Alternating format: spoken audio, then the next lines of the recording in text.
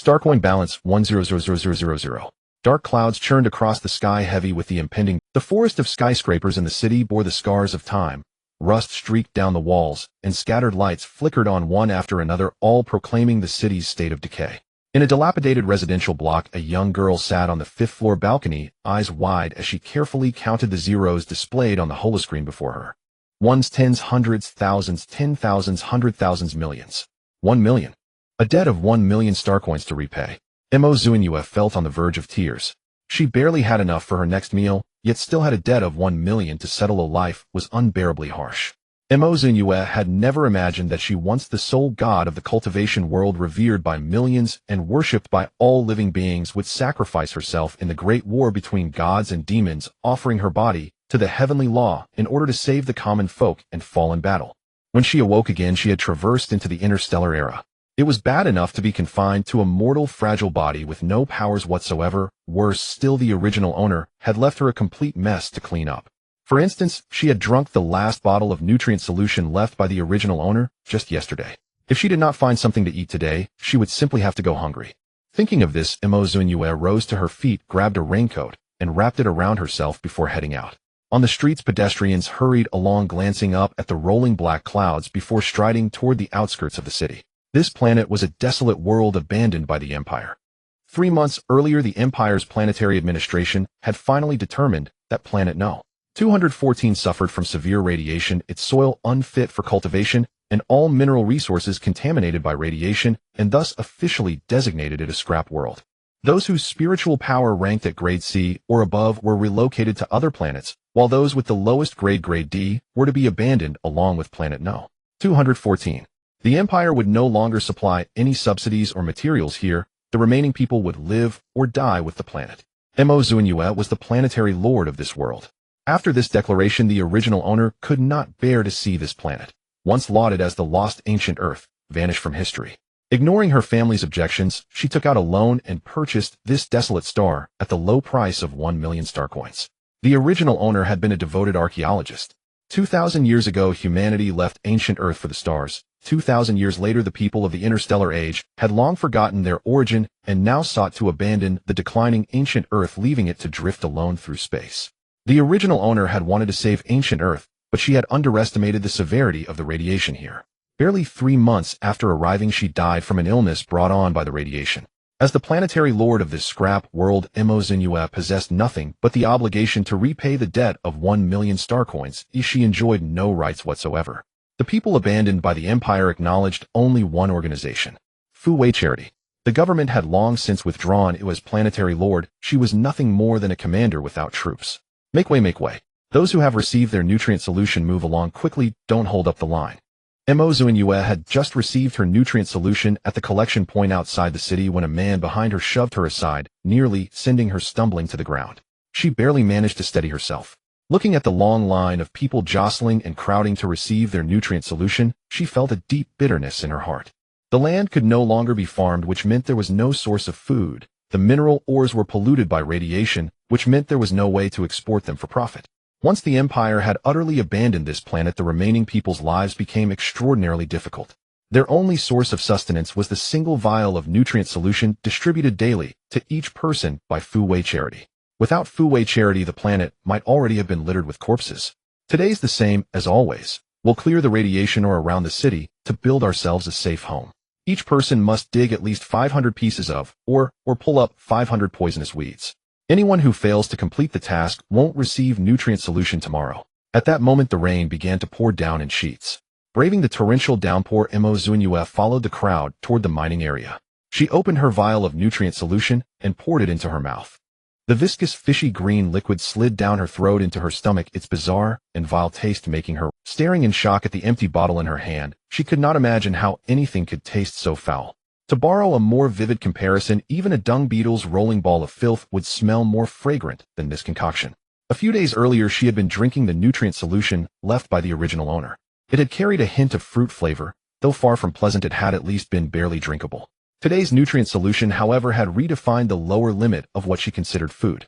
According to the memories left by the original owner, terrifying radiation ore was scattered all over this planet. Radiation seeped everywhere. No equipment could effectively block it. On top of the radiation ore grew mutated poisonous weeds of unimaginable toxicity. Whether it was radiation ore or poisonous weeds, a single accidental scratch that allowed the toxins to seep into the body meant only one outcome: waiting for death, with no cure to be found. This was the primary reason the Empire had abandoned the planet. After learning about the pollution left behind by rapid technological development, especially radiation, Zunyue could not help but feel a lingering dread. Following the crowd into the mining area, she saw the pitch-black mine entrance looming under the gloomy sky like a gaping maw of darkness, swallowing the people one by one. Dim mine lamps flickered along both sides of the tunnel, just bright enough to reveal the path ahead. The people around her chatted among themselves. "Did you hear? Old Wong got his head split open by a falling chunk of radiation ore yesterday, and he died today. When are we not licking blood off a blade? There's no such thing as mining without getting hurt. Even the smallest scrape can cost you your life. Just be grateful. We're doing this to clear out a livable zone.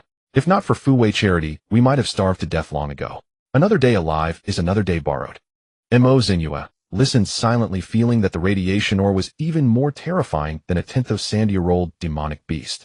A faint glow shone from deep within the tunnel. When they drew closer, and she finally saw the so-called radiation ore they spoke of, Zunyue was stunned. This was no fearsome monster. These were clearly spirit stones. Irregular fist-sized stones emitting a soft luminescent glow. What else could they be if not spirit stones? No one understood the appearance of spirit stones better than she did. Her earlier anxiety vanished in an instant as Zunyue reached out and picked one up. The moment the spirit stone touched her palm, before she could even circulate her cultivation art to test the spiritual energy within, someone kicked her hard, sending her sprawling to the ground. The spirit stone slipped from her grasp and rolled away amid the crowd. As the stone rolled toward them, the crowd's footsteps became frantic. People sprang away in panic, clearing a wide space around it in an instant, as though it were not a stone, but a missile, sending them scattering in terror. Lying on the ground, Zunyue stared blankly at the chaotic scene before her, metaphorical black lines forming in her mind. Who was it? Which blind fool had just kicked her? Before she could even cry out, someone ahead of her let out a pig-slaughtering howl. "Doctor, where is the doctor? There's an idiot over here who didn't wear protective gloves and just reached out barehanded to pick up a radiation ore. Hurry and take a look."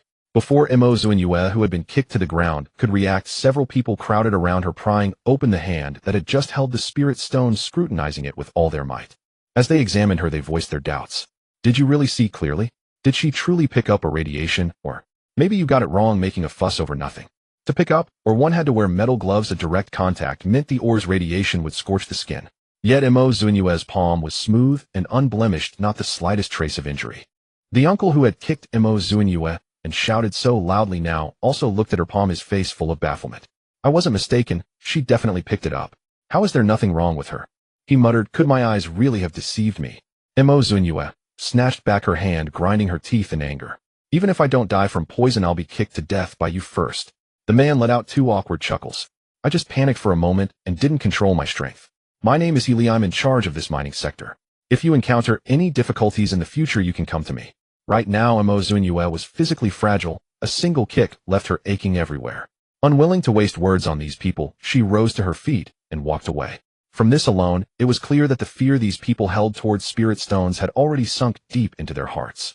Yet the spiritual energy contained within spirit stones was clearly beneficial to the human body. How had it become something they dreaded, as if it were a scourge? She resolved to find a quiet place and uncover the truth. The mine tunnels twisted and turned, crisscrossing in all directions. Zunyue selected an abandoned shaft where no one went, and once more picked up the spirit stones scattered across the ground. Their main component was indeed spiritual energy, but intermixed within was a faint trace of some other power. She circulated her cultivation method, guiding the spiritual energy within the stones into her body and carefully sensing it. The wild, rampaging force surging through her meridians was all too familiar to her. Familiar in the same way spiritual energy was. It was demonic chi. Spiritual energy and demonic chi coexisted, one yin and one yang, intertwining and repelling each other at once. The composite power they formed was extraordinarily unstable. If such power inadvertently entered the body, the two forces would clash and rampage up and down through one's flesh, a battle beyond anything the human frame could endure, leading only to a single end: death. Zunyue did not yet know why such a bizarre phenomenon had arisen, but this was hardly something that could. She used her spiritual sense to draw the stone's energy into her body, then painstakingly separated out the demonic chi, thread by thread, expelling it beyond her flesh, while channeling the remaining pure spiritual energy into her sea of consciousness. Zunyue exhaled deeply, overflowing with delight. She had never expected that having been granted a new life, she would be given the chance to cultivate once more. Though the spiritual energy here was far from pristine, it hardly mattered. So long as she could cultivate, there was hope. She hid herself within the mine shaft, picking up spirit stones one after another and absorbing their spiritual energy. The ore that had glowed with a soft luminescence gradually dimmed and dulled in her hands. Only when a thin mist-like veil of spiritual power drifted through her sea of consciousness did she finally rise satisfied, leisurely gathering the remaining spirit stones off the ground and tossing them into the storage device on her wrist. If anyone were to witness this scene, their very heart would surely leap right out of their chest in terror. To pick up radiation ore with bare hands, even someone forged of steel might not withstand it. Its radioactive potency was more terrifying than strong acid. Any material after prolonged contact would be corroded into rust-speckled ruin. If flesh and blood were to touch it, the horror would be beyond imagination. Skin and muscle would be burned to slurry, even bone would be consumed and rotten. Even those who no longer wished to live would hardly choose such a method of suicide. Zunyue, humming a little tune as she picked up or barehanded, was in herself a living miracle, a spectacle that defied all understanding. Fortunately, no one saw her. Once she had gathered 500 pieces, she walked out of the mine. Outside, evening had already fallen. The torrential rain had ceased at some unknown moment, the churning black clouds had dispersed, and a vast curtain of red afterglow spread across half the sky, dyeing the earth in shades of orange. On an open stretch of ground not far away, hovering machines were systematically collecting, or one batch after another gathering, all the radiation or for centralized processing. Each person had to hand over 500 pieces, while their personal storage devices were scanned for hidden stashes. These radioactive ores and poisonous plants were strictly forbidden within the residential zone. After Zunyue submitted her ore and was preparing to return to the residential district, her gaze fell upon the so-called poisonous weeds growing on the nearby hillside. The slopes were carpeted with them. They were all spirit herbs. Zunyue felt as if her very soul were drifting out of her body, overcome by disbelief. In the past, even the spirit herbs in her carefully tended spiritual fields had not grown as luxuriantly as these. It was the first time she realized that such delicate spirit herbs could thrive like wild grass covering an entire mountain. Zunyue turned against the flow of people heading home and ran toward the herb-covered hill. She plucked a single leaf between her fingers, just as she had suspected. Her guess was correct. The spiritual energy within these spirit herbs likewise carried a faint thread of demonic chi. Heaven and earth, yin and yang, were meant to follow their own paths. When the two fused, collision was inevitable. Both forces were tyrannical and overbearing. The power born from their clashes was naturally formidable as well. This was the true reason why they inflicted such grievous harm upon other substances. Zunyue had dealt with the demon race for many years and had created her own cultivation art specifically to combat them. If not for that, she would never have been able to sacrifice herself as a living offering and perish together with a demon god in her previous life. Compared to the demon lord of those days, this trace of demonic chi was pitifully weak. Huomatzi huachi fruit, daijinkeo, xiling ginseng. All of these are perfect ingredients for refining fasting pills.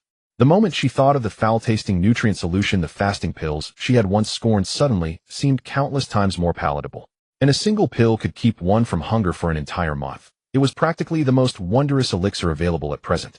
She straightened up on the hilltop, gazing at the endless expanse of spirit herbs stretching beneath the orange-earth sky, and at the countless spirit stones buried in the earth below. She felt certain that the old Tao of heaven had cast her down here for a reason. This planet was nothing less than a paradise for cultivators. A mere debt of 1 million star coins was like drizzle, insignificant. In the future, she was determined to see cultivation flourish gloriously in this world. But first things first. Before night fell completely, she needed to harvest more spirit herbs and refine several fasting pills. She truly did not wish to drink another mouthful of that nauseating nutrient solution. As the lowest tier of pills, fasting pills were simple to refine with spiritual sense. She blended the medicinal ingredients in fixed proportions, then nourished them with spiritual energy into a single mass, rolling it into pellets. Yet the external control of spiritual sense and its coordination with spiritual energy demanded great precision. Even a tiny mistake would lead to failure. None of this posed any difficulty for Zunyue. By the time she returned to the city, the sky was utterly dark and faint starlight had risen. With 5 fasting pills tucked safely away, Zunyue walked home beneath the dim street lamps. Just as she was about to head upstairs, a small skeletal hand suddenly stretched out from the pitch-black street and clutched her ankle. A child's voice, weak as drifting breath, pleaded again and again, "Jijia, save me. Please save me." Zunyue looked towards the dark corner, and after her eyes adjusted to the darkness, she discovered a child lying there who appeared to be no more than 10 years old. She crouched down to examine his condition. "What happened to you?" The child extended his arm to show her. The wound on his forearm was small, but the poison was raging within, causing his entire arm to be mottled with purple and blue, with some areas already beginning to rot. The poison had not yet permeated his vital organs, so he wouldn't die immediately. Zunyue did not offer immediate help, but instead asked, "Where are your family?" The child's voice was strained, as if he was struggling to suppress his pain. "They are all dead. Do you want to become stronger?" "Stronger?" The child was momentarily taken aback, his mind racing. "Do you mean I want die?" Thinking I want. Zunyue stood up, taking his hand to lead him upstairs. "From now on you will be the inner disciple of the Xiantian sect, and you must never leave the sect or betray it. If you do, you will be stripped of your cultivation, or worse, you will die." The child did not understand what a sect was, nor did he know what an inner disciple meant. He only knew that whatever the other party said, as long as he nodded in agreement, he could survive.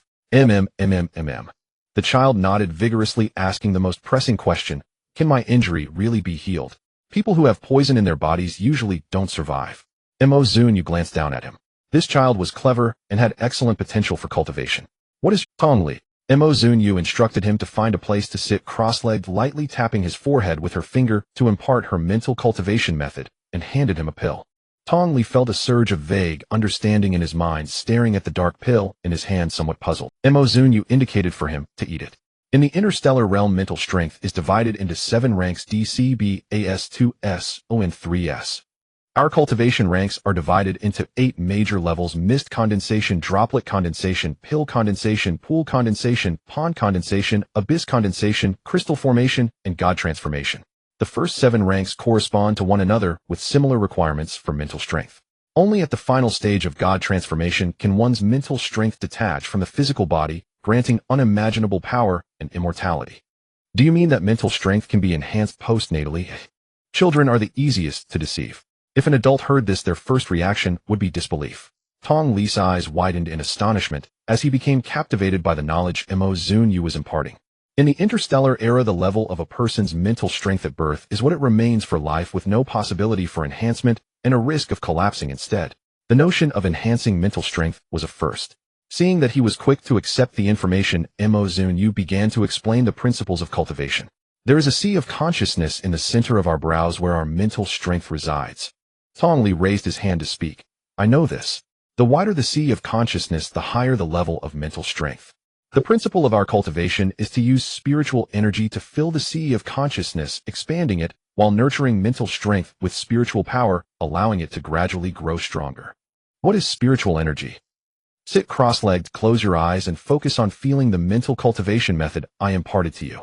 It will guide you to slowly circulate spiritual energy within your body, especially in the area where your arm is injured. Only when Tongli began to grasp the method did Zunyue feel assured enough to let him cultivate by himself. Zunyue sensed her own sea of consciousness. Her mental strength was at the mist condensation stage, the lowest D rank.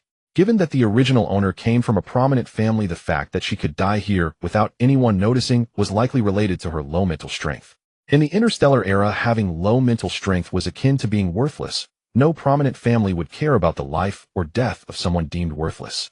Zunyue also spent a sleepless night devising a new formation, which she named the Poison Prevention. This formation targets the hazards generated by radioactive ores and poisonous plants on this planet, and can effectively prevent poisonous gas from invading the body, thereby threatening life.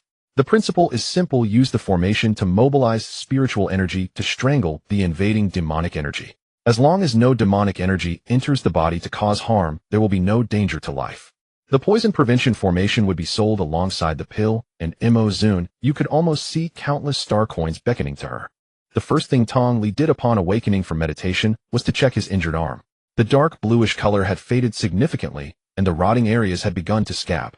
"Master, the poison in my body has disappeared," Tong Li exclaimed joyfully, raising his arm to show Zunyue. Zunyue packed her things, preparing to head out. "What insights did you gain last night?" Tong Li tilted his little head and thought for a long time. "The poison isn't really poison, it's the spiritual energy and demonic energy you mentioned, Master. I used the cultivation method to guide one to eliminate the other, and naturally the poison was resolved." "Very good, let's go. We have a lot to do today." Zunyue led him towards the outskirts of the city, and on the way they encountered Li, who looked at Tong Li as if he had seen a ghost, scrutinizing him for a long time before daring to approach. Tong Li, you little rascal, you didn't die, he exclaimed, picking him up in disbelief and looking him over. Weren't you injured by poisonous plants yesterday? I thought you were lying dead in some corner. Seeing you now full of life, could it be that I was mistaken yesterday? Tong Li revealed a smile, showing 2 small rows of white teeth. He squirmed in Healy's arms and pointed at Zunyue. My master saved me, and my master is teaching me cultivation. Healy, what is this? Have you lost your mind, kid? Why are you talking nonsense today? Come on, I'll take you to get some nutrients. If you keep talking, they'll be gone. Upon hearing this, Tong Li struggled to jump down from him and ran to Zunyue's side. I won't go. My master said that 1 pill can sustain me for a month, and I will never drink that sticky nutrient again. Healy was left perplexed, rubbing his already messy hair, feeling like he couldn't quite grasp the situation. Cultivation. Pill. What does all this mean? He was still pondering whether Tong Li was having mental issues, and if he should consult a doctor, when he heard Zunyue speak. A single pill can satisfy the body's energy needs for a month. It's of great value, at only 500 star coins. Would you like to buy one? Healy stared at the dark pill. Am I that easy to fool? Little girl, everyone here is poor. Don't try to swindle me. If you keep this up, I'll have to call someone to catch you.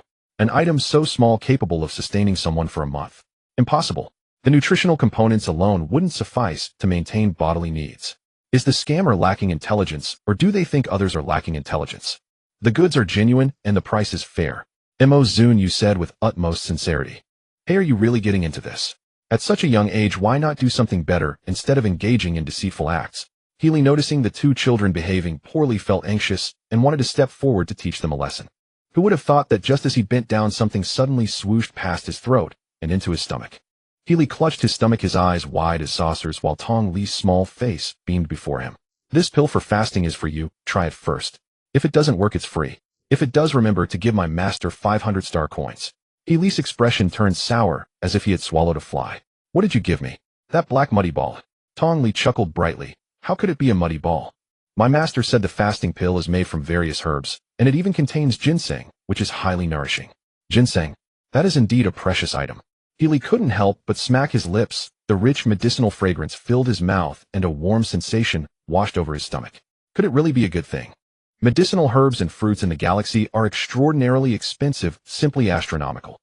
Healy was taken aback, seeing the duo already walking away. He hurriedly shouted, medicinal herbs are quite precious. Where did you get them? They sell for 500 star coins each, and that's not a loss. Zunyue didn't even turn back, saying, aren't they everywhere? Everywhere. Healy looked into the distance, and indeed, weren't they all poisonous weeds? This pill is made from poisonous weeds. Doctor, help me. I've been poisoned. I'm going to die. The duo ignored the wails behind them that sounded like a pig being slaughtered and continued towards the wilderness. They hadn't picked up the free nutrients today, so they didn't need to complete the daily tasks. The 2 walked further until they couldn't see anyone anymore before stopping. Master, why did we run so far? Zunyue gazed at the lush spiritual herbs all around and the scattered spirit stones on the ground, feeling quite pleased. Next, you just need to do one thing: collect spirit stones to cultivate, striving to enter the initial stage of mist condensation as soon as possible. Only by stepping into the initial stage of mist condensation and condensing a wisp of spiritual energy in the sea of consciousness can one truly embark on the path of immortality. Actually, the more important aspect is that once Tong Li enters the mist condensation stage and gains spiritual energy, he can teach him how to refine the fasting pills. More labor means more income, doesn't it? After all, she had a massive debt of 1 million star coins to repay. As the top disciple of the Shantian sect, she should shoulder such a heavy responsibility. The naive Tong Li was completely unaware of his master's ulterior motives. He was busy pondering how to make him do the labor, bouncing around like a little rabbit, happily picking up spirit stones. Zunyue decided to stay here for a few days to refine a batch of fasting pills and poison prevention array stones, while also striving to break through to the mid-stage of mist condensation. Otherwise, it would be embarrassing if her cultivation still lagged behind her little disciples. During the few days they squatted in the wild, Healy was almost driven mad searching for them. He thought he had been fed a poison pill and felt he wouldn't live long, frantically looking for a doctor to see if there was still hope for him. In the end, he received a rolling of the eyes from the doctor, who told him to go cool off and stop causing trouble. After being kicked out by the doctor, Healy was quite gloomy and realized he might have been played by the 2 children. So he instructed others to pay more attention, telling them to inform him if they saw the 2 children so he could settle the score with them. However, he didn't find them all day and thought they were hiding from him for causing trouble.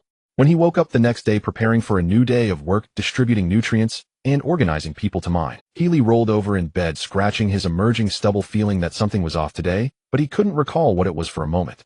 Until he got the nutrients and was about to pour them into his mouth, he discovered he wasn't hungry today at all. This was truly strange. Usually after a day of work and a night's sleep, he would wake up to a hungry stomach. Today he felt not the slightest hint of hunger, and he was even full of energy. Healy thought he might be ill and received another eye roll from the doctor. On the third day, upon waking still not hungry and feeling energetic. On the fourth day, the same, not hungry and full of energy. After being kicked out by the doctor once more, he finally remembered the fasting pill Zunyue mentioned. Could it be true? 4 days without food, and I haven't starved to death. Healy scratched his messy hair, falling into a deep silence. He thought this was impossible, unscientific. But then if it were true, wouldn't it mean that more people could avoid hunger? Regardless of its truth, he decided to find Zunyue first to clarify the matter. On the other side, Zunyue had not rested for a moment these past few days. She was busy refining fasting pills. Whenever her spiritual energy in the sea of consciousness was depleted, she would sit in meditation to recover it, then continue carving array stones. After exhausting her spiritual energy, she would meditate again. This cycle yielded significant results. As one who had comprehended the heavenly Tao, entering the midstage of mist condensation under rich spiritual energy was a natural process. A total of 30 fasting pills were refined and 10 poison prevention array stones were produced. The difficulty of array stones was slightly greater than that of fasting pills. It required expelling the demonic energy from the spirit stones, and then carving the array lines onto the spirit stones, thereby drawing the spiritual energy from the stones to protect oneself.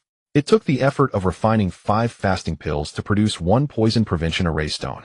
Zunyue was quite satisfied with this result, storing the fasting pills and array stones in her storage device before checking on Tong Li's cultivation progress. Tong Li had exceptional talent, diligently practicing according to his mind method without making any mistakes. Zunyue felt reassured as she occasionally glanced at him and saw he was cultivating quite well, so she continued with her own tasks. However, upon closer inspection, Zunyue was a bit stunned. Tong Li was sitting cross-legged with his eyes closed, surrounded by a mountain of spirit stones. These were not the mixed ores of demonic and spiritual energy, but genuine spirit stones. The luminous white stones were permeated with pure spiritual energy devoid of any trace of demonic energy. In that instant, Zunyue felt a prickling sensation all over her body as she looked at the small Tong Li, her throat dry. Why was there a pile of pure spirit stones here? Where did the demonic energy in the stones go? Surely Tong Li didn't purify a pile of spirit stones in advance for convenience, did he? At that moment, Zunyue held on to a sliver of hope. Yes, it's very likely this is what happened. Until she watched Tong Li throw another piece onto the mountain of spirit stones, and then pick up another, or with both demonic and spiritual energy. Zunyue's self-deceptive hope was completely shattered. How could he be a demonic cultivator? How did Tong Li become a demonic cultivator? She, who had been a role model for countless ages, today scattered her reputation teaching a demonic cultivator. Zunyue dared not interrupt Tong Li's cultivation lightly, so she could only squat beside him with a gloomy expression. She watched helplessly as he picked up one piece of, or after another, absorbing the demonic energy within, while casually tossing the remaining pure spiritual energy onto the pile of spirit stones like garbage. It was not until the pile of spirit stones was high enough to nearly bury the small figure of Tong Li that he finally awakened from his meditation. As soon as he opened his eyes, he saw Zunyue glaring at him. He hurriedly delivered the good news, hoping to cheer her up. Master, there is a trace of spiritual power drifting in my sea of consciousness, and I can also see the situation in my sea of consciousness. Does this mean I've entered the initial stage of mist condensation? However, Zunyue's expression darkened even further. Entering the mist condensation stage with the sea of consciousness occupied by demonic power made it impossible to pull him back onto the right path. Master, Tong Li cautiously stood up and walked to Zunyue's side, his head hanging low. Did I do something wrong? This situation was due to her inadequate teaching, so it couldn't be entirely blamed on Tong Li going astray in his cultivation.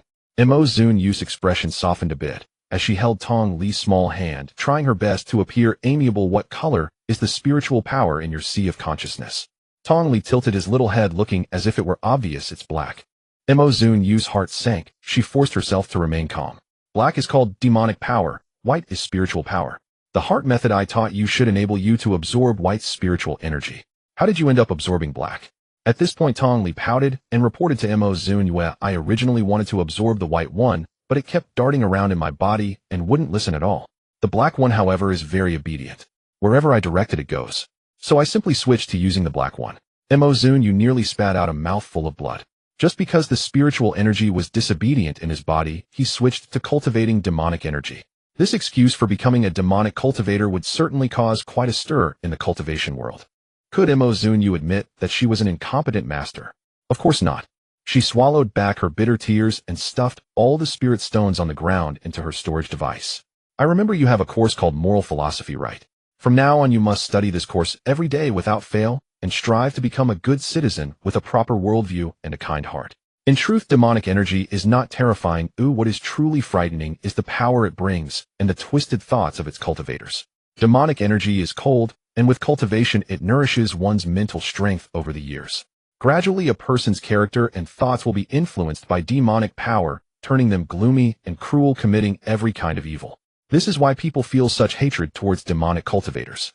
To prevent Tong Li from reaching this point in Zun, you needed to properly guide his thoughts. As long as his thoughts remained upright, he would not commit any wrongdoings. Master, but I don't have a light brain, so I can't learn online. He'll buy one for you.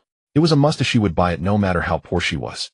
She could not allow a great demon lord to arise, otherwise her past life of sacrificing herself and perishing alongside the demon lord would truly be in vain. On the way back in Zun, you asked Tong Li about some aspects of life in the interstellar era. The most convenient aspect of this era was the ease of transportation and online shopping. We can open an online store so that people across the entire star realm can find our store, and we won't have to worry about not selling our goods. Tong Li, excited at the prospect of owning his own light brain, eagerly helped Zunyue think of ways. Unfortunately, this little child only knew that online shopping was convenient, and did not realize that an online store needed to be operated for people to come and buy. Zunyue, who had just recently crossed over, was even less knowledgeable about this. She simply thought Tong Li's idea was good and prepared to give it a try. As they passed the mining area, they happened to encounter the rush hour with a dense crowd of people heading toward the city. At the entrance of the mining area, a group of people had gathered, pointing and discussing with sorrowful expressions, and cries could be heard from the center of the crowd.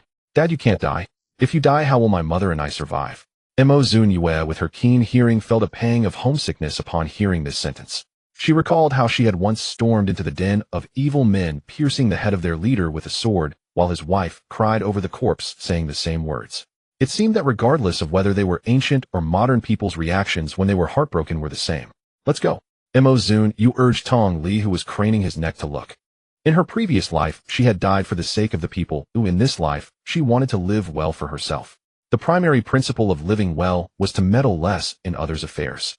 Oh, Tong Li retracted his little head and followed behind Zunyue. Wah. Daddy, please save my dad. The mine collapsed, and he was injured by the radiated ore. Where is the doctor? Why hasn't the doctor come yet? Wah. Hearing this cry, Tong Li abruptly stopped in his tracks, carefully tugging at Zunyue's sleeve. Master, it's Fan. He is my good friend. At this moment, Fan was crying so hard, he could hardly catch his breath. He knew that being exposed to toxic gas was incurable and a dead end, but he was unwilling to accept this reality. He didn't want to be without a father. He desperately hoped the doctor would come take a look. What if a miracle happened? Another one is going to die. When is it not someone dying? It's truly pitiful. The onlookers murmured, gradually becoming numb to such scenes, unaware if they themselves would be the ones lying down tomorrow. Isn't that the truth? Ever since 2 years ago, this planet has been plagued by radiated ores and poisonous plants. We haven't had a single good day since then. Who knows when it will end? Hey, don't crowd. Why are these two squeezing in? Isn't it a bit immoral to be so eager to watch the spectacle? Surrounded tightly, Zunyue and Tong Li had to push their way through with great effort. In the middle of the crowd lay a man covered in blood, still moving and alive. Next to him, his wife and child were crying loudly. When the child saw Tong Li, he sniffled and wiped his tears. Tong, my daddy is hurt. What should I do? Tong Li stepped forward to comfort him. Don't worry. My master can save him. The nearby onlookers couldn't help but scoff. Children are just children, so naive. Hit by radiated ore and poison, how could there still be hope? Exactly. I've never heard of anyone surviving such a thing. To put it bluntly, it's a matter of waiting to die. But children are children. Being a little more innocent is understandable. Zunyue ignored them and squatted down to examine the man's injuries. Although there was a lot of blood, there were no serious injuries. He had some abrasions on his head and body, but his bones and internal organs seemed fine. However, the toxic gas had already penetrated his body and the wounds were severely corroded. Gradually, seeing Zunyue's professional examination method, Fan's mother wanted to step forward, but was afraid of delaying Zunyue's rescue. She squatted in place, wiping her tears helplessly. Are you a doctor? Can he still be saved? Zunyue withdrew her hands and nodded. He can be saved. Oh, really? Fan's mother knew better than anyone that with toxic gas in the body, how could he be saved? When she asked if he could be saved, she was already mentally prepared, knowing the doctor would surely say it was hopeless, and to prepare for the worst. Yet when Zunyue uttered the words "can be saved," it nearly left Fan Fan's mother speechless. The cry caught in her throat. She swallowed it back and trembled as she confirmed, "Really, he can be saved. Can it really save him? 1,000 star coins for a life, will you save him?" Zunyue asked. "Mom, I can't think rationally just hearing the word save." She thought a dead horse is better than a live one, even if there's only a glimmer of hope. Even if this doctor is a fraud, I want to try. I don't want to watch my loved one leave this world. However, the onlookers were not pleased. Where did this fraud come from, even scamming money from the dead? Do they have no sense of morality? Exactly, isn't this obviously a scam?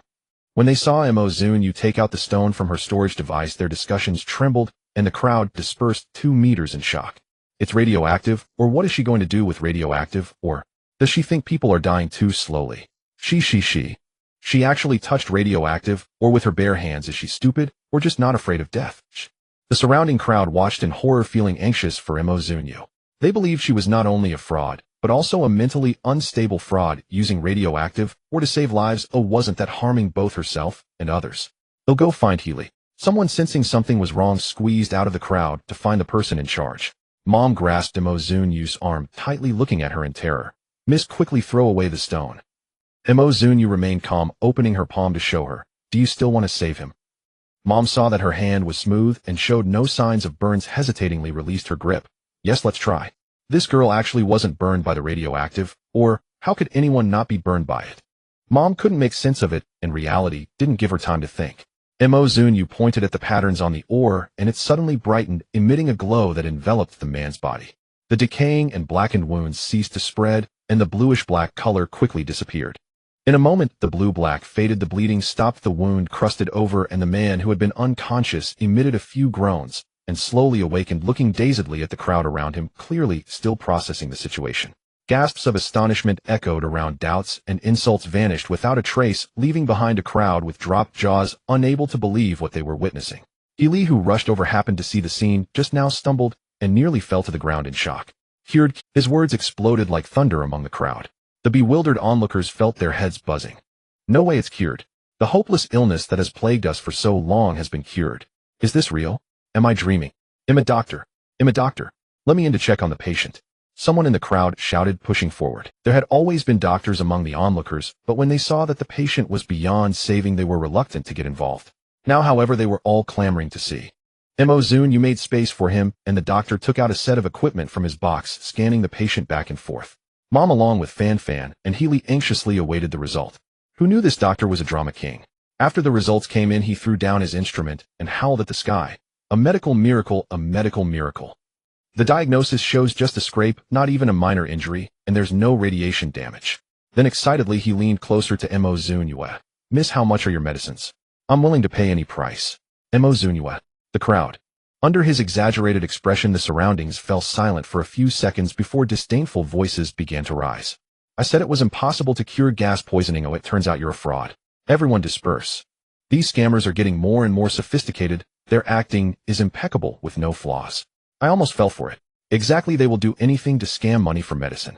After that, the crowd that had been watching quickly scattered. In the past 2 years, many fraudsters have appeared claiming to cure radiation, and at first people desperate for survival fell for it. For a while, anti-fraud slogans were everywhere, and people's vigilance increased. Upon seeing similar situations, they immediately equated them to fraud. Even the concerned doctors, seeing this scene, shifted their gaze between Zunyue and Fan Fan's family, suspecting they were in cahoots, and then hurriedly fled with their medical kits. Zunyue was speechless. She originally wanted to take this opportunity to promote herself, but instead she was seen as part of a fraud ring. What was this all about? "It's all that damn doctor's fault. If he hadn't shouted about buying medicine, no one would think we were scammers." Tong Li gritted her teeth in anger. Zunyue turned around in frustration, looking at the ecstatic family of 3 embracing each other. 1,000 star coins payment, please." "Ah, thank you, miss. You are truly a reincarnated divine doctor. You saved our whole family." Mom was overwhelmed with gratitude, almost bowing down to thank her. Others may not believe Zunyue, but she had seen with her own eyes how Zunyue brought the dead back to life and cured terminal illness, and her heart was filled with admiration and gratitude. She took their family's only light brain from Fan Fan Dad and transferred 1,000 star coins to Zunyue. "Miss, let's add each other as friends. If we need anything in the future, we will come find you." This was a thigh worth clinging to. Whether they could live well in the future depended on this divine doctor. Sure, I not only sell anti-toxicity erase stones, but also fasting pills. I will open an online store later, and you can buy from me there if needed. Zunyue explained the functions of both, but unfortunately Mom did not have enough star coins to buy them. 1,000 star coins had arrived, and Zunyue was in a good mood contemplating selling a couple more to buy Tongli a light brain. Excited, she opened her account balance, 999,000. Zunyue. This was a direct repayment, not a single coin was left for her. Just as she was worried about how to save money to buy a light brain for Tong, she saw Healy next to her staring wide-eyed, captivated by the spectacle. Looks like you still owe me 500 star coins, right? Healy was pondering the rapid reversal of the situation, not expecting that the person involved would come to him, for not to mention the fasting pill was indeed effective. Since he took it, he hadn't consumed a single nutrient agent for 4 days, yet he still felt full of energy. They'll transfer it to you now. Your fasting pill is indeed effective. Zunyue skeptically accepted the 500 star coins that Healy transferred over. Her account balance became 998,500. She felt disheartened at this rate. Before her debts were cleared, she wouldn't have any extra money to spend. Healy rubbed his hands together. I would like to buy another fasting pill. I wonder if you still have any. I do, but the price has gone up. 3,000 star coins each. Zunyue said with a squint. Zunyue had recently seen on the Star Network that the cheapest nutrient agent was 100 star coins apiece, and one could only sustain a day's nutritional needs with one. One fasting pill could last a month without food, and it tasted much better than nutrient agents. Selling it for 3,000 star coins each was already quite a bargain. Healy gritted his teeth. He'll buy one. He wanted to go back and find someone to test its authenticity, feeling that this matter was too unbelievable. I don't want star coins, I want a light brain. A regular version of a light brain costs about 3,000 star coins. It's an equivalent exchange, otherwise the star coins in her account would be directly deducted to pay off debts. Healy replied. All right. They returned to the city together, and Healy bought a brand new light brain from a specialty store, exchanging it with Zunyue for a pill that could alleviate hunger. Lastly, he did not forget to warn, I hope nothing like today happens again. People are already struggling enough. If you two children weren't so pitiful, I would have definitely turned you in for selling fake medicine to swindle money. Healy was kind-hearted and soft-hearted. He only saw a girl struggling to take care of Tong, seemingly forgetting that Zunyue had just earned 4,000 star coins today. Their lives were not nearly as difficult as he imagined. Does Uncle he also think we are deceiving people? But we really did cure Fan's father's illness. You didn't believe in the hunger-alleviating pill before, but now you are buying it back, aren't you? Tongli faced the doubt and explained earnestly. Healy rubbed his head. Is it the same? Infection from toxic gas is a guaranteed fatal disease. How many medical professors dedicated themselves to research back then and ultimately found no cure? You casually waved a stone in front of him and claimed it was cured. Who would believe that? When this planet was first contaminated by radiation, the Empire did not fail to send people in an attempt. After investigation, it was discovered that the radiation here could not be purified and the diseases caused by radiation could not be treated, leading to the final decision to completely abandon this wasteland planet. Zunyue did not want to explain anything. Powerless words were far less persuasive than facts. She took out an anti-poison erase stone, and before she could speak, Healy had already stepped back 2 meters. The typical feature of radiation, is that it glows exactly like the one in Zunyue's hand. This is an anti-poison erase stone. When activated and worn, it can block the invasion of poisonous gas. You can try this one first, and if it works you can pay me then. But this is clearly radiation, Healy was on the verge of tears, feeling quite cowardly. It's purified radiation, it won't harm the human body. Zunyue indicated for Healy to check it. He had a device specifically for detecting radiation levels. After scanning, there truly was no radiation at all. Healy held the erase stone, still feeling it was unbelievable, until Zunyue and Tongli walked. He felt that this girl had something special about her. If the hunger-alleviating pill and the anti-poison erase stone were proven to be real and effective, it would be remarkable. Back home, Tongli looked at the new light brain on his wrist, thrilled, thinking it was the coolest toy ever. I just searched a few moral education lessons for you and sent them. Go watch them now. Zunyue's words poured cold water on him, and he slumped his head on the table to listen to the lesson. Zunyue opened the light brain with the wristband, projecting a virtual screen in the air. She began clicking around, deciding to open an online store first. Opening an online store involves many processes, but as a star master she could easily get around the rules. The Zunyue online store was officially launched, raising doubts among the Galactic citizens about reality. Zunyue listed her current stock of 29 hunger-alleviating pills and 8 anti-poison erase stones waiting for sales. The poor ancient god was skilled in combat, but not very knowledgeable about electronic products. The next day, Zunyue gazed at the unsold products and the zero views on her online store, falling into deep silence. Tong Li, your idea is unreliable. Nobody is buying. The 10-year-old Tong Li frowned, looking confused. Master, why not wait a bit longer? Someone will buy them soon. All right. The marketing ignorant Zunyue decided to wait a little longer. There was a vast plain in the suburbs of the city covered with poisonous weeds and glowing radiation ores with a wide river winding through. Zunyue stood by the river with Tong Li looking at the rushing clear water. Master, what are we doing here? Building a house. We will live here from now on. 1. It's convenient for cultivation. 2. If we want to farm, we can't always rely on the hunger-alleviating pills. 3. We need to build a sect. A sect must have a proper appearance. Master, but we don't have money to build a house. Tong Li pointed out the crucial issue. Zunyue sighed. That's a problem. Truly, a penny can be a problem for an ancient god. Zunyue focused her gaze on Tong Li, revealing a loving smile. Tong Li inexplicably felt a chill run down his back. Master, why are you looking at me like that? Zunyue smiled tenderly. It's June now. Oh, if I remember correctly, the scorching heat should be coming soon. The summer and winter on this desolate planet were particularly distinct. In summer, temperatures could exceed 40 degrees Celsius, and even at night, it wouldn't cool down. If there were enough energy stones and electricity supply, life wouldn't be too hard. However, this year the Empire decided to abandon this wasteland star and no longer supply survival materials here, and this planet does not produce energy stones. This year's scorching heat would undoubtedly make life difficult for ordinary citizens. The naive Tong Li did not know Zunyue's intentions and nodded, saying, it should be less than a week until it arrives.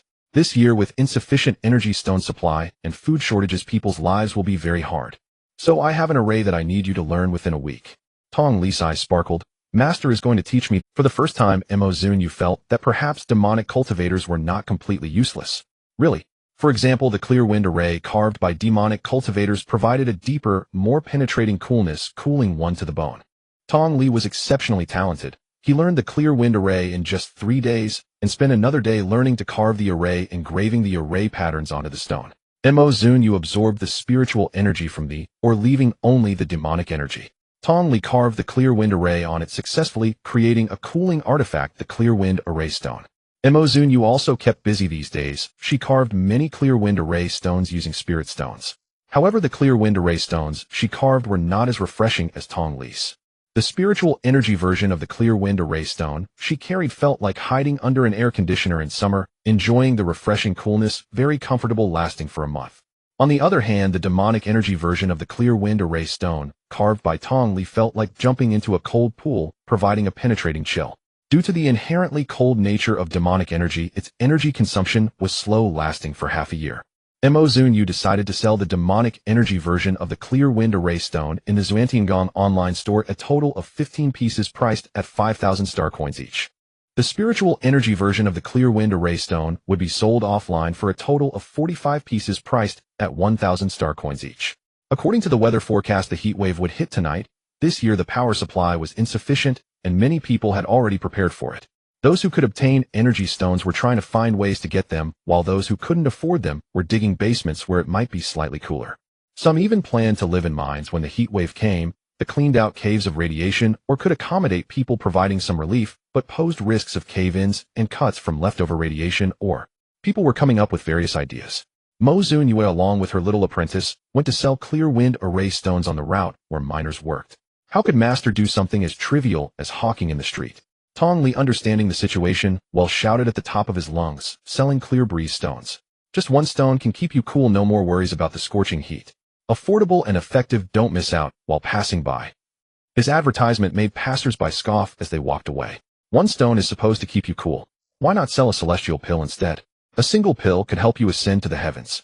Free trials available, buy only if it works. This phrase finally caught the attention of a girl. She was lively and cute, holding a mini camera and live streaming. Everyone am now on the recently designated No. 214 waste planet by the Empire. This planet was once the origin of humanity, but is now declining, still shrouded in many mysteries. Today I will show you what life is like for the people on ancient Earth without any survival supplies. Xianu pointed the mini camera at Zunyue and Tong Li's faces, saying, it seems the people are indeed living in hardship. The sister brought her brother out to sell stones, claiming that having a stone will keep them cool in summer. Isn't that just a scam? I came from a first-level star and have never heard of such things. Perhaps they are just doing this out of necessity to survive. Zunyue and Tong Li listening from the side. This little girl has quite the imaginative inner monologue. Xinu turned to them and asked, "How much is your stone?" 1,000 star coins each, Zunyue replied. "How many do you have in totally?" 40. Zunyue looked at the girl leisurely. Judging by her attire and personality, she seemed to be a child raised in a loving and affluent family. As expected, Xinu then said to the viewers in the live stream, "These two siblings are so pitiful. Since I've encountered them, I can't just let them deceive others. I will buy all the stones hoping it can help improve their lives." Zunyue. The viewers in the live stream immediately began to praise her. The host is beautiful, and it's such a stark contrast. The host is helpful while that sister has to rely on scamming to support her brother. The people on the waste planet are truly pitiful, only able to drink 3 low-quality nutrient solutions daily and have to mine for a living. How tragic. Xinu's live stream had only a bit over 5,000 viewers. She had just graduated this year wanting to travel around and do some live streams. Her first stop was Ancient Earth, which had recently stirred up some waves on the Star Network. Some believed that Ancient Earth was useless and that resources should not be wasted on it, while others thought that since it was the birthplace of humanity, it should not be abandoned so easily. Unfortunately, in the end, the Empire decided to let Ancient Earth fend for itself to save resources. As a new streamer, she used the exploration of Ancient Earth as a gimmick to attract traffic. Zunyue had her transfer the star coins to Tong Li's account and explain the usage and effects in detail. Seeing her take it lightly and throw everything into her storage device, Zunyue specially reminded her, "The heat wave will come tomorrow. If you can't stand the heat, remember to take out a stone and activate it to carry with you." Got it. Xinu didn't take Zunyue's words to heart and turned to the camera saying, "Now let's go check out the mine. I heard the radiation ores here are quite terrifying. If you get scratched, there's no cure." Saying that makes me a bit scared. She took out a toxin-proof stone from her storage ring, activated it, and handed it to her saying, "Don't put it in your storage device, carry it with you. It will bring you good luck. If you need more later, you can buy from my own." She took out a toxin-proof stone from her storage ring, activated it, and handed it to her saying, "Don't put it in your storage device, carry it with you. It will bring you good luck. If you need more later, you can buy from my online store, Zunyue online store." Xinu was instantly moved, feeling that the brother and sister before her must have resorted to scamming out of necessity. They even gave her a beautiful stone as help. She tucked the stone into her pocket and waved goodbye as she headed toward the mine. Some idle viewers in the live stream actually went to search for Zunyue online store.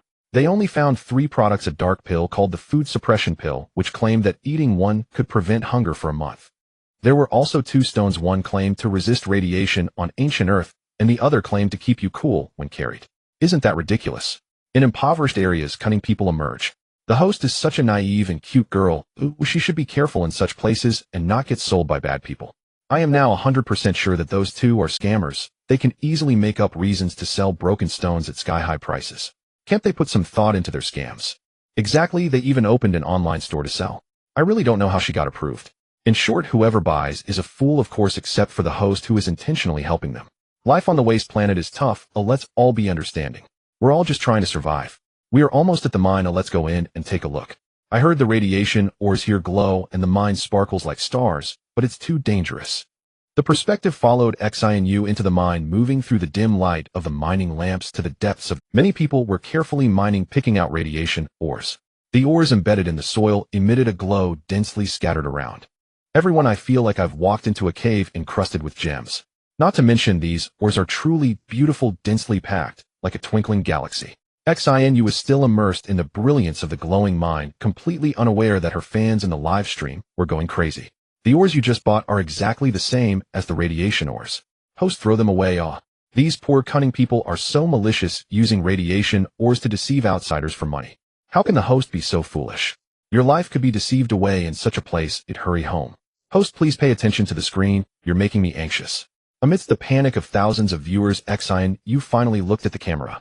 Before she could react, the densely packed radiation ores in the mine collapsed down, plunging the live stream into darkness. After a while, a comment finally floated through the chat. While the mine collapsed, the host is gone. Call the police. Hurry and rescue her. Please take a good look at where this is. This is Ancient Earth, where research institutions, medical colleges, and scientific research institutes are helpless against radiation. Even if the host isn't crushed, she will surely get injured by the ores. There's no hope. Prepare to collect her body. Rest in peace. May the host have a safe journey. The comments that followed were all mourning, some sincere, some just joining in, but none believed the host could survive. Suddenly, a delicate white hand reached out from the dirt, grasping the mini camera, followed by a head popping out and appearing on the screen. Xinu covered in dirt and blood gritted her teeth and cursed. What are you mourning for? I'm not dead yet. Her appearance elicited an even more intense reaction in the comments than if she had actually died. Host, did you get hurt by the radiation ores? The toxic gas has entered your body, and there's no cure. The host is still alive, but she's actually dead. The toxic gas has entered your body, it's only a matter of time before you're gone. Having just graduated from university, the naive Xinu, unaware of the malice in people's hearts, finally panicked after seeing the comments.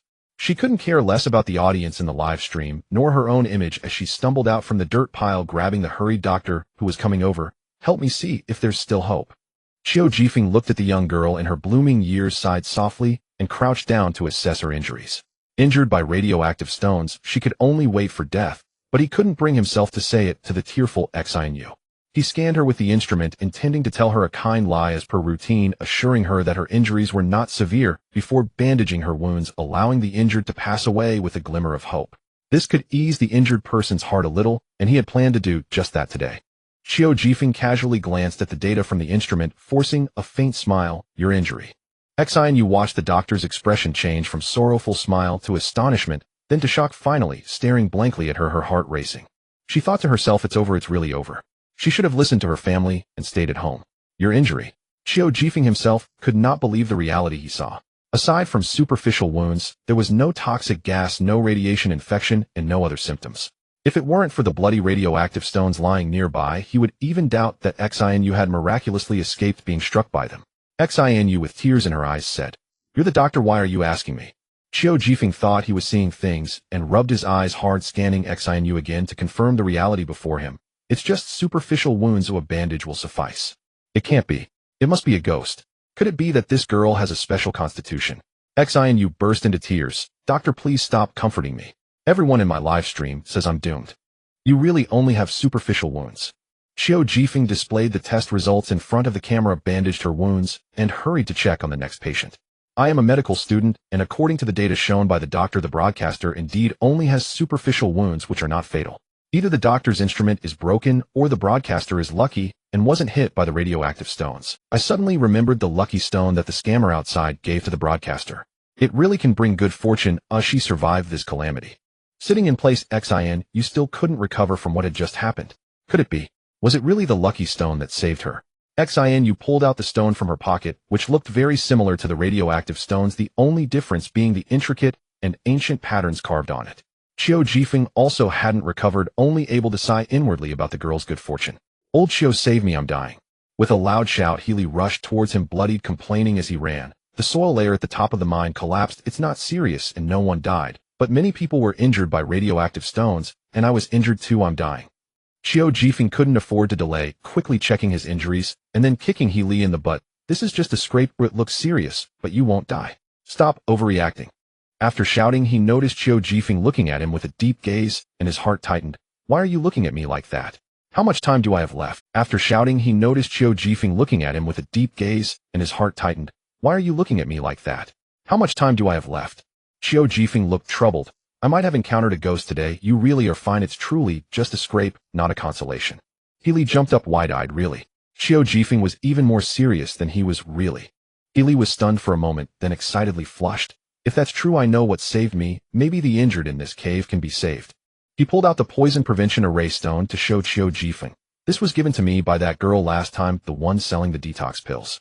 I even asked you to check her online store, and you said it was all a scam and kicked me out last time. Qiu Jifeng took the poison prevention array stone, looking dumbfounded. So outrageous. Let's not worry about how outrageous it is. Saving people is the priority. Healy took back the poison prevention array stone from Qiu Jifeng and rushed to the recently rescued injured person, urging Qiu Jifeng, check the injuries, hurry. Seeing the injured person unconscious, Qiu Jifeng didn't dare delay, scanning him with the instrument. Right forearm fracture, multiple abrasions, toxic gas exposure will invade the heart and lungs in 30 minutes. Check again. Healy removed the poison prevention array stone. Qiu Jifeng quickly scanned again. Right forearm fracture, multiple abrasions, excessive blood loss. This time the test results were significantly different from the last. The two exchanged glances, both seeing shock in each other's eyes. A problem that the entire empire could not resolve had actually been conquered by a little girl's stone. On the other side, Xinu came back to her senses and found that the number of viewers in the live stream was rapidly increasing, now exceeding 20,000. She felt she couldn't waste such a good opportunity to gain followers, so she jumped into action explaining the living conditions of the people in ancient Earth to the viewers despite her injuries. Families, as you can see, the living environment here is extremely dangerous, with people constantly teetering on the brink of life and death. I never expected that there are still such impoverished places in today's society. As Xinyue spoke, she turned the camera towards the injured live, broadcasting everything happening before her. Oh. The figures busy treating the injured appeared in her view, one of whom she recognized as the doctor who had just treated her, while the other held a stone, placing it on each injured person in turn. Xinyue was surprised to find that the stone looked exactly like the lucky stone in her hand. She leaned forward to interview. Uncle, are you blessing these injured people? Is this a form of mysterious culture from ancient Earth? Healy was bewildered. What blessing? I'm treating them. Xinyue was greatly shocked, pulling out her lucky stone, which indeed looked exactly like the one in the other person's hand. Isn't the lucky stone meant for good fortune? Can it also heal? Healy. Xiao Jifeng slapped his thigh. I said, why is this girl so lucky? It turns out you have the poison prevention array stone for protection. Since that's the case, don't just stand there, hurry up and help save people. The principle of the array stone is to concentrate spiritual energy to suppress demonic energy, which can affect anyone who comes into contact with the array stone. Xinyue was thus pulled away to assist in saving lives. During this process, she finally understood what was going on. It was not a lucky stone at all, but a poison prevention array stone specifically designed against toxic gas. The viewers in the live stream were also astonished, filled with disbelief. So the brother and sister duo earlier were not scammers, but genuine masters in disguise. The stone given at the end was not a lucky stone, but rather a poison prevention array stone that the sister knew the broadcaster would need when entering the mine, especially given to her. No wonder ancient Earth is full of extraordinary individuals. So, are the items sold in the Zunyue online store real? With this reminder from a netizen, the earliest viewers in the live stream recalled the Zunyue online store mentioned by the brother and sister selling stones, which they had previously condemned as scammers without brains. Now seeing that the stone's effects were indeed real, they rushed back into the live stream shouting, Who had such fast hands? They silently bought everything out. Who just called the other side a scammer? Now they secretly ran to the online store and cleared the shelves. Don't they feel? I didn't even get a chance to grab anything. Who got it? Hurry and come out. I want to see whose face got swollen. Today, Zunyue, who earned 45,000 star coins, went to the city center with Tong Li to find a construction company. All 45,000 star coins were used to pay the deposit, and now the construction robots followed them to the riverside, enthusiastically starting to dig the foundation.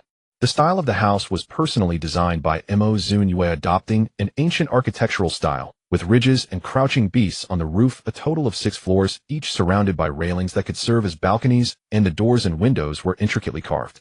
Although the style was complex, the cost was not high due to the all-wood structure totaling 100,000 star coins. Zunyue still needed 55,000 star coins to earn back before completion. She originally planned to continue refining the Qingfeng formation stones and sell them by the roadside when she received a notification sound from her light brain. Upon opening it, the first notification was that the online store was sold out with 29 pill refining pills, 8 poison-resistant formation stones, and 15 magic Qi version Qingfeng formation stones, totaling a value of 170,000 star coins, all purchased by a customer with the username Autumn Wind. The delivery address provided by this customer was in this city not far away, and logistics would soon come to pick up. Not knowing what had happened to Zunyue was very happy, praising Tong Li for being clever, as it seemed to sell better in the online store. Completely unaware that this sale was purely due to luck. The remaining messages were inquiries from the online store backend asking her when she would restock and how these stones were made and their principles. Zunyue had no time to reply to these messages because she received a large offline order. Healy sent her a message saying he wanted to order 50 more poison-resistant formation stones to help his colleagues and friends, asking for a group purchase price. Zunyue did not compromise on the price, saying she could give him 5 Qingfeng formation stones, asking him to deposit the payment in her little apprentice's account and promised delivery in 3 days. Healy looked at the message sent by Zunyue, whose username was Master of Shantian Sect, and transferred 20,000 star coins as a deposit to Tong Li, whose username was Eldest Disciple of Shantian Sect, falling into a state of mysterious silence. What exactly is this Shantian Sect? Are these 2 kids playing house? Beside him, Xiao Jifeng, who was studying the poison-resistant formation stones, raised his head. Have you ever seen a child playing house who can make such extraordinary things? Healy agreed. What you say is true, but your hands are pretty quick. You emptied the online store directly. Are you planning to delve deeper into this? Xiao Jifeng smiled. I came to ancient Earth specifically to tackle the problem of poisonous gas, and now I finally see a glimmer of hope, so I must study it thoroughly. He, with his head wrapped in bandages, stood up. You're leaving a high-paying job to come to this remote place to study poisonous gas. Probably only you would do this. You can research slowly. I need to go tell Shen Fu Wei about this. Both the pill-refining pills and poison-resistant formation stones are great things. He then left. Shen Fu Wei was the head of Fu Wei Charity, and during the chaotic withdrawal of the government, he stepped forward to maintain order and distribute free nutritional agents to the people. The place where nutritional agents were made was a small factory on the outskirts of the city. Shen Fu Wei was slumped unceremoniously in the office chair, stretching his long legs and kicking the small table beside him askew. On his fair and handsome face, a pair of apricot-shaped eyes looked very melancholic as he mumbled weakly, "I'm out of money, I'm out of money." The production of free nutritional agents was entirely promoted by his funding and effort. With so many people collecting them daily, even his thick reserves couldn't withstand such expenditure, and he would eventually be left with nothing. He was so poor that he began to ponder if any of his colleagues were wealthy. If he could just empty their wallets, perhaps he could last a little longer. For instance, that Dr. Chiu Jifeng, who seemed to have been a professor at a medical school, a person many enterprises sought to hire, must be quite rich. "Boss, I have good news." Just in time, Healy arrived, interrupting his dreadful thoughts and saving Chiu Jifeng's wallet. Shen Fu Wei weakly asked, "What good news? Is the Empire providing material support again? Are people no longer starving? Can my wallet be saved?" "That's not it." Healy awkwardly tugged at his hair. "Then what good news can there be unless nutritional agents fell from the sky?" Speaking of this, Healy became spirited. Nutritional agents didn't fall from the sky, but it's not too far off. He recounted everything about the pill-refining pills and poison-resistant formation stones recently, and repeatedly assured, "It's all true.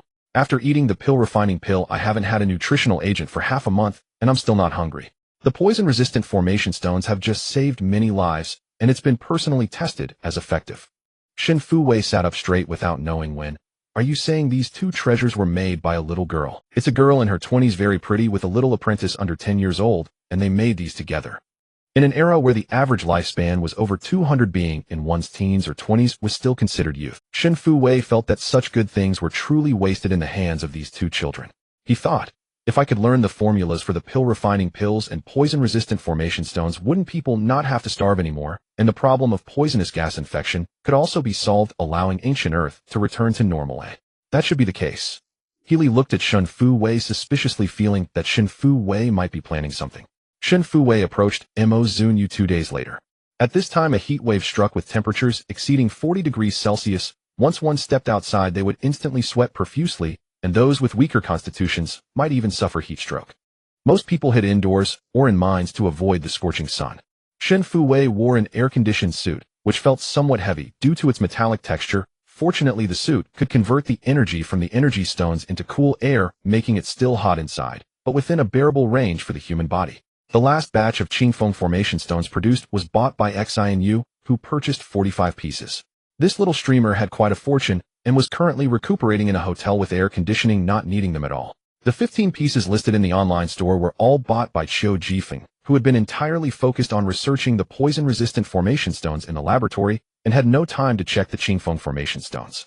As a result, such a great summer cooling artifact had yet to be discovered for its wonderful use. Shen Fu Wei located Zunyue, building a house by the river based on the location provided by Healy. Under the scorching sun, the construction robots diligently worked to build the columns for the second floor. Zunyue and Tong Li were kneeling on a nearby wooden pile, seriously carving stones. From time to time, Tong Li's voice could be heard reciting lines. "A gentleman's conduct is to cultivate oneself with tranquility, nurture virtue with frugality. Without detachment, one cannot clarify their aspirations. Without tranquility, one cannot reach far." What era is this? Reciting the Tao Te Ching. Fortunately, Shen Fu Wei was well educated, otherwise an ordinary person would not understand this stuff. Shen Fu Wei thought these two might be mentally ill. The current temperature is over 40 degrees, and they are wearing short sleeves with no cover, not even using an umbrella, just lying there under the scorching sun carving stones. Not just mentally ill, but severely so. Currently, Shen Fu Wei thought, where did such a little girl, who only knows how to play house, come from? In the future, Shen Fu Wei with a proud expression, "Did you see that beautiful and kind-hearted girl with a slim waist and long legs? She is my master, very powerful, capable of knocking down 2 strong men with just one finger." Zunyue. "Master, there's a steel man coming." Tong Li, who was secretly slacking off while carving stones until his hands hurt, happened to see Shen Fu Wei walking towards him in an air-conditioned suit. Zunyue didn't even lift his head, focusing on his work while urging Tong Li to keep up with his studies. "Have you memorized it?" Tong Li's little head drooped instantly, his voice barely above a whisper. I only know these 2 lines. Keep going. Oh. Tong Li weakly responded, stuttering as he began to recite. To study one must first be pure. To learn is essential. Without learning. Without learning one cannot broaden their talents. Zunyue reminded him. Without learning one cannot achieve scholarship. If one indulges they cannot inspire diligence. If one is impatient they cannot cultivate their nature. Tong Li was on the verge of tears from reciting. He equally couldn't understand why cultivating immortality required studying moral philosophy and memorizing ancient texts like the Tao Te Ching. Not a single line made sense. But the master taught that reading a book 100 times reveals its meaning. So was he expected to memorize the Tao Te Ching 100 times? Tong Li was so frightened that his little hand trembled, causing the lines he was carving into the stone to go awry, ruining it. Zunyue mercilessly took the ruined stone from his hands and tossed it away, handing him another to continue carving, insisting that he must not stop reciting. Shen Fei, who was watching, felt pity for Tong Li. At such a young age, under the blazing sun and high temperatures, having to carve stones and memorize difficult ancient texts was simply too tragic. He couldn't help but doubt whether seeking out Zunyue was the right choice. Ahem. He coughed lightly twice, trying to catch their attention, while asking an important question. Aren't you too hot? Zunyue finally looked up, her air-conditioned suit mask revealing a fair face, with a strange blush, large beads of sweat sliding down her delicate features, her light blue eyes and brown hair, dampened by perspiration, exuding an inexplicable allure. Zunyue couldn't help but raise an eyebrow. It was her first time seeing such a handsome interstellar person. Unlike the men from the cultivation world, this one lacked the wildness and roughness of masculinity, and instead possessed a rugged determination, and most importantly, he was easy on the eyes. She then broke into a warm smile. It wasn't all just because he was good-looking. A significant part of it was that this man appeared very wealthy. She still needed 4,000 star coins to complete her house, which had already cost 100,000 star coins. Having paid a deposit of 45,000 star coins after receiving the 50 anti-poison formation stones ordered from Healy tomorrow, she would earn 50,000 star coins, and with the one she had previously lent to Healy for trial at 1,000 star coins, she would just need 4,000 more. As for the 170,000 star coins earned from her online shop, they were directly deducted from her account to pay off debts after the other party received the goods. Currently, she still owed 828,500 star coins. In her past life, Zunyue had been surrounded by wealth and devoted followers, but now she was experiencing the taste of poverty. Shen Fei, who was bankrupt and equally poor, felt that Zunyue's smile was inappropriate, making him feel uncomfortable as he couldn't help but wave his hand in front of her. You haven't gone crazy from the heat, have you? With a cheerful smile, Zunyue picked up the Qingfeng formation stone that Tong Li had just carved and earnestly marketed. Would you like a Qingfeng formation stone that can keep you cool and comfortable? It's useful and inexpensive, only 5,000 star coins each. Shen Fei, it turns out she has lost her mind. A stone that can keep you cool. Isn't that nonsense? Even a piece of millennium ice wouldn't have such an effect. Shen Fei, wearing an air conditioning suit, squatted next to a wooden post and imitated them. You must be using radiation, or how did you purify the radiation inside? Zunyue glanced at him, put down the stone in her hand, and continued to carve the anti-poison formation stone. It was clear now this person was here to gather information, wanting to learn her craft. Regarding cultivation matters, Zunyue didn't intend to hide anything, so she openly said, only those who cultivate can understand. If you don't know how to cultivate, even if I tell you, you won't comprehend it. Shen Fui's eyes lit up as he thought this girl was indeed naive and easy to fool. You said I'm intelligent enough to understand. You don't even believe in my products. How can you believe what I say? Zunyue smiled sweetly at him. Shen Fei, her words left him speechless. Finally, he gritted his teeth. I'll buy it. It's only 5,000 star coins. His already meager balance became even thinner after transferring money to Tong Li. How many nutrition supplement materials could 5,000 star coins buy? Shen Fui's heart ached. Tong Li, with his round eyes, turned to enthusiastically explain the usage method to escape reciting. Shen Fei took off the gloves of his air conditioning suit and held the activated Qingfeng formation stone in his hand. In an instant, a cool sensation like a spring under frost swept through his entire body, causing the heat he had felt to vanish without a trace, and his cells felt relaxed and exuberant. Shen Fei felt his scalp tingle, alarmed, as if he had been electrocuted, causing him to drop the stone.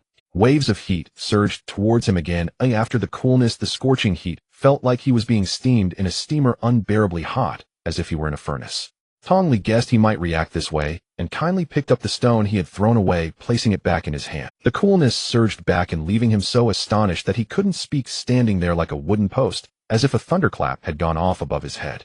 After a while, once he regained his senses, Shenfue set the Qingfeng formation stone down, quickly stripped off his air conditioning suit, and tossed it into the storage device, then took back the Qingfeng formation stone. Wrapped in a cool mat, he felt a refreshing chill. Even the scorching sun turned soft and gentle at this moment. It was too exhilarating. This. Shenfue took a long while to utter his sentence. This is unscientific. Cultivation and science are fundamentally two systems, Zunyue replied. Cultivation. Shenfue acknowledged that the stones they had created were impressive, but he couldn't grasp the principles behind them. But isn't cultivation a bit too outrageous? Is it the kind of cultivation I'm thinking of? The kind where one person can stand against thousands, overturn mountains and seas, as described in ancient novels? My master said that ultimately not only can one overturn mountains and seas and traverse heaven and earth, but they can also achieve immortality. Shenfue, do you even know what you are talking about? In the interstellar era, despite explosive advancements in technology, the problem of immortality has never been solved. Even the average lifespan has increased from 60 years in the past to 200 years now, which is a result of human evolution. Is immortality just a fantasy? Indeed, geniuses are often mad. The array stones and fasting pills produced by the two in front of him were indeed remarkable, yet their thoughts seemed to lean towards insanity. Could two mentally unstable kids really save the people of ancient Earth from peril? The answer was undoubtedly no. Shenfue felt that the responsibility of saving the people should fall to him. With a sly grin, he rubbed the Qingfeng formation stone in his hands. Can I learn how to carve stones from you? Sure. Zunyue looked at him, finding it amusing. So, are there any conditions? For example, tuition or something? You need to practice first, otherwise you might get burned by the ore and lose your life, Shenfue gently coaxed. Zunyue held back a laugh, thinking that the other party might be treating them like naive children. How can I practice? Shenfue asked again. Just as Zunyue was about to speak, her light brain chimed with incoming messages ringing incessantly. She gestured to Shenfue and opened her light brain. It was a message from an online store. A person with the username Wei sent her a barrage of messages, a series of questions and emojis, and finally concluded with, when will the store owner restock? I want to buy 10 Pigadan, she said. Zunyue clicked on her avatar. It was a cute girl with a single ponytail, seemingly the small streamer, who bought her Qingfeng array stone the other day. Perhaps she thought the Qingfeng array stone was effective and wanted to try other products.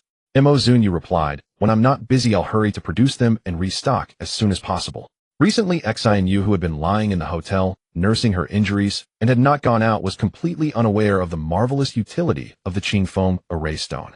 Her urgency to buy stemmed from her boredom. She browsed the online store of the Xiantian sect and discovered a pill that could keep one from hunger for a month with just one. Since her family was in the nutritional supplement business, after witnessing the miraculous effects of the anti-poison array stone, she developed a strong interest in the Pigadan. If it truly allowed one to go a month without hunger, the Pigadan would become a formidable competitor for nutritional supplement merchants. After pressing for a restock multiple times without success, she resorted to bombarding the store owner with messages, unexpectedly drawing a response. She quickly replied, store owner, please hurry. Some of my fans are also waiting to buy and see if it's real. Zunyue did not respond further after reading this message. Upon careful thought, she realized that only she and Tong Li were producing them. Their current cultivation levels were too low and their output was not high. They indeed needed more help. Moreover, the tools were being delivered to her door, and the assistant was quite attractive. It would be a shame not to accept them. Where were we just now? How to practice right. Zunyue returned to the previous topic. Join my sect, and I will teach you the cultivation method. This person showed good talent, not inferior to Tong Li, making it worthwhile to accept him as a disciple. Shenfue inwardly thought, indeed these two were still playing master and apprentice like a child's game, in ancient sects so childish. To deal with a madman, one must use the madman's way. If the other party played house, he would play along. Once he learned the craft and saved the people, he would not forget them. Whoever's honor it was belonged to them, he would not snatch it. Then I will join your sect. Zunyue looked at him intently for a moment and said seriously, may I probe your spiritual power? Sure. Shenfue's smile faded a bit. Do you have a device to test spiritual power? No need for a device. Zunyue extended her finger and lightly touched his forehead before quickly pulling away, her expression inscrutable. Shenfue did not understand the meaning of her action and found it puzzling, saying, how do you measure spiritual power without a device? Zunyue did not answer his question and continued, your spiritual power should have reached 3S level at its peak, but due to certain reasons it has dispersed and now it has dropped to D level. If it continues to decline like this, I will die, Shenfue interjected, having seized on her words. He couldn't tell if it was his illusion, but he detected a hint of pity in Zunyue's steady tone. That kind of condescending pity looking down on the masses. He was quite familiar with that sort of pity. He used to enjoy looking at others with such an expression. Wow. 3S level. Tongli beside him could not help but exclaim. 3S level could be counted on two hands within the entire empire, all of them prominent figures in high positions. Unfortunately, regardless of how high one's spiritual power level is, once it begins to disperse, it is irreversible. Perhaps medicine could temporarily alleviate and slow down the process of dispersion, but it could absolutely not stop it or restore it. Once spiritual power starts to disperse, it means waiting for death. Shen Fu Wei had long accepted reality and did not react much, rubbing Tong Li's little head and curiously asked him, Zunyue, how do you know about his origins and his spiritual power status? The charitable people of Fu Wei did not know, and no one on this planet did either. Now, however, Zunyue had laid it all bare. Zunyue was not interested in his background. I figured it out. Shen Fu Wei was speechless. Was her eye a scanner? Just a poke could reveal his spiritual power state. And she even knew about the past. Truly amazing. Zunyue continued, you now have 3 paths to choose from. Wait, 3 paths? Shen Fu Wei exclaimed. Countless senior physicians have said, I only have the path of waiting for death. How did it become 3 paths with you? At this moment, Shen Fu Wei's heart raced. He had a premonition that this moment was crucial, significant enough to change his life. Zunyue smiled. The first path, I will refine a kind of pill that can restore your spiritual power to its peak state, but I cannot produce it yet. You will have to wait a while. Using this method will prevent you from practicing further. The second path, join my sect, cultivate the heart method, and as your realm improves, your spiritual power level will gradually rise, but this process will be very slow. How far you can cultivate depends on your own abilities. The third path is to dismiss the first 2 options as nonsense, leave here, and continue waiting for death. Shen Fu Wei. The last sentence crushed his guesses and doubts. What more could he say? Upon careful consideration, it seemed that regardless of the truth of the first 2 paths, he would not be at a loss.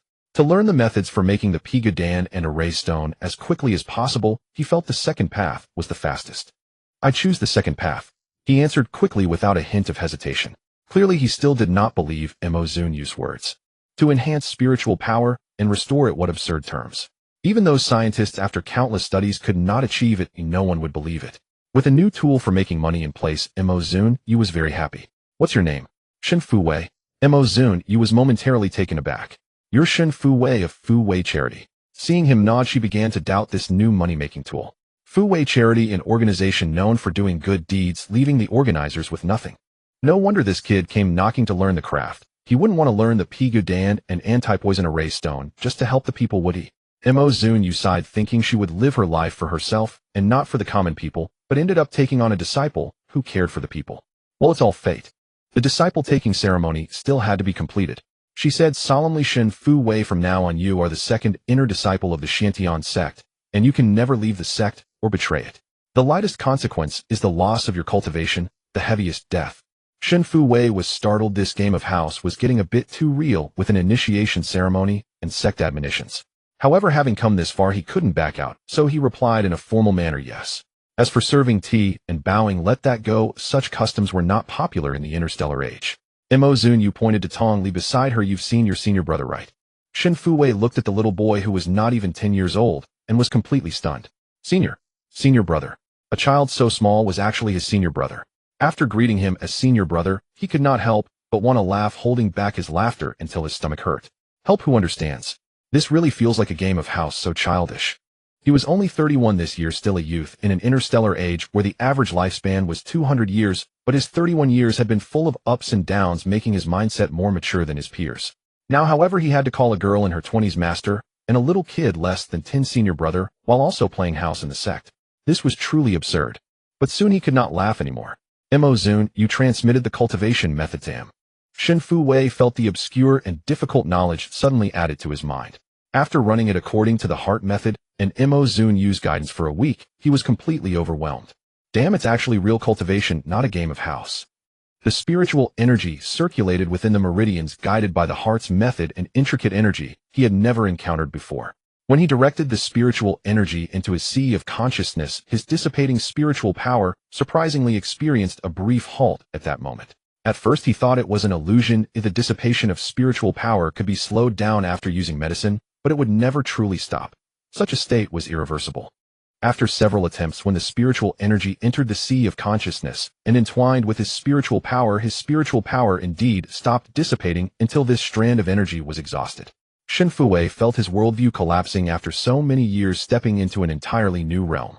Zunyue was quite pleased with her new disciple as he grasped the threshold in just one afternoon. For an average talent it might take 3 days to sense spiritual energy. What color is the spiritual energy within you? Zunyue asked Shen Fuwei, whose face was filled with shock as he awakened from meditation. Having once taught Tong Li, she was particularly meticulous when introducing Shen Fuwei to the basics. She certainly did not wish to inadvertently create another demonic cultivator. She couldn't handle that. It's white spiritual energy. Shen Fuwei's palms were sweating with excitement, and his light blue eyes sparkled. My spiritual power actually stopped dissipating after encountering spiritual energy. I won't die now. Originally resigned to death, he suddenly found a method of salvation which would excite anyone. Shen Fuwei looked at Zunyue with admiration in his eyes. Zunyue put down the last anti-poison formation stone in her hand. Spiritual energy can nourish your spiritual power. As you cultivate, and the spiritual energy in your sea of consciousness increases, your spiritual power will gradually recover and grow stronger under its nourishment. She packed away the pile of anti-poison formation stones stacked on the wooden stump, hurriedly completing the 50 stones ordered by He Li. Tong Li was also efficient, carving out 8 clear wind formation stones. Zunyue looked at the sky and decided to deliver them to He Li tomorrow. With her recent cultivation progress, she could break through to the condensation drop realm tonight. Mist condensation drop, condensation pill, condensation pool, condensation pond, condensation abyss, condensation crystallization, and divine transformation. The names of the cultivation levels are straightforward and blunt. When the spiritual energy in the sea of consciousness disperses into mist, it signifies the entry-level mist condensation realm. When the spiritual energy in the sea of consciousness reaches the size of a water droplet, it is the drop condensation realm, and when it reaches the size of a pill, it is the pill condensation realm. Once the spiritual energy gathers to the size of a pond, it is the pool condensation realm. The names of the realms are entirely based on the degree of spiritual energy accumulation in the sea of consciousness. However, cultivation is not that easy. The first 3 realms are relatively simple, but many cultivators get stuck at the pool condensation realm. To enter the pool condensation realm, one must be tested in various aspects, including comprehension, mental state, resilience, and talent. Even a slight misstep would cause the spiritual energy in the sea of consciousness to scatter or stagnate, making it impossible to gather the abundant spiritual energy. Upon reaching the crystallization realm, the condensed pure spiritual energy merges with spiritual power, transforming into a tangible crystal, ultimately leading to the divine transformation realm. This crystal will hatch into a human with spiritual energy as the body and spiritual power as the soul, possessing boundless strength, immortal and indestructible. This was the path Zunyue took in her past life. It may seem easy, but each step was fraught with difficulty. Walking the path again would be easier. At least before entering the crystallization realm, she could traverse it smoothly. Master, does my junior brother also need to recite the Tao Te Ching? Tong Li's adorable little face was beaming. How wonderful it would be to have another unfortunate soul to recite ancient incantations with him, so he wouldn't have to suffer alone. The excited Shen Fuwei nearby froze at these words, his expression instantly stiffening. Reciting the Tao Te Ching can't be a required course of the sect, right? Is that something a star traveler can memorize? Although he had seen it before and could recite a few lines, who could endure reciting such a convoluted text every day? Tong Li smugly comforted him. Don't worry, junior brother, I'll make sure to teach you properly in the future. Shen Fuwei. He always felt that this kid calling him junior brother was taking advantage of him. He doesn't need to recite it. He's not a demonic cultivator, so why would he recite the Tao Te Ching? Zunyue's words drew a wail from Tong Li, who was on the verge of tears. He pointed an accusing finger at Shen Fuwei. Why does he not have to recite it when we are both disciples? Shen Fuwei chuckled smugly. Not only do I not have to recite it, I can even guide you on how to recite it. Tong Li. Wow. Tears streamed down his face, quite tragic. Tong Li was angry and sulked off to pick up oars alone. Shen Fuwei followed him. Why does the senior brother need to pick up oars everywhere? Tong Li pouted. All the spiritual energy we cultivate is in the oars. We need to use formation stones, so of course we have to collect them. Collecting them one by one is so slow. I have a mountain of them. Tong Li.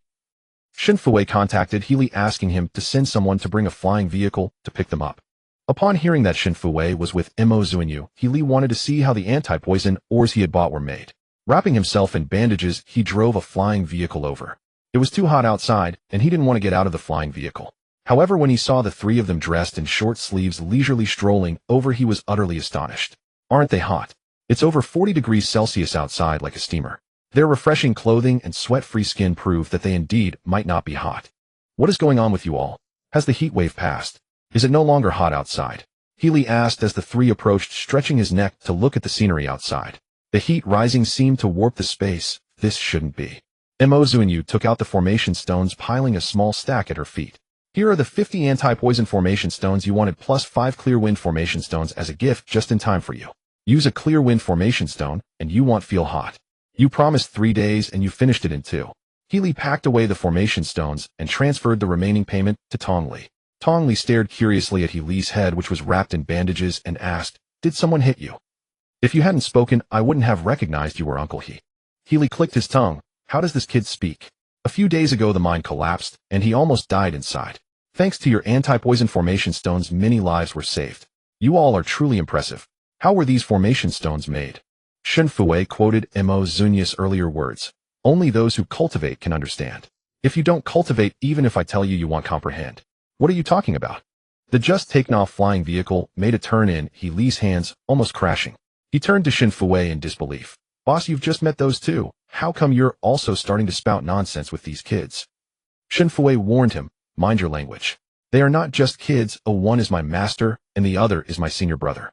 Speak more respectfully. This was genuinely sincere. As he learned to cultivate Zunyue's image in his mind instantly became grand. She was not a petty trickster, but a little fairy holding secret techniques. Healy. He hadn't said that a few days ago. These two kids couldn't possibly be involved in a pyramid scheme, could they? They had a way of brainwashing others. A look at Shen Fue, such a smart person being so devoutly influenced. Thinking of this, Healy smiled mysteriously and said to Shen Fue, "Boss, I understand. It's just infiltrating and learning the craft. Their acting is really good. With a face like that and such acting skills, it would be a shame not to become a star." In the suburbs, there was a continuous mountain range not too far away with a ravine at the mountain's edge. The poisonous weeds and rocks cleaned around the city were all piled in this ravine. They had forcibly filled the ravine, creating a mountain peak.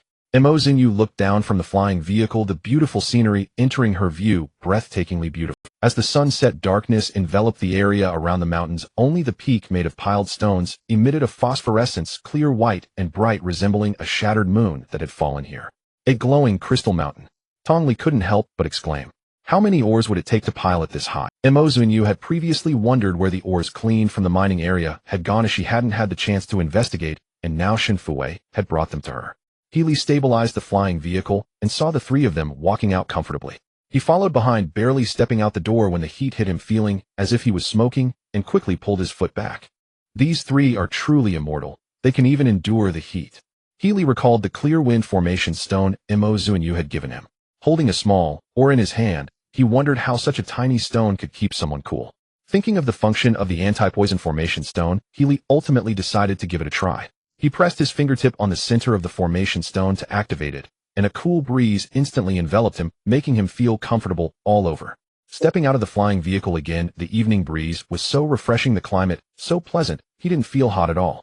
Healy stared in amazement at the stone in his hand, looking back and forth. What kind of new black technology is this? So impressive. He immediately sent a message to his good buddy working at Yinxing. Bro, let me share something amazing with you. It'll shock you for 10,000 years. This place is rich in ore, making it highly suitable for cultivation. Zunyue sits cross-legged at the peak of the ore mountain, deciding to enter the condensed droplet realm here tonight. Tong Li and Shen Fue, seeing their master working so hard, do not idle either and sit down to cultivate. Healy watched the three of them sitting cross-legged, forming seals with their hands, and then fell silent, feeling quite frustrated, increasingly convinced that the three before him were not normal. After waiting for a while, without seeing them move, he simply returned to the flying vehicle to sleep. He hadn't been sleeping well these past few days due to the tropical injuries, and after falling asleep today, he slept particularly deeply, waking up to find the sun directly overhead. Healy, feeling a little alert, got up to look and found that the three were still maintaining the same posture as yesterday, completely motionless. Aren't their legs numb? Healy scratched his head, realizing that his head was wrapped in gauze, so he had to give up. Zunyue had rushed into the condensed droplet realm in the first half of the night yesterday, and had been refining the food-restraining pill and engraving array stones ever since. In order to make money, she could be said to be very diligent.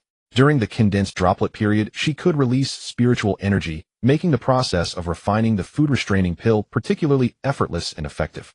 In one long night, she refined 10 food-restraining pills, 5 poison-resistant array stones, and 7 gentle breeze array stones. She conveniently added them to her online store's inventory. However, in just a second the inventory was completely depleted. Mo Zunyue carefully looked at the instantly zeroed inventory, almost thinking she was seeing things. Did these people do nothing all day but stare at the online store for new stock? The poison-resistant array stones were snatched by those in the mining area. Ever since the last caveat, the life-saving capabilities of the poison-resistant array stones had long been spread around. One after another they surrounded Healy, asking where to buy them, and Healy informed them about Mo Zunyue's online store. Such life-saving items naturally warranted selling everything they had to buy them, waiting every day at the Shantian sect's online store for new stock. After a long wait, 5 stones were finally available, but they were gone in an instant, leading to an outburst of curses from those who failed to grab them. Didn't everyone say they were too expensive to buy? How come as soon as the stock was up, before I could even click, they were all gone? Who has such fast fingers? Are you a lifelong single dog? This complaint caused everyone hiding in the cave to burst into laughter, while those who managed to grab them dared not speak, hiding away to relish their luck. Xinu, who had been monitoring the online store every day, finally saw the stock come in and immediately decided to grab one to see if it was real. Looking at the black pill in her hand, which appeared quite ordinary, Xinu felt a twinge of doubt in her heart. Such a small thing might not even be felt in the stomach. How could it possibly stave off hunger for a month? Even if it were made of iron, it couldn't be so hard to digest. The key point is that such a small pill couldn't possibly contain all the nutritional elements required by the human body for a month. She didn't dare to take it easily and decided to go to the hospital for a composition test. As she walked towards the hotel, the heat made her head feel heavy, almost causing her to faint on the ground, so she quickly retreated back to the hotel. Taking a breath and looking at the distorted streets caused by the heat, she was shocked. No wonder this is a wasteland. The terrible climate is simply terrifying. Just as she was about to walk down the underground passage to take the public flying vehicle, she suddenly remembered the gentle breeze array stones she had purchased. If the poison-resistant array stones are so effective, could the gentle breeze array stones also be useful? With a try-it-out attitude, she took out one and activated it. The lingering heat on her body instantly dissipated, leaving her feeling cool all over. Xinu felt a surge of joy in her heart and cautiously reached her hand toward the door, feeling no heat. Slowly stepping outside, she felt completely cool. Xinu marveled at the gentle breeze array stone in her hand as she walked towards the hospital. Mom, isn't that sister hot? A public flying vehicle passed by, and a child on it pointed at Xinu walking on the street in confusion. Passengers inside turned to look, seeing a little girl dressed lightly walking along the road. They couldn't help but exclaim, with the outside temperature over 40 degrees, walking without any protective measures is simply asking for death. This girl looks quite clever. Has her brain overheated? Can't she walk in the shade? But she seems very energetic. It doesn't appear to be hot for her. I haven't heard of any new anti-heat technology recently. Passengers shook their heads, expressing their confusion. She arrived at the hospital's testing department, and the results of the food-restraining pill test came out quickly. Made from traditional Chinese medicine, it has healthcare benefits. The tester handed the report to Xinu. The entanglement of spiritual energy and demonic energy can cause harm to surrounding objects. This is something that can be confirmed without testing. However, once separated and quiet, the existing instruments cannot detect these two types of energy at all. Xinu asked, is it only for health benefits? Can it be like a nutritional supplement, allowing one to not feel hungry for a long time after eating? The tester glanced at her. How can a health pill possibly prevent hunger? Do you think this is a miraculous elixir? After returning, Xinu held the food-restraining pill and put it in her mouth. If the food-restraining pill is really as effective as the array stones, her family's business would be saved. Her family operates a nutritional supplement business, and recently, they had been collectively squeezed out by other merchants, making every step exceptionally difficult. Her parents didn't tell her these things, as she actually understood everything in her heart. The main reason Xinu became a streamer was to help her family's business once she gained popularity. The emergence of the food-restraining pill would break the existing market for nutritional supplements, and she needed to seize the opportunity. Another person trying to seize the opportunity was already pulling their hair out in worry.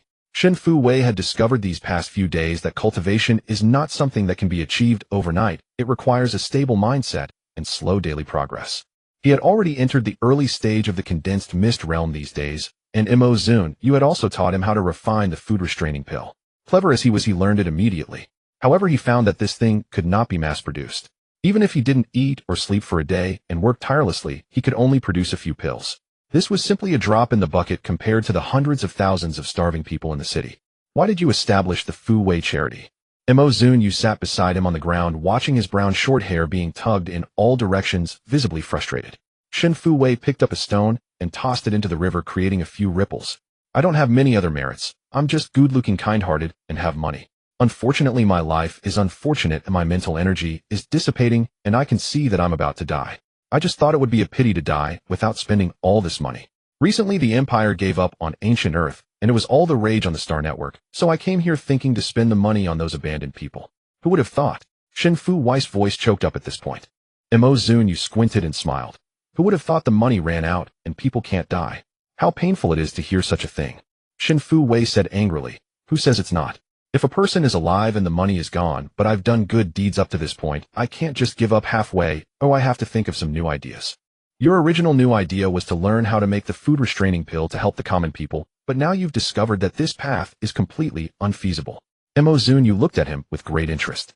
The fundamental problem for these people here is actually poverty. The government has withdrawn capital, has withdrawn the land, is polluted, and cannot be cultivated, and the remaining people have no jobs, thus no income. Without income, they cannot afford to drink nutritional supplements. Distributing nutritional supplements is a temporary relief, and to fundamentally solve this problem, one must address the income issue. Once a way is found to provide people with sources of income, their lives can return to normal. Shinfu Wei was very clear about this, but if this wasteland had any value for utilization, it wouldn't have fallen to its current state. He awkwardly scratched his nose. I had no choice, so I thought the food restraining pill could last a month, which should solve the immediate problem. Who knew it was so troublesome to refine? Actually, it's not difficult to solve this problem. My master has a method. When Zunyue said this, Shinfu Wei felt that she was glowing more dazzling than the sun. He immediately sat up straight, feeling energized. Master, what method? Please tell me quickly. Since modern times, as the ancient Earth gradually declined, humanity ventured into the stars, and the number of people living here has dwindled. Moreover, a few months ago, those with a mental power level of C or above immigrated to other planets, leaving only the D-level individuals and those who were reluctant to abandon their families. Now, the total population of ancient Earth is only 300,000. They migrated from all over the globe to the same city, huddling together to seek survival. Fortunately, they had Shinfu Wei to help them through the most difficult times. This place is nothing but wasteland. The only resources we can utilize are radioactive ores and poisonous herbs. We can purchase the poisonous herbs to stabilize people's income and then refine them into fasting pills to sell in the starry market, forming a healthy production and sales chain. But fasting pills cannot be mass-produced. This is the fundamental issue, otherwise Shinfu Wei wouldn't be troubled to the point of headache. Zunyue raised an eyebrow, her confidence radiating. With your master here, nothing is impossible. She found an empty space, and her fingertip released spiritual energy, transforming into a long sword. With a slight lift of her finger, the spiritual sword carved deep grooves into the ground. Wow, my goodness. The two people beside her exclaimed, feeling as if the sound was not even there. Tong Li approached the grooves on the ground, trembling as he examined them. They were more than a palm deep, with white, thread-like spiritual energy extending along the grooves drawn by Zunyue. Tong Li excitedly said, "Is this what releasing spiritual energy looks like? Is the condensation stage really this powerful? I need to practice diligently to become this strong."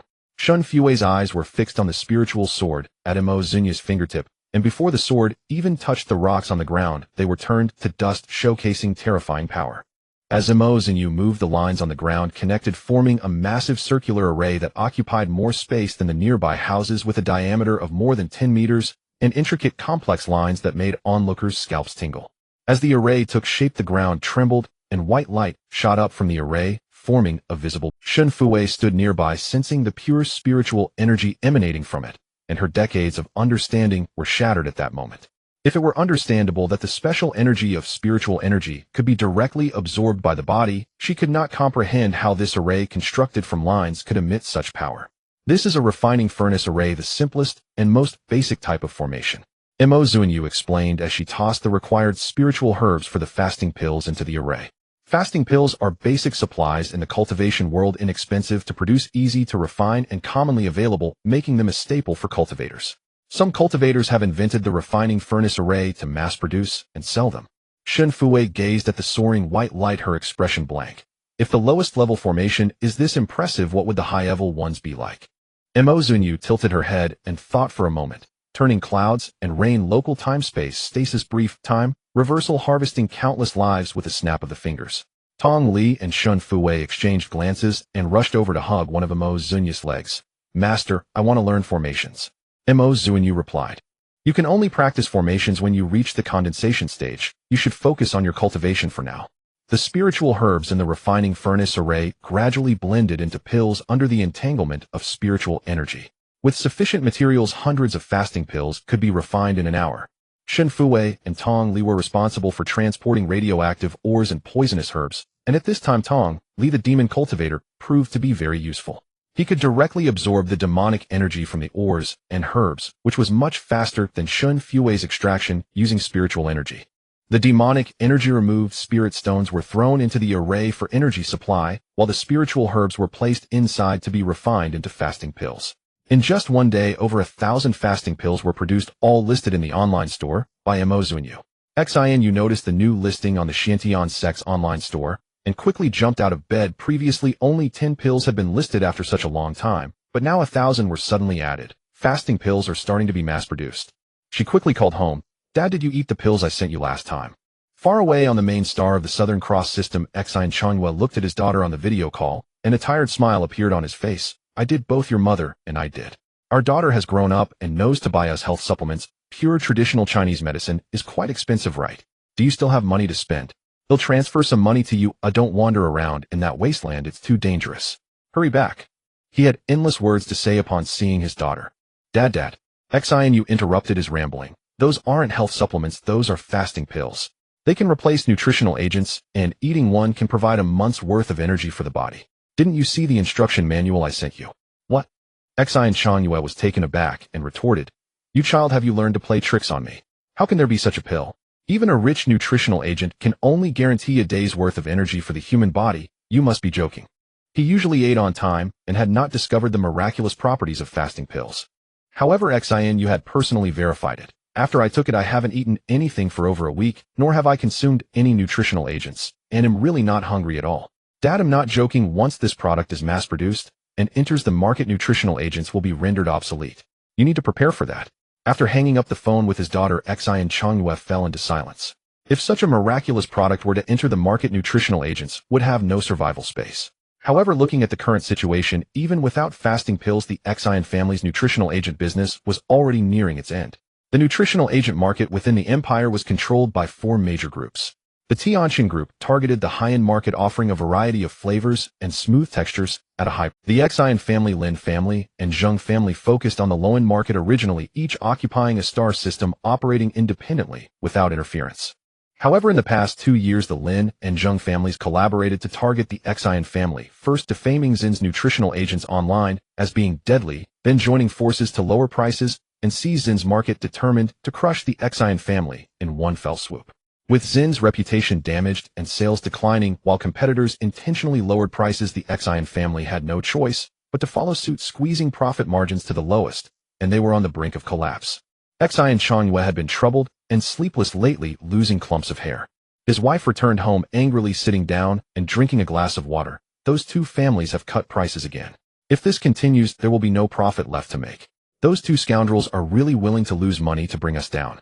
Yuman didn't understand why he was asking this, initially wanting to get angry, but suddenly realized that she hadn't eaten much in the past few days, and surprisingly, Yuman didn't understand why he was asking this, initially wanting to get angry, but suddenly realized that she hadn't eaten much in the past few days, and surprisingly, did not feel hungry at all.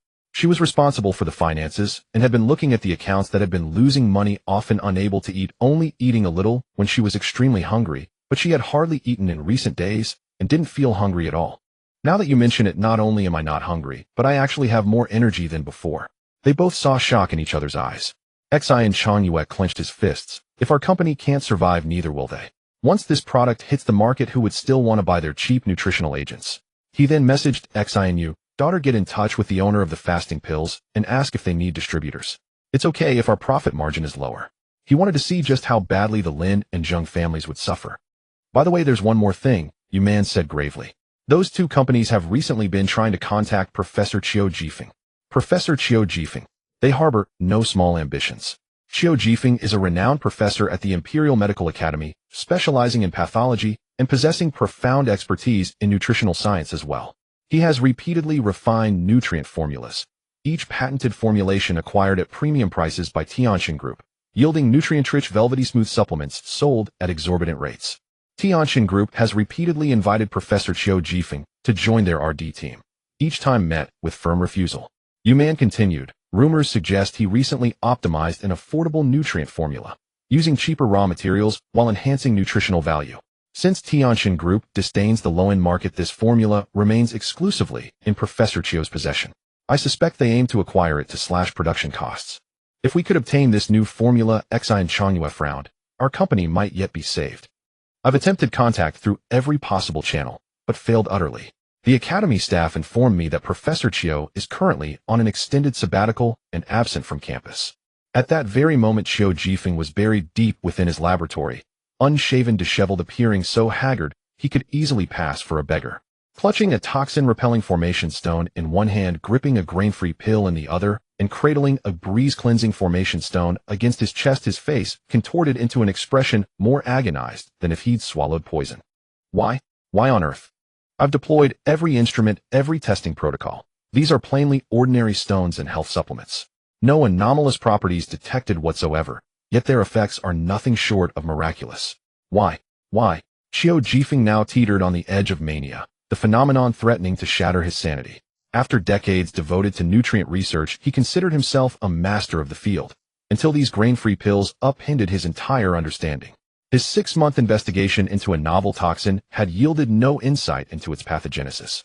Yet this toxin-repelling formation stone cured infected subjects instantly, as effortlessly as treating a common cold. And the breeze-cleansing formation stone, a seemingly mundane slab of rock, somehow cooled the body merely by being worn. Why? Who could tell him? Healy removed his bandages that day, but Chio Jifeng had no time for him. Healy unwrapped them himself. Old Chio, stop, hold up in your lab. Go ask Zunyue. Let me tell you, they've just built a colossal formation.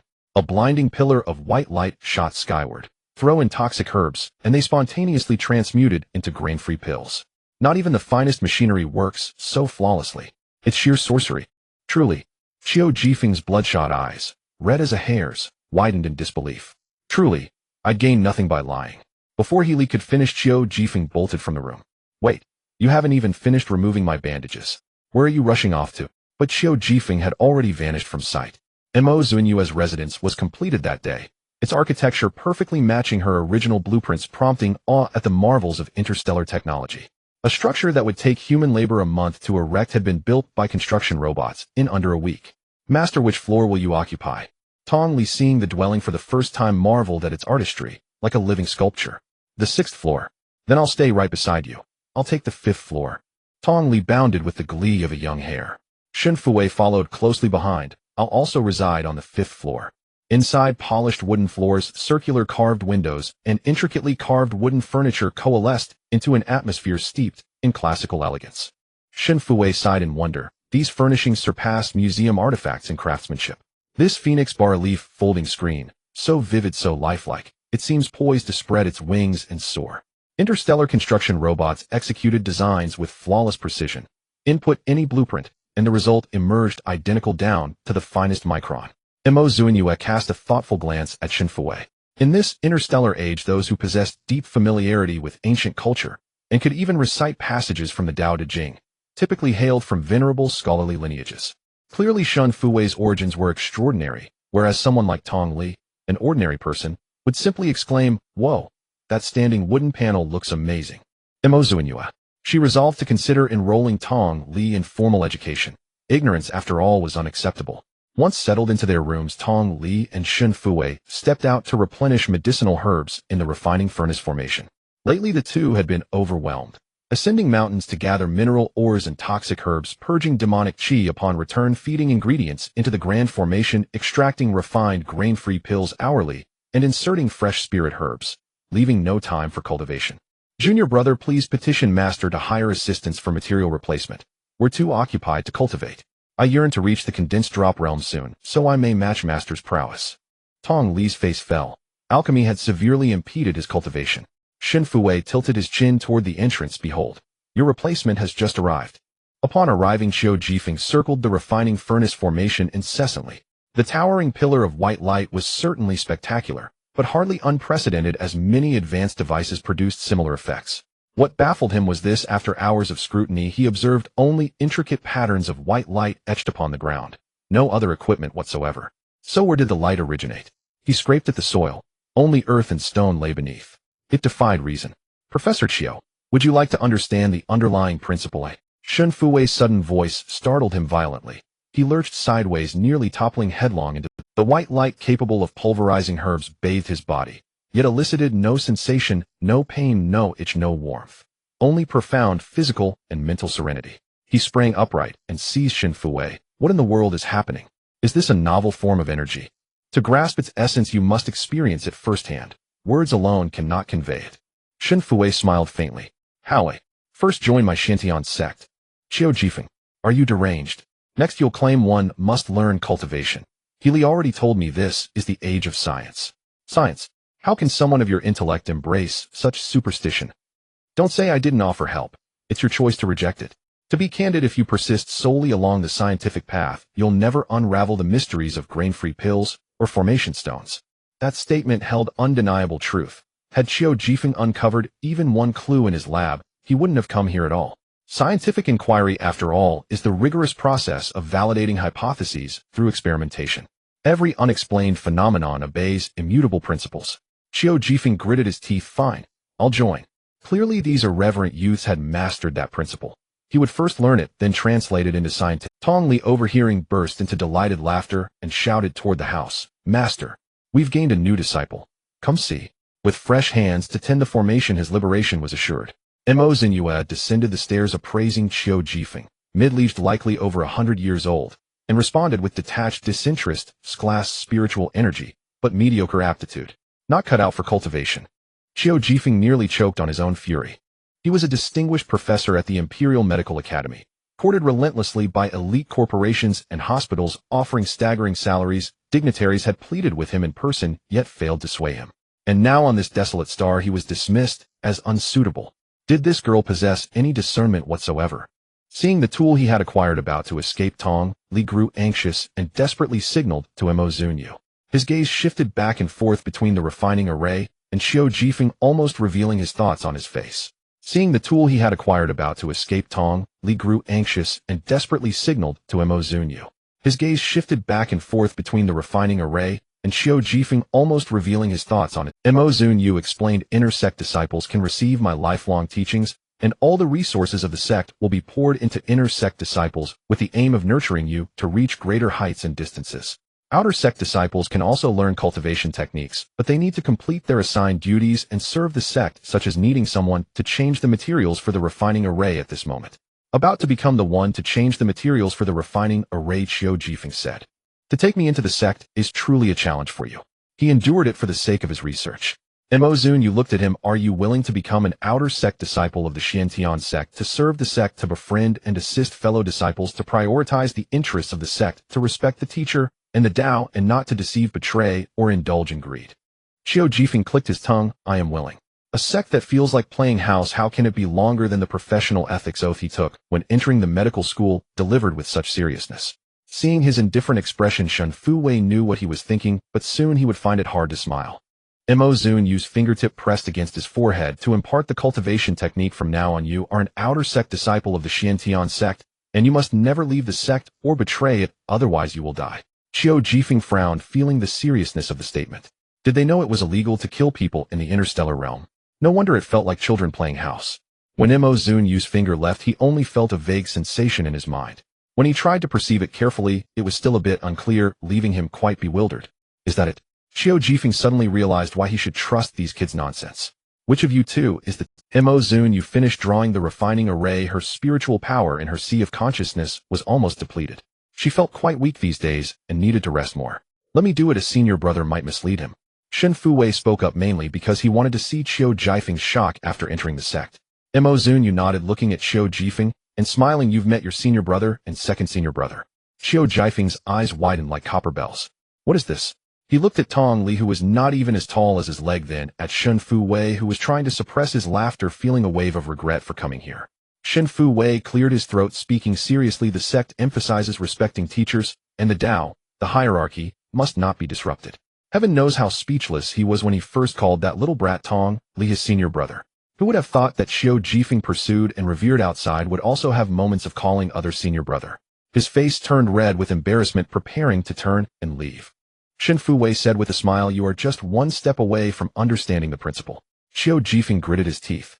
For the sake of his research, this little humiliation was nothing. He endured it. Senior brother, second senior brother. Those two words were practically squeezed out of his mouth. Thankfully, Zunyue didn't require him to call her master. Shen Fu Wei handed him a spirit stone to dispel demonic energy, guiding him on how to draw spiritual energy into his body. Qiu Jifeng looked at him with eyes that seemed ready to pierce a hole through him. Are you serious? What is spiritual energy? An hour later, Qiu Jifeng's eyes sparkled. Wow, wow, wow, I can sense spiritual energy. I can even see the spiritual energy flowing in my meridians, and I can see my empty sea of consciousness. Qiu Jifeng felt a tingling sensation on his scalp and looked at Shen Fu Wei with eager eyes. You kid, no second senior brother, you truly did not deceive me. No one could escape the law of true fragrance. After sensing spiritual energy, Qiu Jifeng noticed that the refining array looked completely different. He could see the spiritual energy surging through the array's lines and its direction. With fervor, he eagerly immersed himself in the task of changing the array's materials, determined to understand the principles behind it. Tong Li and Shen Fu Wei took a deep breath, finally finding a successor. I'm going to Ling Mountain to strive for the mid-stage of mist condensation now. Tong Li's steps were light. The luminous mountain piled with radiating ores was referred to as Ling Mountain by them. Shen Fu Wei picked up Tong Li. I don't need to worry about people's livelihoods for now.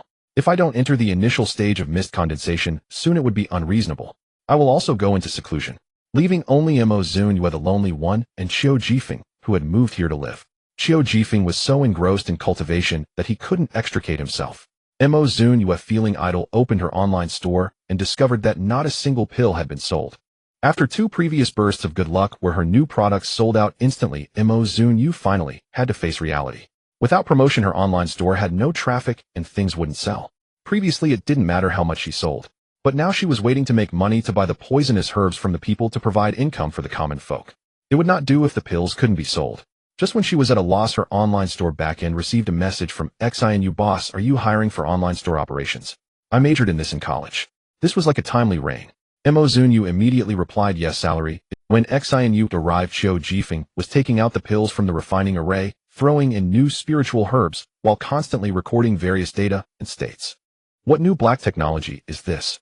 Xianu looked at the operation of the array, but understood nothing. Qiu Jifeng found her a nuisance. Little girl, you don't understand anything.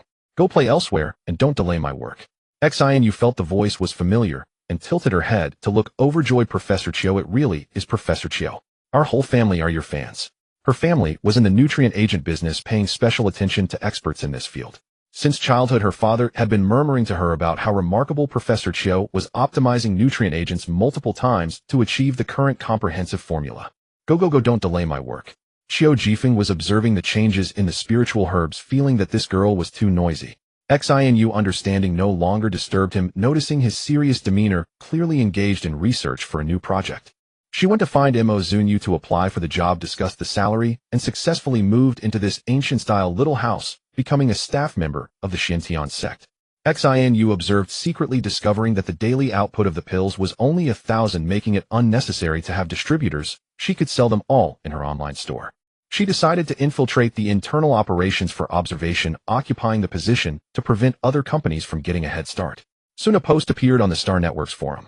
The Ancient Times pill reappears, one can last a month. Curious babies come in.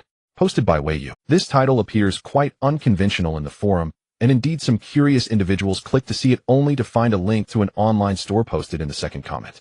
Third comment, knowing this is clickbait, why did I even click on it? Fourth comment, help. This is hilarious. The store only has 3 products in total. 2 useless stones are out of stock, but there are quite a few of those. Pill of abstinence. Fifth comment, what's with this pill of abstinence? Why not call it a celestial pill? Wouldn't it be great if eating it could make you immortal? Below, a flood of insults ensues while Xianu calmly swings her legs at a small table by the riverbank. She's not afraid of their insults, she fears the silence. Occasionally she even stokes the flames in the comments. 17th comment, this is made from pure traditional Chinese herbs. The effects are astonishing. If you don't buy it, you'll regret it for life. If any of this is a lie, I'll livestream myself eating poop. Zunyue flipped to this post, her mouth twitching in disbelief as she glanced at the lively round-faced Xianu beside her. Are you serious about this post? I didn't realize this little girl had such a peculiar taste. Xianu patted her chest in assurance. Don't worry, there will definitely be buyers. Zunyue found this hard to comprehend, yet she was greatly shocked, stammering, then I'll wait for your good news. 32nd comment, the original poster is really going all out to deceive people. 33rd comment, I checked her profile. The original poster seems to be a beautiful streamer. 34th comment, whoever buys is a fool. Series that's supposed to last a month. Is this a joke? Unsurprisingly, the comments below are mostly insults, and some even report her as a scammer. Xinu remains unfazed, quietly watching them hurl insults. Bored, she turned off her light brain and saw Zunyue walk to an empty space beside the formation. With a slight lift of her finger, a light sword over a meter long appeared at her fingertips, drawing lines on the ground. Xinu. She thought she was seeing things, but upon approaching she discovered it was indeed a light sword. A mere sweep across the ground left a deep trench. Beside her, Qiu Jifeng also noticed this scene, both of them dumbfounded as they leaned in to watch. Is the refining formation drawn like this, eh? Drawn by hand. Qiu Jifeng was speechless. He had been researching how formations are formed only to realize that Zunyue drew it by hand, which was absurd. Xinu's face twitched. She had always thought that the formation for refining the pill of abstinence was some sort of mechanical product, yet the reality was so different. How could such casually assembled lines emit blinding white light, making the medicinal materials float in the center, and then transform into equally sized pills? Did she not care at all about the concept of science? Once the formation was complete, Zunyue's spiritual power was drained, leaving her feeling weak. She sheathed her spirit sword and bid farewell to the two stunned individuals before heading back to rest, only to leave the two in a state of disarray. So that's how it is. Qiu Jifeng seemed to have an epiphany and continued his research. Xinu regained her composure and excitedly left a comment below the post. 67th comment: the online store owner can use divine techniques to refine the pill of abstinence. It's true, I saw it with my own eyes. If any of this is a lie, I'll livestream myself eating poop upside down, accompanied by 2 pictures of the formations below. 68th comment: the original poster should really see a psychiatrist, I'm not joking. 69th comment: the photos are well edited. 70th comment: I bought it, whether it's real or fake, doesn't matter, I just want to see what a beautiful streamer eating poop upside down looks like. 71st comment: the person above has a really peculiar taste. 3,000 star coins are nothing for some people. Just like when Xinu first met Zunyue, she casually spent tens of thousands on stones. What she needed to do now was to tap into people's curiosity, using any means necessary to stimulate them to buy. After they experienced the benefits of the pill of abstinence, they would surely be convinced. Xinu uploaded the test report from her last hospital visit regarding the pill of abstinence on the details page. The spiritual energy couldn't be detected, but the raw materials for the pill of abstinence were indeed purely traditional Chinese medicine. Traditional Chinese medicine is very expensive in the interstellar market. The materials used for a single pill of abstinence far exceed the value of 3,000 star coins. Xinu couldn't understand why Zunyue set the price of the pill of abstinence so low. Perhaps it has to do with the abundance of toxic weeds on ancient Earth, and Zunyue just happened to know how to purify and reuse them. This indeed incurs little cost. Zunyue received a notification from the online store and opened it to find that over 10 pills had already been sold in this short time. This little girl is truly impressive. She opened Xinu's post again, and all the comments below were asking Xinu when she would livestream herself eating poop upside down, eager to catch the broadcast. Xinu replied that they should talk after they had tried it, which led to a round of mockery from everyone calling her a coward. Among the crowd of onlookers, Zunyue spotted a loyal fan. 128th comment: I haven't bought the pill of abstinence, but I did buy the Qingfeng formation stone from their store. It's genuinely amazing. In a high-temperature mining area of over 60 degrees, it feels like being in an ice chamber. 129th comment: do you want to read what you just said? You, in the original poster, are in cahoots, aren't you? 130th comment: what's there to deceive you about? Believe it or not, those who use it know best. Kuan Peng, sneaking in some playtime with his light brain at work, closed the screen and walked towards the mine to check on the progress. He was working on mining operations in the Flame Star, where a type of rock mineral was produced at a high price, but the environment was extremely harsh. The temperature soaring from the mine can reach over 60 degrees Celsius, sometimes even higher. Workers here need to wear extremely tight protective gear. Every day's work is practically torment. When He Li recommended the Qingfeng formation stone to him last time, he didn't believe it.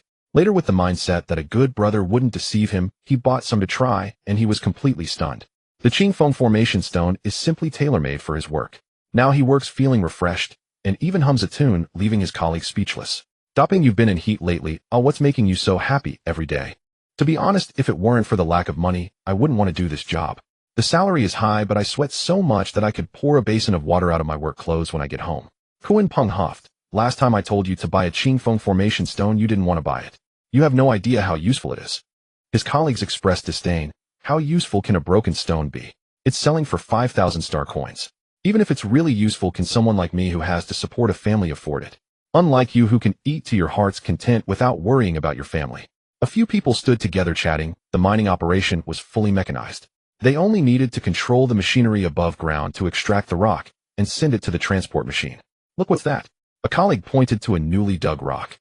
Following his gaze among the pile of mined stones transported to the surface, there was a fist-sized blood-red stone particularly eye-catching amidst the grayish rocks, emitting a red glow. Could it be a gem or a rare energy stone? Thinking they had excavated some treasure, the group burst into joy and rushed towards the blood jade. One of them reached out to pick it up, but the quietly lying blood jade suddenly erupted with brilliant red light, emitting waves of energy that swept over the group, instantly vaporizing them into bloody mist. Kuan-Peng stood there all alone, the stench of blood invading his nostrils, making his head spin. He staggered and ran out in a panic as if being chased by a ferocious beast. Only when he escaped the area of red light did he collapse on the ground, gasping for breath, his heart racing, tears and snot streaming down his face. The surrounding heat engulfed him, and the Qingfeng formation stone that could have lasted for half a year had now exhausted its energy. It was only then he realized that the Qingfeng formation stone had saved his life. He quickly activated a new formation stone to carry with him, terrified as he looked back at the still spreading red light. What exactly is that blood jade? Kuan-Peng did not dare to hesitate any longer and hurriedly opened his light brain to report the situation to his superiors. The crimson light gradually dissipated, and just as Kuan-Peng breathed a sigh of relief, a thick blood-colored mist surged forth from the mine, swirling like a scarlet ribbon in the air, spreading outwards. The blood mist flowed through the air like viscous blood, expanding at a slow and steady pace. Kuan-Peng dared not approach too closely. He picked up a stone from the ground and threw it into the blood mist, only for the stone to disintegrate into powder before even touching it. Kuan-Peng's heart raced wildly, and he couldn't help but shudder, quickly retreating a few meters. Damn, that's terrifying. The Star Patrol from Yinxing arrived quickly, securing the area as researchers began to gather. Various instruments were deployed, ultimately concluding with one statement: unknown energy, volatile properties. The temperature within the blood-colored mist exceeds 1,000 degrees Celsius. Yinxing has never encountered such energy. Its origin remains unknown. Since the development of interstellar civilization, technology has been dazzling and splendid. Of the 4 major star regions in the universe, apart from the dark star region, where humanity cannot tread, the other 3 regions have long since become a paradise for humankind. Countless galaxies and planets have been explored and conquered by humanity. Every existing energy substance has long been cataloged in databases. Humanity is the master of this universe, and technology is the divine staff that allows humanity to control it. The term unknown is both an insult and a source of fear for the interstellar populace. The last occurrence of the term unknown was associated with the formation of toxic gas on ancient Earth, resulting in countless deaths and leading to ancient Earth becoming a wasteland. The lead researcher wore a solemn expression, saying, "We can only detect characteristics such as high temperature and violent energy. We cannot ascertain the origin or the specific components of the blood mist. We must monitor its range constantly and evacuate nearby residents if necessary." Having emerged from ancient Earth, Kuan-Peng found himself facing a similar incident again, inwardly cursing his luck, unsure if he was fortunate or simply cursed. He secretly took a photo of the blood mist and uploaded it to a forum. "I must clear the name of the Xintian sect's online store. Their Qingfeng array stone just saved my life." He then opened a chat with Healy. "Dude, I almost died just now. You saved my life. You're like my reborn parent." Healy was speechless, managing to say after a moment, "You're calling me dude, you're calling yourself old man, and you're calling me your parents. This is a mess. By the way, what did you do this time? How did I save your life?" Kuan-Peng's fear turned into a desire to vent. "I encountered a high-temperature mist, and the colleague I was boasting to has disappeared without a trace.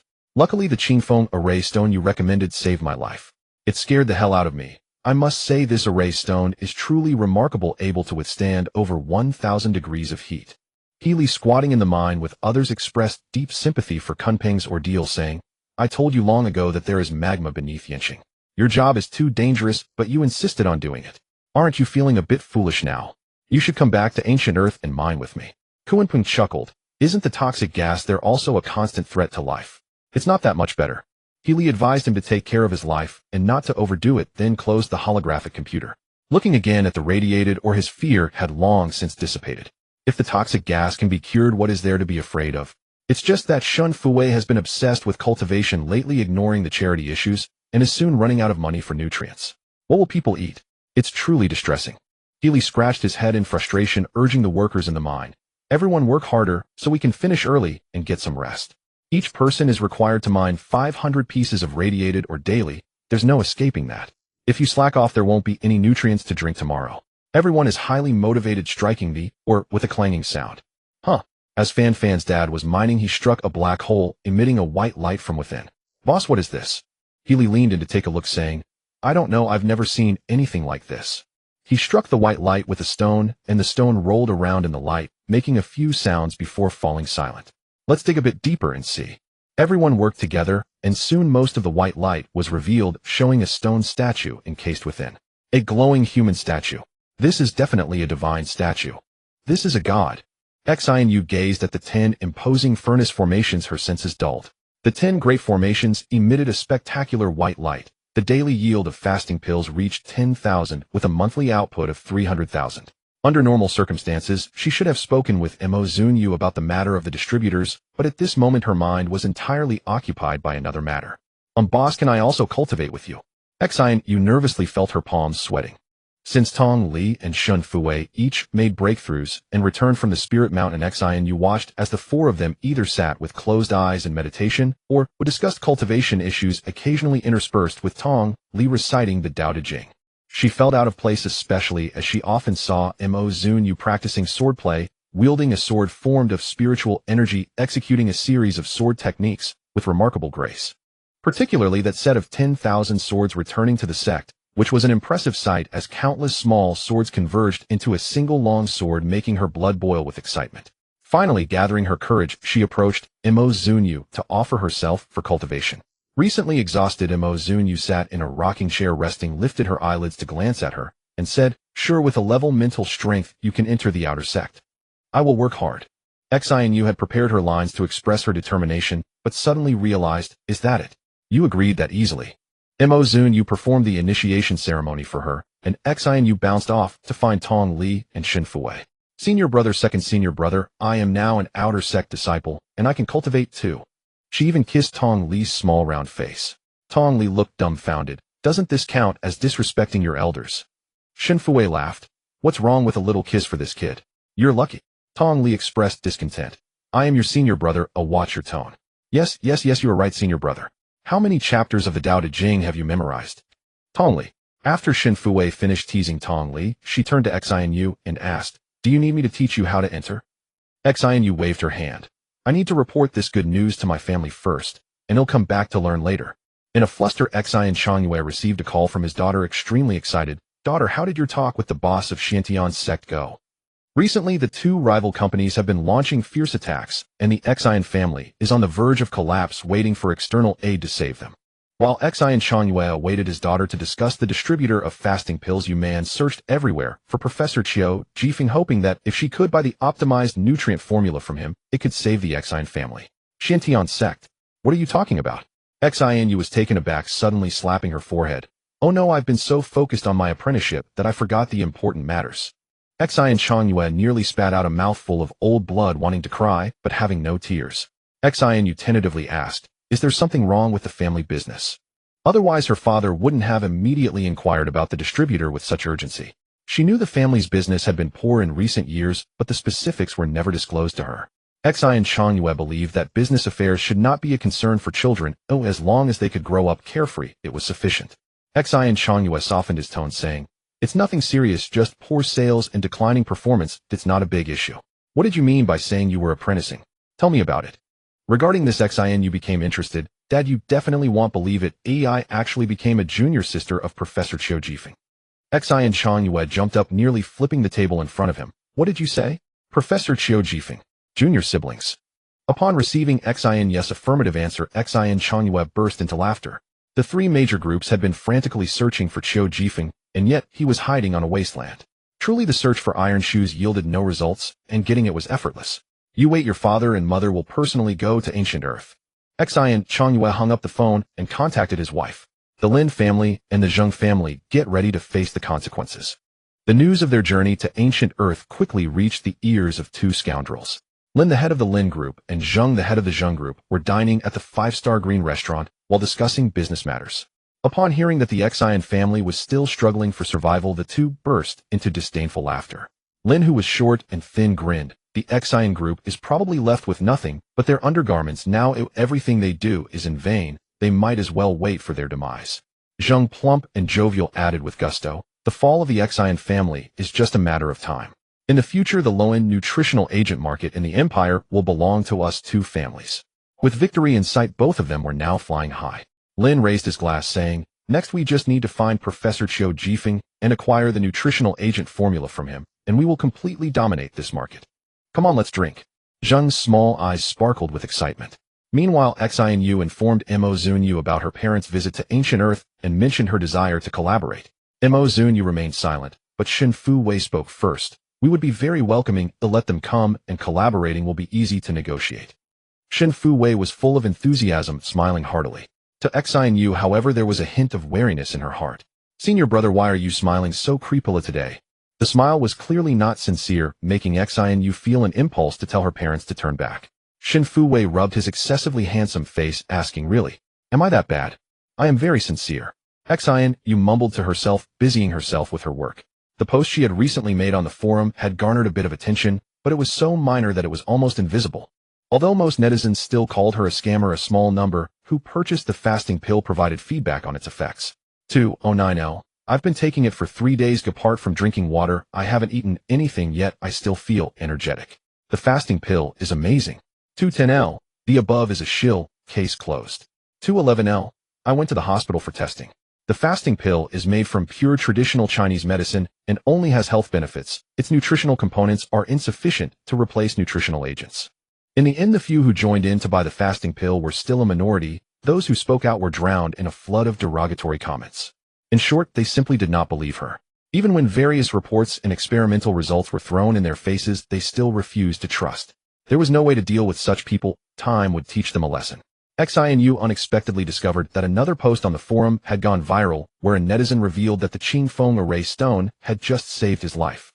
The commenters noticed that the recommendation came from the Xiantian sect's online store, and they stormed in with curses before storming out. Only a small portion discussed the latest developments.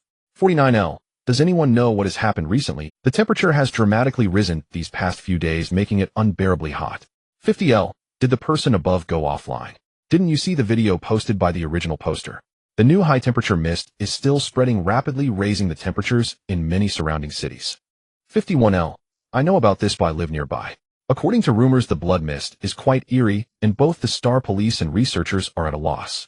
They are already preparing to relocate people from the nearby cities." 52L. "Where are they supposed to relocate? This is home. Oh, where can they go?" Xianyu searched for recent events in Yinxing. Numerous videos and photos flooded the internet, evidently turning into a trending topic. Due to the eerie mist that is still spreading, researchers have yet to find a solution. The residents of Yinxing are anxious, fearing that Yinxing might become the next ancient Earth. No wonder there have been so many inquiries about the Qingfeng Array Stone in the online store recently. Xianyu looked at Tongli. "Senior brother, have you all been carving the Qingfeng Array Stones lately? Many people want to buy them." Tongli frowned. "No, we don't have the time." With 10 furnace arrays in operation, they needed to eliminate the demonic energy from the spiritual herbs before they could use them in the array for refining the fasting pills. Neither he nor Shen Fu Wei had to replace materials for the large array anymore. They were simply exhausted from removing the demonic energy from the toxic herbs, leaving no time to carve the Qingfeng Array Stones. Tongli tilted his head, making a cute face. "Master, we are working every day and have no time for cultivation." Mo Zunyue looked at him and smiled. "Did you think I took you in as disciples for what? Was it for selfless dedication to you?" Tongli. Shen Fu Wei. Xianyu. "Understood. I will go help senior brother Qiu Jifeng replace the furnace array materials now." As Xianyu and Yuman followed the coordinates given by Xianyu upon arriving, they were struck by the soaring white light and the swirling fasting pills in the array, severely doubting their own eyes. Is this how fasting pills are made? Isn't light supposed to be intangible? How does it support the fasting pill suspension, and how does it use light to alter the form of the herbs? Yuman murmured, feeling that the knowledge she had learned over the years was insufficient. Xianyu was also stunned. What kind of new black technology is this? I have never heard of such a thing before. Busy moving spirit stones, Xianyu spotted her parents standing not far away, joyfully rushing over. "Dad, Mom, you're here. Why didn't you let me come to pick you up?"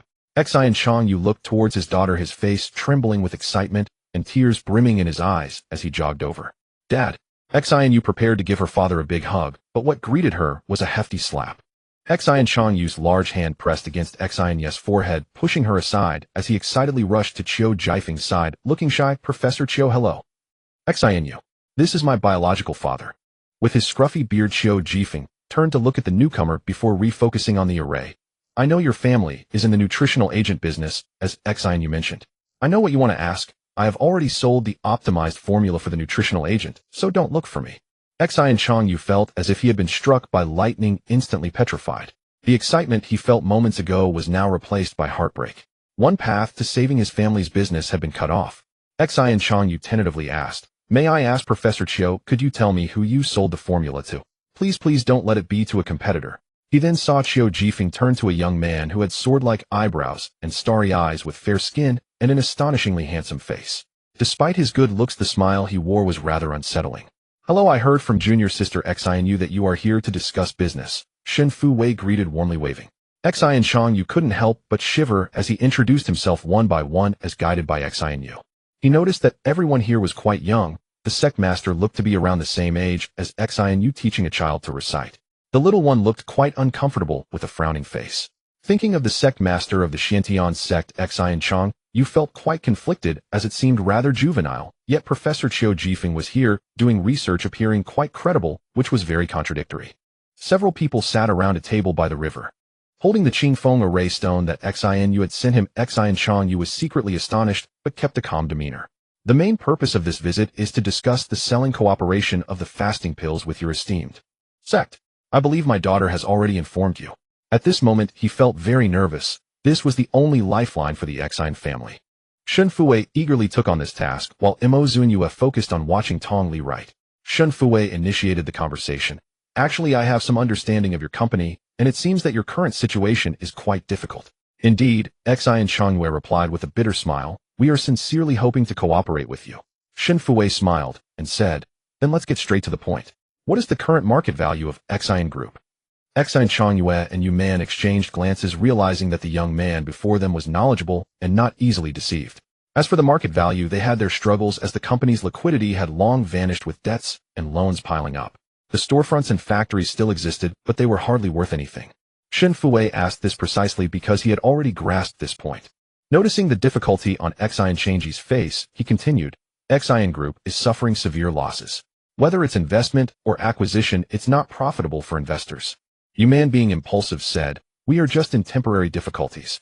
Once we catch our breath, Xian Group, as one of the leading enterprises in the empire, still has great potential. Shen Fuwei rested his chin on his hand dismissively. There are many capable companies in the empire. I believe if they learned about the benefits of the Pigadan, they would definitely flock to us for collaboration. This, Xian Changji's heart sank completely.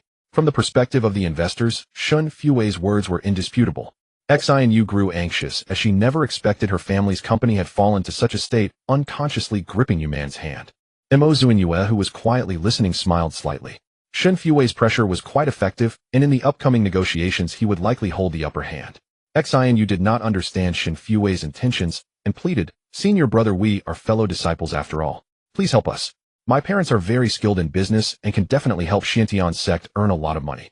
Shen Fuwei had been waiting for this statement. Of course, it's precisely because we are fellow disciples that we are sitting here to discuss cooperation. We are willing to invest in Xian Group through a technical partnership. Xian Changji's sinking heart began to rise again. Xian Group will not disappoint you. Shen Fuwei pressed on. Then how much do you think the formula for the Pigadan is worth in star coins? Priceless. Such a remarkable item has immense value.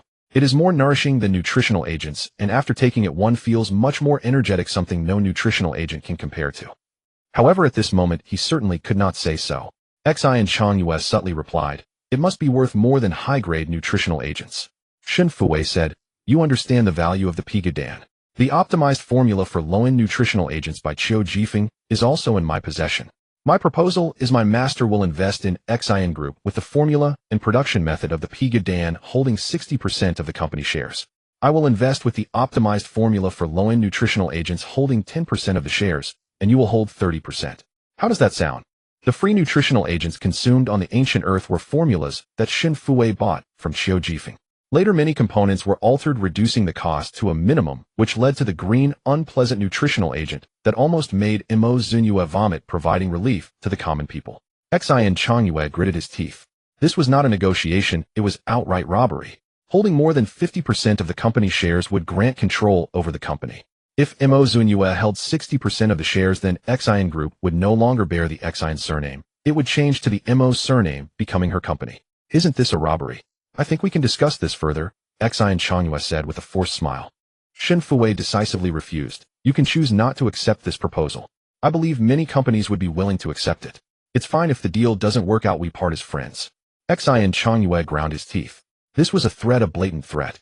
Knowing full well that Xian Group had no way out, they would face bankruptcy if they did not cooperate. That was why they were being treated with such a ridiculously low offer.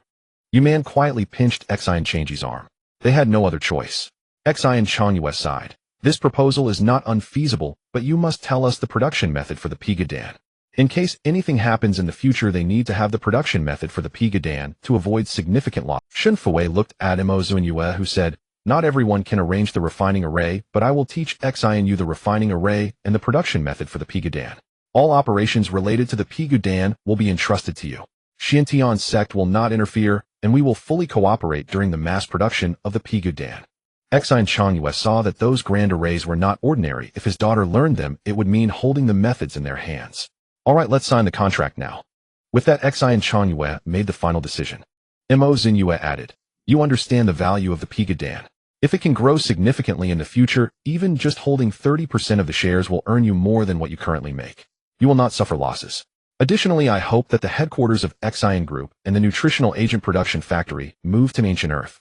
Firstly, the raw materials for the Pigadan are only found on Ancient Earth, making production convenient. Secondly, the people of Ancient Earth need job opportunities, which is also a primary reason for our willingness to cooperate with you. Look, possessing 60% of the shares means controlling the company. How can Xian Changyue and the others? From now on, Xian Changyue would no longer be the chairman of Xian Group. It would be Mo Zunyue. The Xian family would effectively be working for Mo Zunyue, while also receiving dividends as minor shareholders. With the details finalized, the three parties signed a contract. According to the agreement, the Pigadan would be removed from the Xiantian sect's online store and fully entrusted to the two of them. Xian Changyue had mixed feelings. He was happy that the company survived, but worried that it was now someone else's. The couple, accompanied by Xian Yu, wandered through the city, feeling complicated as they needed to choose a location for the company headquarters. Xian Yu was bewildered. How did I suddenly become an outer disciple of Xiantian sect while my parents have become workers for Xiantian sect? The unexpected turn of events was truly overwhelming. Just 2 months ago, they would not have even glanced at a desolate planet like Ancient Earth. Yet now their company's headquarters was to be relocated there. The three members of the Xian family felt dizzy. It was quite absurd. You might not believe me when I say this, Xian Yu said mysteriously. I will learn cultivation at Xiantian sect, and will be able to ascend to the heavens, summon winds and rains, and explode nuclear weapons. Yu Man looked at her daughter with a dumbfounded expression, speechless. Knowing that we won't believe you, just don't say it. Xian Yu. One day I will shock you all. The employment of the people on Ancient Earth was secured, and Mo Zunyue and Shen Fuwei finally breathed a sigh of relief. Fuwei, Mo Zunyue called out to him. What is it, master? Shen Fuwei thought Mo Zunyue was going to praise him, waiting eagerly. Instead, Mo Zunyue asked, do you still have any money? During this time, 30 Pigadan had been sold, and her account was over 680,000 in debt, making her quite broke. Shen Fuwei replied, I do. You need to accompany me to Yanxing. What does going to Yanxing have to do with whether I have money? Mo Zunyue said confidently, I have no money for transportation. Shen Fuwei, how surprising. A dignified cultivator unable to afford a ticket on a public starship. Faced with the disdainful gaze of her own disciple, the usually composed Mo Zunyue felt her cheeks flush. She calmly summoned Tong Li, saying, we need to make a trip to Yanxing. You stay at home and focus on your online classes. They'll check on your progress when I return. Tong Li reluctantly replied, struggling to plead, Master, aren't you taking me with you? Mo Zunyue pondered for a moment. It's too dangerous. Tong Li pouted, but second junior brother's cultivation level isn't higher than mine. He has money. Mo Zunyue's ruthless words made Shen Fuwei's head spin, or it seemed he was just a walking ATM. When money was mentioned, Tong Li fell silent. Master, please go and return quickly. There was no other option. His account was cleaner than his face. Watching the two leave on their flying vehicle, Tong Li was suddenly filled with excitement. The Dao De Jing online classes assignments. All of it could wait. He wanted to indulge in a world of play. Ill-inform your master, Qiu Jifeng coldly interrupted his joy. Tong Li. Ultimately, he couldn't escape online classes. To prevent losing contact, please remember this site's backup domain, txt02. com. What were we lecturing on today? On being kind, brave, and self-disciplined without deception. Well, he would obediently attend his online classes.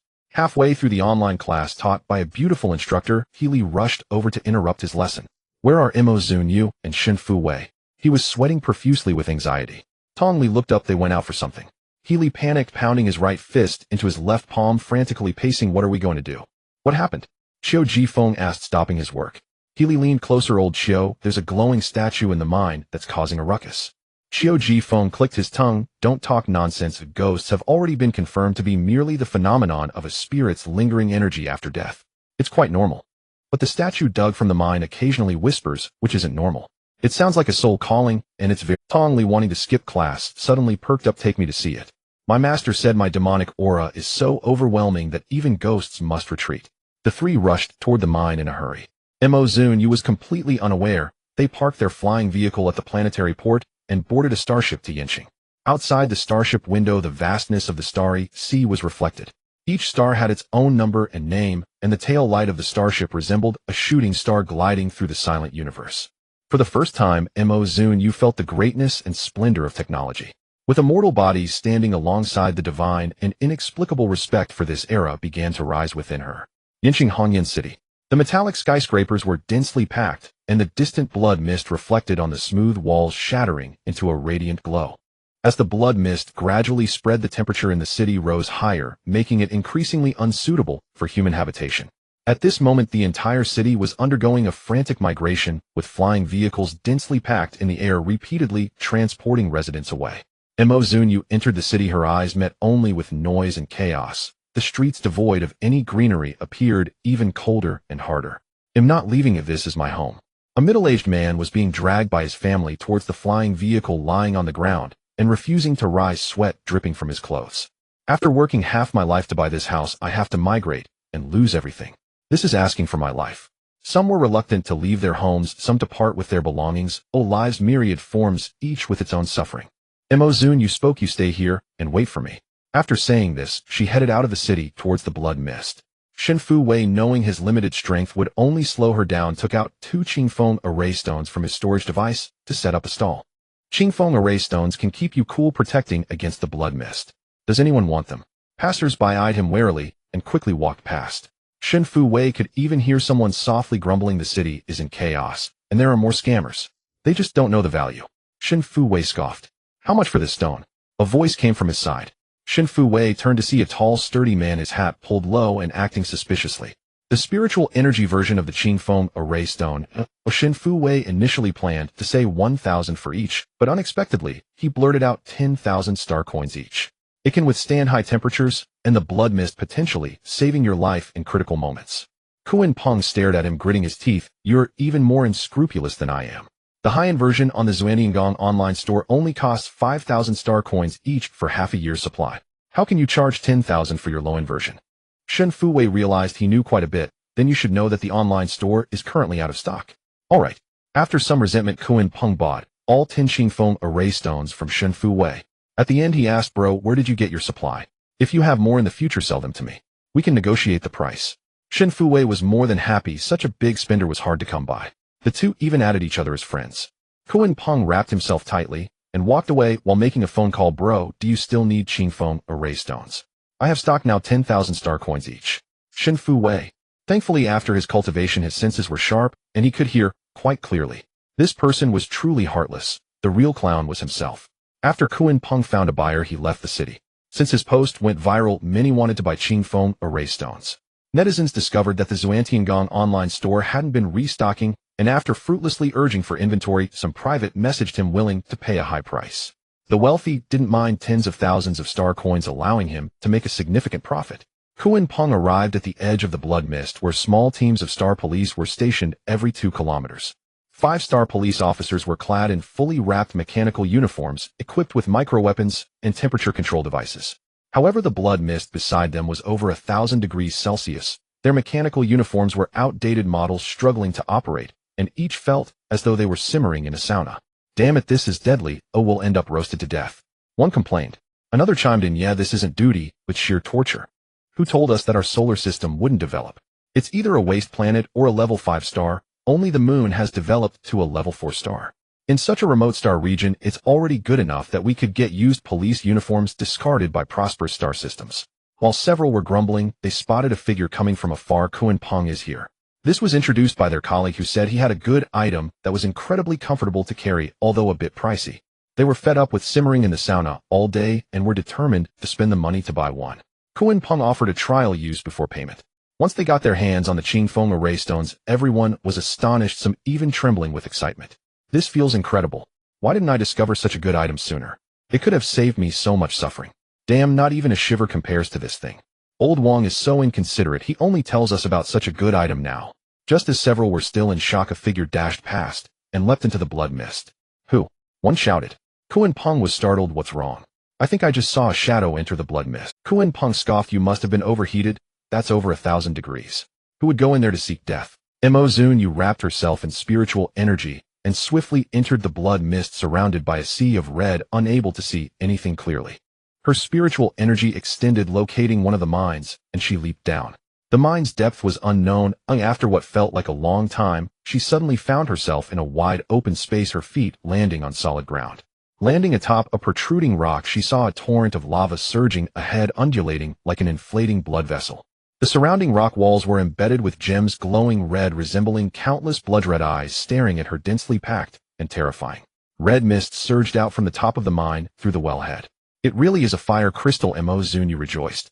This is a high-grade spiritual treasure useful for body cultivation and artifact refining with wide applications. She planned to extract more to take back when several crisp mechanical voices sounded behind her. How did you get in here? A deep, cold male voice came from behind her. Zunyue stood still, unhurried, yet resolute. Jump down. The man was clearly speechless for a moment. I meant to ask how you can move freely in such high temperatures without any equipment on you. Zunyue stood with her hands behind her back, her figure slender and proud. If I were you, I wouldn't be asking such trivial questions here, but would rather save your companion's life first. The man seemed to sense something and suddenly turned around. Behind his three companions lurked a massive red crocodile, its two red eyes glinting with menace. Be careful, Tan Shua shouted loudly. The giant crocodile opened its massive jaws and lunged at one person.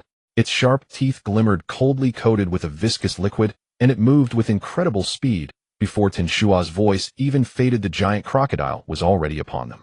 The man had yet to react, but fortunately his companion acted swiftly, firing a laser cannon that blasted the giant crocodile into the magma.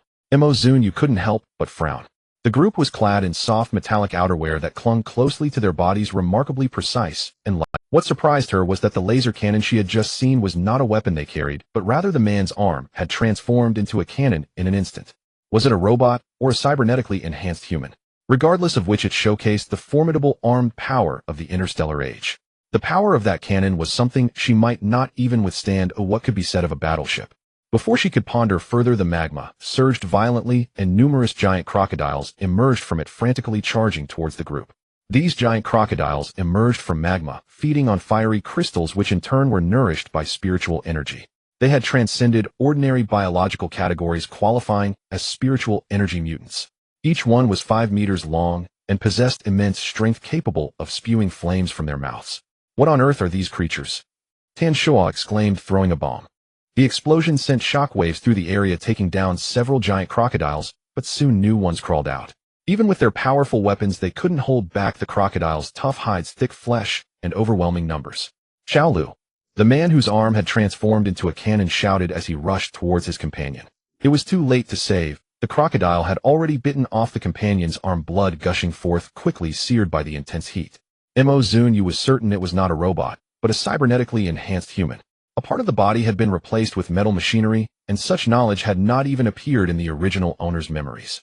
It seemed that this era was not as clean and prosperous as it appeared on the surface. Tan Shua tossed down an energy shield, hastily attending to the wounds of the injured. At that moment he remembered there was still a girl here. Looking up, he saw that the rock where Zunyue had been standing was now occupied by the giant crocodiles, leaving no trace of her presence. Tan Shua lamented a fine young lady like her would perish in the belly of a crocodile like this. Amidst the rolling, searing magma, a figure swam downstream like a nimble fish wrapped in spiritual energy, breaking through the thick magma with agility and speed. She could feel the spiritual energy below becoming denser, the temperature rising higher, and her own spiritual energy rapidly depleting. Zunyue took out spirit stones one after another to replenish her strength. Sweat beads formed on her forehead, her complexion pale, and the pressure around her made her chest feel tight. If she couldn't find the entrance to the secret realm soon, she would have to return the way she came. From her years of experience, she deduced that there must be a secret realm hidden beneath the magma. The spiritual energy was seeping out from it, nurturing the giant crocodiles and fiery crystals. In an instant, a powerful suction force surged, pulling her toward the center of a whirlpool. She tried to break free, but found it futile. A wave of dizziness overcame her, and when her feet finally found solid ground, she found herself in a desolate space. The area was barren, with thick, dead branches protruding from the scorched brown soil, stretching out like claws. This space was ancient, on the verge of collapse, relying entirely on the last remnants of spiritual energy for support. The secret realm had been left behind by a past formidable being, possibly containing legacies or treasures and spiritual artifacts. Zunyue quickly darted toward the center, and wherever she passed, the dead wood and sand turned to ash and vanished while the space began to crack. She dared not delay, rushing toward the altar at the center. On the altar was a bagua plate spinning rapidly, with rich spiritual energy overflowing from it.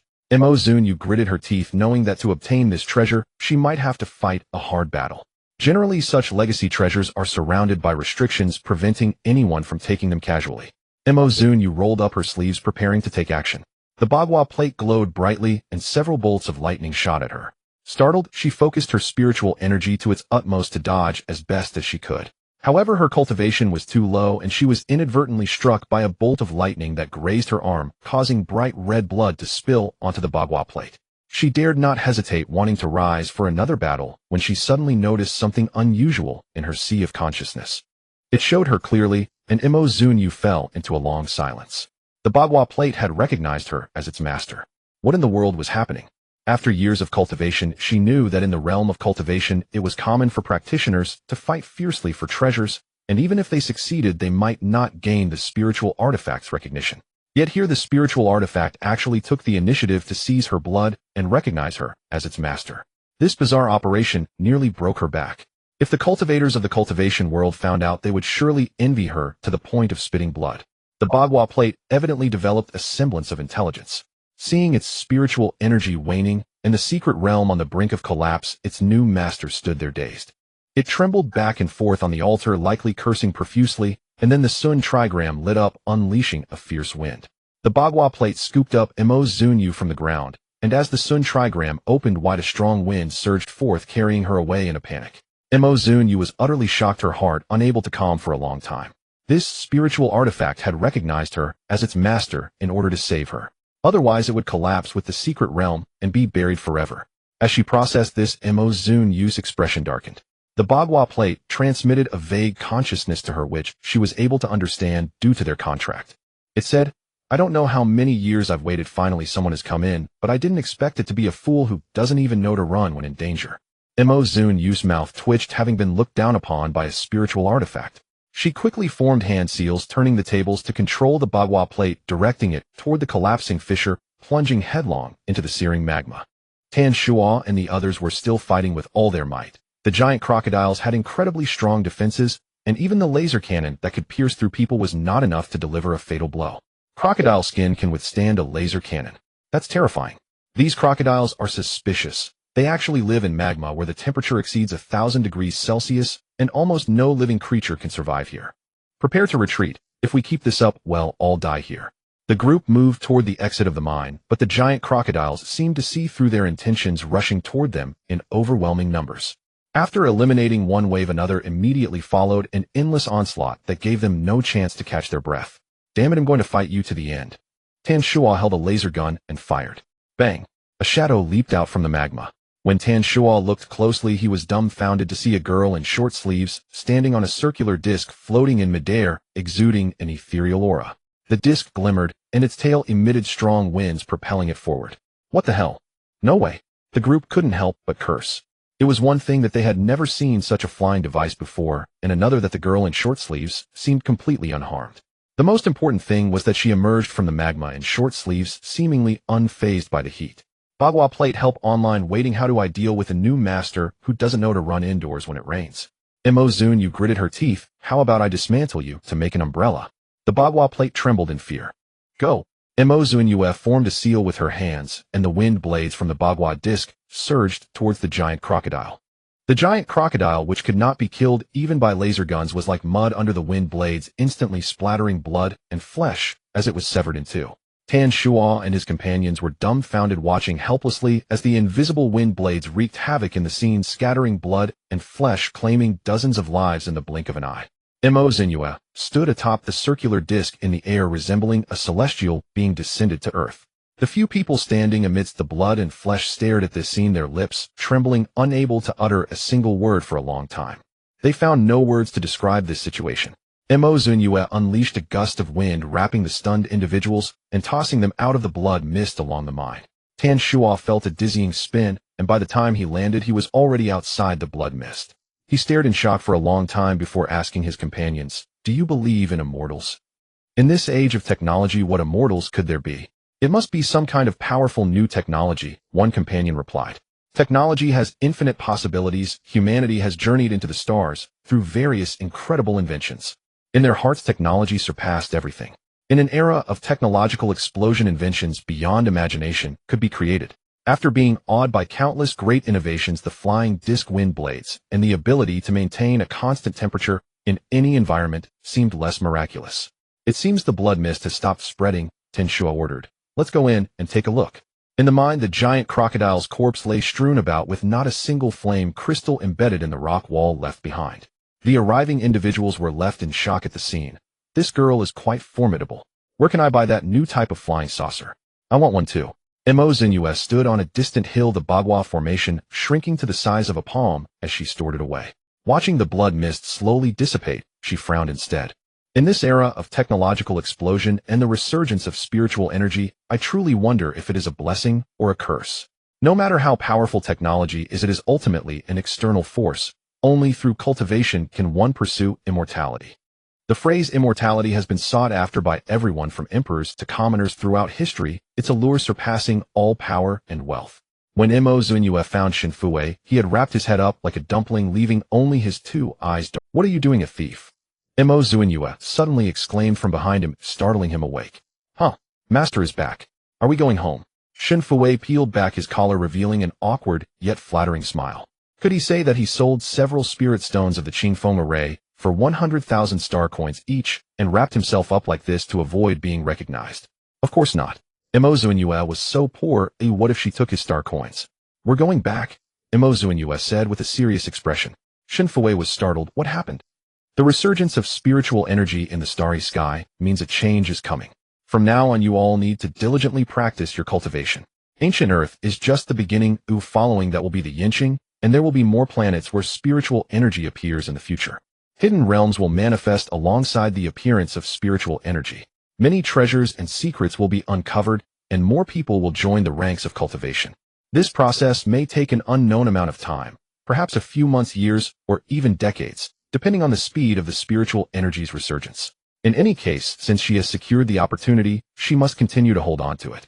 Shinfue became solemn, fully aware of what the resurgence of spiritual energy in the starry sky entailed. The fervor of ancient Earth has passed. Although the weather remains hot, people can now engage in activities outside. Xian spent a few days wandering the city with her parents and finally settled on an abandoned factory in the suburbs as the new site for their company. The factory was mostly new, left behind by previous capital withdrawal, and was not far from Zunyue's riverside cottage. Although the previous owner left it on this barren planet, and it isn't worth much, the factory is ultimately under someone else's name. If we occupy it without permission and are found out, it would reflect poorly on the company. Xian Changwei was very cautious. Yu Man agreed. "Yes, we need to find out who the original owner is. We could just buy the factory, but the government of this barren planet is gone. Where can we check?" This was indeed a problem. Xian pondered for a moment. He'll go back and ask the sect master. The sect master is quite formidable and knows everything. Xian Changyue. The air was thick with a sour scent. Xian Changyue felt heartbroken. His daughter no longer idolized him, but someone else. Xian arranged for her parents to stay at a hotel in the city so they could familiarize themselves with the local situation. She returned to her riverside cottage and saw Tong Li seriously attending an online class. "Senior brother, you are so diligent today," Xian praised. Tong Li wanted to cry. "The master said she is coming back soon to check my homework." Tong Li, who hadn't studied for a few days, felt very anxious. Just then a flying vehicle landed in an open space not far away, causing Tong Li to shiver. How did the master punish him last time for not doing his homework well? She made him carve 20 poison prevention array stones, nearly ruining his hands.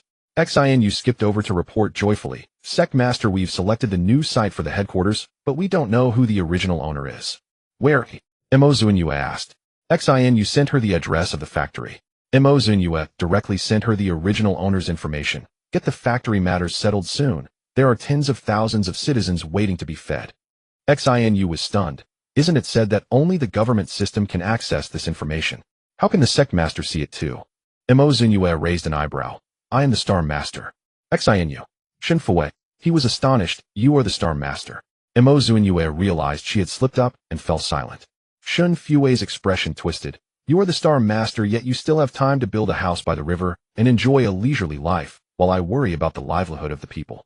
Zunyue felt guilty and quickly walked to Tong Li's side. Have you been slacking off lately? I want to test your homework. Tong Li. Pain does not disappear but only shifts. Master, I have something good to show you, Tong Li said, blinking his big black eyes, innocent and naive. In Zunyue's eyes this made her feel oddly uneasy. The look in his eyes was like a guilty dog seeing its owner return home. Innocent, yet apprehensive. What did you do? Zunyue asked warily. Master, come with me. Tong Li eagerly pushed open the door of the cottage, revealing piles of books, all ancient texts.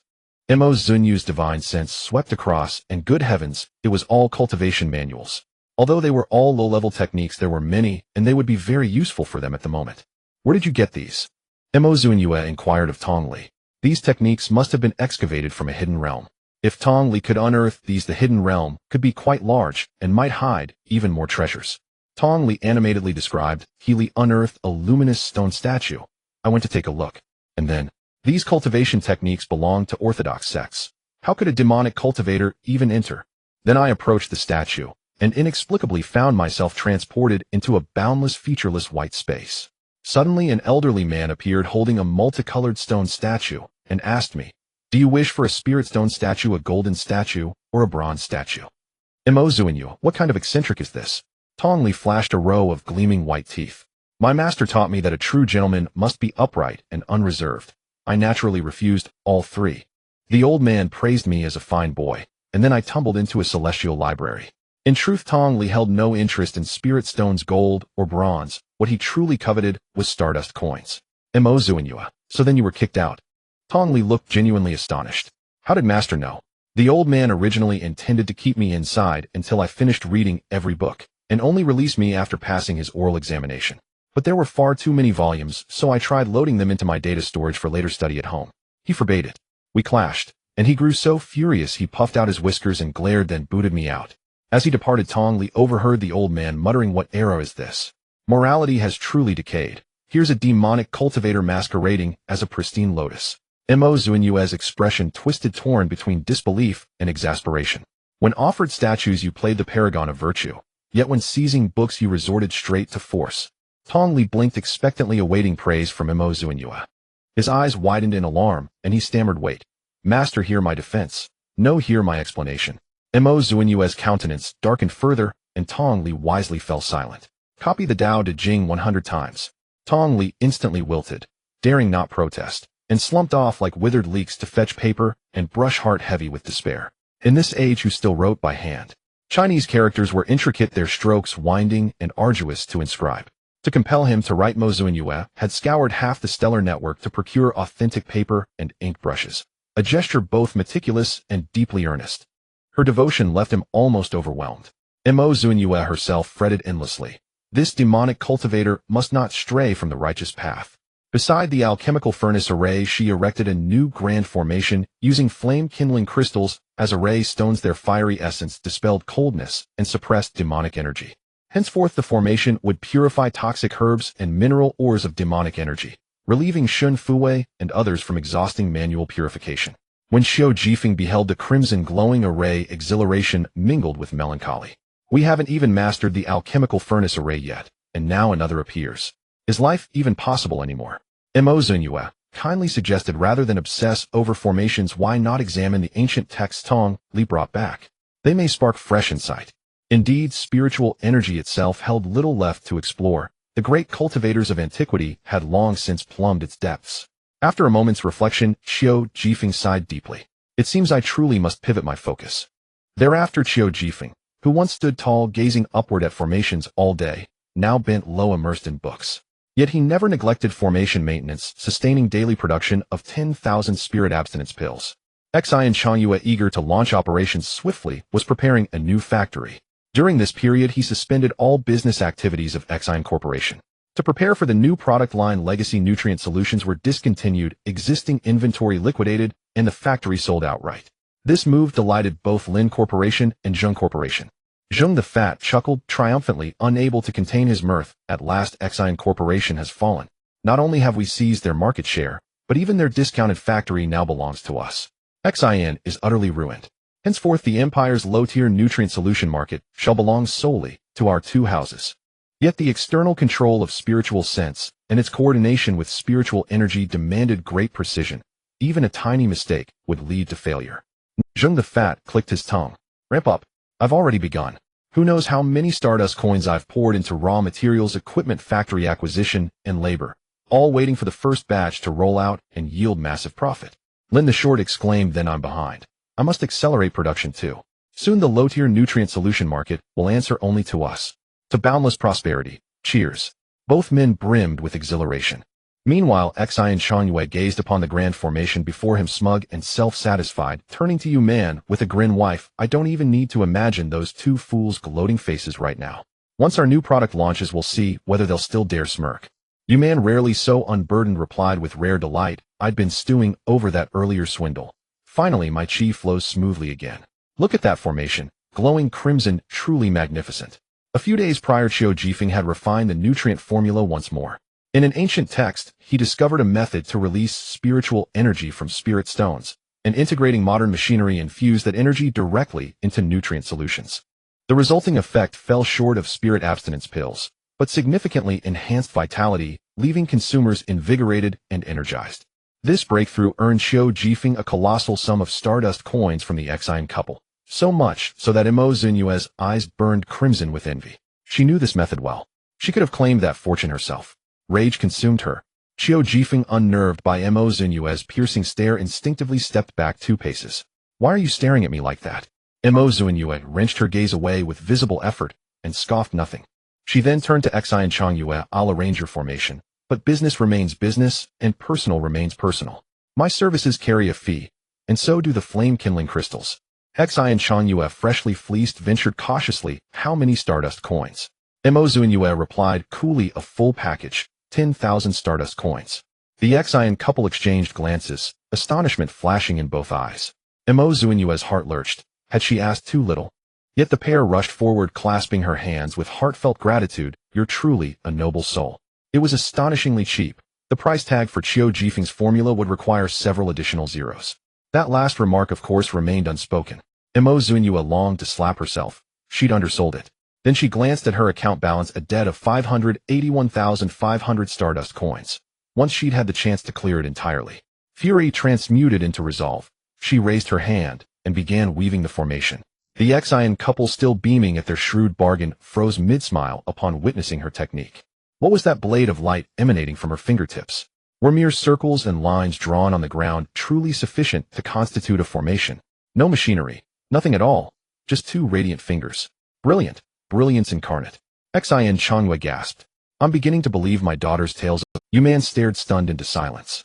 The formation completed, Zunyue greeted them and tossed a palm-sized bagua disc, which instantly transformed into a 3-meter diameter shape with the wind. She leaped onto it, the Sun hexagram glowing brightly, and a strong gust surged out, propelling the bagua disc away in a flash. The two, already astonished, felt their hearts leap at this spectacle, unable to calm down for a long time.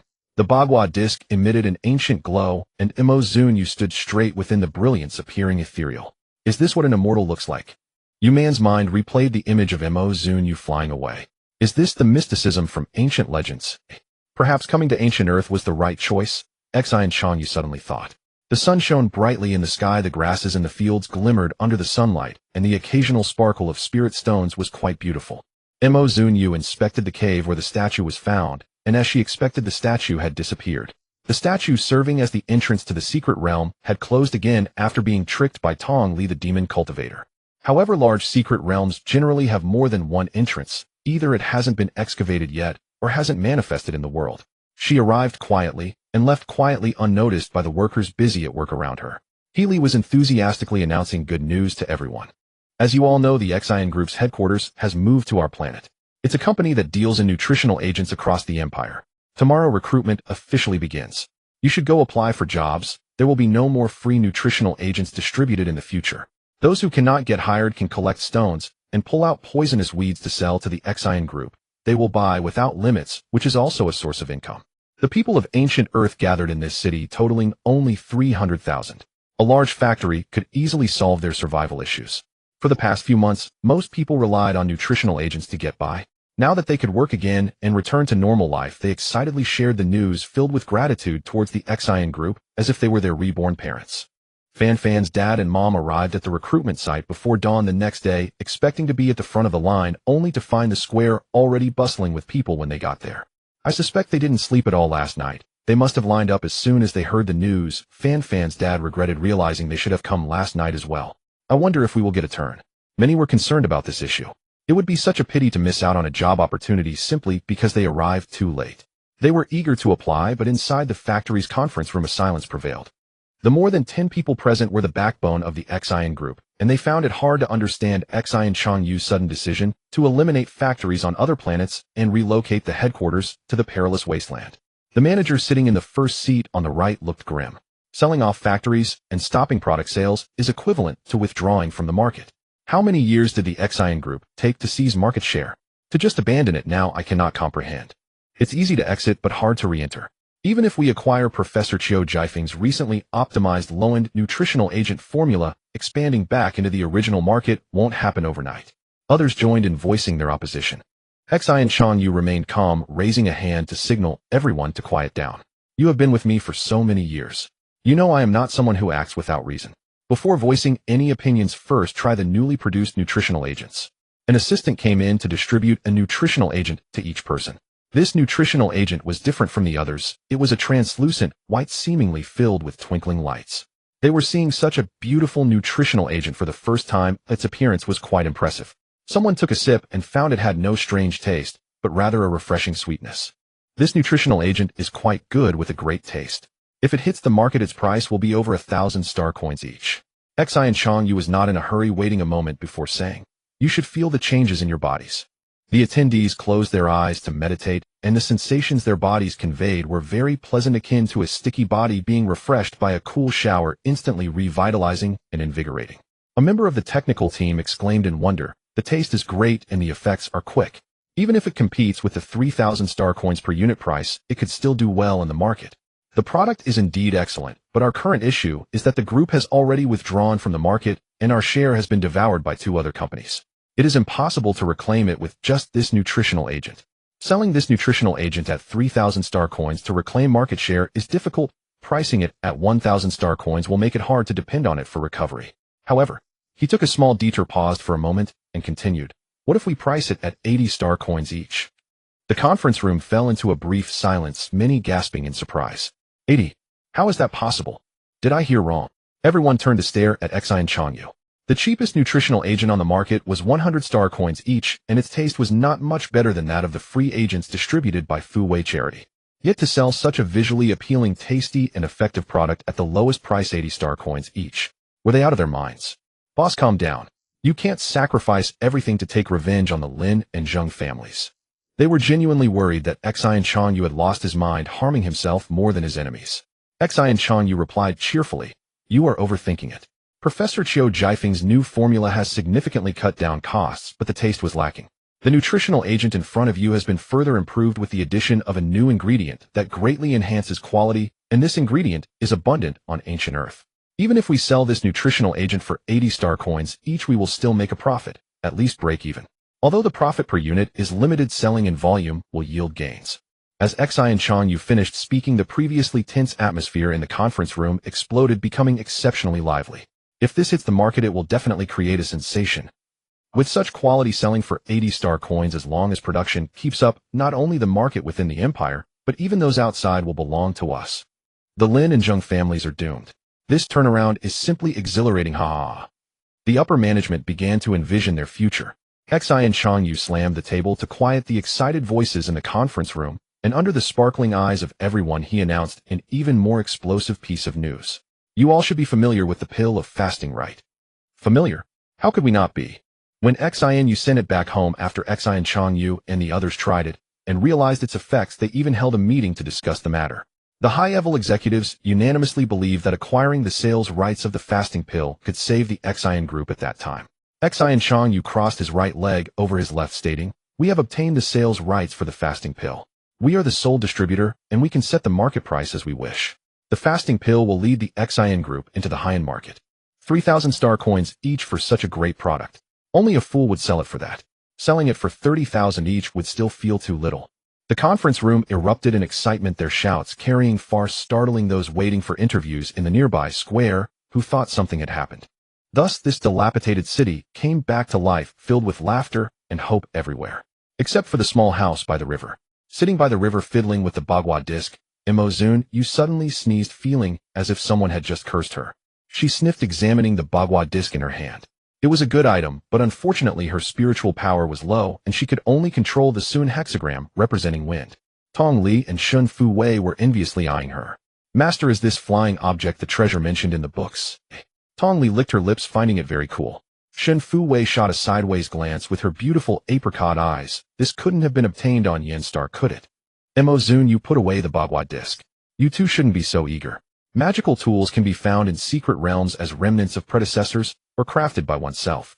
The bagua disc is special to my attributes, and I can fly with my condensed droplet realm cultivation. Generally speaking, you can fly with magical tools once you advance from the condensed mist realm to the condensed droplet realm, then to the golden core realm. Work hard on your cultivation, and you will all be able to fly in the future. I can fly after crossing 2 major realms.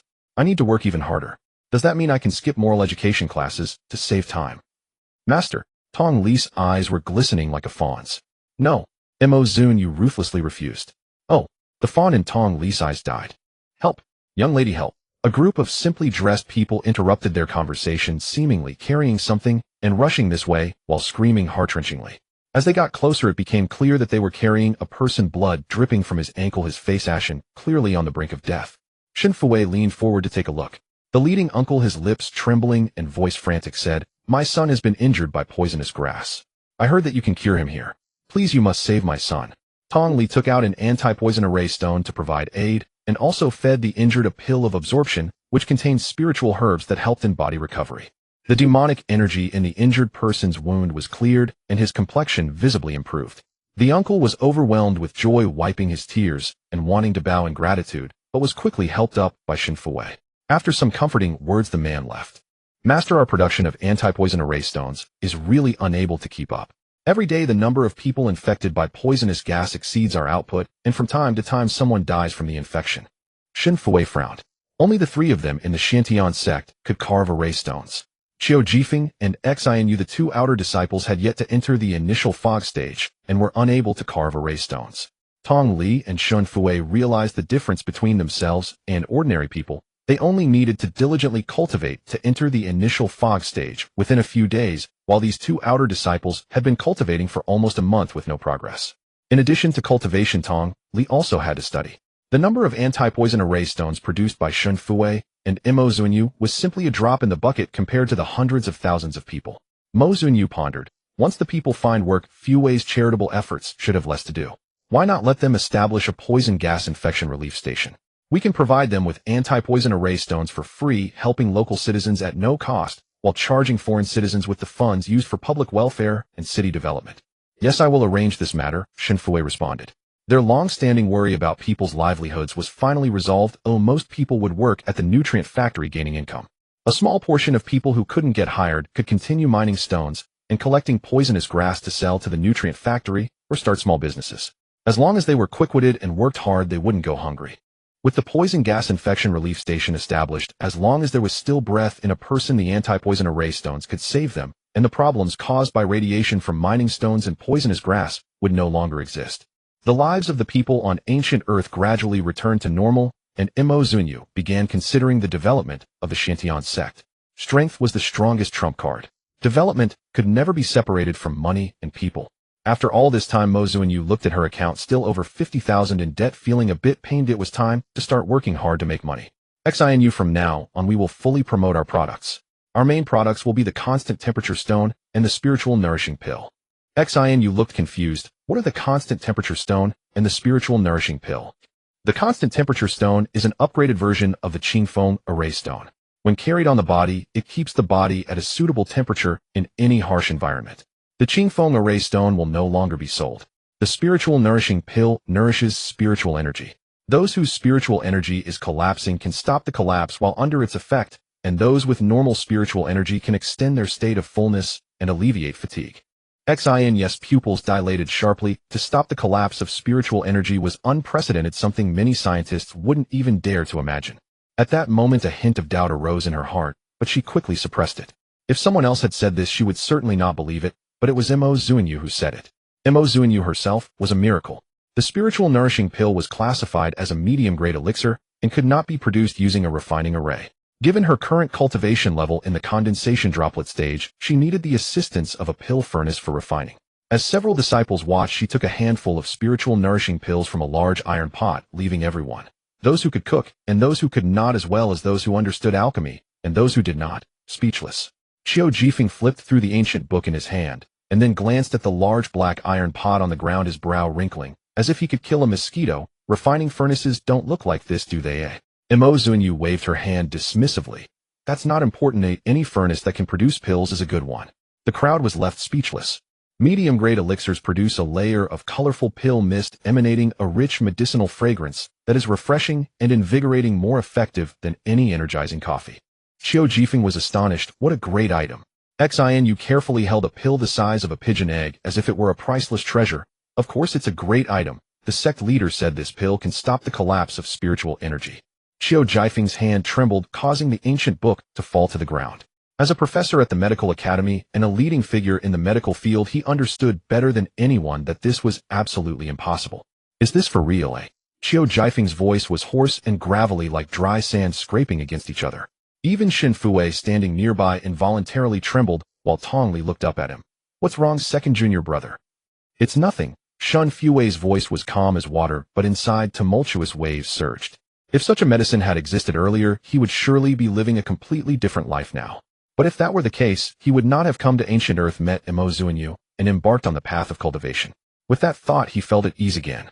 Qiu Jifeng clearly did not possess such a strong mentality. He held a spiritual nourishing pill, both laughing and sighing. A medicine to treat the collapse of spiritual energy had been his lifelong research goal, the pursuit of all medical practitioners, and it was born in a broken iron pot. He didn't know whether to be happy or sad. The sect leader has never spoken falsely. It must be true. XINU said proudly of the sect leader. Good, good, good. Qiu Jifeng repeated good 3 times, returning the spiritual nourishing pill to XINU, picking up the ancient book from the ground and walking towards the bench next to the refining array. He often sat there reading ancient books, sometimes so engrossed that he forgot to change the materials for the refining array. Unbeknownst to them, they felt that Qiu Jifeng's back had bent slightly today. Is senior brother Qiu all right? XINU asked with some concern. Shen Fue countered, do you have dreams? I do. XINU replied honestly, though she did not understand the question. I used to want to be a big streamer. Now I want to cultivate and become an immortal, like the sect leader said. Becoming an immortal is an extremely elusive thing. What if you struggle and fight for half your life, yet never enter the door? One day you discover that someone was born as an immortal. Do you want to feel jealous or hate them, only to find out that this immortal is a great person who saves the world? What would be your feelings then? Well, if they are a good person, I won't be able to hate them, but I also wouldn't be able to accept that my hard work is easily attained by others. It would definitely feel very uncomfortable. Yes, it would be very uncomfortable. Shen Fue looked at Qiu Jifeng, who was sitting on the small bench, hands on his knees, his head buried in his arms, making it hard to see his expression. Zunyue picked up the iron pot on the ground. If he can overcome this mental hurdle, his future cultivation will be much smoother. Shen Fue withdrew his gaze. Let's not discuss this. How much do you plan to sell the spiritual nourishing pill for in star coins? This question puzzled XINU. I can't make that decision. I was thinking of going back to ask my parents for their— No need to ask. Let's price the spiritual nourishing pill at 500,000 star coins each and the constant temperature stone at 10,000 star coins each for now. Okay. XINU's agreement got stuck in her throat, not yet out, when Zunyue exclaimed, that's so expensive. Selling one would be enough to nearly pay off my debts. XINU. Shen Fue. The looks they exchanged with Zunyue were as if they had seen a ghost. 500,000 each, and still expensive. This good item could sell for 5 million each, and someone would still buy it. If it weren't for the raw materials being plentiful and easily mined and the use of a large iron pot for refining Shinfue, wouldn't feel right selling them for 5 million each. He truly dared to sell them at that price. Shinfue's gaze towards Mo Zunyue grew increasingly strange. He had recently discovered that his intelligent and powerful master seemed to have no concept of star coins. She had no idea how valuable the items she created truly were. Mo Zunyue awkwardly touched her nose and left with, "You all can decide for yourselves." She then carried the iron pot inside. It wasn't that she had no concept of star coins, or rather, as a former deity, she had seen all sorts of good things. To her, items that could be produced at such a low level were just trash, yet she didn't expect these trash to be quite expensive. Xinu employed her usual marketing tactics, first posting to test the waters. A medicine to treat the collapse of spiritual energy has emerged. Taking one can stop the collapse. Limited quantity, first come first served.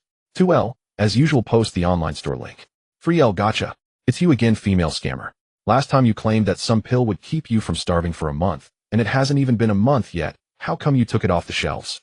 4L, pill of absorption. It must have been reported for being a scam. 5L, the scams get more ridiculous each time. Treating the collapse of spiritual energy. Do you see anyone believing it? Why don't you just go to heaven? Below, the criticisms were even more intense than last time. When the post gained traction, you made a bold move. 17L, 3 days later, I will be live streaming a review of the spirit nourishing pill and inviting a lucky audience member to try it for free. If anyone is interested, please sign up here. The comments that had been continuously refreshing fell into a brief silence, only to be quickly flooded below this comment. Me. Me. 18L is questioning life. Can you all have a bit of dignity? The ones who said the host is a scammer above are you, and now you are the ones signing up too. You change your tune faster than anyone else. 19L, exactly. Aren't you afraid of being scammed by the host? Please take a look at the host's coordinates. It's on a barren star, a place even the government doesn't have access to. Be rational. Brothers. This statement indeed persuaded a large number of people to delete their comments. However, there are always stubborn ones, such as a netizen with the username Building Achievements, who is not afraid of death. In 20L, he replied, my mental power has dropped from 3S to C rank. I should be the most suitable for the evaluation. This comment quickly attracted the attention of many netizens. In the interstellar era, nothing distinguishes social classes more clearly than mental power. With 3S level mental power, even if born on a desolate star in a remote area, one would be unearthed and taken away for training at any cost. This person must be a big shot. Xinu precisely noticed this point and decisively chose him as the lucky audience member. At this moment in the vastness of space around, UFO drifted aimlessly. Rin Jianyong saw the location sent by Xinu via private message and sneered. He closed his light brain, rested his hands under his head, and lounged in the cockpit with his legs crossed, his hair a mess tied back in a small bun resembling a bird's nest.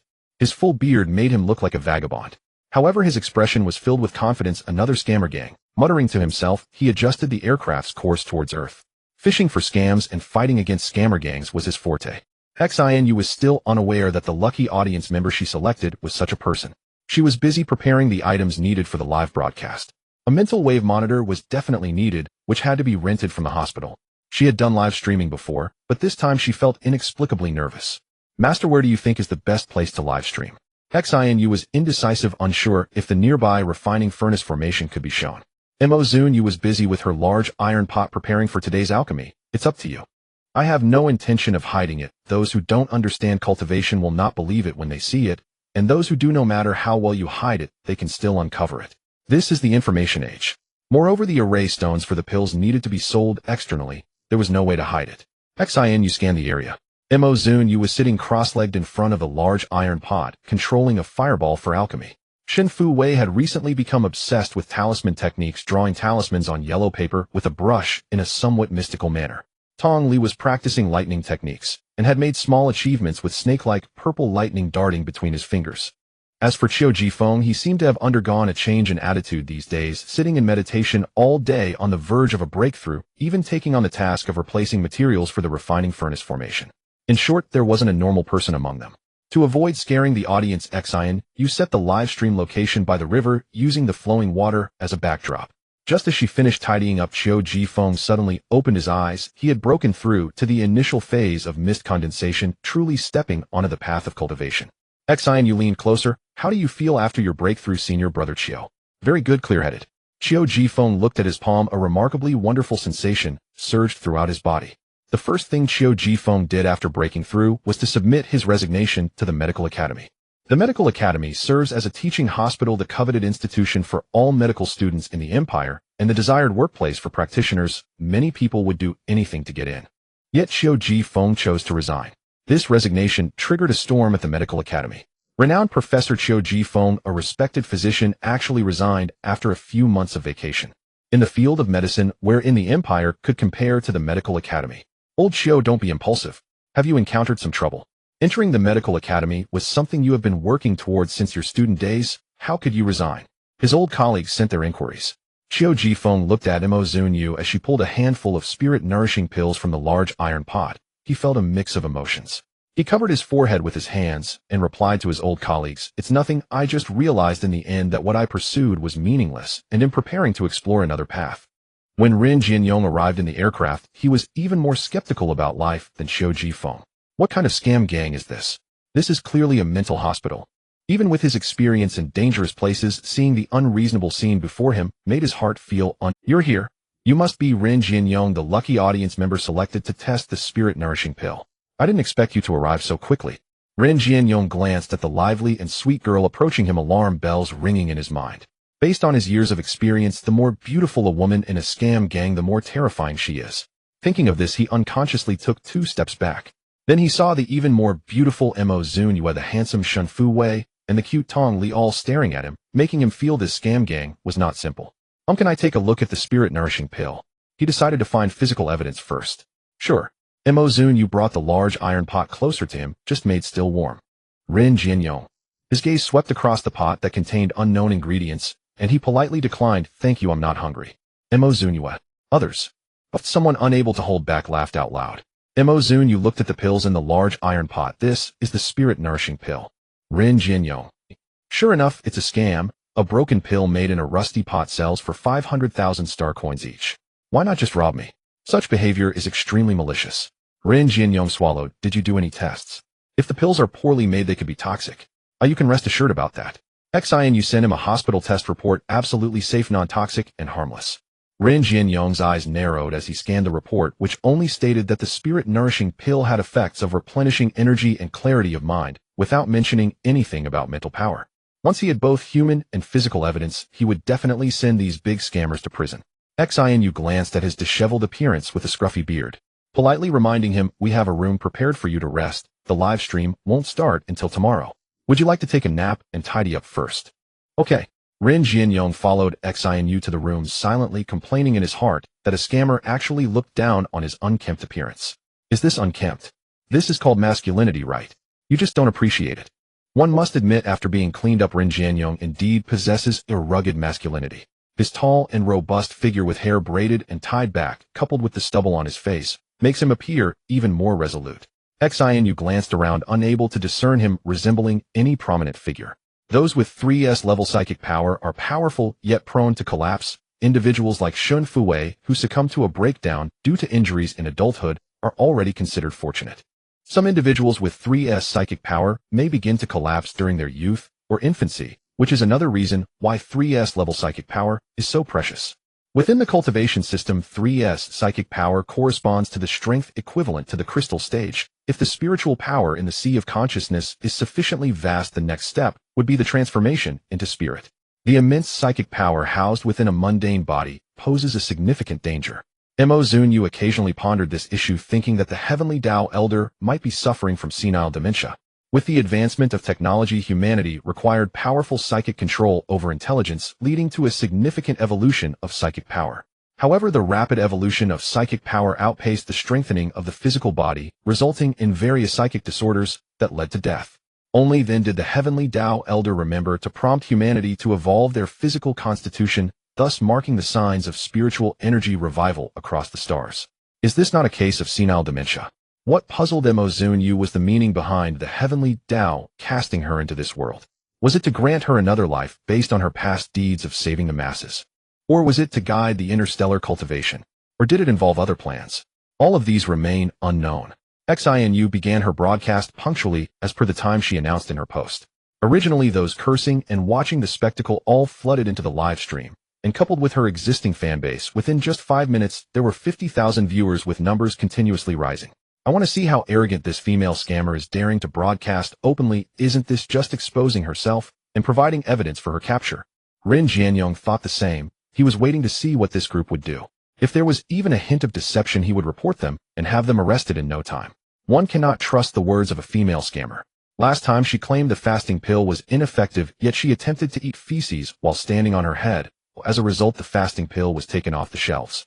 When did she ever eat feces while standing on her head? I bought the fasting pill, and it was genuinely effective. I truly wasn't hungry for a month. I bought the fasting pill, and it was genuinely effective. I truly wasn't hungry for... Now the screen was filled with hurry up and start. Let's see how fake you all can be. That 3S level psychic collapse. Lucky one must be a plant. Is 3S level psychic power that common? Today's live broadcast will showcase how to commit fraud and end up in jail. A gift of a rotten egg costs 10 star coins. Rin Jianyong suddenly understood why the scammer dared to be so brazen in broadcasting. Hey, scamming rotten eggs. Seeing him brimming with confidence and wisdom in his eyes, Zunyue smiled at the camera, saying, it seems our lucky guest has great confidence in the spiritual nourishing pill. The host is truly touched. Rin Jianyong. This girl definitely has some issues. He had no confidence at all. He was merely pleased at the thought of exposing their schemes.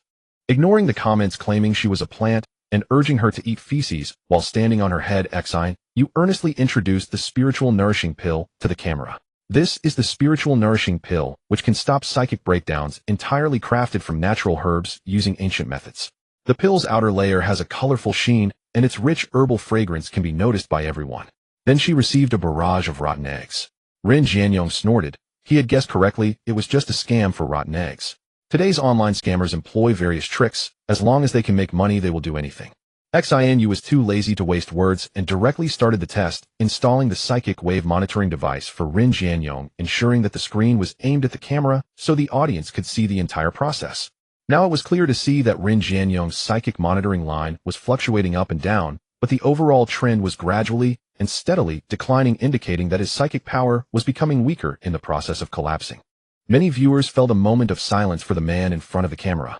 Everyone in the galaxy knows that when this downward curve reaches its end, that person will die. Moreover, he could sense this process himself, feeling the gradual weakening of his psychic power, knowing he was heading towards death, yet feeling helpless as no instrument or medicine could stop it. This is the terrifying aspect of psychic breakdown. It constantly reminds the patient that they are waiting to die. How despairing it must be to helplessly await death. Even though Rin Jianyong had mentally prepared himself, seeing this downward curve still filled his heart with bitterness. Let's begin, he said in a deep voice. All right, Zunyue showcased the spiritual nourishing pill in front of the camera one last time. Next we will have our lucky guest consume the spiritual nourishing pill and observe the changes. Don't blink. Until this moment, the barrage of rotten eggs on the screen finally calmed down. Nearly 600,000 viewers in the live stream sat silently watching. They themselves didn't know what they were anticipating, whether they were waiting for the scam to be exposed or hoping that this was not a scam, but rather a miracle.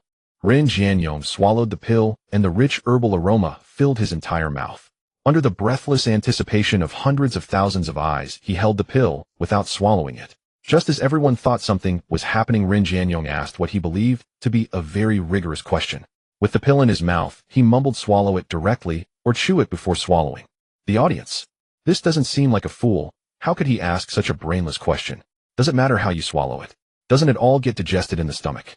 The viewers were indignant, and Zunyue was also quite speechless. She maintained a sweet smile. You can swallow it however you please.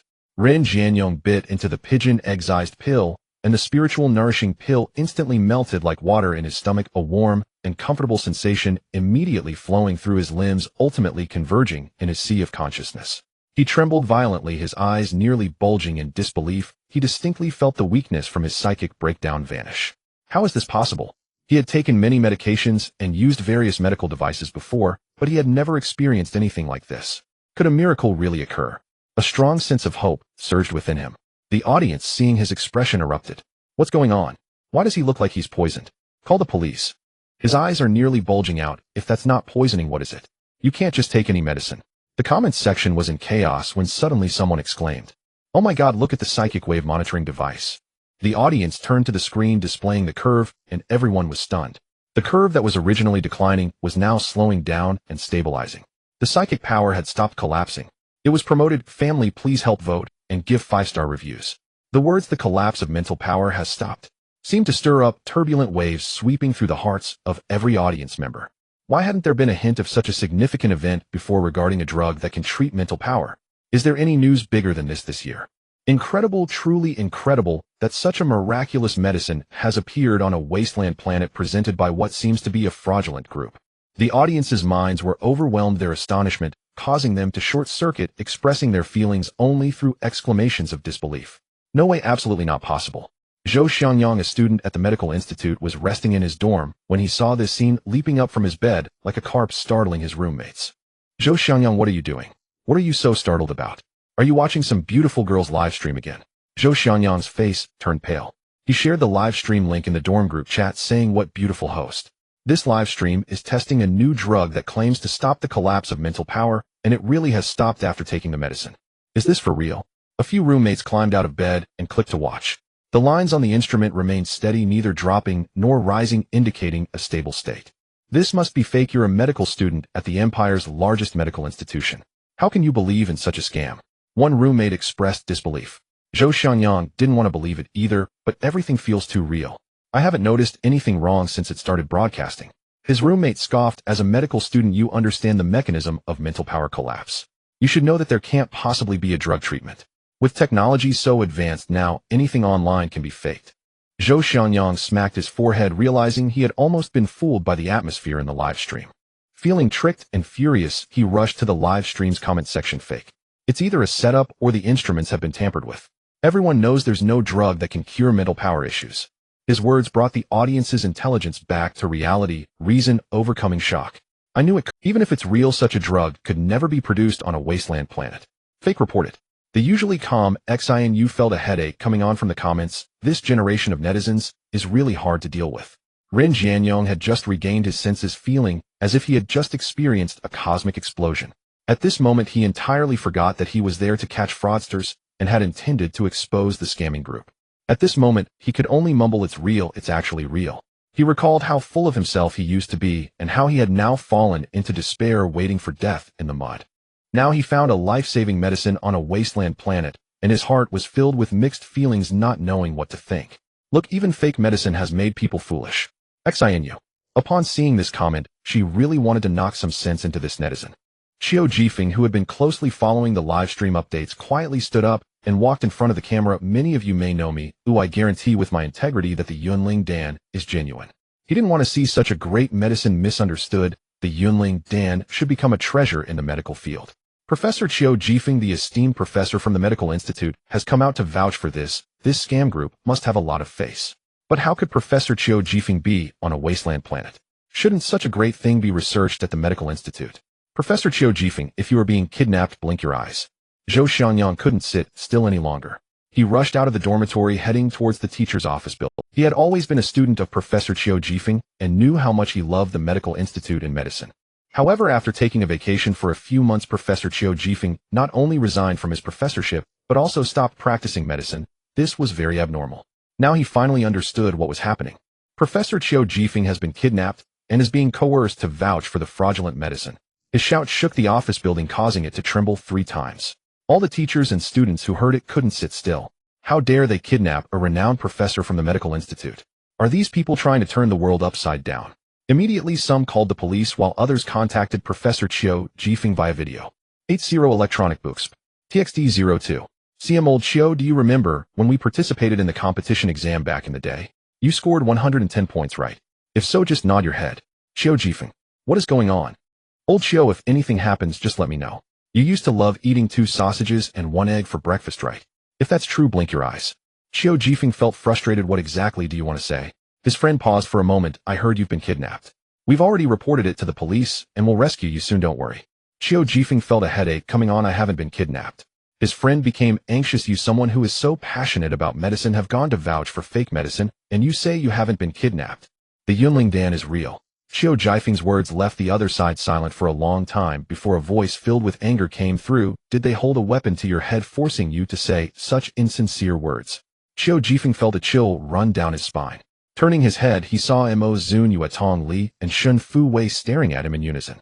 Qiu Jifeng wiped the sweat from his forehead and told his friend not to act rashly. I know this situation is hard to believe. How about this?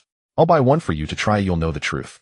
Just to be clear, the composition of the medicine can't be detected by instruments. You'll need to have someone verify it, like in the live stream. In his 360-degree view of being free, he ended the call. On the other side, Zunyue finished the live stream. Today's broadcast had produced some results.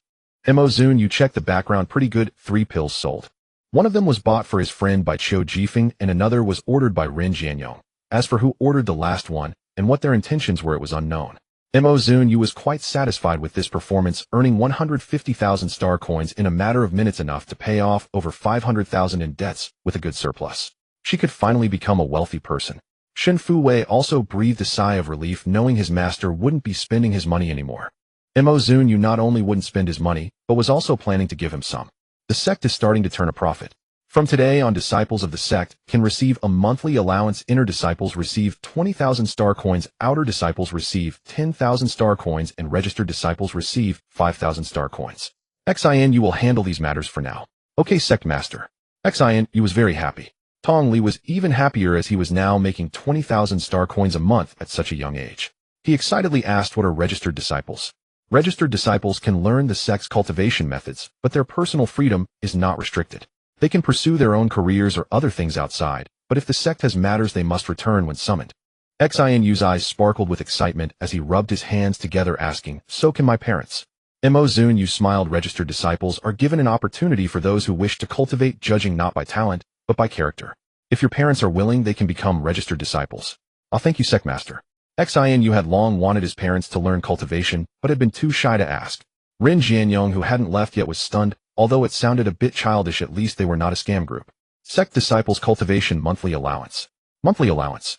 No work, yet still a monthly allowance. Can I become a disciple?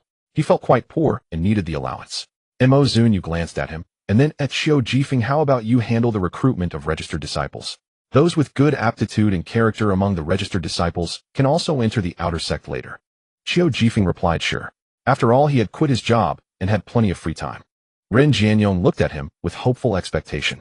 Chiu Jifeng sneered, don't think that just because you arrived recently, I don't know what you want to do. Let's observe you a bit more. Oh, Ren Jianyong felt disappointed, but was not discouraged.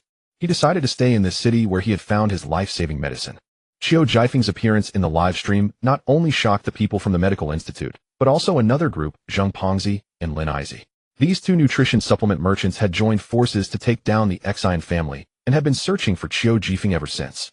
In the previous business war, they had drastically reduced prices to bring down the Zunyue family, resulting in very little profit for themselves. After the Zunyue family exited the market, they invested heavily in expanding production to increase market share.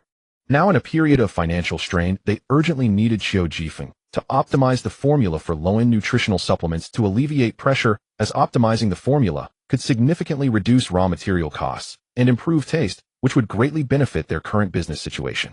Zunyue, Changyue, and Yuman finally agreed to become registered disciples of the Xiantian sect under the persistent coaxing of their daughter. At first, they didn't take it seriously, even though the young people indeed displayed exceptional intelligence and created many incredible things, but the idea of cultivating immortality sounded far-fetched.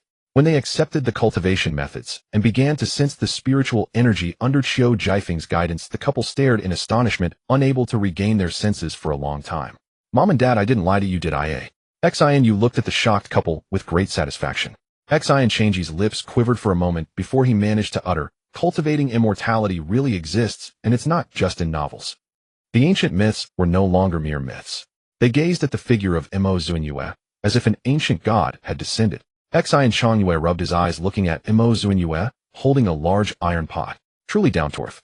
The couple immediately resolved to stick with the Xiantian sect no matter what, determined to hold tightly on to this substantial backing. With renewed determination, they returned home, ready to embark on an ambitious endeavor. The newly developed nutrient agent was dubbed Liuguang Nutrient Agent. Thanks to various high-tech production instruments and the combined efforts of hundreds of thousands of workers, a large batch was already ready for market release. Changyue rubbed his hands together, saying, Lin and Zheng, those 2 good for-nothings, just wait to meet their end.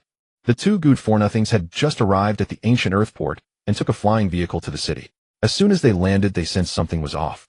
This place was vastly different from other wasteland planets where chaos reigned, robberies were common, and lawlessness was the norm. In contrast, the city here was clean and tidy. Public flying vehicles operated normally, and people wore smiles, living a peaceful life. Moreover, people here were not worried about food. Occasionally one could see someone taking out a nutrient agent to drink. From what the two gathered, this nutrient agent seemed to be quite expensive. When did life on a wasteland planet become this comfortable? Zheng Fatty asked in confusion. Lin Shorty frowned, looking like he could crush a fly. Did you see the nutrient agent in their hands? It looked quite appealing, and based on their reactions after drinking it must taste good. The price should be over 1,000 star coins each. How could people on a wasteland planet afford such an expensive nutrient agent? This nutrient agent has never been seen on the market. Based on our business instincts and considering that Xiao Jifeng is also here, things might not be simple. Zheng Fatty immediately stopped the passerby to inquire about the situation, following the directions given to arrive at a nutrient agent store. To facilitate the residents' purchase of nutrient agents, Xion Corporation had opened stores in various corners of the city. The two entered the store not even asking for the price and directly took two agents scanning to pay 5,000 star coins. They were well acquainted with the prices of various nutrient agents. If ordinary citizens could afford them, it indicated that they were not expensive. 5,000 star coins for two would definitely suffice. The rest was just a tip. Who haggles when buying for a big boss? The salesgirl was taken aback by the amount they paid and immediately called out to the two as they stepped out, "Sir, you paid too much." Even priced at 2,500 each, paying too much was absurd. When did the people on a wasteland planet become so wealthy, drinking such expensive nutrient agents every day? The salesgirl quickly explained, No, you gave too much. Our nutrient agents are sold at 80 star coins each, and you paid far too much. You could buy over 60 with 5,000 star coins. Are you sure it's 80 star coins each? His fierce expression and the fleshy parts of his face made him look terrifying enough to almost frighten the salesgirl to tears. She said, "Yes, we have always sold them for 80 star coins each." Lin Shorty waved his hand to dismiss the salesgirl, saying, "The excess can be considered a tip for you." The two exchanged glances, seeing complexity and worry in each other's eyes. Zheng Fatty shook the nutrient agent in his hand, the shimmering liquid swirling in the bottle like a magnificent galaxy. He drank it in one gulp. The texture was smooth, flowing down his throat into his stomach, carrying a hint of sweetness, a warm sensation spreading through him, sweeping away the fatigue from their journey. To mask his inner unease, Zheng Fatty cursed. Which company made this nutrient agent? A product like this should be priced at least 3,000 star coins. How can they sell it for only 80 star coins? Are they out of their minds? Lin Shorty looked up, finally noticing the sign of the not-so-large store, Xion Corporation. His heart sank. Something's about to happen. If the Liuguang nutrient agent were produced by any small company, they could spend money to buy the formula, but this was made by Xion Corporation, the very Xion they had a vendetta against. Before they could think further, their subordinates' phones exploded with calls. "Boss, something's gone wrong. Xion Corporation is making a comeback. They are selling a product called Liuguang nutrient agent both online and offline, and the quality is excellent, priced at only 80 star coins. All the companies we intended to collaborate with have shifted to their side, and customers have all gone to buy from them. The low-end nutrient agent market is all about cost-effectiveness. The effectiveness, taste, and price of the Liuguang nutrient agent make it a bombshell in the market, overshadowing all other products." The two felt as if struck by lightning, their minds going blank, nearly fainting. Yet the outstanding effects of the Liuguang nutrient agent kept them awake to face this reality. They had just expanded production recently, investing a large amount of capital, and the first batch of nutrient agents was yet to be sold before Xion Corporation played this trick on them. With a massive surplus of nutrient agents unable to be sold, customers fleeing, and the capital chain breaking, they could already envision the dire future of Zheng Corporation and Lin Corporation. With a massive surplus of nutrient agents unable to be sold, customers fleeing, and the capital chain breaking, they could already envision the dire future. As she kept watching, the short man turned to look at her, his gaze eerie, causing her to involuntarily take 2 steps back. Then she heard him say, "Miss, could you refund us the extra tip from earlier? They were about to go bankrupt. Oh, every star coin counts." The salesgirl thought. She gritted her teeth. "Okay." Internally, she scoffed, thinking pretending to be rich while being broke, why don't you just cry yourselves to death? At this moment, Xion Chongyue was sitting in a conference room with the company executives, watching the soaring sales figures on the screen, each of them grinning widely. The head of the technical department said confidently, "Reclaiming the market is a matter of minutes. Our fasting pills haven't even started selling, and the Liuguang nutrient agent will make those two good-for-nothings cry." Xion Chongyue teased, "You weren't saying that when you first arrived, and now you all believe me, right?" "Yes, of course. You are truly a brilliant decision-maker." The executives laughed heartily, the atmosphere invigorated. The emergence of the Liuguang nutrient agent caused quite a stir within the empire. All major software hot search headlines were occupied by the Liuguang nutrient agent. In just a few days, netizens uncovered everything about Xion Corporation and Ancient Earth. Xion Corporation makes a comeback after being suppressed by competitors with the Liuguang nutrient agent offering an unbelievable cost-performance ratio. Professor Qiu Jifeng appears on Ancient Earth. Did the Liuguang nutrient agent originate from him? Ancient Earth became a wasteland planet months ago. In just a few months, they produced a beneficial product like the Liuguang nutrient agent. Is the royal family feeling the pressure? Professor Qiu Jifeng appeared in the Yuling pill testing livestream. Was he kidnapped, or is it work-related? Is the Yuling pill real or fake? Ancient Earth is once again the focus of the Empire. Unlike the last time it was abandoned, this time it proves that it is not a wasteland planet with its strong momentum. While the internet buzzed with excitement praising the Liuguang nutrient agent Zheng Fatty and Lin Shorty's conspiracy against Xion Corporation gradually took shape. The official website of the Xion Group was hacked with countless requests for restocking below. Can we please restock more? Our Xion Group shop on this planet was sold out in just one day. I struggled to grab one, and it tastes so good. I suspect Xion Group is playing a game of scarcity selling, but I have no evidence. Let's pity the children. Oh, when will there be enough supply? The nutritional supplement at 80 star coins each is like a living Buddha for ordinary families. Previously, the cheapest nutritional supplement was 100 star coins, a mix of various nutrients that tasted horrendous and was nearly impossible to swallow. Now the price of the Liuguang nutritional supplement has dropped to 80 star coins each with a sweet and smooth taste, making it a favorite among the people. Even middle-class families who usually drink supplements costing 1 or 2,000 star coins are competing with the lower class for the Liuguang nutritional supplement. With the nutritional supplements in high demand, people who have tasted the good ones no longer want the bad ones and are daily rushing to the Xion Group's official website to request restocking. Xion Changwell looked at the comments with a mix of pain and joy and finally waved his hand and posted an official blog. The Xion Group's factory is expanding and working overtime to produce more Liuguang nutritional supplements. Netizens felt a little better knowing Xion Group was working so hard. On Capital Star at the Medical Academy, Zhou Xianyang returned to the dormitory with the Liuguang nutritional supplement he had just snagged online while his roommates looked at him eagerly. Only Zhou Xianyang managed to grab one of the 4 roommates, and the other 3 were eagerly waiting for him to share a taste. Zhou Xianyang distributed one supplement to each of them and opened one for himself, saying it's sweet like a drink. This must be a formula developed by Professor Qiu Jifeng. No one can match his research on nutritional supplements. Guo Qiwen in the same dormitory asked, was Professor Qiu Jifeng really kidnapped?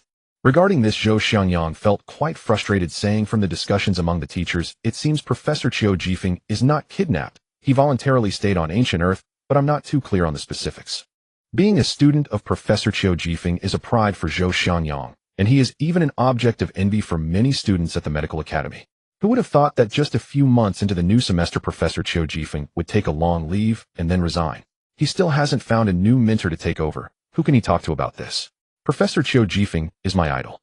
He has continuously improved the nutritional supplements, making them more nutritious and tastier. Otherwise, for a poor student like me, who can only afford these supplements, just surviving while drinking them would be a tremendous struggle. I never expected that a nutritional supplement costing 80 star coins could taste this good. The Liuguang nutritional supplement is truly a blessing for students. Guo Qiwen quietly took out a glowing stone, saying, last time I saw Professor Qiu Jifeng vouch for the scammers, so I ordered one of the stones from their online store. It's called a constant temperature stone, and after activation it can keep the body at a constant temperature in any environment. Guo Qiwen's family is in the clothing business. If a single stone can solve the temperature problem for the human body, would their specially made clothes for various planets' harsh environments still sell? So when he saw the constant temperature stone online, he curiously bought one.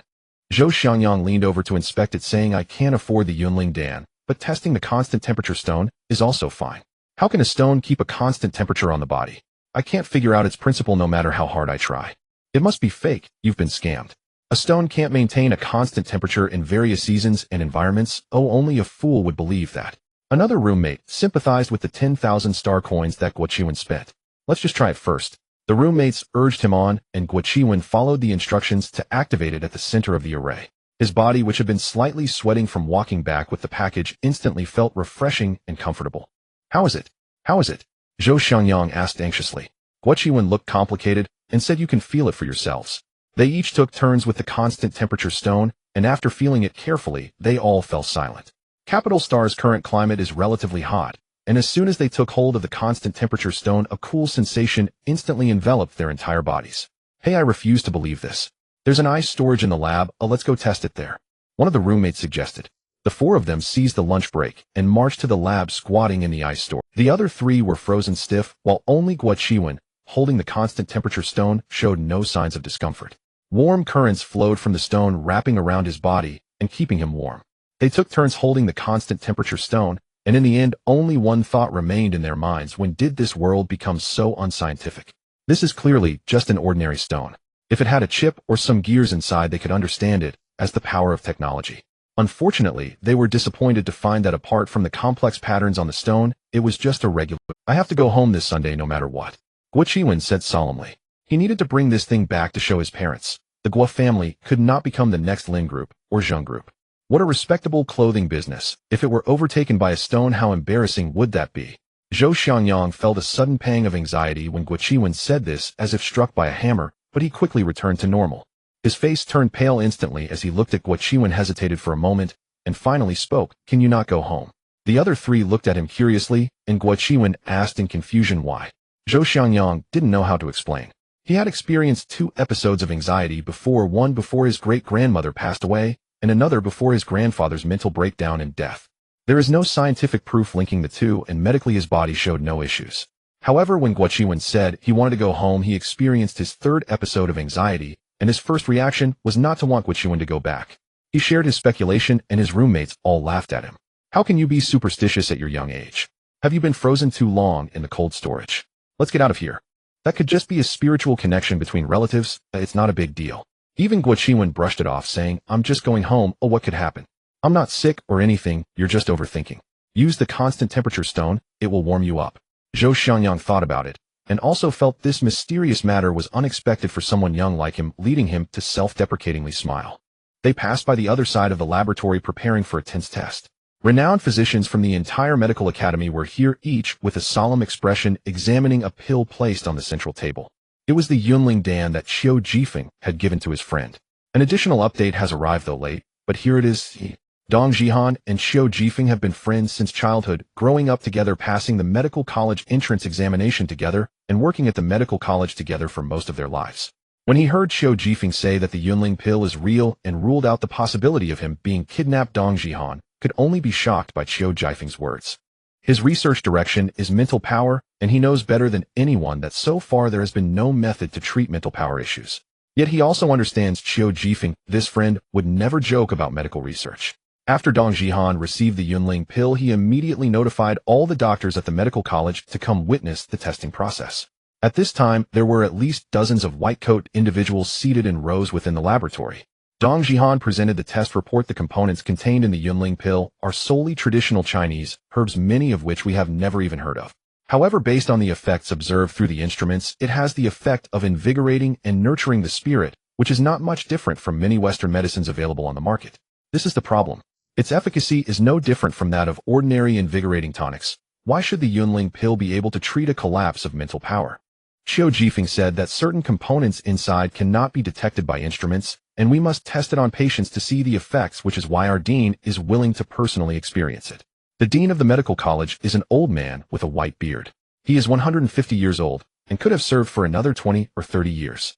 Unfortunately, due to the collapse of his mental power, he will retire early. Those familiar with Qiu Jifeng were deep in thought, seemingly contemplating the feasibility of this test. Unsure doctors unfamiliar with Qiu Jifeng raised doubts. How can such a serious illness as a collapse of mental power be cured by a single Chinese herbal pill? Indeed, from a pathological perspective, this is a mental illness. It seems overly exaggerated to think that a single pill could cure it. If this tiny pill can cure a collapse of mental power, it would be an insult to doctors and the years of medical research we have conducted. It is evident that some people took Dong Jihan's caution as a joke. They felt he and the dean were making a mountain out of a molehill. I say Professor Qiu must have been coerced by someone to vouch for a fake medicine. Do you really believe that? A bald, middle-aged man mocked. Dong Jihan's expression darkened. Whether it's true or not, we will know after the test. Prepare for it, the dean, who had remained silent, said in a deep voice. The dean does not believe in the Yunling pill, but he trusts Qiu Jifeng. Perhaps in a desperate attempt to find a solution, he wanted to try it. He wanted to be the first to know the truth behind Qiu Jifeng's claims. If the Yunling pill is truly as Qiu Jifeng described, it would be a miracle, and he wanted to witness this miracle first. Dong Jihan fitted him with mental power fluctuation monitoring equipment, and in the varied expressions of the crowd, he swallowed the Yunling pill. As the pill reached his mouth, it transformed into a warm current sliding down to his stomach, then extending to his limbs, ultimately converging at the sea of consciousness atop his head. The Dean could distinctly feel the changes in his body, especially as his lethargic mental power surged suddenly, as if injected with vitality. He stood rigidly in place, fearing that all of this was merely an illusion, and that even a slight movement would cause it to dissipate. Just as the Dean pondered its authenticity, he heard an eruption of gasps around him. The doctors, who had originally sat in rows watching involuntarily, stood up, their eyes fixed intently on the curves displayed on the screen. The downward curve gradually stabilized, eventually leveling off. The collapse of mental power had ceased. A medical miracle, a medical miracle. The most renowned doctors in the Empire were present, and a single pill nearly overwhelmed their CPUs. They could not fathom what was happening. Those who had raised doubts earlier fell silent, their eyes wide as they stared at the monitor frozen in place. Especially the bald uncle, who had been the loudest. His face was filled with existential doubt, almost losing his head in shock. Impossible, how could this be? This is unscientific. The facts are before us. Whether we believe it or not, we must accept it. I just can't comprehend it. We, a group of doctors standing here with minds filled with medical achievements from ancient to modern times, cannot explain the principle of this pill.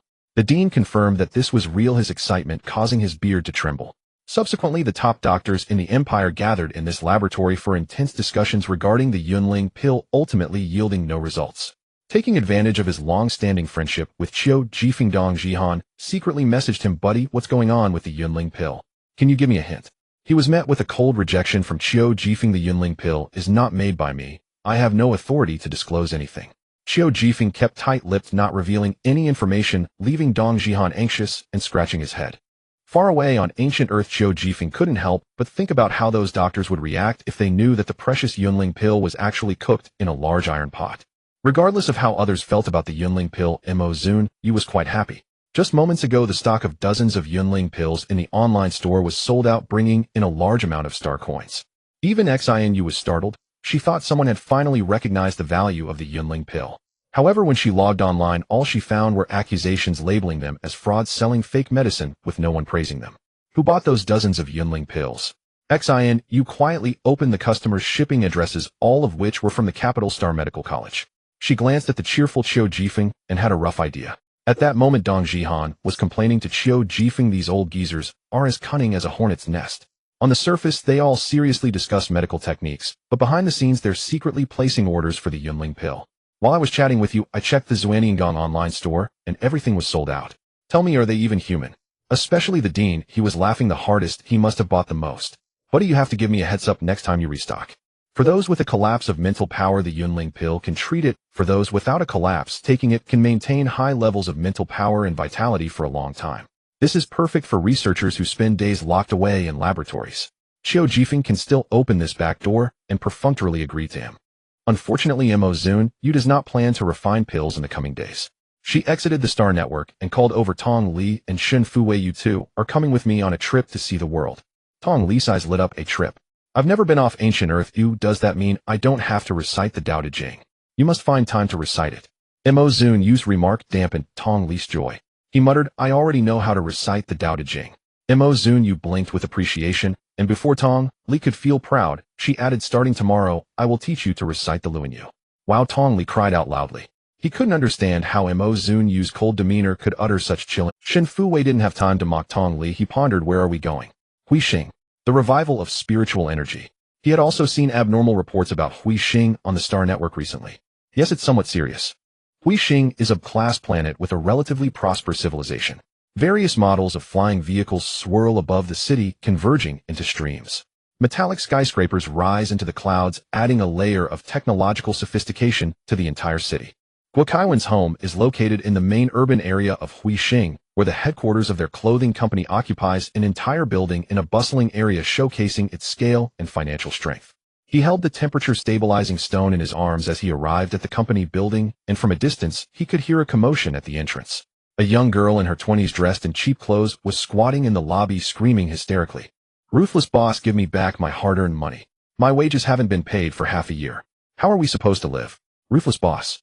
Tears marked her face, and her expression was one of determination, as if she would fight to the end until she received her payment.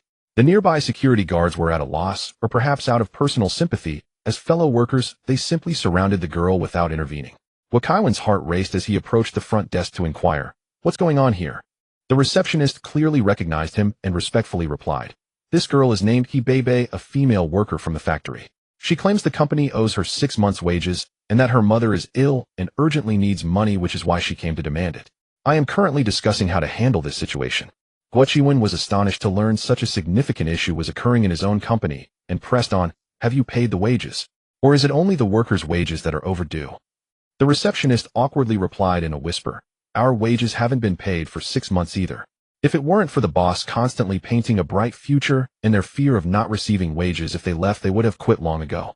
Guoqiwen strode toward the elevator, and just before stepping into the general manager's office, he heard a woman inside impatiently say, "Get out. Why are you bothering me with such trivial matters?" "Mom." Guoqiwen forcefully pushed open the door. "What's going on?" The woman inside visibly froze upon seeing Guoqiwen. Her protruding buck teeth twisted into an unpleasant smile, and her overly thin appearance gave off a harsh impression, making her expensive clothing seem utterly devoid of elegance. Guo Yanhong's voice softened. "The company is facing some issues, but it's nothing serious." Guoqiwen felt a surge of inexplicable anger rise within him, his voice unconsciously raising. "You can't even pay the wages and say it's nothing. What's actually happening?" Guo Yanhong hesitated before finally sitting down. "There have been strange, unknown bugs appearing in the suburban factory, damaging several batches of goods, which has caused us to be unable to deliver on time. We have to compensate the other party a lot of money, so funds are a bit tight at the moment. If there are bugs, just exterminate them. How can the company be in this state because of a few bugs?" Guoqiwen said irritably. Guo Yanhong appeared equally frustrated. "These bugs are very strange, but no matter what pesticide we use, it doesn't work, and their destructive power is extremely strong. Many of our metal raw materials have been left in tatters, and we don't even know where they came from. Your father has been trying to find a solution at the factory recently. Then at least pay the wages of that female worker downstairs.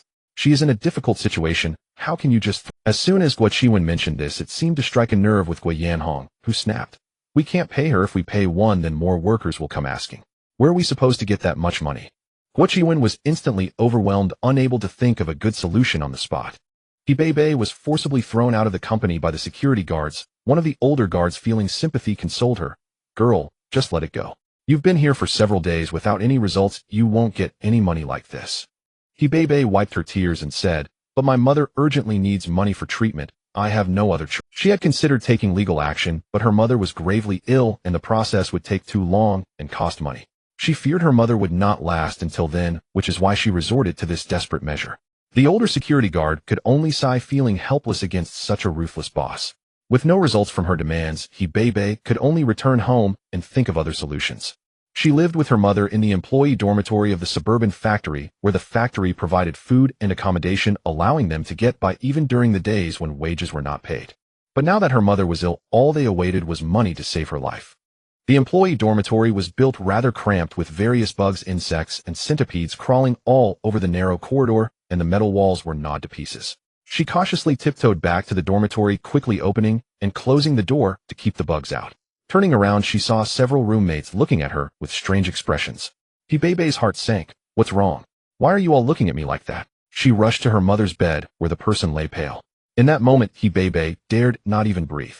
Trembling, she slowly reached out a hand to check her mother's breath. "Ah!" The anguished wail echoed throughout the dormitory, causing even the bugs outside the dormitory door to scurry away in fright. Several roommates felt a lump in their throats, unable to speak. They didn't know how to comfort her. Whether to console her to be strong or to encourage her to let go seemed utterly powerless. Hibebe sobbed in agony over her mother's bed, but no matter how much she cried, a person could not come back to until her voice became hoarse from crying. The older girl in the dormitory couldn't bear to see her suffering anymore. "Child, stop crying. You must live well. Your mother would want to see you live well." Hibebe felt her heart shatter into pieces and struggled to breathe. This was her only relative. Her mother was only suffering from a high fever, and all she needed was a fever-reducing medicine to recover. Just a little money, just a small amount of money, could save her mother's life. A small amount of money that the boss could easily take out, yet they refused to give it. Hibebe wiped away her tears, picked up her mother, and expressionlessly walked out. No one knew where she went that night, nor did anyone know where she buried her mother. Early the next morning, before the headquarters staff had arrived, she was already standing at the company entrance. The security guard on duty wanted to stop her, but noticed that today, Hibebe seemed different. She neither cried, nor made a fuss, her face dark with hatred glimmering in her eyes. The older security guard recognized that look. It was the same one he had seen on the faces of murderers on wanted posters. Fearing the girl might do something reckless, he approached and advised, "Girl standing here won't get you any money. Why not try contacting the Star Police?" He ignored him, continuing to stand at the entrance, silently filled with hatred. Every employee arriving for work couldn't help but glance her way. Finally, when Guo Yanhong and Guo Qiwen arrived for work, she finally moved. The fire of anger in He eyes seemed ready to burn the person in front of her. She fixed her gaze on Guo Yanhong and stated, "You harmed my family. Oh, I will make you pay with your life, and your family will pay with their lives." Finally, when Guo Yanhong and Guo Qiwen arrived for work, she finally moved. The fire of anger in He eyes seemed ready to burn the person in front of her. She fixed her gaze on Guo Yanhong and stated, "You harmed my family." Guo Qiwen, unable to bear it any longer, chased after He. "If you're really in trouble, I can lend you some money to ease your situation." He glanced at him and coldly laughed, "No need. Clean yourself up and wait for me. I will make Guo Yanhong taste what it's like to lose a loved one." Guo Qiwen felt a chill run down his spine from her gaze. Even though he was holding the temperature-stabilizing stone, he still felt goosebumps all over. At that moment, he inexplicably recalled Zhou Xiangyang saying that he would feel an unexplainable heart palpitation when someone close to him was about to die. Guo Qiwen made his decision at the moment. He planned to go home this week. Zhou Xiangyang felt the same. In the suburbs of the city lies the ethereal Mount Kongling, once a famous scenic spot, known for its picturesque landscapes, where city dwellers often came to unwind on their days off. He used to sell small items with her mother at the foot of the mountain, earning a bit of money. However, a year ago, strange swarms of snakes and venomous insects appeared on Mount Kongling, injuring people and causing poisoning. After a few months, people dared not come here, and she and her mother, in order to make a living, had no choice but to work as female workers in a clothing factory. The number of snakes and insects on Mount Kongling continued to increase until a few months ago, when a toxic barrier enveloped the entire mountain. The once beautiful mountains and waters had vanished, replaced by a sinister realm dominated by venomous creatures. During this time, the government had attempted various methods to exterminate them, coming to kill a few times. Under the assault of various pesticides, the venomous creatures not only survived, but thrived even more, multiplying rapidly. In recent months, they spread to the city, with some factories in the suburbs being the first to suffer, overwhelmed by the persistent nuisance of the venomous insects. He walked through the eerie woods where the flowers and trees had long been corroded, leaving only withered branches, and an oppressive silence surrounded her. She trudged deeper into the mountain. Beneath her feet, clusters of venomous insects wriggled together, thick and suffocating, their foul odor inducing nausea. He acted as if she saw nothing, filled with resentment, her heart as cold as ashes, and she stepped onto a nest of venomous insects, the sound of popping filling the air. Startled, the venomous creatures bit her delicate calf, fiercely, causing blood to gush instantly. Some soft-bodied worms crawled into her wounds, burrowing beneath her skin. He winced in pain, her face contorting in agony, yet she did not stop her steps, continuing deeper into the mountains, arriving at a ravine. The ravine was filled with a dense swarm of venomous creatures: snakes, centipedes, scorpions, spiders, ants, leeches. Various types of venomous insects, both known and unknown. They gathered in waves, rolling, crawling, twisting, even devouring each other. He stood at the mountain's edge. Stones beneath her feet tumbled into the ravine, quickly being gnawed into dust by the venomous insects. If a person were to fall in, they would be consumed to nothingness in an instant. Seeing this scene, He finally felt fear collapsing to the ground, allowing the venomous insects to crawl over her. To jump, or not to jump? Two thoughts swirled in He mind. She took out a paper book from her bosom, its pages yellowed, bound with string on the left side, filled with complex and obscure writings. This book was unearthed when she buried her mother at the foot of the mountain yesterday, packed in a wooden box along with her. Benefiting from the advanced technology of the interstellar era, she used her light brain to scan and translate the text of the ancient book. The two characters on the cover were translated as Gu technique. She spent a night studying it and discovered that the book taught the methods of practicing Gu technique with detailed steps and thorough explanations. Initially skeptical, she found that after consuming the fragrant pill, the wounds from the venomous insect bites healed rapidly and the toxins dissipated. She wanted to give it a try. This was her only chance for revenge on behalf of her mother. With this thought, He expression turned resolute as she quivered and stood, gritting her teeth, and leaped into the nest of insects in the ravine. Countless venomous insects pounced on her like food delivered to their door, biting, fiercely burrowing into her body, devouring her internal organs. The intense pain dragged her into an abyss as she could feel her flesh being torn apart, only to regenerate quickly, then be torn again and grow anew. This cycle continued endlessly. She followed the cultivation method in the book, trying to maintain a sliver of clarity in her consciousness. But the pain was unbearable, an endless agony that tore at her soul, pulling her slowly into darkness. She was dying. This was the last flicker of awareness before Bebe fell into a coma. Unbeknownst to her, waves of venomous insects continued to burrow into her body, consuming her, while also killing each other, expelling their remains as her flesh grew. Unknowingly, a mound of insect corpses had formed beneath her, lifting her up.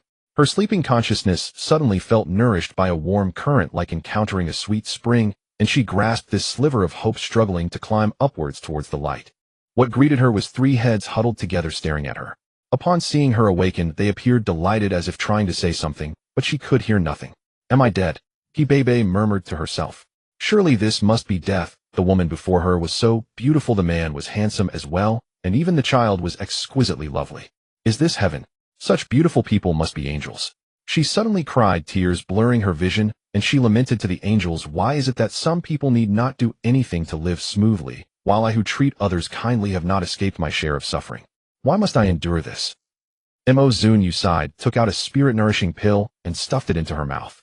Seeing her eyes gather focus, he spoke, "There is no why. The rules are made by the strong.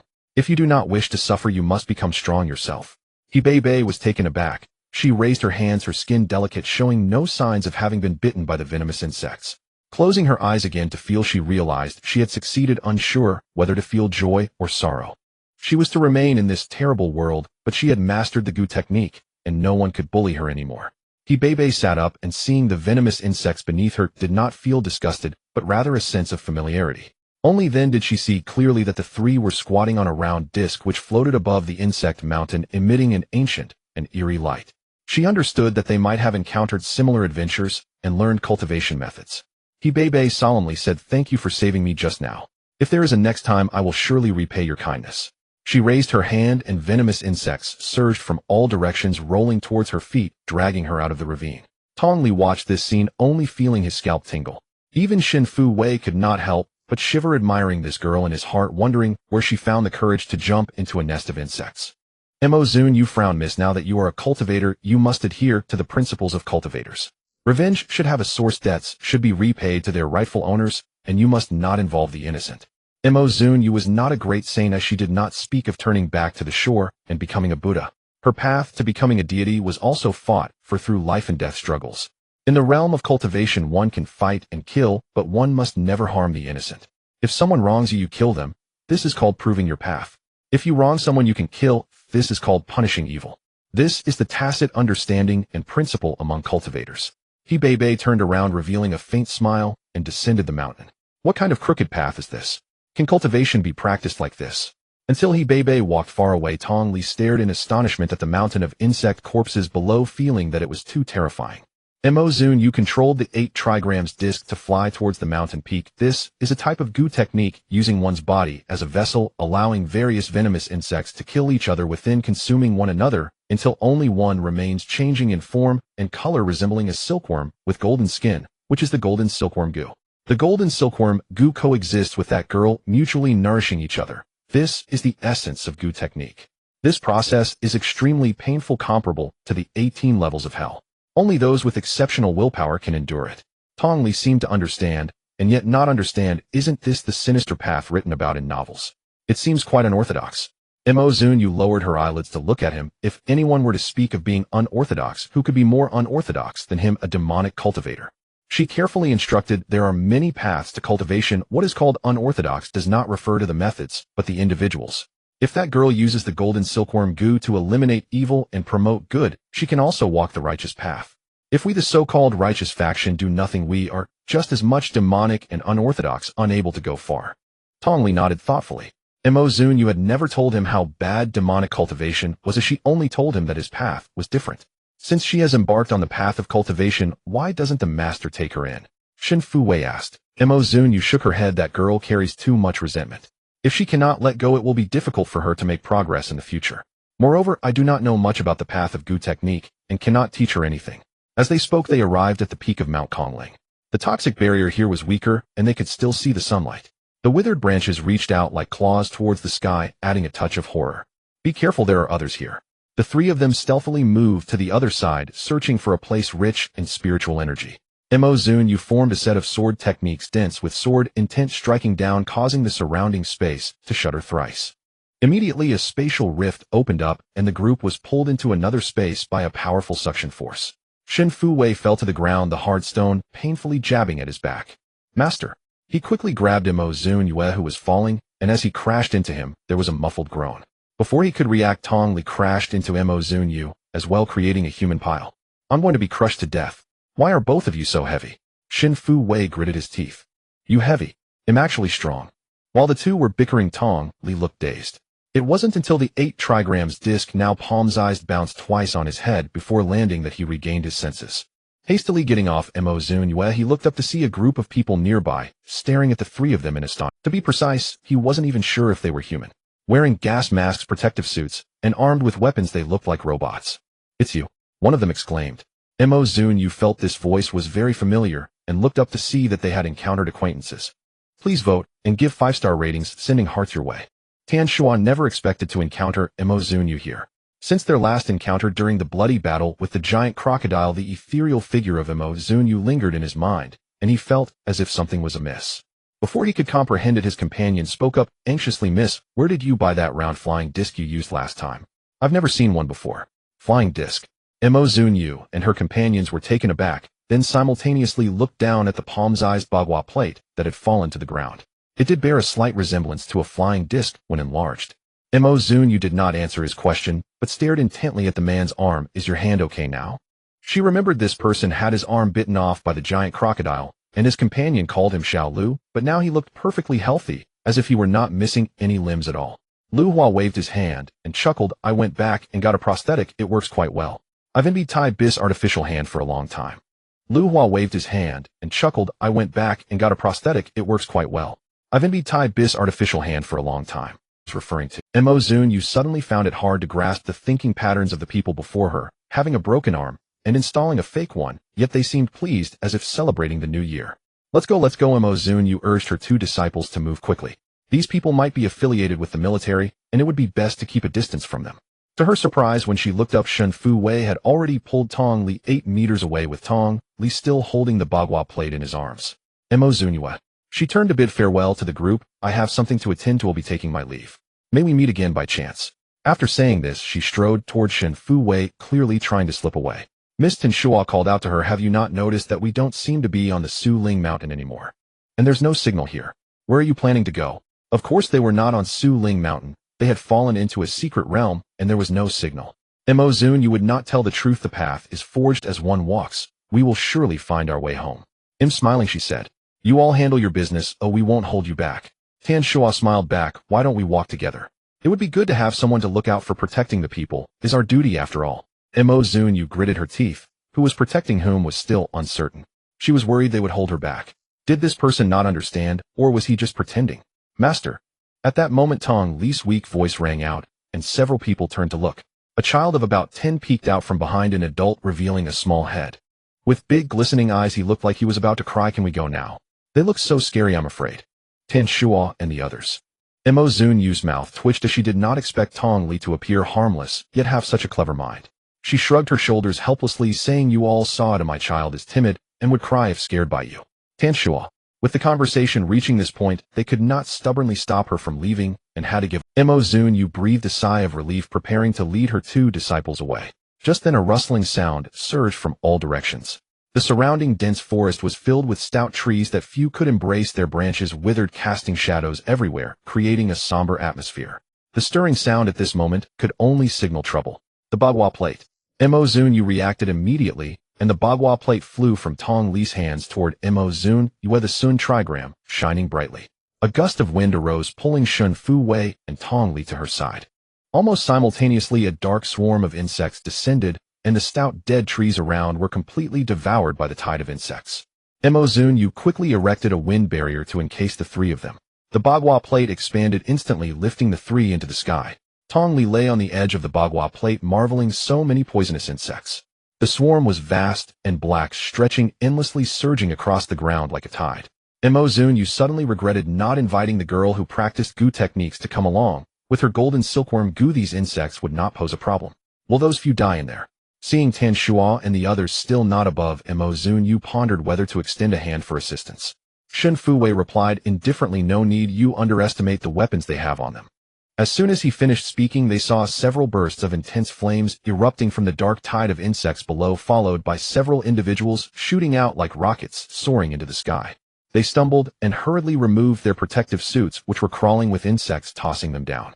Zunyue curiously glanced. Each of them had small thrusters on their backs, and the propulsion allowed them to fly. She smacked her lips. This was the power of technology. Tanshua had finally cleaned off the disgusting insects from his body, and when he looked up he saw the three on the disc leisurely resting their chins in their hands watching them. Tanshua. He was speechless. Miss, you have quite the skills. We can barely save ourselves, and you can rescue two more. Zunyue rested her chin on her hand. Didn't you already know that? Last time I saved 4 of you. Tanshua wanted to ask more, but Tongli pointed with his small hand. Your companion was bitten by an insect. This is a goo insect, highly toxic. The bitten companion had blackened lips. Tanshua rushed over, pouring an antidote into his mouth. Copper Wall, hold on. His last companion was named Copper Wall. What a perfunctory name. Zunyue pressed her forehead. The antidote is useless. Do you want a poison-resisting stone? It can detoxify and provides protection. It's 1,000 stars. She hadn't finished speaking when Shen Fu Wei swiftly covered her mouth and corrected 10,000 star coins each. After speaking, he took a deep breath. Thankfully, he was quick. Selling it for 1,000 star coins each in this situation was like charity. For a moment, he doubted whether his master was a young lady from a wealthy family, not realizing the cost of living for the common people. Seeing Copper Wall finish the antidote with no effect, and his mind becoming clouded, unable to control his flying device, Tanshua gritted his teeth by it. Shen Fu Wei was not afraid of him defaulting. He directly activated it and tossed it to him. Just place it on. The moment Copper Wall came into contact with the poison-resisting stone, the toxic blood at the wound quickly dissipated, and he immediately regained consciousness faster than any spirit pill. Tanshua was shocked, looking at Zunyue and the others with disbelief. They had to exert great effort to escape the tide of insects with their gear, while these 3 young individuals, seemingly on a leisurely outing, dressed casually, appeared relaxed and casually saved their lives. What a tremendous disparity. If one claimed they had nothing on them, no one would believe it. Stop dawdling, it's crucial to escape. Zunyue formed seals with her hands, controlling the bagua plate to ascend. The tide of insects on the ground continued to surge, unable to reach them floating in the air, yet a portion of flying insects broke away to attack. The flying insects were small, resembling discs and bees with lotus-shaped mouthparts featuring long needle tubes, exuding a green toxic glow. If one were to be stung without timely treatment, it could cost them half their life. If they were caught by the dark swarm of flying insects, they would likely be drained to a dry corpse in minutes. Tanshua and the others did not dare to let their guard down, controlling their thrusters to follow Zunyue's direction as they fled. The few ran ahead, while behind them the dark swarm of insects pursued. The once silent secret realm stirred with ripples after their intrusion. Shen Fu Wei looked at the few people frantically scrambling in the air. Should we shake them off? Zunyue seriously controlled the bagua plate. They are equipped with decent weapons, but escaping the secret realm will be difficult for them. We can't just stand by while they are in danger. After all, there are 4 lives at stake. But they are from the military. Shen Fu Wei worried that if they got out, these few would know too much and cause them trouble. Zunyue smirked. Having military people around is a bit of a hassle. We just need to come up with a way to prevent them from knowing too much. Shen Fu Wei's eyes lit up, feeling that his master, while appearing ethereal, was quite cunning. Before he could express it, Tong Li's voice floated in. Let's find an opportunity to knock them out and throw them out. It's a perfect solution. This idea received unanimous agreement from the two. Shen Fu Wei affectionately ruffled Tong Li's hair. This kid looked innocent, yet had a mind full of mischief. Neither of the two, master and disciple, were good people. Zunyue felt gratified to have such a clever disciple, but before she could smile, she recalled that Tong Li was a demon cultivator, and her smile instantly faded. At the beginning of humanity, nature is fundamentally good. Tong Li's smile vanished in an instant, and he even wished to slap himself. He should not have spoken too much. At the beginning of humanity, nature is fundamentally good and character is similar, but habits are far apart. Amidst the recitation of the 3-character classic by Tanshua and the others, they narrowly evaded wave after wave of flying insect attacks. Unbeknownst to them, the few ahead reciting nature is fundamentally good were plotting how to knock them out. Tanshua executed a swift turn in midair, drawing out a long spear, and unleashed a dazzling laser that took out a swarm of flying insects, finally allowing him to breathe a sigh of relief. The speed of the flying insects was faster than he had anticipated. With the most advanced propulsion device strapped to his back, he narrowly evaded their attacks, while countering with various weapons. Speaking of speed, the 4 of them envied Zunyue's flying saucer. No matter how the insects attacked, Zunyue's saucer always managed to turn misfortune into fortune, effortlessly dodging while watching the chaos unfold. Lu Hua flew to Mo Zunyue's side saying, "Miss, where did you buy this flying saucer? I want to get one too." Mo Zunyue. She truly admired those with faith. Indeed. Take the few in front of her for instance, having experienced so many absurd events they still firmly believe that her divination plate was a product of some kind of advanced technology. She replied, "This is a unique item, you can't buy it." Lu Hua looked regretful, his expression more pained than missing out on a fortune. The four of them gathered around the divination plate, inspecting it with curiosity. Where is the power system, housed in such a thin flying saucer? Where is the control system? How do you not fall with such speed and no safety measures? The designer must be a genius. The three disciples were left speechless. How did these people even get into the military? Shen Fuwei stepped forward. "Hey buddy, can you settle the bill for the anti-poison array stone?" Tan Shua shrugged. "No internet, can't transfer. Add me as a friend first. After we go out, I believe you won't run away for this little money." Thus both sides exchanged contact information. At that moment the poisonous insects on the ground surged violently again, alarming the group as they rapidly entered a combat stance. However, this time the swarm did not charge at them, but moved toward the spatial rift. This phenomenon tightened Mo Zunyue's heart. She's made her move. The only one capable of commanding so many poisonous insects was the girl who had refined the golden silkworm goo. Who? Tan Shua was confused. We shouldn't help her. Shen Fuwei regretted it deeply. How much devastation would the swarm cause if it reached the city? Mo Zunyue sighed, its fate is she won't harm the innocent. Why? Shen Fuwei was puzzled. In her past life, Mo Zunyue had seen too many ruthless individuals. That girl holds only hatred in her eyes, not madness. Not mad means there's still rationality. Kind-hearted people are ultimately good at their core. What are you all talking about? Tan Shua pressed. Clearly speaking in human terms, why did he not understand? Mo Zunyue looked at him. It's nothing if some places need you more than here. Need me? Where? Before Tan Shua could finish his sentence, a scream erupted nearby. Turning his head, he saw, good heavens, a child had fallen. From such a height, wouldn't they fall to pieces? Tan Shua and the others glared at Mo Zunyue in frustration before diving to catch the rapidly descending Tong Li. Just then several blades of wind swept past them from behind, knocking them unconscious. The divination plate plunged down, securely catching the group. Tong Li patted his little heart. That scared me to death. Mo Zunyue laughed. I'll reward you with a week without studying. Ha ha. Tong Li volunteered. If you have such work again, count me in. I can do it. We've been circling around here for a while now. Aside from insects, there doesn't seem to be anything else. Shen Fu. Mo Zunyue pointed in a direction. This secret realm should be left by a Goo Master. The inheritance of the Goo Master might have fallen out with the spatial rift and is now in the hands of that girl, but there's still some other aura in that direction. There should be some treasures left. Let's go take a look. Inside the city in the central district, Guo Qiwen sat in the office with his parents, all silent, the atmosphere tense. At this rate, we're going bankrupt. Guo Yanhong sat on the sofa, propping her head up with one hand, looking very troubled. Unlike Guo's father and Guo Yanhong's thin figures, he was a chubby man, furrowing his brows tightly. The insect plague is considered a natural disaster. I've already applied to the bank for a loan extension. The urgent issue now is how to deal with the insects, otherwise the factory cannot operate. What drives them to despair is that various insecticides and advanced pest control weapons have been tried, but either they don't die or they kill a batch, but soon new insects appear. They just can't figure out where these insects are. Guo Qiwen took a leave from school specifically to see if he could find a way to overcome the current difficulties. If it really doesn't work, we can only move the factory. That's the quickest way to stop the losses. Moving the factory to a pest-free area is a good idea, but it requires a large sum of money, and now they have a broken capital chain, and what they lack the most is money. The three of them wore frowns, pondering whether to borrow some money from friends to ease the situation. Knock, knock, knock. Outside, a knocking sound echoed. Guo Yanhong gritted her teeth and grabbed a cup from the table, throwing it at the door. Didn't we say not to disturb us? Are you all deaf? Knock, knock, knock. The knocking continued steadily. Get lost. Guo Yanhong roared. Knock, knock, knock. The knocking sound didn't cease. Guo Yanhong was instantly furious, wanting to get up and explode. Guo Qiwen pressed her down. Calm down. There must be something urgent. I'll go open the door. After calming his mother, Guo Qiwen opened the office door, and what met his eyes was a pale and familiar face. The other party's gaze was too cold, and he felt as if the blood in his body had frozen. At that moment, his voice hoarse as he asked, "He Bei, what are you doing here?" He had wanted to ask how she got up here, but Guo Qiwen scanned the office area. The originally bustling office was now silent, with all the staff either sitting or lying down unconscious, unaware if they were dead or alive. He suddenly remembered the last time he saw He Bei, she had said they would pay for their family. Guo Yanhong, not knowing the situation, exploded at the sound of He Bei's name. How did you get up here? Where are the security guards? Security.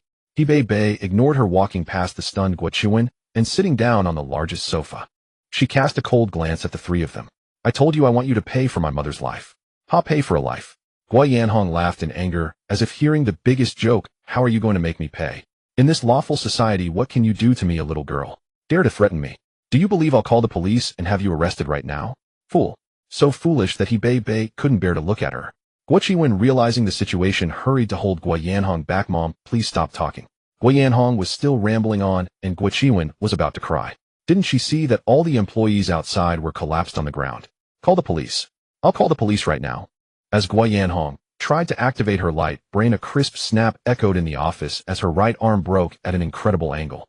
A piercing scream rang out in the office. Gua Qiwen and his father were dumbfounded, completely sure that just now Gua Yanhong's arm had broken on its own. It had broken on its own. Bei sat on the sofa without moving while Gua Qiwen stood beside Gua Yanhong, watching her arm bend and hang limply. The two stared wide-eyed, feeling as though the air around them had solidified, a chilling cold creeping up from their heels to the top of their heads, numbing their entire bodies. Bei's voice was like that of the judge from hell declaring their sins. She looked at Gua's father, who was taken aback by her gaze, his hair standing on end and cold sweat pouring down his back. I have sought you out multiple times at the factory, telling you that my mother is gravely ill and needs money. My supervisor has also come forward to testify that my mother urgently requires treatment, yet what did you do? You had someone dismiss me. She then turned to Gua Yanhong, who was crouched on the ground hugging her arms and crying in despair. Later, when I went to the company to demand my salary, you still didn't give it to me. My mother's life was thus sacrificed in the hands of you two selfish individuals. She stood up, saying, it only required a small amount of money. If you had just given me a little, you could have saved my mother's life. What does that little money mean to you? Gua Yanhong's eyes were bloodshot as she glared at her. If you dare to harm us, you won't escape either. Bei laughed. Whether I can escape or not is not something you should worry about. Next, you can truly feel what it is like to lose a loved one. Bei raised her hand, and tiny worms surged in from outside, crawling densely toward Gua Qiwen, instantly enveloping him. The small creatures burrowed into his flesh, writhing beneath his skin, and the excruciating pain caused Gua Qiwen to collapse to the ground, howling. The sound was heart-wrenching, sending shivers down the listeners' spines. Gua Yanhong's heart bled for her son, and she even forgot the pain in her arm as she rushed to him, holding him tightly in her embrace. Qiwen. She could clearly see the worms crawling beneath her son's skin, the blood oozing from the gaping wounds, and Gua Qiwen's bloodshot eyes as he could not endure the pain and screamed in agony. Seeing her son staring at her with pleading eyes, he begged, kill me, please kill me. It hurts so much. Gua Qiwen broke free from her embrace and dashed toward the wall, wanting to end it all. The pain of 1,000 ants gnawing at his bones struck at his very soul, enough to drive a person mad. Bei was all too familiar with this sensation. Gua Yanhong was in even greater agony than Gua Qiwen, holding her son tightly and refusing to let him move. Gua's father, witnessing this scene, had red eyes and shouted as he rushed toward Bei, I will fight you to the end. What awaited him was merely the gnawing of countless worms. Gua Yanhong watched the two writhing on the ground, her mind finally starting to function. Fear crept into her heart. This seemingly fragile girl could control the poisonous insects to bite. Is this something a human can do? She was terrified. She trembled and bowed at Bei's feet, constantly knocking her head against the ground. Please spare them, I beg you, spare them. I will give you whatever you want, just name it. I want my mother to come back to life. Bei's voice rang out softly. Gua Yanhong kept knocking her head, her forehead swollen and bleeding.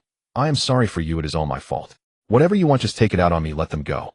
Bei disdainfully kicked her aside and sat back down on the sofa. She wanted to see this woman in utter despair, to witness her regret, her heartache, and her heartbreak to the point of bleeding. The shrill sound of police sirens blared outside, followed by a cacophony of noise. Gua Yanhong thought she was saved, looking at Bei, who remained unmoved and showed no intention of letting them go. She cursed viciously, you won't escape, and you won't have a good death. Bei scoffed, not giving up yet, are you? While she spoke, the sky outside darkened ominously like storm clouds pressing down. The star police outside were in a frenzy, staring at the sky in disbelief. What looked like clouds was in fact swarms of flying insects. Large masses gathered together, resembling a dark, writhing river rolling from the Qingtian mountain toward this side, the buzzing sound causing headaches.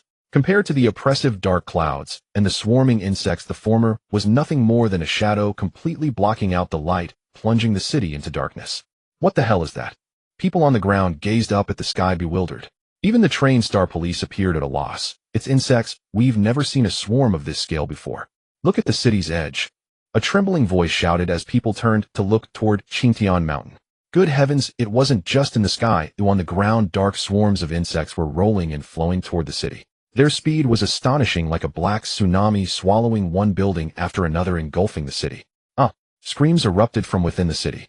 They had never seen so many disgusting insects in their lives, rolling and writhing together. Just looking at them was enough to make one feel sick. The Star Police reacted immediately, broadcasting across all corners of the city. Everyone stay inside, seal off your homes, do not go outside, do not go outside. Prepare weapons to prevent the insects from moving toward the city center. The deafening noise roused Tenshuo and the others. They woke to find themselves in a transparent wind barrier outside of which swarmed various insects. It seems we are moving with the insects, Tai Bai said, bewildered. Lu Hua also looked confused. What is this transparent shield? Do we have such a weapon? Weren't we trying to save that child? How did we pass out? Their memories halted at the moment when Tongli fell rapidly. They were frantically trying to save him, and then there was nothing after that. Tan Shuo exclaimed in shock. It can't be that we failed to rescue him and fell into the pile of insects. They dared not hesitate, activating the thrusters to burst through the tide of insects, only to see a city plunged into chaos. Tan Shuo and the others. What happened? Weren't we on the mountain? How did we wake up to find this? The Star Police were engaged in a fierce battle against the insects, lasers and explosions lighting up the sky, various aerial weapons taking down wave after wave of flying insects, but new ones kept appearing, an endless cycle. The scene resembled an apocalyptic nightmare, with flying insects blotting out the sun and continuous explosions lighting up the air. They were much more cautious when dealing with ground threats, considering the buildings and people, employing milder area attacks. Regardless of the type of attack, it was ineffective. No matter how powerful the weapons, they couldn't stop the overwhelming numbers. Hebei Bei watched the spectacle outside with satisfaction, glancing at the woman on the ground who lay like a dead dog. Who else do you want to save you? At this moment, Guo Yanhong had no intact bones in her body. Oh, every single one was broken, lying on the ground like a pile of mud. The intense pain struck her mind, yet she remained painfully aware of the scene before her, unable to even wish for death. Guo Yanhong looked at Hebei Bei with eyes filled with nothing but fear, deep, profound fear. She was no longer human. She was a devil, a terrifying devil. Just standing there, she could break the bones of those around her, making them endure the torment of clarity. She could summon the tide of insects. No devil was as frightening as she. Guo Yanhong watched as the devil's face drew closer, wanting to struggle, wanting to scream, but alas, she could do nothing but watch as her pupils dilated in fear. Hebei Bei crouched down, watching her suffer, her face contorted with agony, regret, and fear, and finally smiled. It's over. A vibrant life came to an end. Tan Shuo was outside, engaged in a life-and-death struggle against the insect tide, when he suddenly paused midair, recalling Imo Zunyue's words. While on the mountain, as the insect tide moved, Imo Zun, you had said, she has made her move. Who made a move? Could these insects actually be controlled by someone? He began to observe the direction of the insects, and ultimately discovered that after the tide reached the city center, it stopped moving, all swirling around a single office building.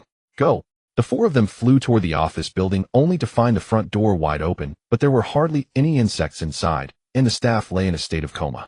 They searched layer by layer, only discovering 2 skeletons in the general manager's office. There was no flesh, only clean white bones, and one skeleton had all 206 bones intact, none missing. Tan Shuo squatted down to examine them. The state of the bones suggests they died recently. The flesh has been scraped off cleanly. Not even the finest knife techniques could achieve that. What if it was the insects that did this? Lu Hua said in a low voice. They had all witnessed the power of the insects. If they devoured the flesh, leaving behind clean bones, it was certainly possible. The 4 of them stared at the scene before them, all gasping in shock. They had never seen a crime scene like this. The tide of insects has receded, Tong Chong pointed out the window in astonishment. Like a tide, the insects surged in, and just as quickly they vanished completely. The ground bore only the traces left by the insects. Not a single corpse of the insects they had exterminated remained. At that moment, Tan Shuo became even more convinced that someone was manipulating these insects from behind. Preserve the scene. First go help assess the casualties, Tan Shuo ordered. However, when the casualty numbers were reported, everyone's expressions shifted from disbelief to shock and complexity. In a flurry of activity, there were only 2 skeletons found. Aside from the 2 bones they had discovered, there were no other casualties. The insects did not consume any humans, nor did they injure anyone. Apart from a few who fell while fleeing, there were no other injuries. When this result emerged, everyone found it hard to believe, nearly thinking there was something wrong with their hearing. The Star Police were busy with their tasks. After reporting the events that transpired here, Tan Shuo received the directive to capture Hebei Bei alive at all costs. The emphasis on capturing her alive was particularly highlighted. Even if Tan Shuo and the others were somewhat thick-headed, they should grasp the gravity of the situation. The girl with the insect-controlling ability had recently been involved in a series of strange incidents indicating that something significant might occur. When Zunyue and the others emerged from the secret realm, order had been restored in the city. Although they didn't leave the secret realm empty-handed, their gains were minimal. Some treasures within the secret realm had lost their spiritual energy over time, fading away in the river of time. The only noteworthy item was a thunder talisman. The talisman contained a bolt of thunder which was absorbed by Tong Li. As a demonic cultivator, Tong Li's demonic energy was domineering, and since thunder and demonic energy were of the same origin, their combination unleashed formidable power. Tong Li raised his hand, purple lightning crackling in his palm. He casually tossed it out, shattering a nearby boulder into fragments. He was elated. I'm now in the late stage of chi refinement, and I'll soon catch up to my master. Then you have quite the chase ahead of you. Although Zunyue and Shen Fu Wei hadn't acquired anything particularly valuable, they had benefited from Tong Li's absorption of the heavenly thunder, enhancing their bodies with the lightning and elevating their cultivation by a small realm. Shen Fu Wei sat on the bagua plate, resting her chin on her hand, looking a bit dispirited.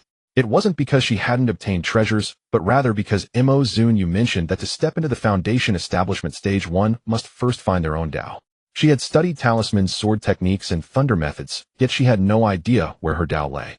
Zunyue comforted her. Choosing a Dao is different from selecting a major in school. If you choose the wrong major, you can switch, but if you choose the wrong Dao, the cost of turning back is too high. There's no need to rush. Shen Fu Wei looked a bit frustrated watching Tong Li play joyfully with the lightning. They reached the edge of the city, stowed the bagua plate, and boarded a public flying vehicle to the city center. Shen Fu Wei frowned. Everything seems normal in the city. Did that girl not make a move? Zunyue glanced at the unclean slime and traces in the street corner. She did, but it's over now. People went about their lives as usual. Aside from the lingering fear on their faces, there were no other abnormalities. Zunyue knew she had not misjudged the girl. That little girl could not commit acts of cruelty against the innocent. The city operated normally with people busy with their own affairs, and the previous events had become topics of conversation over tea and meals. Zunyue scanned the towering buildings and was drawn to a massive sign. Since we're here, let me treat you to some delicious food. Ever since Zunyue traveled to this place, she had been consuming spirit-replenishing pills and had yet to taste any food from the interstellar era aside from nutritional supplements. Today she had arrived in the bustling Huixing just in time to indulge herself. Thinking of this, she couldn't help but feel a sense of anticipation. With such advanced technology in the interstellar era, the food must be exceptional. As soon as Tong Li heard about delicious food, he nearly jumped up in excitement. It was his first time out of ancient Earth since birth, and he had never tasted any high-end gourmet food, always struggling to fill his belly. Hearing Zunyue mention good food, saliva pooled in his mouth instantly. Only Shen Fu Wei seemed hesitant, appearing uninterested. Zunyue thought he might come from a distinguished background, having seen so many exquisite dishes, that he was uninterested. You've traveled to many places, recommend a good restaurant.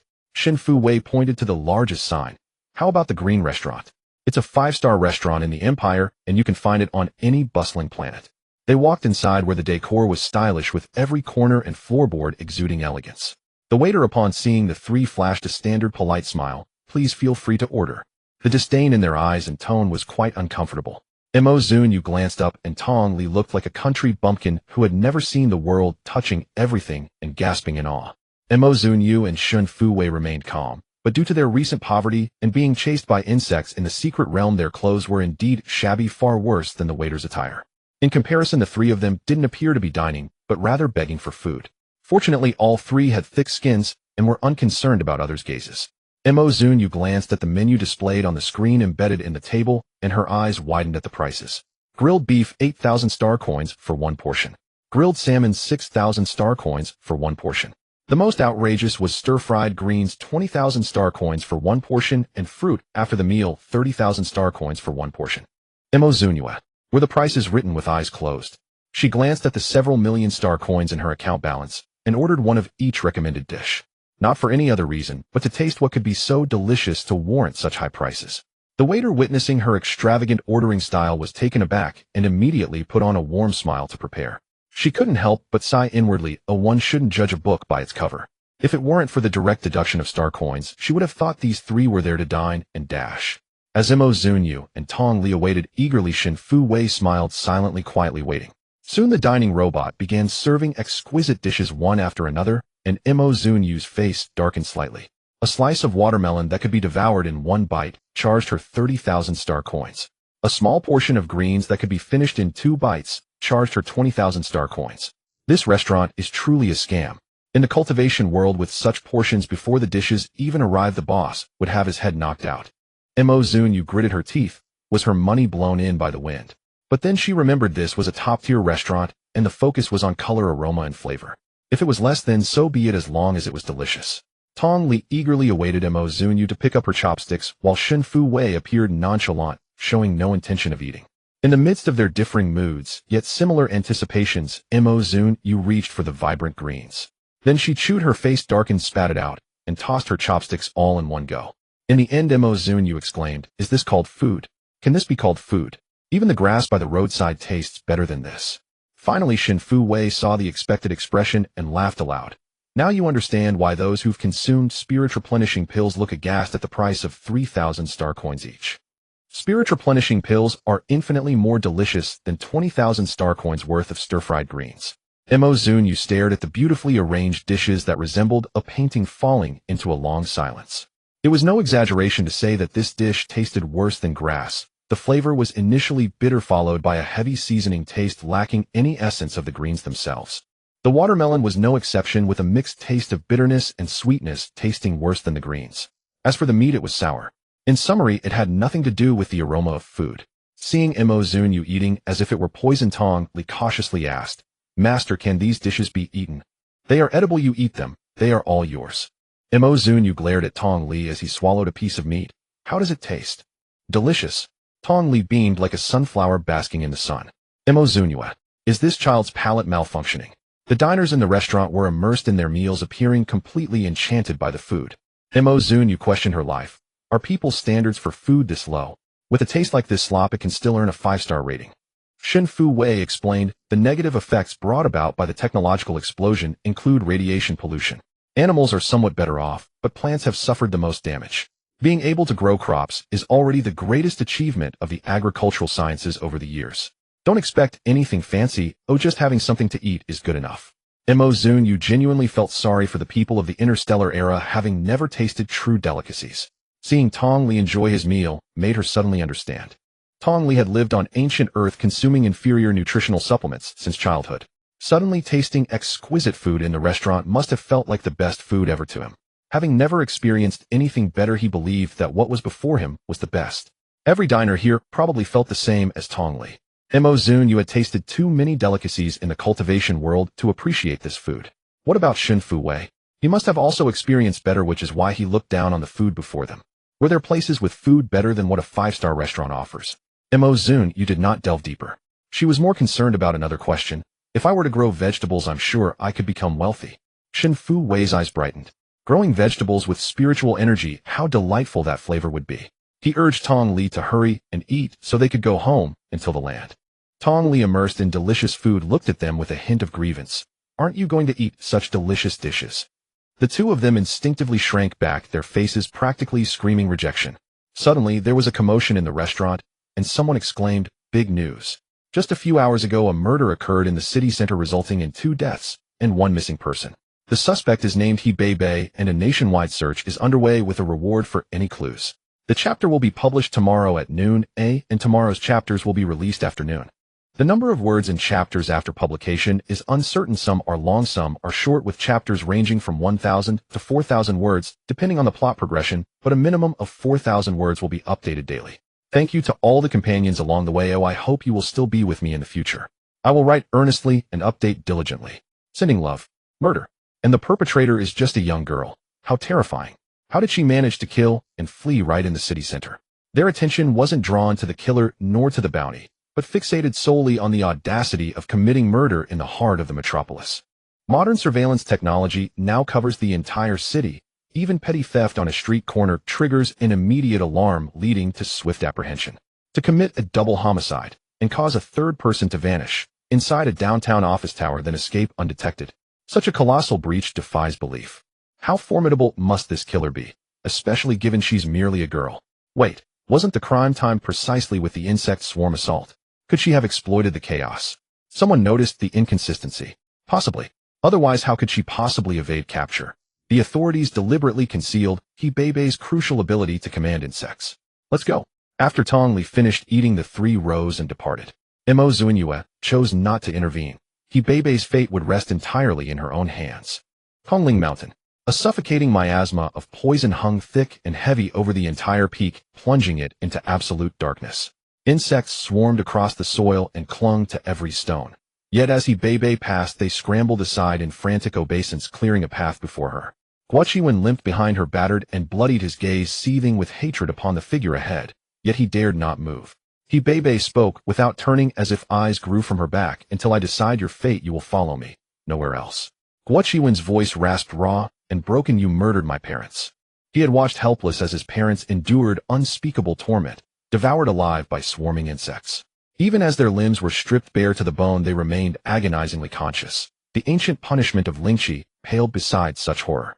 Bebe's tone was glacial, utterly serene. Your parents killed my mother. She met his fury with unflinching candor. Hate me if you must.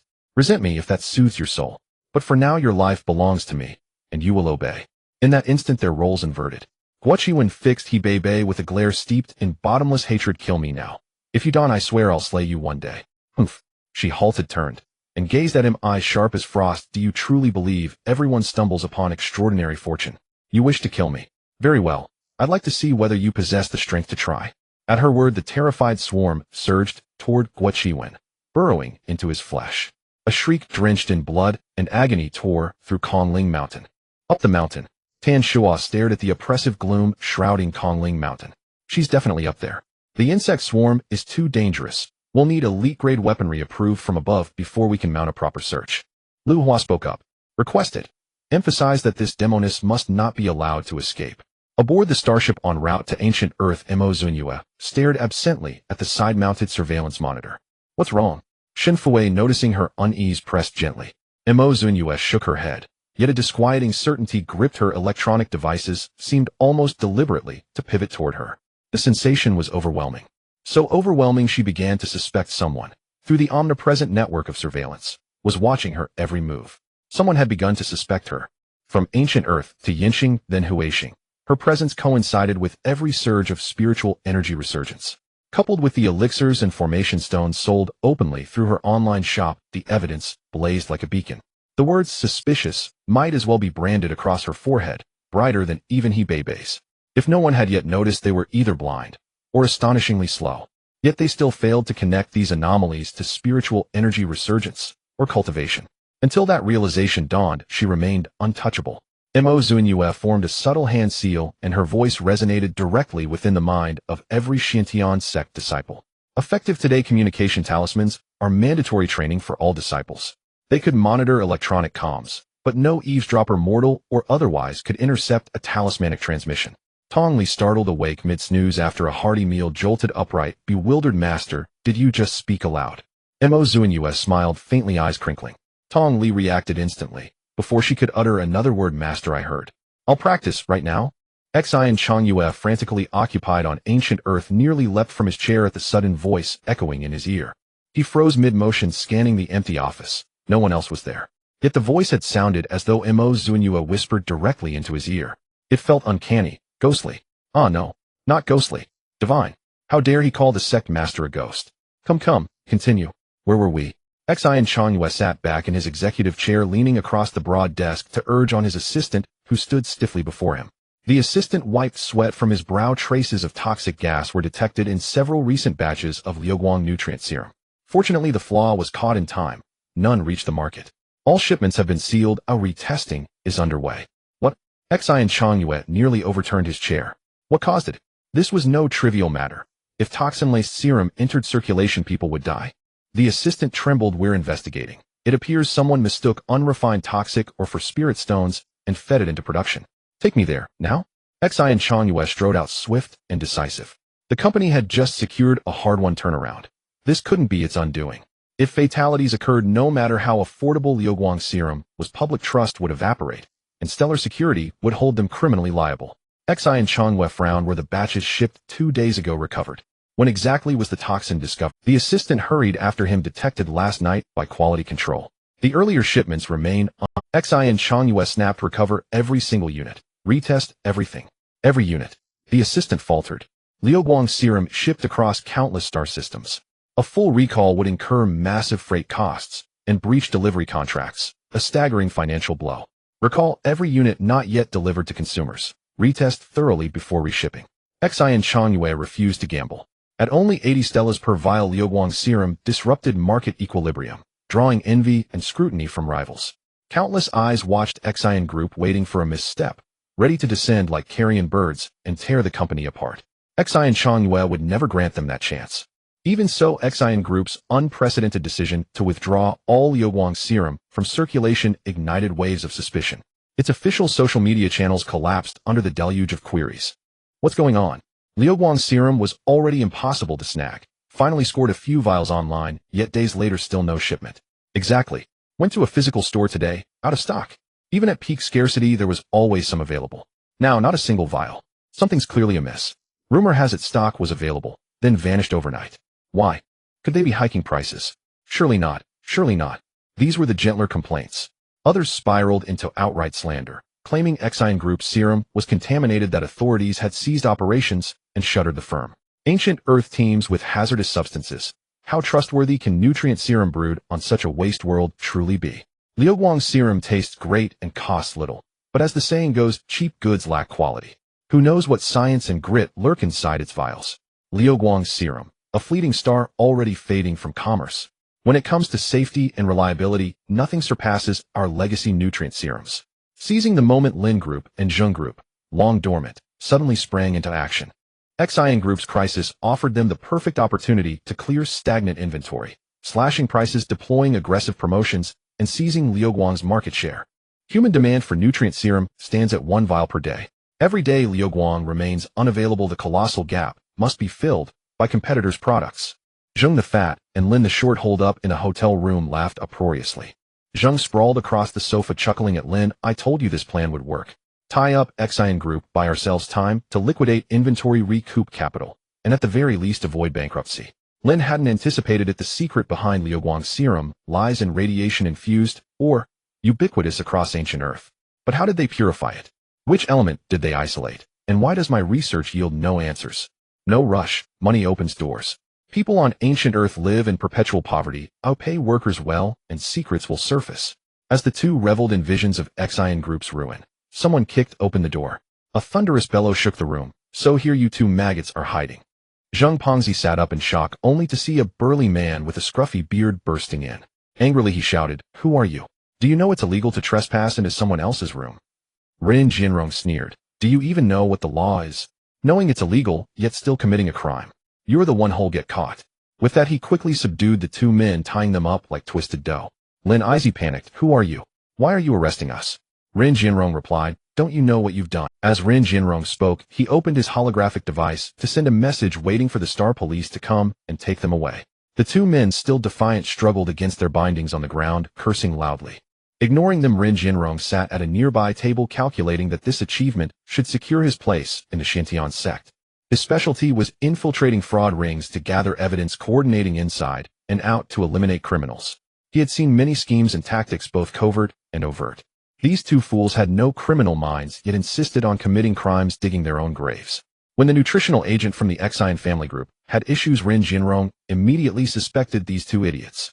The greatest beneficiaries of the flawed nutritional agent were the Lin family group and the Zheng family group, both of whom were also in the nutritional agent business.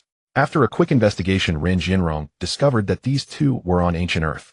By interrogating the workers responsible for distributing spirit stones to the production line, the truth was revealed. This kind of mindless case could be solved with a mere thought. The Star Police of the galaxy had been longtime partners with Rin Jinrong. Team leader Zhong arrived with his subordinates armed with firearms and flew across the Starry River to ancient Earth, only to find two flailing dead fish on the ground.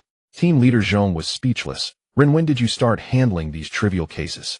He found it hard. Last time, when Rin Jinrong busted a human organ trafficking ring, they arrived just in time to see a hail of bullets. In the end, they captured over 100 criminals and seized a starship. The time before that, Rin Jinrong had infiltrated the enemy camp, sneaking into the ranks of space pirates, sending out positions secretly and coordinating efforts to eliminate a pirate group that had been fleeing for years.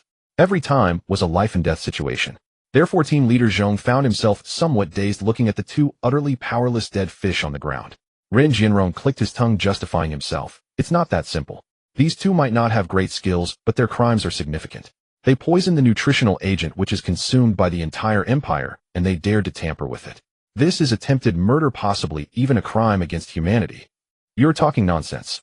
The two dead fish on the ground upon hearing Ren Jianrong's ramblings immediately performed a dramatic flipping over. They merely had someone place radioactive stones in the nutritional agent production line. How could that be a crime against humanity? What had they done that warranted such a charge? Ren Jianrong kicked each of them to silence them. Team leader Zhong knew Ren was just rambling. Not even the greatest villains qualified for charges of crimes against humanity. Alright, since you've come this far you can't go back empty-handed. Team leader Zhong signaled his subordinates to take the two onto the flying vehicle. Ren Jianrong chuckled. You should investigate them thoroughly. It would be best to check their company for tax evasion or any shady dealings. In any case, don't let them out to cause more trouble.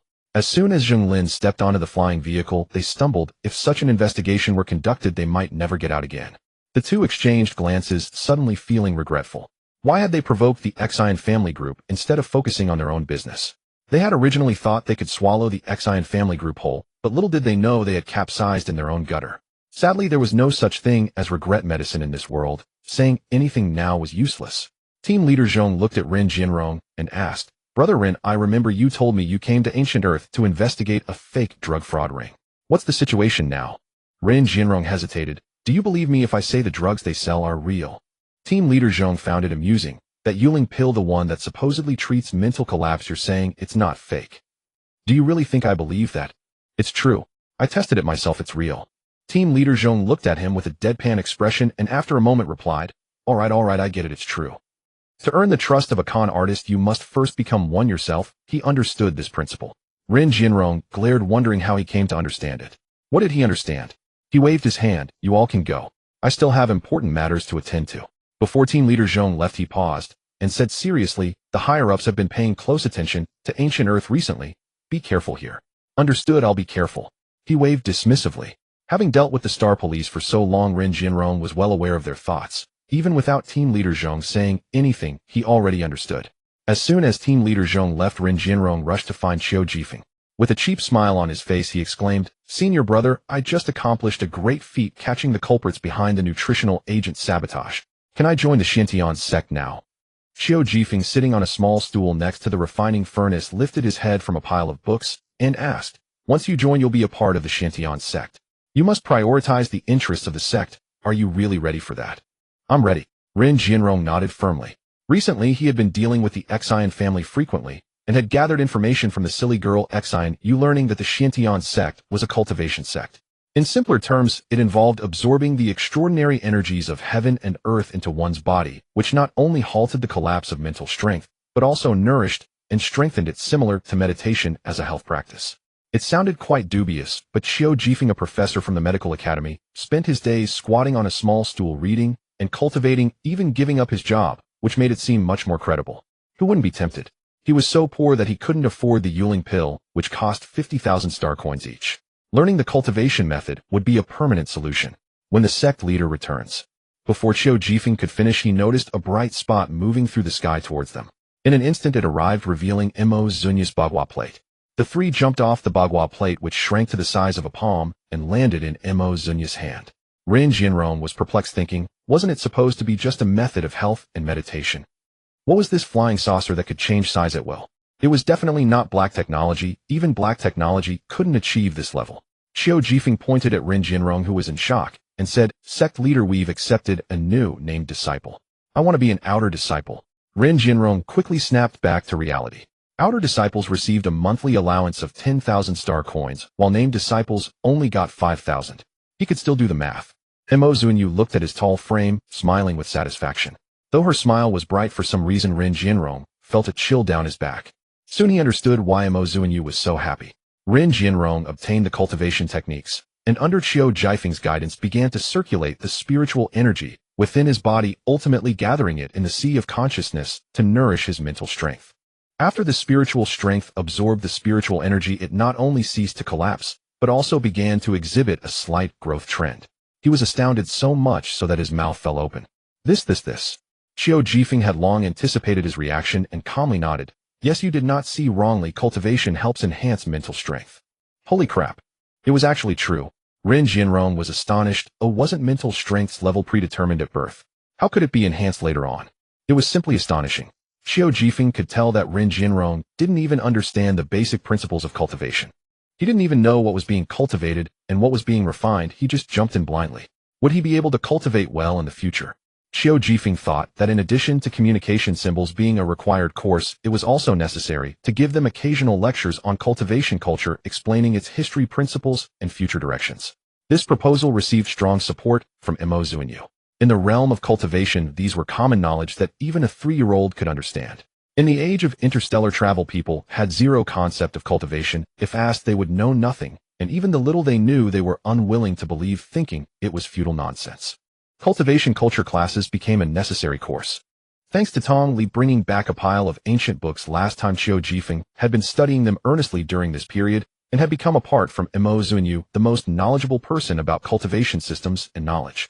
Even Zunyue couldn't help but exclaim, "Professors are indeed professors. Their minds are so sharp they can shine anywhere." She clapped her hands to rally the disciples. "Those of you with nothing better to do, go to the other side of the river and dig. We need to grow vegetables to eat." Grow vegetables? Ren Jinrong instantly understood why Zunyue had looked at him that way. With his large frame, was he not just the perfect person for digging? But he didn't understand, why grow vegetables? They're not a necessity, and not even that tasty. Isn't it enough to have the fasting pill? The vegetables I grow are delicious. You can't even imagine how good they are. Zunyue thought of the tasty vegetables and felt a hint of anticipation. During her years as a deity, she had been free from desires, but now back as a human, she had developed a craving for food. In reality, it was because the food in the interstellar world was so unpalatable that she missed the delicious foods she couldn't have. Xiao Jifeng noted, "The soil on ancient Earth is severely polluted. Apart from poisonous weeds, nothing. People think it's due to some radiation, but actually the soil is polluted by a mix of spiritual energy and demonic energy, causing violent energy within the soil, which prevents plant growth. We just need to eliminate the demonic energy from the soil to plant normally. DUI is water." The bagua plate lit up and points of mist rose from the ground, gathering in midair like a cloud, gently falling as a light drizzle. Soon as wind. A gentle breeze picked up, moving the cloud and causing the drizzle to fall on a small patch of land across the river. Ren Jinrong's mind was blown. After a while he managed to squeeze out a sentence, controlling wind and rain. Isn't that a godly skill? He was in a daze for a while. What exactly are you cultivating? Isn't it supposed to be for self-cultivation, strengthening the body and enhancing spiritual power? How does it involve summoning the wind and rain? Cultivating spiritual power is already outrageous enough, but how could there be something even more outrageous? In an instant, Ren Jianyong felt as if the world had become unreal.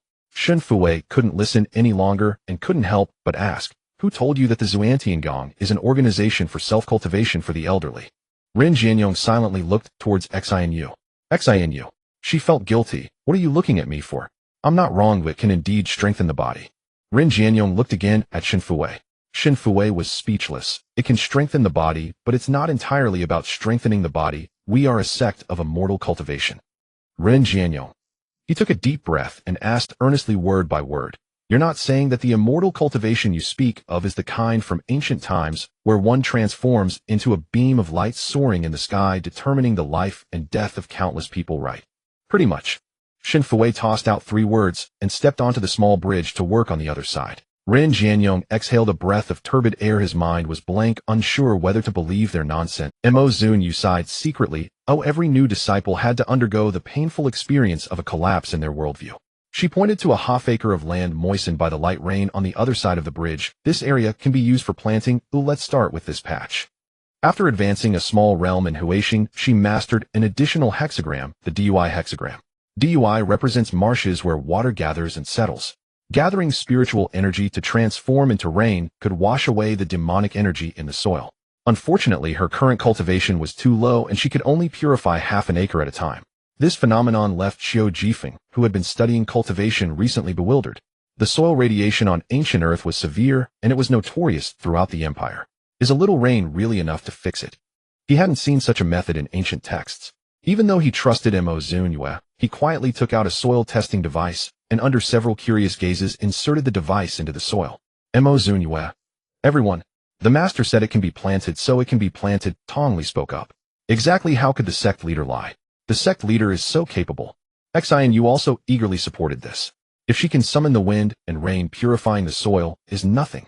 Rin Jianyong compromised with his collapsing worldview. Everyone spoke with righteous indignation, deeply condemning Qiu Jifeng's lack of trust in Mo Zunyue.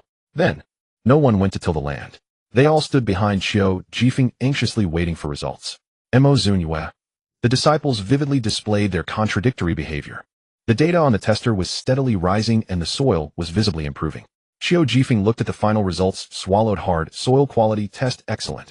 The heavily polluted soil, which could not sustain any growth, had improved in an instant with just a little rain. He knew Mo Zunyue was powerful, but he still underestimated her capabilities. Several people rolled up their sleeves and picked up hoes to start tilling the land. Only then did Mo Zunyue remember something more important. Does anyone have access to seeds? Crop seeds are extremely precious in the stars, and not only are they expensive, but not everyone can buy them. One must have the qualifications to purchase them. As the lord of a wasteland planet, Mo Zunyue obviously did not have such qualifications.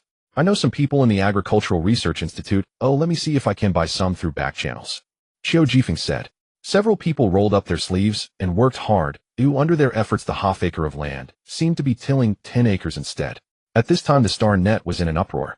The Liuguang nutrient solution had stopped selling for several days and netizens were already quite unhappy. Soon news broke that the Lin Group and Zheng Group were being investigated for tax evasion.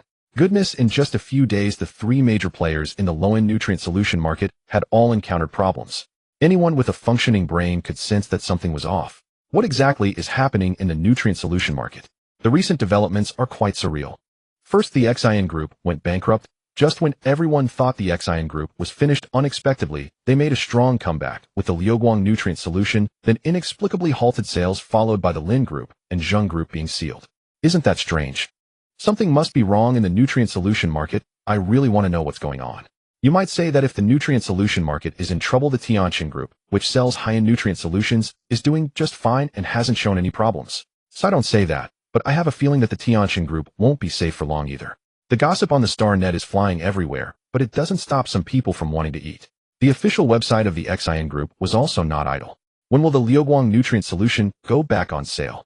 After drinking the Liuguang nutrient solution, one can never go back to other inferior nutrient solutions. The official website of the Xian Group was also not idle. When will the Liuguang nutrient solution go back on sale? After drinking the Liuguang nutrient solution, one can never go. If you don't start selling soon, I'll starve myself to make you feel guilty. The Liuguang nutrient solution is too delicious. After tasting it once, other nutrient solutions make me want to vomit. As for the matter of poisoning the nutrient solution, the Xian Group certainly could not disclose it. In response to the recent comments online, they had been adopting a policy of no response. Until all the nutrient solutions had undergone quality inspections and found to be fine, the quiet Xian Group's official website finally made a statement.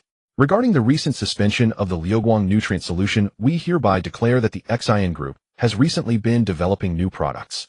All manpower and resources have been devoted to the new products, leading to a temporary shortage of the Liuguang nutrient solution. Starting today, the Liuguang nutrient solution will resume sales along with the launch of new products. This explanation seemed a bit far-fetched, but fortunately the online community did not dig deeper, immersing themselves in the joy of being able to drink the Liuguang nutrient solution and curiosity about the new products. On the day that advertisements for the BB Dan flooded the Star Net, netizens were, "Something seems off. I think I've seen it on a forum before. An unknown female streamer promoted it, saying that eating one can keep you from starving for a month." Many people criticized her for lying, and I joined in on the criticism. How did it suddenly become a product of the Xian Group? Big companies are selling it. Can one really last a month on just one? The truth is that unknown female streamer is the daughter of the Xian Group. Looking at the price, everyone fell silent. Mo Zunyue also fell silent. Is there really someone willing to buy such a low-grade pill for 200,000 star coins each? She used to sell them for 3,000 star coins each. Okay. Even 3,000 star coins had few buyers. Shen Fui gazed at her aloof master and sighed, "Don't say that. If the company were to be managed by you, it would." Xian deeply agreed with this, saying, "My parents told me that the most expensive high-end nutritional supplement could sell for 50,000 star coins each, and it tastes great being fruit-flavored, but it only fills you for a day. Our fasting pills, which contain traditional Chinese medicine ingredients, can fill you for a month for just 200,000 star coins each. It's practically a poverty alleviation price. If it weren't for the Price Control Bureau's restrictions, we could sell them for 6 or 70,000 star coins each and still sell out." Mo Zunyue. She finds it hard to understand the people of the galaxy. The traditional medicine ingredients nourish the body, making one feel invigorated after consumption, and the ability to go a month without hunger is the main selling point of the fasting pills. Due to the exaggerated effects of a single pill, many people held a wait-and-see attitude, while even more expressed their skepticism online. After all, at 200,000 per pill, many cannot afford it, leaving only the elite, who can treat money as trivial, to try it. I said it before, the nutritional supplement market is undergoing a major overhaul.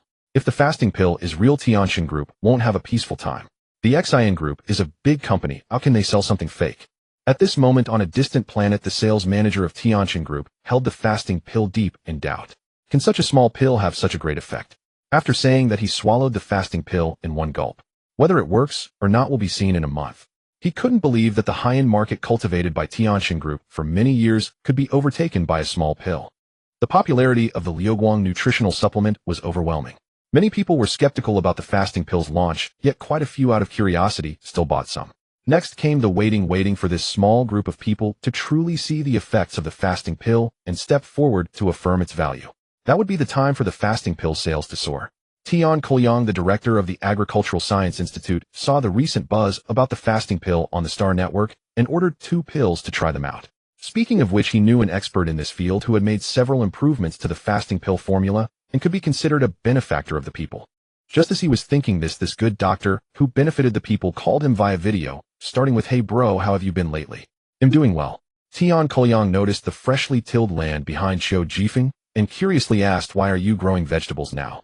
At the time, a relative of Tian Koyang fell seriously ill and couldn't be cured. It was only after inviting Xiao Jifeng that things finally turned around, leading to their closer relationship. Xiao Jifeng cheerfully said, "I have some free time and want to grow some vegetables. Bro, can you help me get some seeds?" "Of course, just tell me what seeds you want." Tian Koyang was very generous. Xiao Jifeng was not polite, saying 2 acres of tomato seeds, 2 acres of cucumber seeds, and I like to eat lettuce, so 3 acres of lettuce seeds. The more the better. It's rare for him to ask. Just half an acre's worth of seeds would be too much of a loss. Tian Koyang. He was speechless. "You're not just casually growing vegetables. Are you planning to go into agriculture in the future? Also, I heard you left the medical institute. Oh, what's going on?" Xiao Jifeng casually replied, "Not much, just feeling a bit tired in recent years and want to take a break." "And then you went to grow vegetables. On which agricultural planet are you growing them?" "Come to the Agricultural Science Institute. You can use the experimental fields as you wish. After radiation pollution, very few planets can cultivate crops. Any planet capable of growing agricultural products is recorded, managed uniformly by the Empire, whether for commercial or research purposes will be noted. The remaining planets have greenery only for viewing. The radiation-resistant plants developed can only be admired and not eaten. No need, I'm doing well here." The two exchanged pleasantries for a while before ending the video call. In a good mood after getting the vegetable seeds, Xiao Jifeng slapped his thigh, saying, "Tonight is the first cultivation culture class. All disciples must attend." Tong Li's eyes widened like copper bells. After taking ideological and moral online classes and studying the Tao Te Ching and the Analects, there was now an additional course. Xi and Chongyue and Yuman specifically postponed work to attend the class. 2 inner disciples, 3 outer disciples, and 2 registered disciples gathered in a circle to listen to Xiao Jifeng lecture them on cultivation knowledge. Zunyue looked at the current Xiantian sect, which was not just shabby. The sect itself was merely a small 6-story wooden building. Compared to the scene of worship she had witnessed in her past life, it was like heaven and earth. She looked up at the splendid galaxy, countless stars twinkling in the pitch-black night sky. Among these bright lights, who knows how many were watching them at all times? Faced with the impending resurgence of spiritual energy, enhancing strength became the primary task. This reminded her of the secret realm that Tong Li had led her to, where even the entrance could yield so many ancient books, all preserved in good condition. This secret realm must be quite expansive and rich. Thinking of this, she stood up and walked towards the wooden house. The pile of books Tong Li had moved back was organized neatly, each placed on the shelf, and she began searching row by row. According to custom, there should be a key to the secret realm among these, waiting for a fated person to discover. The ancient books covered much cultivation knowledge and low-level techniques, especially communication talismans, Xiankuan bags, and methods for refining tools, but most of them were sword techniques. Zunyue suspected that the great being who left behind this inheritance might have been a sword cultivator. In her past life, she was also a sword cultivator who attained enlightenment, and in this life unexpectedly acquired the 8 trigrams disc, now considering following the path of a divination master. Powerful divination masters could glimpse the heavens. She wanted to know why her soul did not perish after her death and crossed over to the interstellar era. However, she remained well-versed in sword cultivation, disregarding her cultivation level, her sword heart and sword techniques could achieve divinity. "Master, what are you looking for?" Shin Fue entered the room after class and saw Mo Zunyue frantically flipping, looking for a key. Key? What key? Shin Fue was confused. Now everything uses smart locks who still uses keys. Mo Zunyue paused her actions, saying, I don't know what it is, but it should be something very peculiar, possibly a book. I'll help you look. Shin Fue casually pulled a book from the shelf, glanced at it, and said, on the self-cultivation of sword cultivators. Why is it blank inside? Do ancient books have defenses? Mo Zunyue. She slowly raised her head, staring at the book in Shin Fue's hands. Where did you get this? Shin Fue pointed to the shelf beside her right there. That shelf Mo Zunyue had just flipped through book by book. There was definitely no such book. She fell silent. She never expected that this opportunity for sword cultivation would not belong to her, a former sword cultivator of divinity. Have you found your own path? Shin Fue remained silent. No need to search anymore. Your path has come to you. On the cultivation of swordsmanship. Shin Fue found Tong Li's brush and wrote in the ancient book, eliminate evil and promote goodness, uphold justice. It was a standard official answer, but the ancient book seemed dissatisfied, shaking its pages, causing the words to vanish. Tong Li had his own ideas, mutual assistance and love, standing by each other. This was even less satisfactory than the previous two sentences, and Shin Fue found this answer absurd. Qiu Jifeng and others gathered around to offer suggestions to Shin Fue, but the ancient book remained silent. Mo Zunyue reminded him, this is your understanding of the sword path, and it tests your willpower and true heart. Shin Fue held the ancient book in a daze. His sword heart. He didn't even know his own path before, so how could he understand what his sword heart was? Well, Mo Zunyue saw that this situation was not going to be resolved in a day or two. Since the secret realm couldn't be opened for now, it was better to focus on making money first. The sale of flowing light nutrient solution created a frenzy in the empire, garnering numerous positive reviews. I don't know if it's just my illusion, but ever since I drank the flowing light nutrient solution, my body has been full of vitality, and I have endless energy for work. You might not believe it, but I used to have severe menstrual cramps. Ever since I drank the flowing light nutrient solution, I haven't felt any pain this month at all. In any case, after drinking the flowing light nutrient solution, I feel like my complexion has improved significantly. Previous nutrient solutions were just able to provide the daily nutritional needs of the human body, but the flowing light nutrient solution can also adjust the bodus condition, and it only costs 80 star coins per bottle. People were astonished and speculated that it must contain some extraordinary ingredients. This phenomenon reminded people of another product from the Xian family group, the pill of abstinence.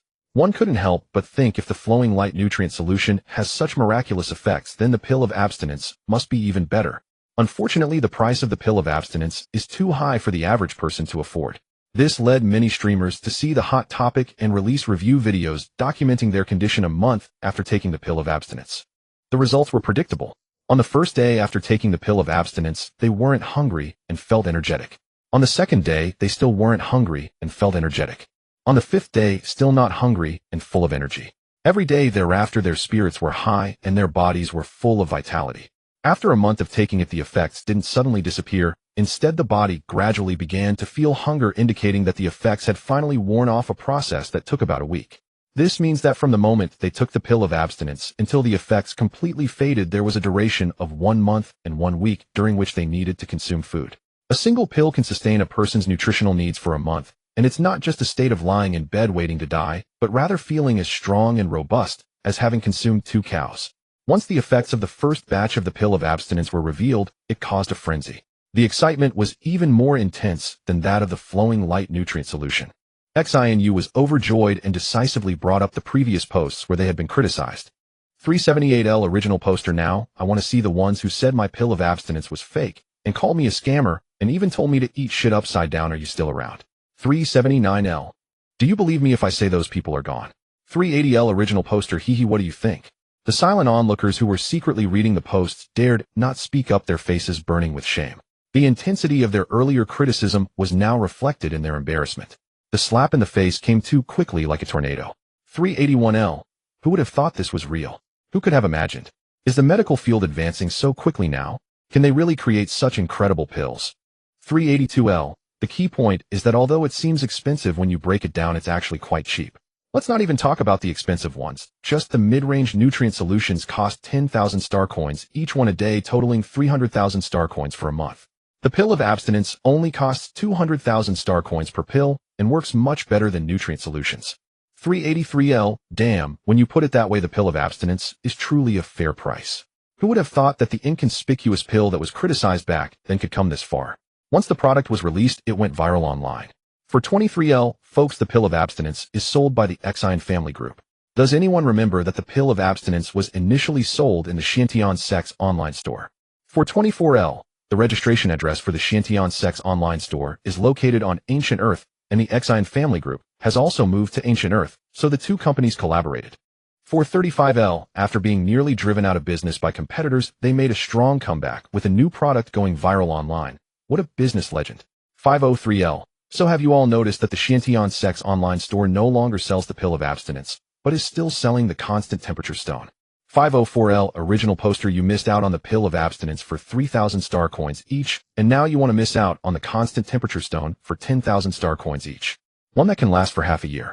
Upon seeing the original poster's reply, the thread fell into a brief silence. After a moment, 569L. Damn, grab it. Thus, the constant temperature stones which had been unsold in the Shantian sect's online store were suddenly snatched up. As for the spirit-nourishing pills, they were simply out of stock. Currently, only Zunyue knows how to refine spirit-nourishing pills, and she only produces one pot a day. Recently, she went to Huaxing and halted production for many days, so the output is quite limited. Every time she adds stock, the group of old men from the medical institute snatches them away, leaving no opportunity for others to purchase. Recently, the clothing merchants who were watching the excitement online rushed into the Shantian sect's online store, and upon seeing the introduction of the constant temperature stone, couldn't sit still. An inexplicable fear surged in their hearts. Would their clothing business really be robbed by a single stone? It can't be, can it? The interstellar clothing merchants focus not only on making attractive clothes, but also on functional clothing.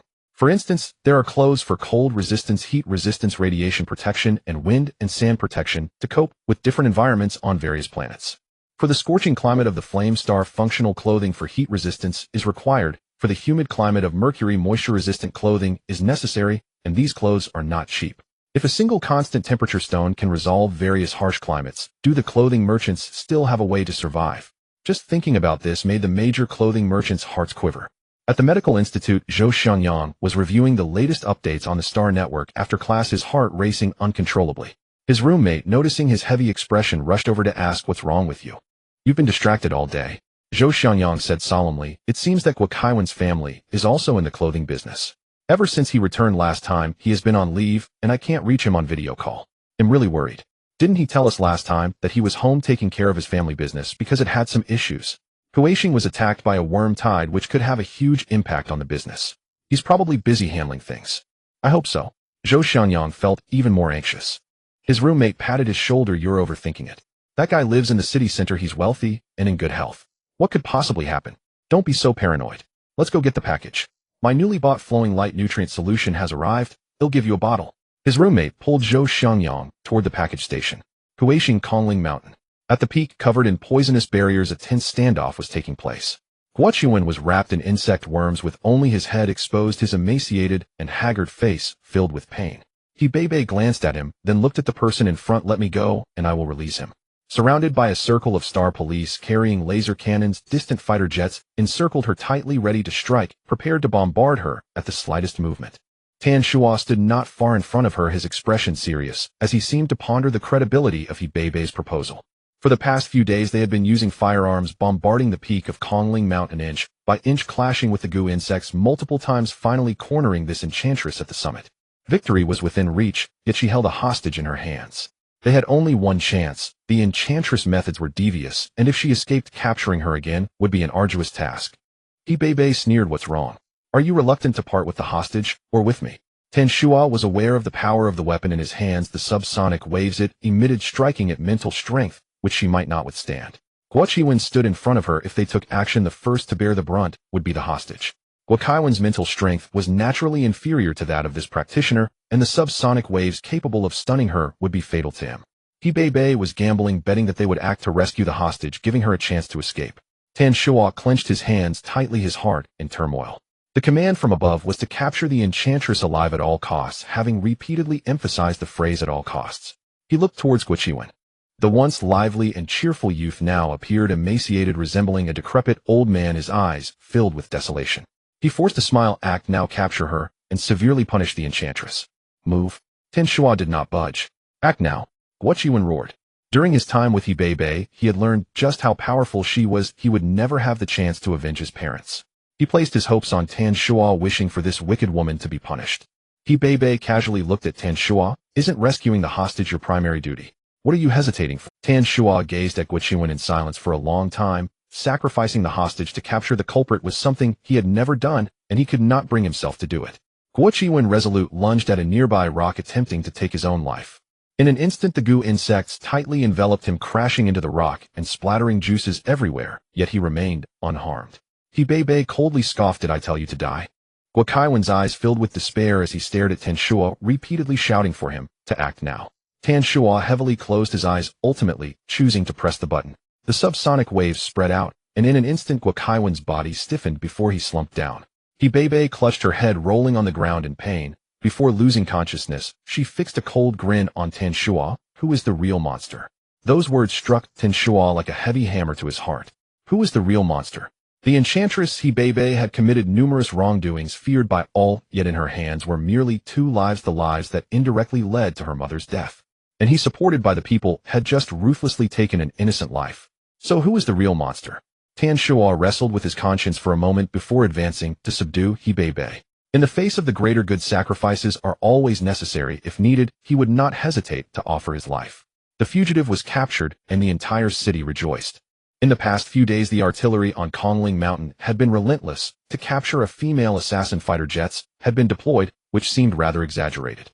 After several exchanges of fire between the goo insects and weapons, people gradually realized that a powerful enchantress capable of controlling insects resided in the mountain, formidable enough to compete with firearms. With the enchantress captured, they could finally sleep peacefully at night. Everything that transpired in Huixing was under complete media blackout, and Mo Zunyue remained oblivious. She could only feel the increasingly focused gaze of invisible eyes watching her. In an age of advanced technology, the downside was the complete lack of privacy, and she had no idea where these eyes monitoring her were located.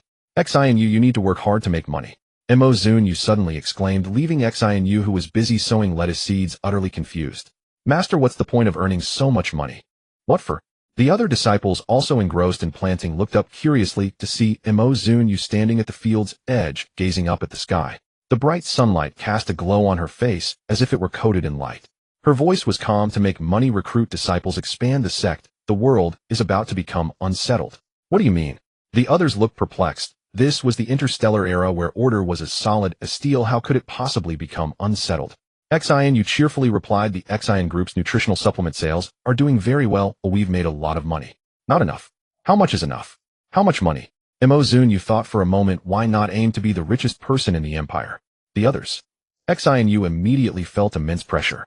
The master's ambition was too great. She was terrified. Seeing their ghostly expressions, Mo Zunyue felt exasperated. If they were so frightened by the idea of being the richest person in the empire, what would they think if she told them her ultimate goal was to become a deity worshipped throughout the galaxy?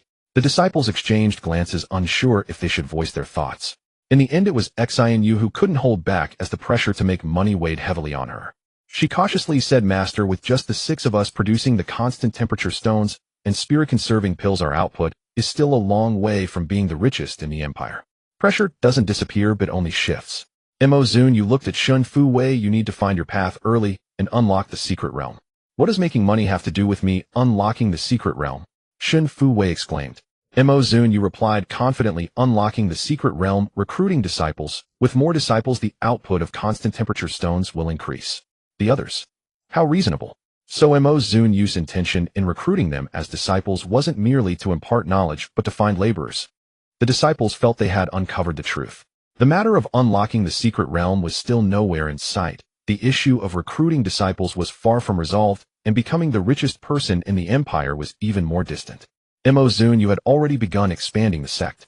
She stated while Shun Fu Wei followed behind, taking note. Build a teaching building over their dormitories for the disciples here, and a cafeteria, a main hall, and a training square. All must be in ancient architectural style.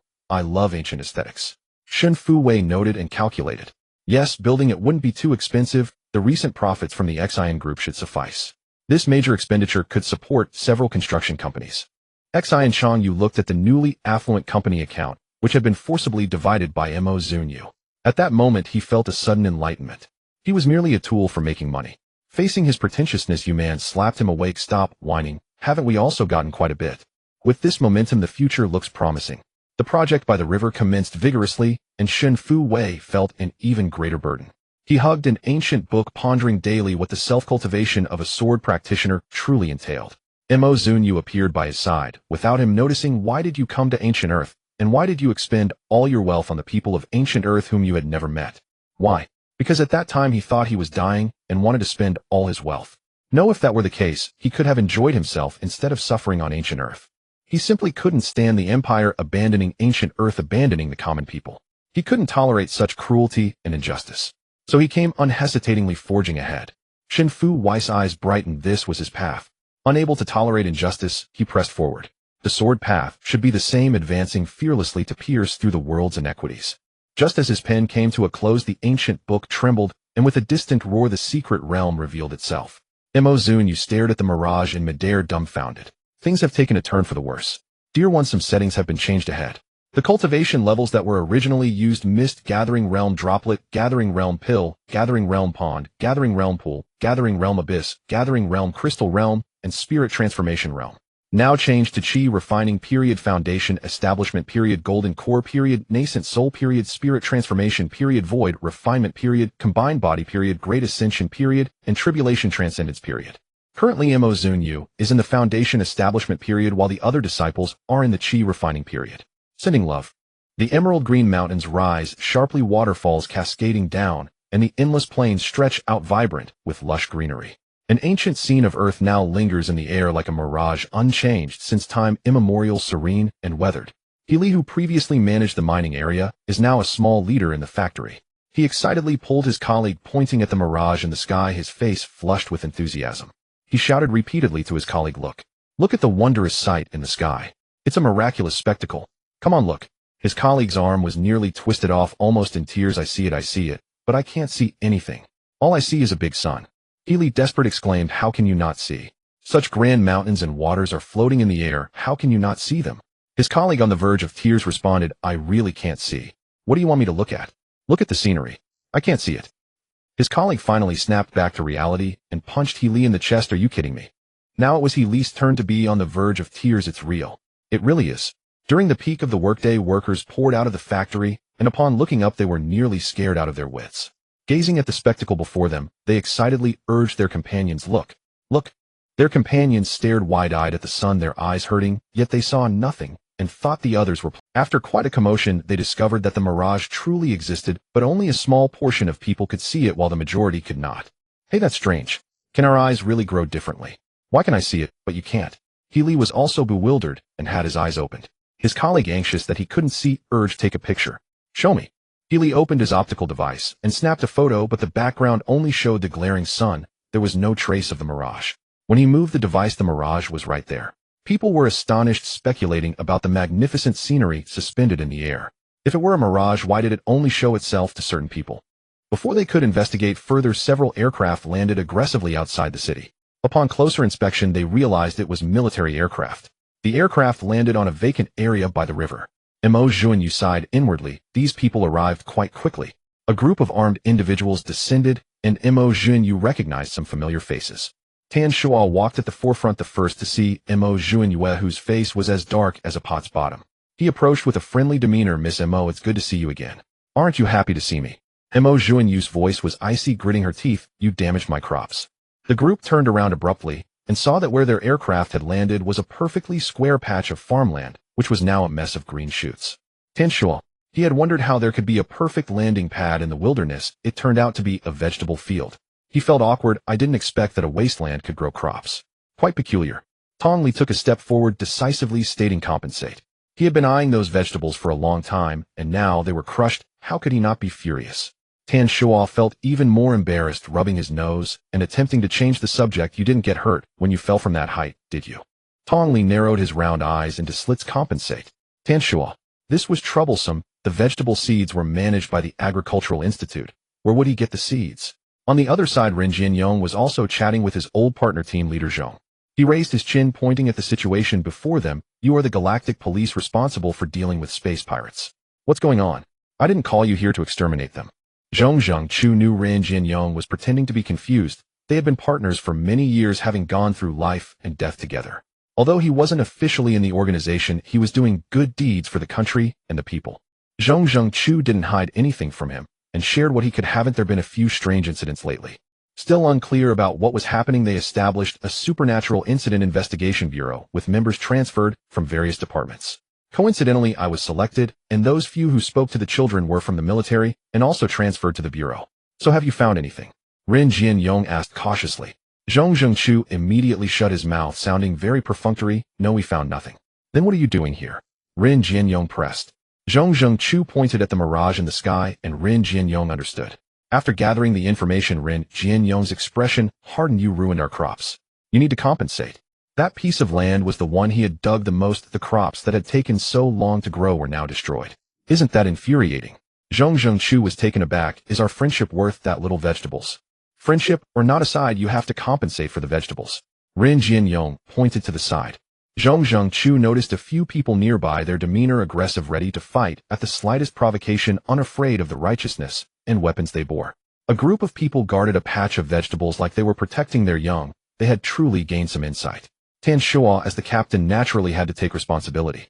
A group of people guarded a patch of vegetables like they were protecting their young. They had truly gained some insight. Tan Shuo, as the captain, naturally had to take responsibility. Reluctantly, he opened his optical device and dialed a number, explaining to the other party that they had arrived at ancient Earth and damaged someone's crops, and were being fiercely pursued for compensation. Tan Shuo could clearly sense the other party's silence. The Supernatural Bureau had been established for only a few days, and today was their first mission, their first request for resources. The people on the other side were on high alert, ready to respond to any unexpected situation, prepared for support and rescue work. Then they heard Tan Shuo report that they had damaged someone's vegetable field and were requesting seeds for compensation. All the staff on the other side were. What the hell, vegetable seeds? How much? The voice of the communicator on the other side was devoid of emotion. Tan Shuo looked at Mo Zhuan. How much for compensation? Mo Zhuan, you didn't respond. Tong Li quickly interjected. It has to be double compensation, a full acre of tomato seeds. He likes tomatoes. The one who likes lettuce, Chiu Jifeng. This child is dishonest. He still has to memorize the Tao Te Ching. Tan Shuo silently turned to look across the river, where it was clearly lettuce. He replied expressionlessly to the other side, 1 acre of tomato seeds. The staff on the other end felt, what the hell, 1 acre? If he didn't say it, they might think these people had crash-landed and ruined the entire farm. All right, the seeds will be delivered shortly. The other side transmitted an official yet furious voice. Tan Shuo awkwardly hung up the phone. This new colleague's antics had made him lose face. He awkwardly smiled at Mo Zhunyue. The seeds will be delivered shortly. Mo Zhunyue responded quietly, no longer speaking, looking at him with a faint gaze. Or perhaps she was not looking at him, but rather through them, gazing at something blocked by several big men behind them. Tan Shuo was secretly startled and shifted aside, smiling. Today, I brought a girl over. She is said to be as formidable as you. Guichuan would rather die than let He Beibei be captured and pay the price. She was unharmed, with her hair neatly tied at the back of her head, wearing the uniform of the Supernatural Affairs Bureau. He Beibei nodded to Mo Zhunyue and quietly stood aside without saying a word. Mo Zhunyue simply nodded in acknowledgement. She. As Tong Li began to speak, Shin Fue quickly covered his mouth and said, what do you mean by she? She is not as pretty as the master. This statement perfectly earned He Beibei a roll of her eyes. Tan Shuo observed the reactions from both sides, and the scene fell into a brief silence. The fact that He Beibei could become his colleague left Tan Shuo bewildered. At that time, he had gone to great lengths, even sacrificing a hostage and abandoning professional ethics to capture the demoness, who was then handed over to others for custody.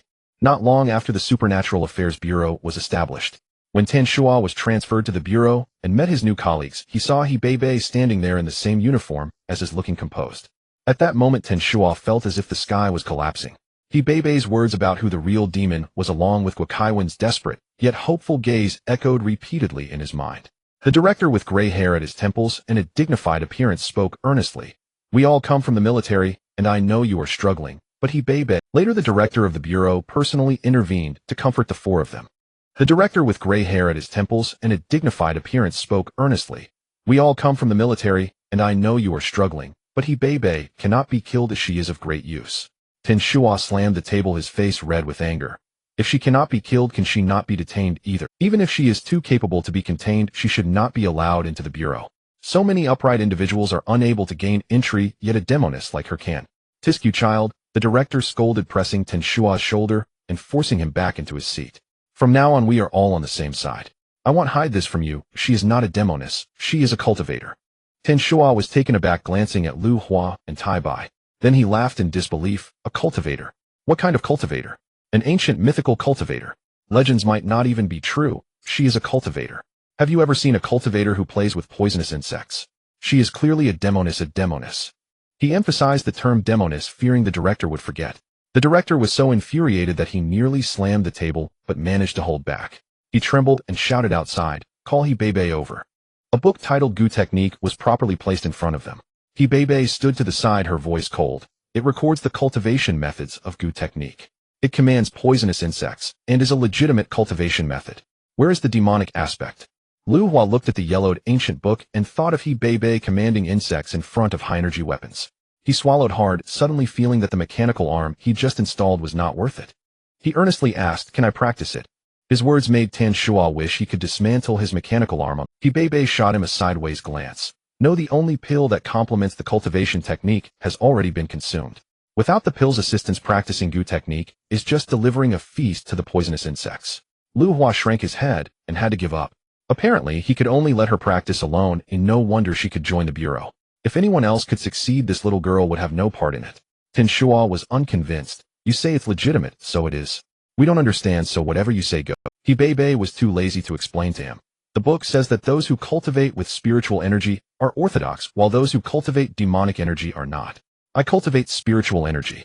Hibebe's understanding of cultivation came from ancient books, which primarily detailed common knowledge about Gu techniques and offered little explanation about other methods. Hibebe did not understand much about cultivation either. The Supernatural Affairs Bureau's knowledge of cultivation was primarily learned from Hibebe, and they knew very little. As for literature and records, there was nothing to speak of. It had long ceased to exist before humanity left. Moreover, after stepping into the interstellar age, humanity experienced a leap in progress, and culture rapidly iterated. Not to mention cultivation, even religious beliefs were dismissed as remnants of the old era, completely eradicated. Now to bring up the idea of cultivation is as absurd as suggesting to restore slavery or that women should not be allowed to show their faces. It would surely be seen as foolish. Yet it is precisely this absurd notion that someone has realized how a living cultivator stands before them, making disbelief impossible. Such a strong impact is hard to accept without some psychological resistance. The bizarre aspects of the universe began to unfold. The mutations on ancient Earth, the giant crocodiles of Yinxing, and the poisonous insects of Huixing all found explanations at this moment. There is one thing Tan Shua did not understand. What happened when we suddenly fell into a space full of insects at the summit of Kongling Mountain? Their storage devices also hold a space, but they can only store inanimate objects, while that space contained countless living insects. It is a secret realm. The ancient book states that those with profound cultivation can refine a small world, which contains plants and animals, achieving an ecological cycle. Hibebe explained. At that moment, Tan Shua finally understood the bizarre experiences he had undergone during this time. The ancient myth was reopened, and these mutated creatures were merely the tip of the iceberg. At the same time, Tan Shua also realized that even if Hibebe's hands were stained with 2 lives, even if she bore the weight of a city's guilt, she would still be cleared by the higher-ups and become part of the Supernatural Affairs Bureau, thus becoming his colleague.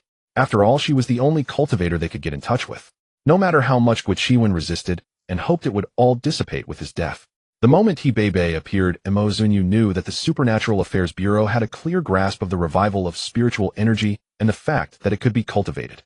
Uncertain whether they believed in becoming gods through cultivation and achieving immortality, they certainly knew that with the enhancement of cultivation realms, one could extend their lifespan. In the interstellar age, the average lifespan was 200 years. Under conditions of abundant resources, if one could live for several hundred more years, such temptation could easily cloud one's judgment. From ancient times to the present, anyone capable has been in pursuit of immortality. This illustrates the fervor people have for everlasting life. A few individuals harbored their own thoughts and remained silent, leading to an awkward atmosphere. At that moment, a flying vehicle passed through the sky and dropped a small package, which fortuitously landed on Tan Shua's head. It was evident that the person delivering the package was in a bad mood. Everyone's eyes turned to Tan Shua, all concerned about his future career. Having just started, he had offended both leaders and colleagues. If he failed to complete his tasks again, how would he survive in the future? Even Zunyue, who had not experienced a career, felt sympathy for him. Tan Shua, breathless, said, "Your tomato seeds have arrived." As soon as he finished speaking, Chiu Jiafeng's light brain signaled an incoming call. Upon answering, Tian Koyang burst into laughter on the other end. "Let me share something funny. Just now someone from the organization came to ask for seeds. When I inquired further, guess what? Their subordinate damaged someone else's vegetable garden while on a mission and was being chased for compensation. If they don't pay, they'll get beaten up, and then they came to me for help. Isn't that funny? Qiu Jifeng. He had a long face. Why do you think I'm not laughing? The laughter on the other side abruptly stopped, and Tian Kuliang, noticing Qiu Jifeng's poor expression, suddenly had a fleeting thought. Tian Kuliang tentatively asked, "It wouldn't be your vegetable garden that was damaged, would it? That would be too coincidental." He guessed. Qiu Jifeng forced a grim smile. Seeing the situation turn dire, Tian Kuliang hastily made a few perfunctory remarks and quickly hung up. Ironically, Qiu Jifeng had just given everyone a class on the culture of cultivation and had forgotten to enable privacy mode on his light brain, so everyone present heard everything clearly. Everyone. All eyes once again turned to Tan Shuo. Tan Shuo. He felt utterly humiliated. He gritted his teeth and secretly vowed that in this mission, no matter what, he would exceed expectations and redeem himself, reclaiming the face he had lost. He Bebe, those who cultivate demonic energy are not orthodox. Tongli. He exploded. I am the most orthodox. My master said I am the most orthodox. I can recite the Tao Te Ching. I am the most orthodox in the world. When are you entering the secret realm? It would be good for us to team up for some support, Tan Shuo said earnestly. Mo Zunyue raised her gaze to see military aircraft stationed over her vegetable garden across the river, while a neatly organized team of 20 armed individuals stood behind Tan Shuo. Perhaps having suffered from the loss to the goo worm last time, this time the weapons equipped on them matched those of border warriors with the presence of the cultivator Hebei. Looking at the Xintian sect, there were only 6 people, including herself. It seemed that Tan Shuo's intention to collaborate was a pretext. He genuinely wanted her to clear the path. Not yet, let's wait a bit more, Mo Zunyue replied casually. Tan Shuo was anxious. Wait for what? Wait for someone. Who is she waiting for? Before Tan Shuo could voice his question, a broadcast echoed from the direction of the city. Attention, attention, everyone pay attention. All those able to see the mirage gather by the riverside in the suburbs. This is an opportunity that can change your life, do not miss it. Tan Shuo was shocked. Are you really going to take them in with you? No way. Mo Zunyue smirked. Why wouldn't Tan Shuo? Does she even realize how precious cultivation methods are? Bringing people in so casually. He sought a very persuasive excuse. The secret realm is too dangerous. Last time we almost died in the ethereal mountain. Can ordinary people survive inside? Opportunities coexist with dangers. How can one pursue cultivation without taking risks? Do you think you can become an immortal just by sitting at home absorbing spiritual energy? One remark left Tan Shuo speechless. He actually found it quite reasonable and had no rebuttal. Mo Zunyue was fully aware of his little schemes. He merely wanted her to lead them into the secret realm to find treasures. Once they found something, they would rely on their numbers, superior weapons, and the assistance of a cultivator to snatch the treasures and escape. The calculations were already written all over her face. How could she let him have his way? The citizens within the city hearing the broadcast were confused, completely unaware of what was happening. It was already strange enough to see a mirage in the sky, but now they were being called to gather. Healy mumbled to himself, yet he was the fastest to run. His old buddy Qiu Jifeng and Shun Fei had gone off to dabble in cultivation. They were both smart. Could they possibly engage in such mindless activities? There must be something going on. By the time he reached the riverside, a vast crowd had already gathered with heads clustered together discussing something. Clearly they had no idea what the situation was. Healy found someone he knew and shoved his head into the crowd. Did you find out? A nearby head nudged his, speaking mysteriously. I don't know what's happening, but did you see those military aircraft? It must be something big, another person chimed in. Right, they wouldn't gather us here just to enjoy the scenery, would they? Healy listened for a long time before pulling his head out of the crowd. He had learned nothing. Just as he looked up, he saw Qiu Jifeng walking over with a loudspeaker. Cautiously he glanced around and dashed over. Seeing the line of soldiers standing behind Qiu Jifeng, and then glancing at his old friends, it felt like he was sneaking up on something. Dude, what's going on? Opportunities, your opportunities, humanity's opportunities. Qiu Jifeng's cryptic words nearly made Healy fail to recognize him. This was a research professor, and yet he was uttering the term opportunity, which sounded so mystical. It seemed that something significant was afoot. By the river, the crowd of tens of thousands was deeply engaged in conversation when a large round bagua plate slowly rose, emanating an ancient brilliance. People from ancient Earth had long grown accustomed to this. They knew it was a flying saucer belonging to a girl, often seeing her flying back and forth on it. However, the neatly arranged team of 20 was the first to lose their composure. In their astonishment, the team became disorganized, whispering to each other. This flying saucer is impressive if it can hover and fly. When did this new model come out? I've never seen it before. Is the black technology this advanced now? It's so thin. Oh, where is the energy system?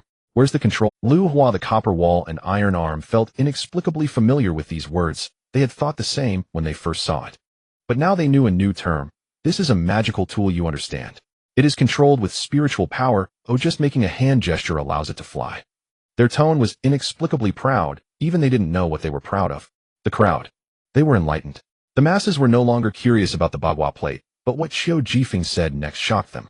Standing on the Bagua plate, Xiao Jifeng announced, "Today gathering everyone here is to discuss matters of cultivation with you." Cultivation? What the heck? The crowd, which had been noisy like a marketplace, suddenly fell silent. All eyes were wide open, staring at Xiao Jifeng floating in the air, waiting for him to continue. They had guessed what might happen here and had envisioned all sorts of scenarios. Some even speculated that the mirage in the sky was a result of spatial distortion caused by ancient Earth colliding with other planets, leading to its impending destruction. But they never imagined it would involve cultivation. To say that the universe was going to explode made more sense than turning into a god through cultivation. "You aren't messing with us, are you?" Someone in the crowd shouted. The Big Bang still had some scientific basis, but cultivation was pure superstition, wasn't it? What era is it? How can such a joke be made? It can't be, can it? Even if you're messing with us, it wouldn't cause such a commotion. Us soldiers have come too. Someone raised a doubt. Xiao Jifeng gestured for them to calm down. "I know this sounds ridiculous, but it is." He pointed to Tan Shua and the others in the distance. "Government officials are here. We have no need to joke about such matters. The mirage you see is a space known as the secret realm, which harbors treasures that can aid you in stepping into the path of cultivation." In the crowd of tens of thousands, no one spoke, but their fixed gazes told Xiao Jifeng they did not believe his nonsense. He believed wholeheartedly, yelling with excitement, "Can I cultivate? I want to cultivate." Then tens of thousands of eyes stared at him, as if he were a fool. They deeply suspected that if this were anywhere else, he would have been locked up in a mental hospital. Xiao Jifeng stood in midair, looking at the tens of thousands staring at him. A complex feeling arose in him from the strange scene of religious devotion. He didn't know whether to applaud the success of the scientific ideology or decide that he, a university professor, could not explain the logic to them. With tens of thousands of gazes on him, his eyes turned towards Zunyue. He felt he should demonstrate something tangible for these people, both in words and action. The thousands of eyes followed Xiao Jifeng's gaze and looked at Zunyue. Dressed in a beige casual outfit, her long hair pinned up with a transparent gemstone hairpin, she stood quietly, her hair fluttering in the wind, standing apart from the world. The fiery red sunset behind her paled in comparison to her beauty. Most of them had seen her before. Zunyue often flew back and forth on that circular flying saucer. Beside her, Tan Shua stared at her intensely. Every time he saw Zunyue, she resolved matters solely with the Bagua plate, and he had never seen her use any other means. Now he felt a bit of anticipation. Zunyue was one of only 2 cultivators besides Hebei. In fact, she had started her cultivation earlier than Hebei. The first time they met was on Yinxing, when Hebei was still working as a factory girl, while Zunyue had already learned to use the Bagua plate. Wait. With this thought, Tan Shua halted. He remembered that when Zunyue had gone to the magma cave, she did not have the Bagua plate, but when she emerged from the magma, she had acquired this magical tool. Could it be that she got the Bagua plate on Yinxing? It was nearly certain. Once Tan Shua figured it out, he felt angry and wanted to slap himself. In the 2 encounters on Yinxing and Huixing, he was merely a step away from the treasures, yet he had been obliviously unaware, following behind Zunyue and not even picking up the shells, all the while being extremely grateful to her for saving him twice. The fool turned out to be him. This woman is deep and not simple at all. Tan Shua gritted his teeth as he watched Zunyue's back. Zhong Zhengchu heard the grinding sound of teeth beside him and looked over to see Tan Shua gnashing his teeth. This new teammate has quite an unstable temperament. He asked, "What's wrong? What's not simple?" The young girl is clear and refreshing. How could she be complicated? Isn't it just that she can cultivate? Once we find the cultivation techniques, perhaps we can also cultivate. Tan Shua snorted coldly. "You just don't understand her."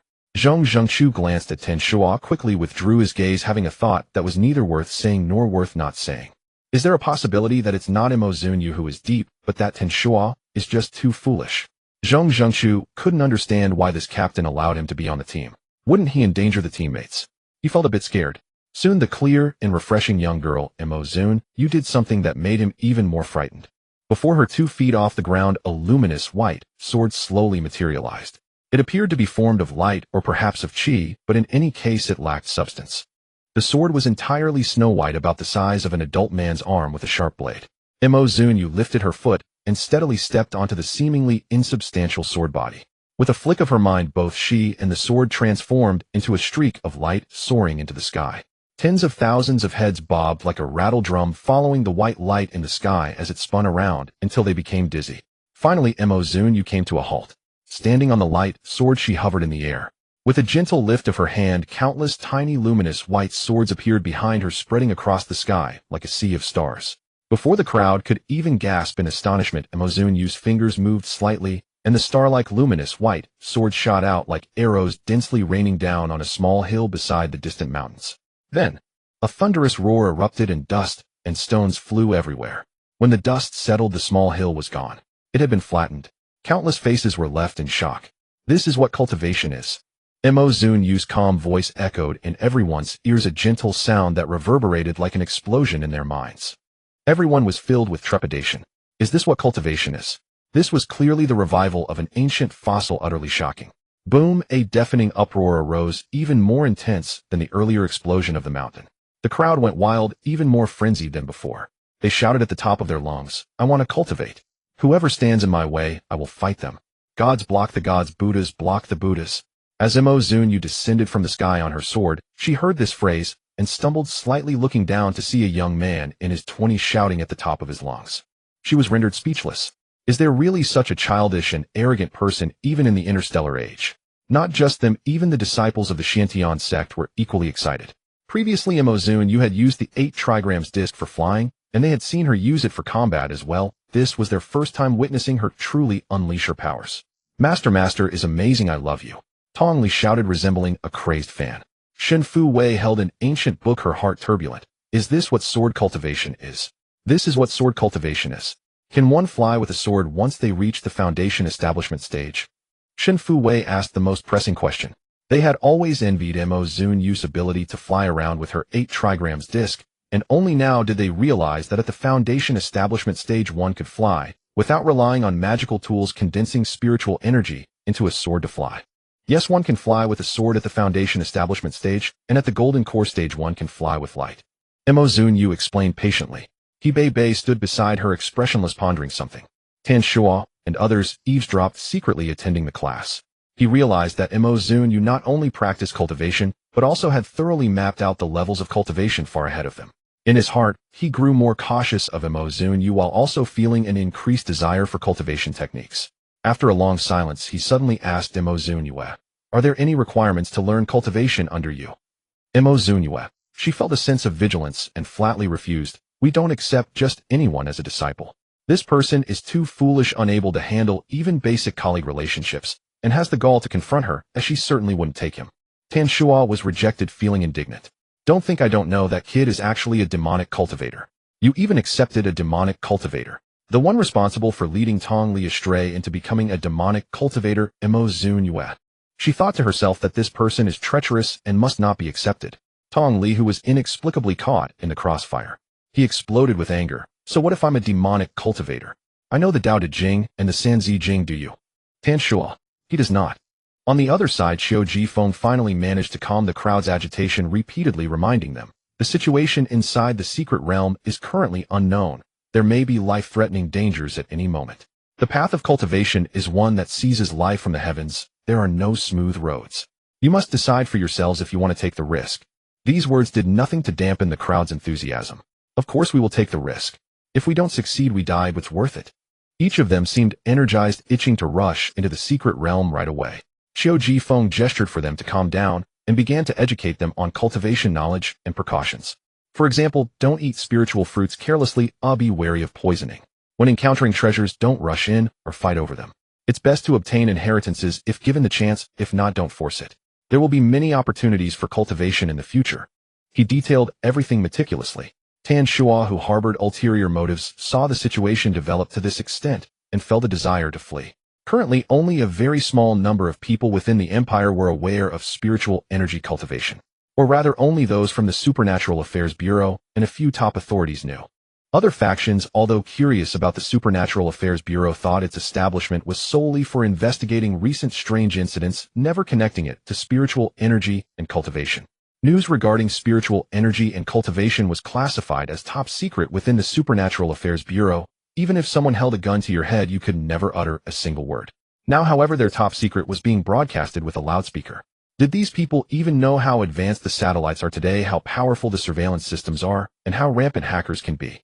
Looking at Xiao Jifeng, who was explaining cultivation knowledge at a professor level to the people, he darkened his face and silently opened his light brain to call the bureau. After finishing a call regarding a patch of tomato seeds, the unamused operator picked up the phone. Hello.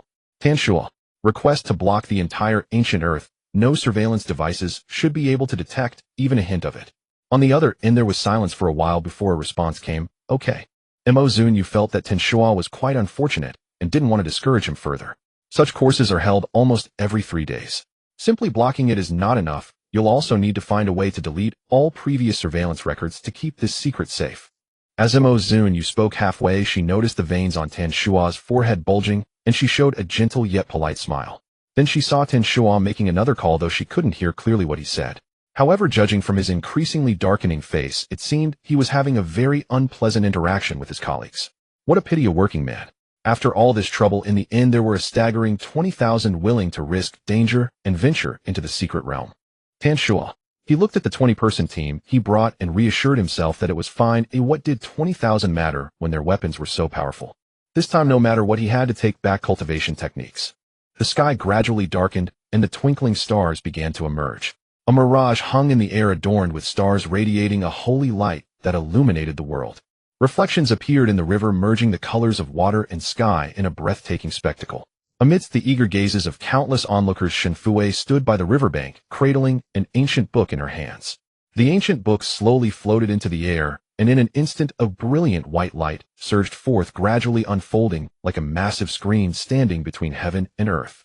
The translucent light curtain divided space and time, revealing two starkly different scenes. One side showcased a lush primordial forest, while the other depicted a desolate wasteland filled with shadowy figures. Day and night, vitality and death intertwined, creating an extraordinarily magnificent scene. Gasps of awe echoed continuously, rising and falling. Do not wander randomly after entering the secret realm. I will lead the exploration and mark safe areas for you to move around. Zunyue's voice clearly reached everyone's ears. Everyone stood at attention as their lives were about to face a monumental turning point. Zunyue positioned herself at the forefront, flanked by the inner disciples Tong Li and Shun Fuwei of the Xiantian sect. Behind them were the outer disciples Qiu Jifeng, Xian Yu, and Rin Jianyu. The registered disciples Xian Changyue and Yuman followed. The Xiantian sect was backed by personnel from the Super Affairs Bureau, with the general populace behind them. They solemnly stepped through the light curtain, entering a secret realm left behind by powerful beings from ages past, facing unknown dangers. The Xiantian sect and Super Affairs Bureau personnel took the lead, weapons in hand, prepared for any sudden. However, as they stepped through the light curtain, they were greeted by a soft sensation beneath their feet. The fresh air, imbued with the scent of grass, filled their lungs, and upon exhaling, their bodies felt considerably lighter. It's grassland, a vast prairie that I've only seen in synthesized videos on the Star Network. Such a beautiful place actually exists in reality, someone exclaimed in wonder. The endless expanse of green grassland, the verdant grass, distant green mountains, and clear waters, towering trees. The untouched primordial forest was nearly non-existent in the interstellar era. Typically, planets cultivate radiation-resistant plants devoid of the sweet fragrance that plants should possess. Most have unpleasant odors. If one could cultivate plants without unpleasant smells, it would be considered a rare variety. The secret realm, nourished by spiritual energy, made every plant within a rare gem in the interstellar world. Here the mountains and rivers were picturesque, devoid of the dangers one might imagine. Only dazzling beauty surrounded Zunyue, who let out a slight sigh of relief. Just as she relaxed, someone pulled out a detection device, scanning the grass back and forth, then shouted, "The green plants are non-toxic and edible." In their minds, wild grass and wild vegetables were synonymous. As long as they were non-toxic and digestible, they were considered food. Then, Zunyue saw someone start to dig for wild vegetables. She was astonished. It wasn't the usual operation supposed to be treasure hunting. Why were they digging for wild vegetables? A crisp sound echoed in the air, drawing everyone's attention. In their minds, wild grass and wild vegetables were synonymous. As long as they were non-toxic and digestible, they were considered food. Then, the sky was blue with not a cloud in sight. It was undeniably the sunniest weather, yet there was thunder. Before they could comprehend, another bolt of lightning struck Tong Li's forehead, darkening him even further. Everyone's alarm bells rang swiftly, taking defensive stances. Tong Li also realized that the lightning seemed to be targeting him. He quickly ran aside, trying to escape this unfortunate spot. Thus, everyone watched in astonishment as the lightning curved in the sky, pursuing Tong Li's fleeing form and striking him on the forehead. Finally, someone couldn't help but ask, What did this kid do to incur such divine retribution that the lightning follows him around? Exactly. Even if he had a lightning rod on his back, it wouldn't guarantee that he would be struck on the forehead every time like this. They marveled, witnessing a manifestation of divine wrath. As Tong Li ran ahead, the lightning pursued him from behind, striking him, making him shout, "Master, master, save me." Zunyue frowned. The power of these bolts was not strong enough to harm him, only to give him a jolt. But why was only he being struck? Was it because he was a demon cultivator? Breaking through the chi refinement stage should not invoke tribulation. Then came the 5th, 6th, 7th strikes. The once pristine child was turned into a charred figure. Tong Li broke down, loudly complaining, "Master, this lightning is targeting me." Everyone saw him looking disheveled, yet still bouncing around. Their tension eased, but they couldn't help but stifle their laughter. Healy teased him, "Tong Li, what heinous acts have you committed to incur heaven's wrath?" Tong Li, flustered, shouted, "I haven't done anything. I am upright, and kinda how could I deserve divine retribution?" In the next moment, a larger bolt of lightning struck down, knocking him to the ground, and Tong Li simply lay there, surrendering to his fate. Strike me. After all, it wouldn't kill him. Zunyue and Shun Fuwei exchanged glances, understanding why the lightning only targeted him. At that time, Healy unearthed a glowing statue in the cave, and went to find Zunyue and the others to see what was going on. Coincidentally, Zunyue and Shun Fuwei were at Yinxing. Tong Li volunteered to follow with Qiu Jifeng to avoid attending online classes. As he approached the statue, he fell into a vast white space where an old man with a white beard subjected him to various tests. Tong Li quickly adapted, directly spouting a series of noble life maxims. The old man, seeing this child was upright and principled, recognized him as a rare genius for entering the chi refinement stage at such a young age. Thus he allowed him into the library to undergo the next assessment. Little did he know Tong Li, who struggled with the Tao Te Ching, was overwhelmed upon hearing he needed to read all the books in the library and take an exam on them. These were ancient books older than the Tao Te Ching, many characters he couldn't even recognize. With no signal for his brain device to translate, he thought that if he had to read them all, he might as well lose half his life. He initially came to see the statue to skip class, yet he could not escape the fate of studying. Clever as he was, he realized the value of these ancient texts and decided to pack them up to take back for later reading. He didn't want to read them, but that didn't mean he didn't want them. The old man, flustered, puffed his beard and glared, unable to comprehend Tong Li's strange approach. An assessment? Choosing an heir. How could he take the books out to read at his leisure? Normally, he should be so engrossed in studying for the inheritance that he forgets to eat and drink. Why wasn't this child following the usual protocol? He was selecting disciples, not running a bookstore. Surely he couldn't allow Tong Li to take them away. When he refused, Tong Li just snatched them. He wouldn't learn from them, but he had to have the books. The two of them started to grapple, and the old man soon realized Tong Li was a demonic cultivator, nearly fainting from anger. What kind of world was it where a demonic cultivator could speak so nobly? It was utterly outrageous. Humanity had lost its way. He had been dormant for many years, just a fragile NPC, and anyone else would have shown him respect, but who knew he would encounter such a creature? He was no match for Tong Li. Not only that, but he also saw Tong Li flailing about in the space like a headless fly, unable to find his way out. He was so annoyed he nearly lost his soul and kicked Tong Li out. He bore grudges, especially for being tricked by a demonic cultivator. Thus the current scene unfolded. Heavenly thunder drives away demons, and evil a bane for demonic cultivators. Tong Li practiced thunder techniques, though he cultivated Yin thunder. Yin thunder is a muffled thunder like silent thunder, and it is rumored to be a strike from the underworld. Heavenly thunder is the ultimate nemesis of Tong Li. Perhaps due to the passage of time, the power of heavenly thunder had diminished. Tong Li felt the Yin thunder within him surging under the pressure of the heavenly thunder, seemingly growing stronger with each setback.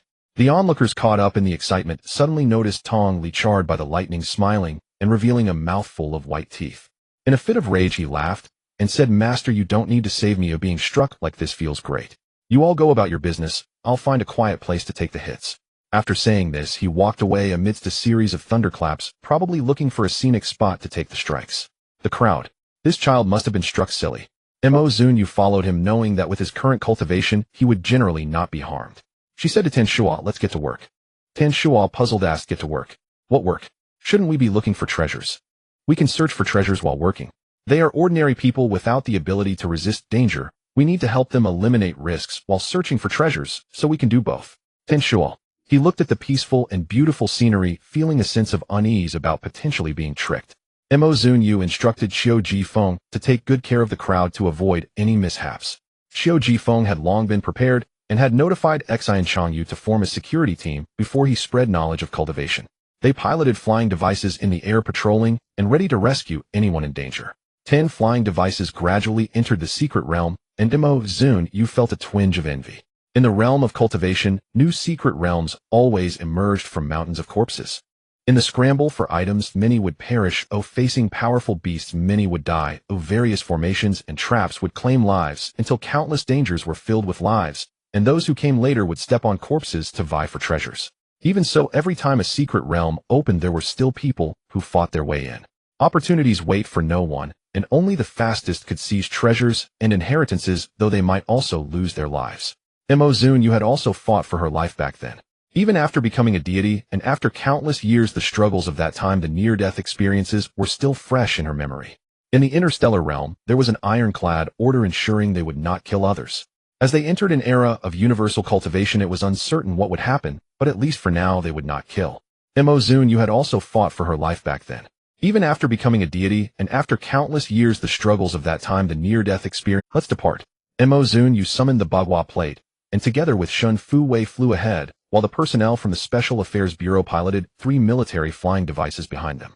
As for Tong Li, Zunyue looked up and saw in the distance, amidst the lush forest, bolts of lightning still striking down, indicating Tong Li had run over there. Master. Shin Fu Wei glanced back at the military flying devices, which were neither far nor near, hesitating to speak. Zunyue smiled. There's no rush. It's a pity not to make good use of such capable labor. At first, Shin Fu Wei did not understand Zunyue's intention, but after witnessing the next scene, she enlightened. There. Zunyue pointed down at a small lake where a giant python was coiled. The python curled up, occupying most of the lake bed, with its body over 10 meters thick, practically turned into a spirit. Tan Shuo pretended not to understand and took out his communicator. What's wrong down there? That giant python would be tough to deal with. Your weapons are advanced. Just fire a shot and be done with it. Zunyue said confidently. Tan Shuo. So the advanced military equipment was all prepared for her.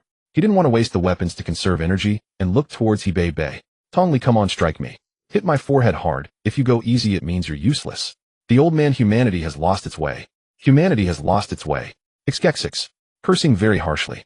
Wouldn't he endanger the teammates? He felt a bit scared.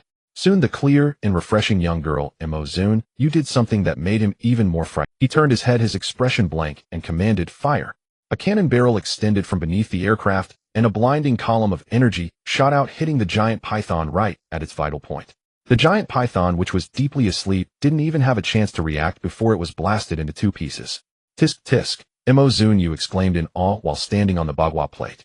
This giant python had no idea how many years it had cultivated. The pressure it exuded was such that even she in the Foundation establishment stage might not have been able to defeat it, yet now it was gone in a single shot.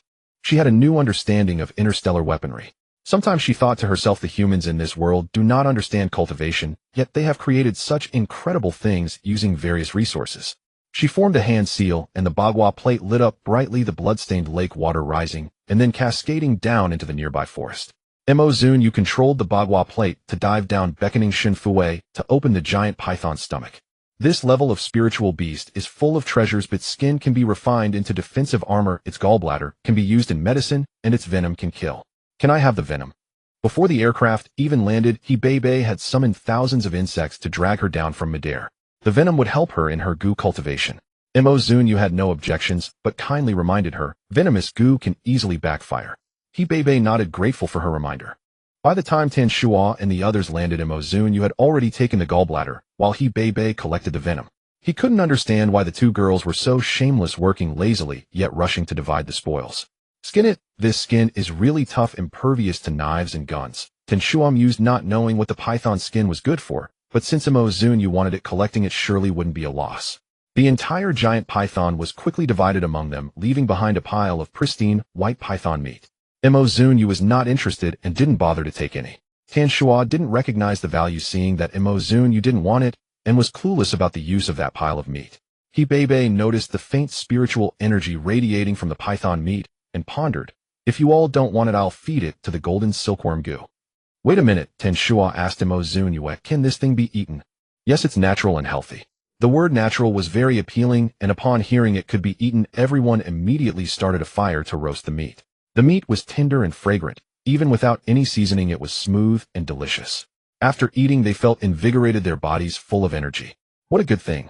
The people from the Super Affairs Bureau were amazed, unable to stop eating, and roasted another batch. They divided the remaining into pieces to store in their storage devices for later. Zunyue thought that not only agriculture, but aquaculture also had great potential. After filling up and gaining energy, they spent the rest of the day exploring. They also hunted lions, tigers, leopards, and so on. These meat-loving men were dismayed to find that their storage devices were full. Bebe's golden silkworm, Gu finally got to eat some meat. The crowd was active in the safe area they had explored. Some found spiritual fruits, some encountered spiritual beasts, and those with good luck obtained small inheritances stepping into the threshold of cultivation. With the escort team guarding them, there were no casualties. However, most people found nothing, spending the days looking for fruits and catching small beasts. Song Nansheng was the most unfortunate among the unlucky. First, he fell into a swamp, and after being rescued by the escort team, he was bitten by a venomous snake. After taking the antidote, he was chased by wild beasts. In the end, he simply found a place to lie down. Song Nansheng was very unlucky. He had been unfortunate since childhood. Not only did he become an orphan, but even when he finally dated a girlfriend, she left him. This time, seeing the secret realm was the only stroke of luck had had. He chewed on grass, gazing up at the sky, thinking that with his unfortunate fate, treasures would definitely not come to him, and it was better to consider other avenues. Then, as if struck by a thought, his expression froze. Right? Cultivation might not be for him, but can't making money still be an option? Such high-quality vegetables would surely be popular when taken out. While others were desperately searching for treasures and opportunities to step into the ranks of cultivation, they would surely not have time to make money. Deciding to act, he immediately began to dig wild vegetables. Until his storage device was full, he casually exited the secret realm. Outside, the sun was rising, and it was the peak time for work. The road from the city to the suburban nutrient factory was bustling with people. There were many vendors on both sides of the road selling daily necessities and small items. Those not rushing to work would stop to look. Song Nansheng found an empty spot, took out a tattered cloth, piled it high with wild vegetables, and shouted, "Vegetables for sale, vegetables for sale." The word vegetables symbolizes luxury, not something the upper class can easily afford. His shouting quickly attracted people to stop. Astonished, they wondered, is that actually vegetables just piled up like that? An ant approached cautiously and asked, "How much are your vegetables?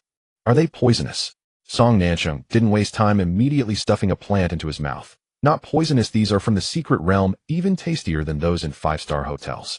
Secret realm? The ant didn't know what that was. Song Nansheng pointed towards the direction of the mirage. It's the wonder that appeared a few days ago. You can't see it, but it's not some mirage. It's a space where grass is green, trees are towering, beautiful, and the ground is covered in endless vegetables, delicious to the core. Try some, it's free to sample. The rumors about the mirage had spread widely. Though the ant couldn't see it, she knew it was real. Plus, with Fuei's charitable actions and the antidote stone for free assistance, she wasn't afraid of poison and took a wild plant to taste. After chewing a few times, she looked at Song Nansheng in astonishment, saying, "Delicious." Having never tasted such luxury before, she didn't find it bitter as described on StarNet. It was clearly sweet. How much? 10 star coins per gene.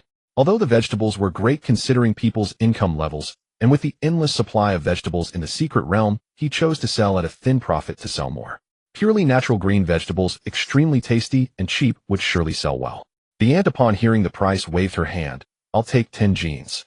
Those watching the commotion couldn't hold back their excitement after seeing someone actually buy some, and one by one approached to ask, "Can we taste some too?" Sure, everyone can have a taste. After trying, everyone praised it, and soon they were fighting to buy it. His stall was soon surrounded, and the other stall owners nearby watched enviously as his business boomed. As it approached work time, some shouted to reserve, "I'll come back to buy after work. Don't leave, please don't leave. I will definitely come back after work." Song Nansheng looked at his rising account balance, feeling overjoyed. In just half an hour, he made 8,000 star coins. This was almost equivalent to 3 months' salary at the factory. He was making a fortune. Song Nansheng imagined himself becoming rich by selling vegetables and reaching the pinnacle of life. However, he felt some regret at this thought. After the secret realm appeared, ancient Earth was completely sealed off. Outsiders could not enter, and those inside could not leave. Except for the flying vehicles of the Xian family group, transporting goods, all others were strictly prohibited from passing. Otherwise, he could have sold to restaurants on prosperous planets. The prices would have been high, and he would have earned even more. What a huge financial opportunity, but unfortunately, it was not feasible. Song Nansheng felt deeply regretful. However, this did not affect his ability to make money. To prevent others from stealing his business, he had been secretly digging for vegetables in remote places these past few days. Until someone discovered the entrance to the secret realm, and the lush grass suddenly had several bald patches revealing his activities. Those who had been wandering for several days without results cursed him on the spot. All had one head and 2 eyes. Why was he so clever? One by one, they joined the ranks of money-making. If they missed the opportunity, could they still not make money? Zunyue learned about the situation a week later.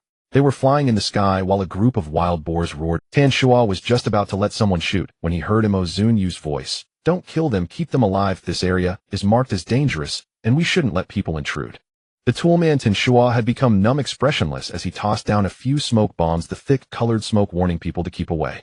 After they finally shook off the wild boar herd, Zunyue received a message talisman from Qiu Jifeng. She wondered if something had happened, only to hear Qiu Jifeng say helplessly, the entrance to the secret realm has been stripped bare. It should be fine, right? Zunyue. She was baffled, unable to grasp what stripped bare meant. Qiu Jifeng explained, the once lush grassland now has not a single blade of grass left. Zunyue. She asked what happened to the grass. Qiu Jifeng replied, it was stripped away. By whom? A lot of people and agricultural robots. Zunyue was puzzled. Agricultural robots. Didn't everyone come to seek opportunities? What did agricultural robots have to do with it? Qiu Jifeng was equally speechless. They thought manual labor was slow, so they brought in many agricultural robots to strip the grass, and they even started fighting over territory. When they began stripping the grass manually, it wasn't that severe. The grassland was bald in small patches. After they brought in the robots, efficiency skyrocketed, and the grassland became barren at a visible rate. Zunyue, you had seen the efficiency of robots before. She asked again, what are they doing with all that grass? Qiu Jifeng replied, they sell it in the city, it's a looting spree. I heard some people are buying it at high prices and hoarding it. Zunyue. She had lived 2 lives and seen countless secret realms, encountering all sorts of bizarre situations, yet she was still stunned by the antics of this group. It was the first time she had seen people entering a secret realm, not in search of treasures or legacies, but busy digging wild vegetables, and even fighting over the spots to dig them. Zunyue took a deep breath, speechless. Which business genius came up with this idea? Song Nancheng, a young man in his 30s. We should recruit him into the Xiantian sect. What? This time it was Qiu Jifeng's turn to be confused. Zunyue said earnestly, this kind of peculiar mindset and quick-witted money-making talent is exactly what we need. Qiu Jifeng. He was speechless. Shouldn't we stop them? Given their madness, Qiu Jifeng genuinely feared they would strip the entire secret realm bare. No need, everyone has their own choices. They chose their path, so let them be. Each person has their aspirations, one cannot force them. Tearing off the communication talisman, Zunyue turned to Tan Shua. This mountain has been enchanted, flying is prohibited. We have to climb up ourselves. After a week of exploration, they had visited most areas, leaving only this tall and magnificent mountain in the center. Tan Shua frowned as he looked up. Why can't we fly? The flying device doesn't rely on wind or waves, it uses its own power. It should be able to fly anytime. Because this mountain is enchanted, anyone who can fly inside will fall. Zunyue explained. Tan Shua, confused, asked why. Is it because of the magnetic field? It's not the magnetic field, it's the enchantment. Tan Shua didn't understand enchantments, but he felt he understood Zunyue. So you knew from the start that we couldn't fly here, yet you let us take the flying devices just to have us work hard and fight monsters for over a week. Zunyue. She retorted, it's for the benefit of the people, that should be your responsibility. Tan Shua snorted coldly. At first I disagreed with them coming in. If they hadn't come, they wouldn't be in danger. Shen Fu Wei mimicked his cold snort. At first we also disagreed with you coming in. If you hadn't come, you wouldn't have to do hard labor. Tan Shua. Both the master and disciple were sharp-tongued. Let's go into the mountain. Tan Shua called everyone to set off. As soon as they stepped at the foot of the mountain, they knelt down. He truly kneels down. Both knees hit the ground, kneeling firmly. Zhong Zhangchu was startled by this display. A man's knees are worth gold. Even if there is a legacy on the mountain, is it necessary to perform such a grand gesture? Tan Shua knelt on the ground, his face pale, unwilling to acknowledge him. Zhong Zhangchu attempted to help him up, but as he approached, Tan Shua's legs gave way, and he also knelt. Tan Shua, with a forced smile, said, a man's knees are worth gold. Why are you kneeling? Zhong Zhangchu. Everyone else. Zunyue couldn't hold back. Can you guess why we can't fly here? He Bei in a panic asked why. Because the formation increases gravity. This group, fully armed and burdened, without any mental preparation, who would kneel if not them? Zunyue reminded them. If you don't mind the weight, just keep carrying those iron lumps. Some weapons couldn't be stored in the storage devices due to structural design issues. But the weapons were their reliance, and they couldn't bear to leave them behind. Tan Shua didn't want to listen to Zunyue. He insisted on carrying them all. As a result, just a few steps and he silently began to unload his gear. It was too heavy. Ultimately, they devised a compromise, taking 2 robots from their flying device to Zunyue. Fine advanced technology is impressive. What exactly is the legacy? Is it cultivation techniques or artifacts? Zhong Zhengchu inquired while walking. It's hard to say. Zunyue explained, the legacy is the lifetime accumulation of the inheritor. It could be cultivation experiences, magical treasures, or even gold and silver, mainly depending on what the inheritor possesses and wishes to leave behind. So the legacy isn't necessarily cultivation techniques.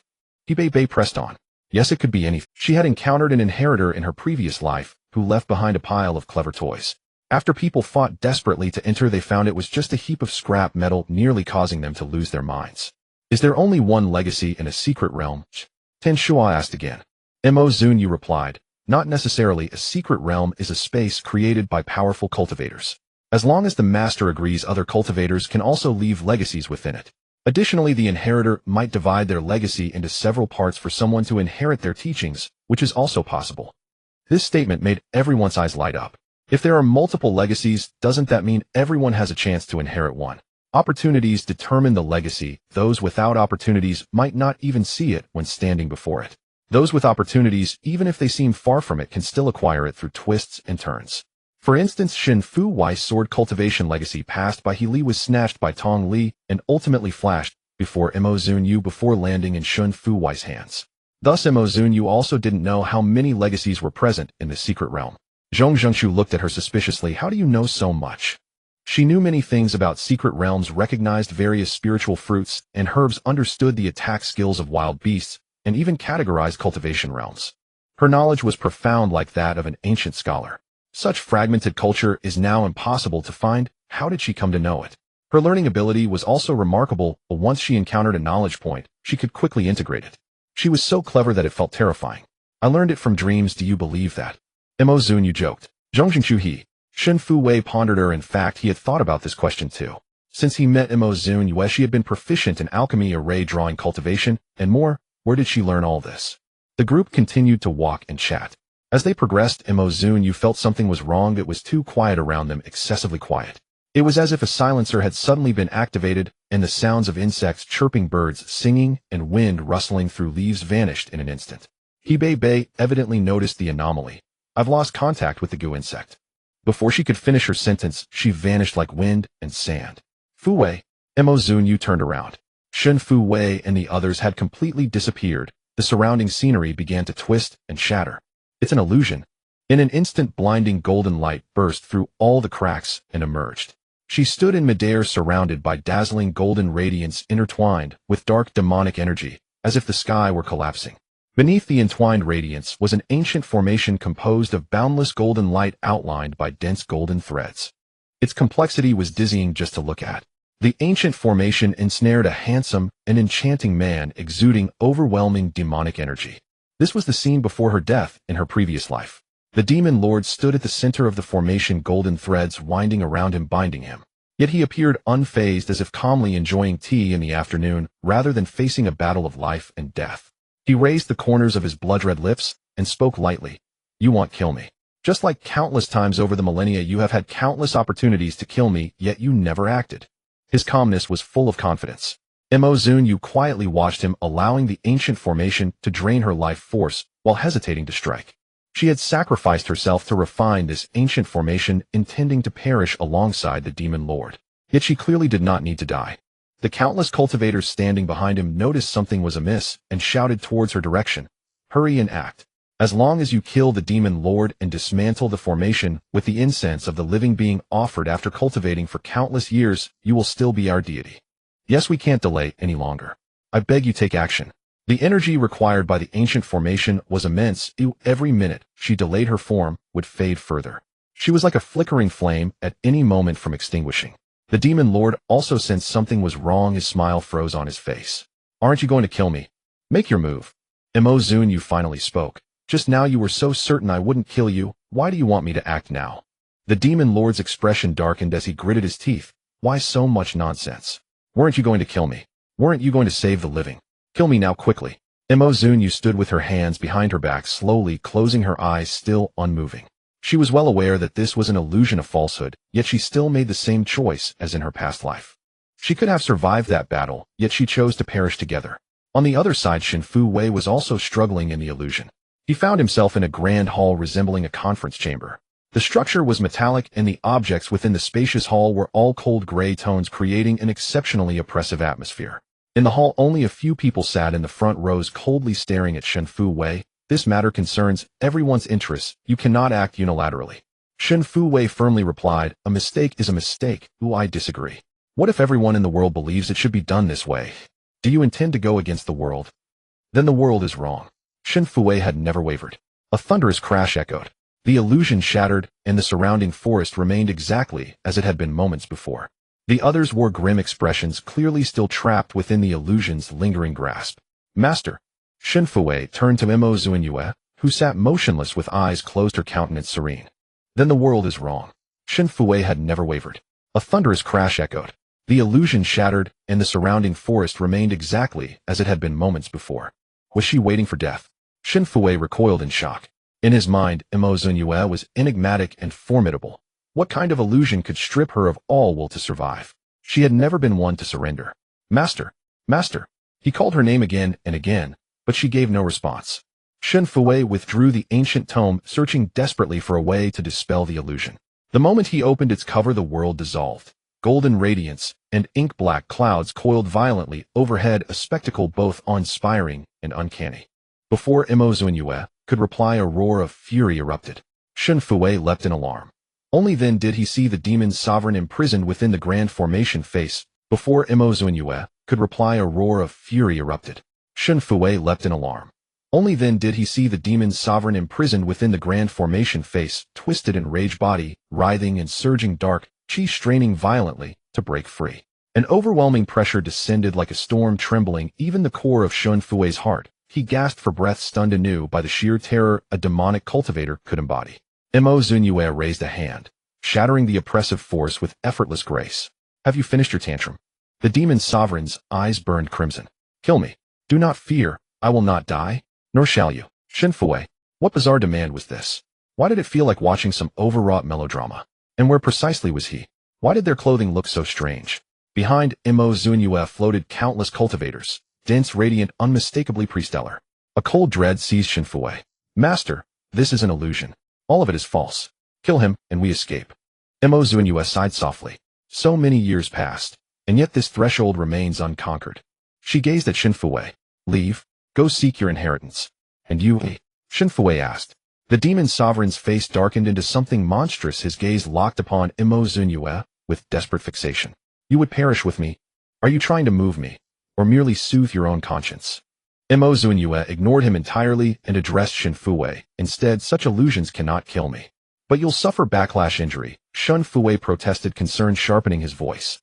He pulled Zunyue gently aside, preparing to consult the ancient tome once more. The demon's sovereign roared. Who gave you permission to touch her? You seek death. A tidal wave of demonic energy surged forth. He nearly tore himself free from the formation's bindings. A devastating assault hurtled toward them. Though Zunyue might survive illusionary backlash, Shen Fu Wei certainly would not. In that split second, she activated the primordial formation. The sky blazed with golden radiance, shielding Shen Fu Wei completely, while she stepped forward alone to meet the blow. The demon sovereign, unable to halt his momentum, struck her just as she caught the raw terror and fury flashing across his face. The illusion shattered. Zunyue spat a mouthful of blood, dazed and hollow-eyed. Are you all right? Shen Fu Wei rushed to her side, voice urgent. The others had already broken free, their illusions rooted in mundane desires. All were resilient souls admitted into the Transcendent Affairs Bureau. Such shallow temptations held no power over them. Zhong Zhengchu frowned in bewilderment. What happened? How could such a minor illusion wound someone so gravely? Shen Fu Wei ignored him, kneeling beside Zunyue. Who was that man? Even knowing it was illusion, even knowing it was false, she still couldn't bring herself to end him. What gave him that right? Merely an old acquaintance. Zunyue swallowed a pill, then settled cross-legged to restore her chi. The others exchanged puzzled glances, utterly lost amid their cryptic exchange. Shen Fu Wei knelt on the ground, expression inscrutable, lost in thought. Zhong Zhengchu scanned the group. He Bei hasn't awakened yet. Likely saw her mother, Tin Shuo mused quietly. This illusion seemed tailor-made to torment cultivators. They had no choice but to wait, motionless, resigned. Look, over there, someone cried out. Before them the mountain face shimmered and transformed into a vast library hall, its walls lined with towering bookshelves vanishing into the heavens, crammed with hundreds of thousands, perhaps millions, of volumes. At the library's center hovered a black iron sword, jet black, unadorned, deceptively plain. Simultaneously, Bei and Zunyue opened their eyes. "Seize it," Tan Shuo commanded. 20 figures surged forward as one, only to rebound violently several meters back, as if striking an invisible wall at the entrance. "The ancient tome is the key," someone shouted. Instantly, they converged upon Shen Fuwei.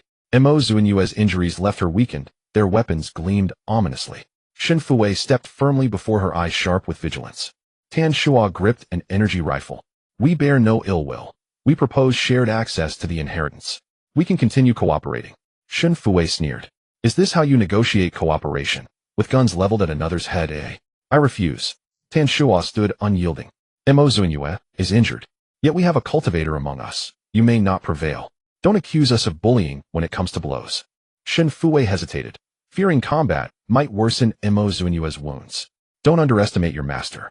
I brought them here because I knew how to handle them." Zunyue showed no fear. Her repertoire of arcane arts was boundless. Even with diminished cultivation, she possessed countless underhanded methods, each capable of ending them without mercy. Bei distract them first. The rest use paralytic weaponry. Keep them alive. Tan Shuo issued orders swiftly. Swarms of insects converged from every direction. Tan Shuo knew Bei's strength well. He already imagined the inheritance beckoning him. Zunyue and Shen Fuwei braced for battle, when screams erupted all around them. Tan Shuo clawed frantically at the venomous insects covering his body, his lips already turning violet. He choked out an accusation. "You ambushed us. Do you even know which side you're on?" "Fool." Zhong Zhengchu strode to Bei's side, refusing even to glance back.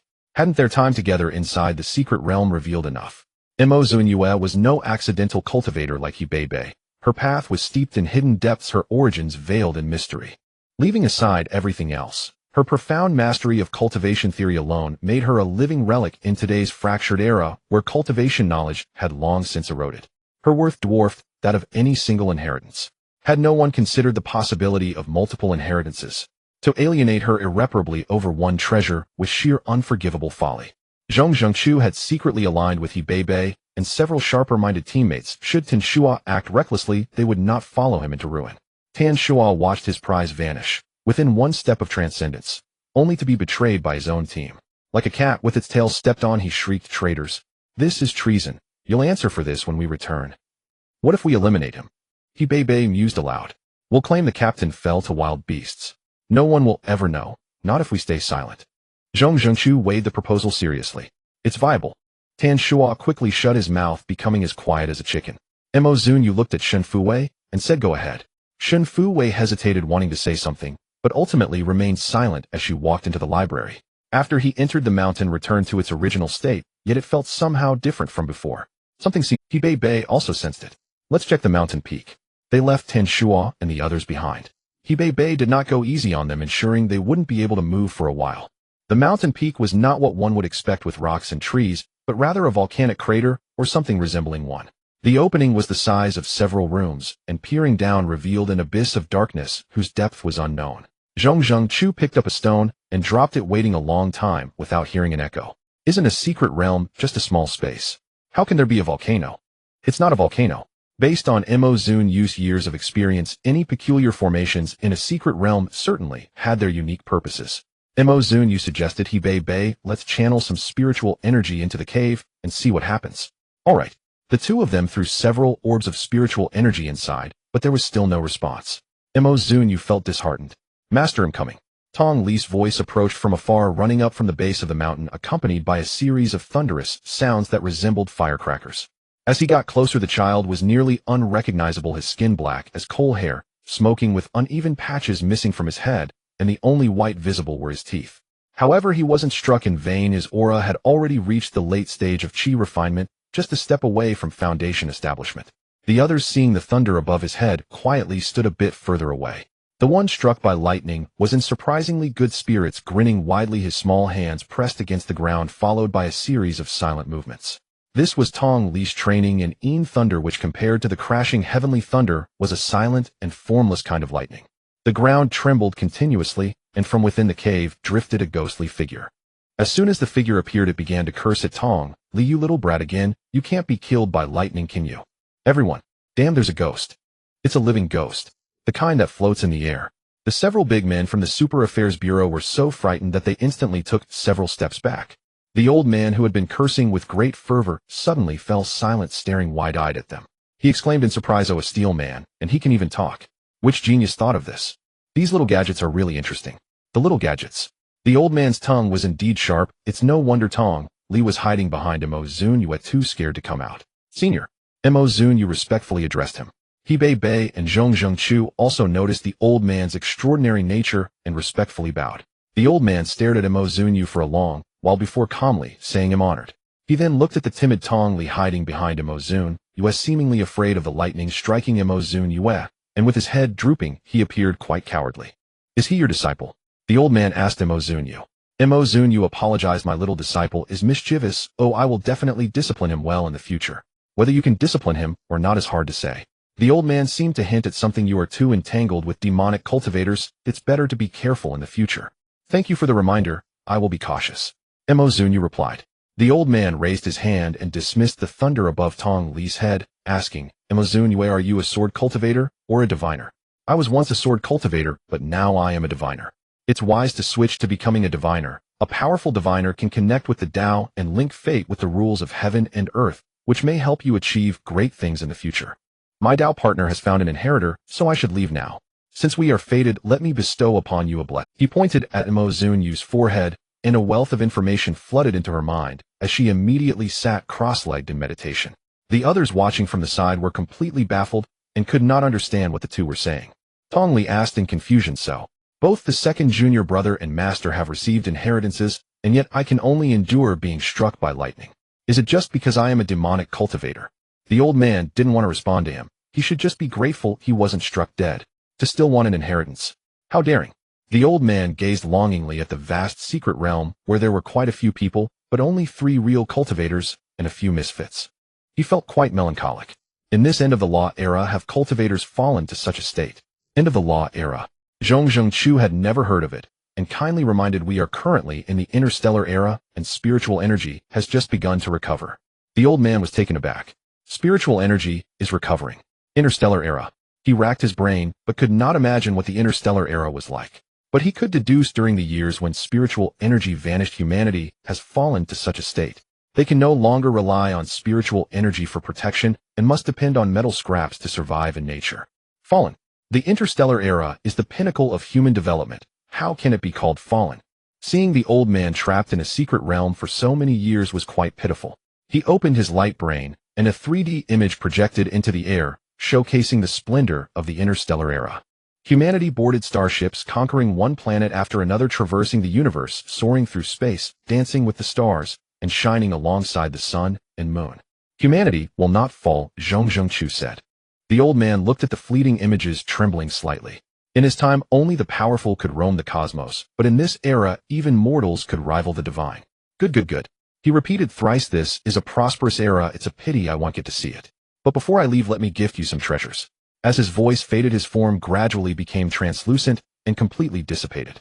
Simultaneously, the previously quiet volcanic crater erupted with a surge of brilliance flowing slowly, yet powerfully, towards the cave entrance.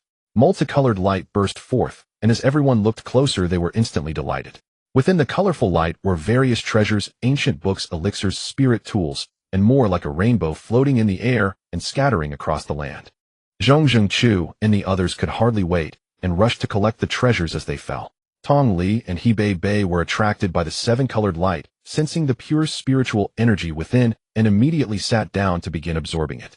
Tan Shuo and the others, who were abandoned halfway up the mountain, clearly saw this. Even the dullest among them could tell that the rainbow in the sky was extraordinary. However, they lay on the ground, unable to move, growing anxious. The crowd, busy digging for vegetables and searching for treasures in the secret realm, looked up to see that the tallest peak of the mountain was actually emitting a rainbow. In surprise, they noticed many items falling from the colorful light, so numerous it resembled hail. They immediately forgot everything else and rushed to the area where the treasures were falling. Even unfortunate souls like Song Nansheng, seeing the treasures raining down, couldn't help but feel eager to search for them. However, as unlucky as he was, he found no treasure and was instead chased by a pack of wild boars. Fortunately, the escort team discovered and saved him just in time. Song Nansheng felt dejected. Indeed, good fortune never seemed to come his way. While others fought for treasures, he frantically dug for wild vegetables to make money. The rainbow rain fell for a full 3 days. Those with good fortune picked up a great number of treasures, most of which they had no idea how to use, but they were undoubtedly valuable.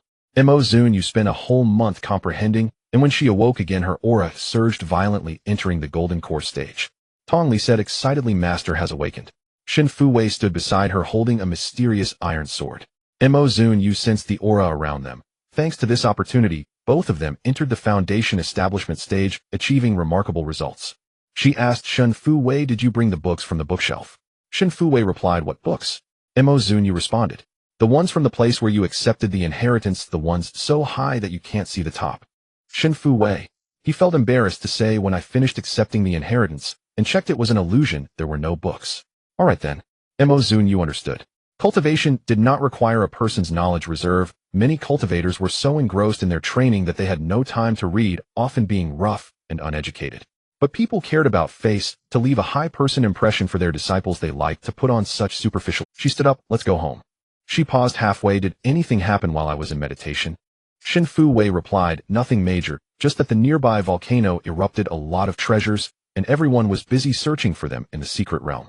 Bei has been cultivating here for a few days, and seems to have made some breakthroughs, so she also went to search for treasures." Zunyue pointed at the bare secret realm. "What about the trees? The flowers? The grass?" What was once a beautiful secret realm with lush vegetation now lay barren, only a patch of earth color visible, with not a hint of green in sight. Those who did not know would think it had just gone through a locust plague, leaving nothing alive. Speaking of this, the two disciples were also speechless. It was all stripped away. Zunyue was puzzled. The entire secret realm was stripped away. Shen Fuwei hesitated. At first people only picked wild vegetables. Later, with the rainbow rain, they were all busy looking for treasures. The Super Affairs Bureau was also extremely busy. Once they found most of the treasures, the people from the Super Affairs Bureau turned their attention to the vegetation in the secret realm, pulling out some seemingly extraordinary spiritual trees and herbs. Eventually, even some spiritual beasts were not spared, captured alive. Seeing that the state personnel were doing this, it spiraled out of control, and they all rushed to loot. Zunyue found it hard to express. What kind of people were they? They were simply locusts, having seen numerous treasures stripped from the secret realm. This was her first time witnessing a secret realm being looted to the last blade of grass. She gained a new understanding of the frugality of the interstellar people.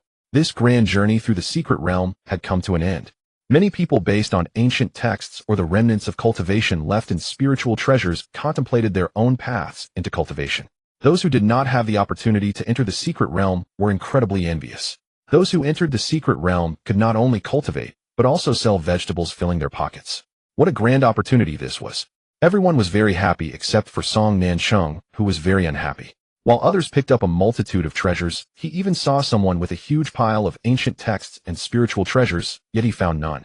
Fortunately, he earned quite a bit from selling vegetables, and thinking about those who didn't even have the chance to enter the secret realm eased his mind a bit. The secret realm had been thoroughly looted, and people were mostly pulling out. Even the people from the Super Affairs Bureau hurriedly left ancient Earth, probably eager to return to study their newly found treasures. Just as Song Nansheng stepped out of the secret realm, he was blocked by someone who clearly wasn't paying attention. "Isn't this the unlucky one? I heard he didn't find anything. Isn't that funny?" The speaker was 3 men around his age, and he recognized them as his former neighbors. Another continued, "With treasures raining down like this, even with your eyes closed you could pick up at least 2, yet he didn't pick up a single one. It's hilarious. I picked up a cultivation technique, and have already touched the threshold of cultivation. I'm just waiting for the Shantian sect to recruit disciples. Once I join the Shantian sect, he'll be a cultivator while he remains a vegetable seller. What good is money if you can't live long? Haha." Zunyue's set of sword flight, with a myriad of swords returning to their source, stirred their hearts immensely. Now no one said that the Shantian sect was a children's play, or rather it was the most sacred existence in their hearts. Song Nansheng didn't want to bother with them, and prepared to turn and leave. One of them blocked his path. "Where are you in such a hurry? I heard you've picked the most vegetables these days. You've bought several storage devices. Why not sell them to us? He'll pay double." Song Nansheng was furious. "Lu'er, are you dreaming?" This guy had bullied him since childhood, and now that they had grown up he was still bullying him. Lu'er scoffed. "You have no chance of cultivating, and since you can't extend your lifespan, someone like you, the unlucky one, might just drop dead one day while walking down the street. What's the point of making so much money? Besides, I'm offering a high price. You won't lose out." Song Nansheng took 2 steps back. "So what if I can cultivate? You're not even close to making it. You want to force a buy? If I cultivate a bright future in the future, wouldn't you think that the entire ancient earth belongs to you? Luer's face darkened. Stop talking nonsense. Are you selling or not? Song Nansheng held his head high. Once ancient earth opens up for foreign trade, let alone double prices could soar dozens of times. He really would be calculating shrewdly. Luer and the others stepped forward to restrain him. You're selling today, whether you like it or not. In your dreams. As both sides were about to start fighting, Qiu Jifeng's voice suddenly rang out nearby. What are you doing? When Luer saw him, he immediately became honest. Nothing. We were just playing around. Professor Qiu, do you need something? Was he blind? Professor Qiu was too lazy to expose them. He looked at Song Nansheng. Are you Song Nansheng? You were the first to dig wild vegetables in the secret realm, right? His question startled everyone. Song Nansheng felt incredibly guilty and answered softly, yes, it's me. Originally a beautiful secret realm, it had become barren with not a blade of grass left because of his leading role. He thought Qiu Jifeng must be here to hold him accountable. The others nearby were gleeful, thinking that the unlucky one was about to face a big disaster. Just as they were preparing to watch the show excitedly, they heard Qiu Jifeng say, I am now inviting you to join the Xintian sect as an outer disciple. Are you willing? Calm. Huh. The onlookers were stunned. Song Nansheng was also shocked, unable to believe his ears. You mean I can join the Xintian sect? Luer thought there was a mistake with Qiu Jifeng and immediately shouted, Professor Qiu, did you make a mistake? He's very unlucky, having caused the deaths of relatives since childhood. This time in the secret realm, he didn't find a single treasure and has no chance to cultivate. He even led the way to strip wild vegetables and caused such a huge disaster. How can he be invited to join the Xintian sect? I didn't make a mistake. Qiu Jifeng glanced at them and then looked at Song Nansheng. Do you accept the invitation? I'm willing. Song Nansheng immediately nodded, eager to join. And me? I found several treasures. I must have cultivation opportunities. Qiu Jifeng said expressionlessly, the master has not yet issued a command to accept disciples, so you should wait for news. Why should he be accepted? He doesn't need to wait for news. Luer expressed his dissatisfaction. Because the master personally chose to admit him, came the reply, leaving the others questioning their lives. When has a luckless person not been unlucky? What immense fortune is this? They immediately approached him with a fawning attitude. We've known each other since childhood. Our relationship is so good that you must help us speak well of ourselves. Song Nansheng withdrew, chuckling. Meanwhile, Zunyue squatted at the exit of the secret realm, remaining silent and still after a long time. What are you thinking about? Shenfue ventured to ask. At this moment, he inexplicably thought of the man from the illusion, filled with questions he was too shy to ask. However, Zunyue was solely focused on her career, thinking, I'm contemplating how to refine this secret realm. Don't you think it would be perfect for growing vegetables? Shenfue. She criticized others for exploiting the secret realm, yet she directly wanted to refine it for herself. Wasn't that even more excessive? Speaking of which, the secret realm is rich in spiritual energy with fertile soil, mountains, and rivers. After the vast grasslands are exploited, it would surely become prime farmland. The total area is approximately 20,000 square kilometers, comparable to the main urban area inhabited by humans on ancient Earth today. Is it easy to refine? Thinking of this, Shenfue felt tempted. With my current golden core cultivation level, I could give it a try, but I need a specific material. What material? Spatial stone, white and transparent with a honeycomb structure inside. It serves as a medium to connect two spaces. Can't we use the storage devices we usually use? They utilize metal as a medium to connect to four-dimensional space. Can't we use metals?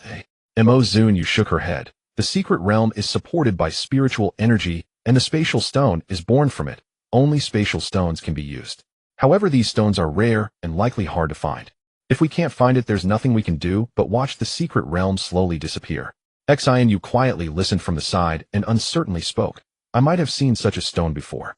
Shenfue looked at her. Where did you see it? During the rainbow rain in the secret realm, senior brother sent us a message to go to the mountain top to absorb the colorful spiritual power for cultivation. On our way up the mountain, we encountered Tanshua and his group, who seemed to be poisoned. They had just recovered and were wobbling when a rock fell on his head, resembling the stone described by the master. If it falls into their hands, it becomes problematic. Not to mention Tanshua himself. Even the people from the Super Affairs Bureau are now eagerly watching them. Now if they seek them out, wouldn't they be skinned alive? Ren Jianyong's mind raced. Hadn't he come to build a reputation? He volunteered. I am familiar with Zhongzhengqiu.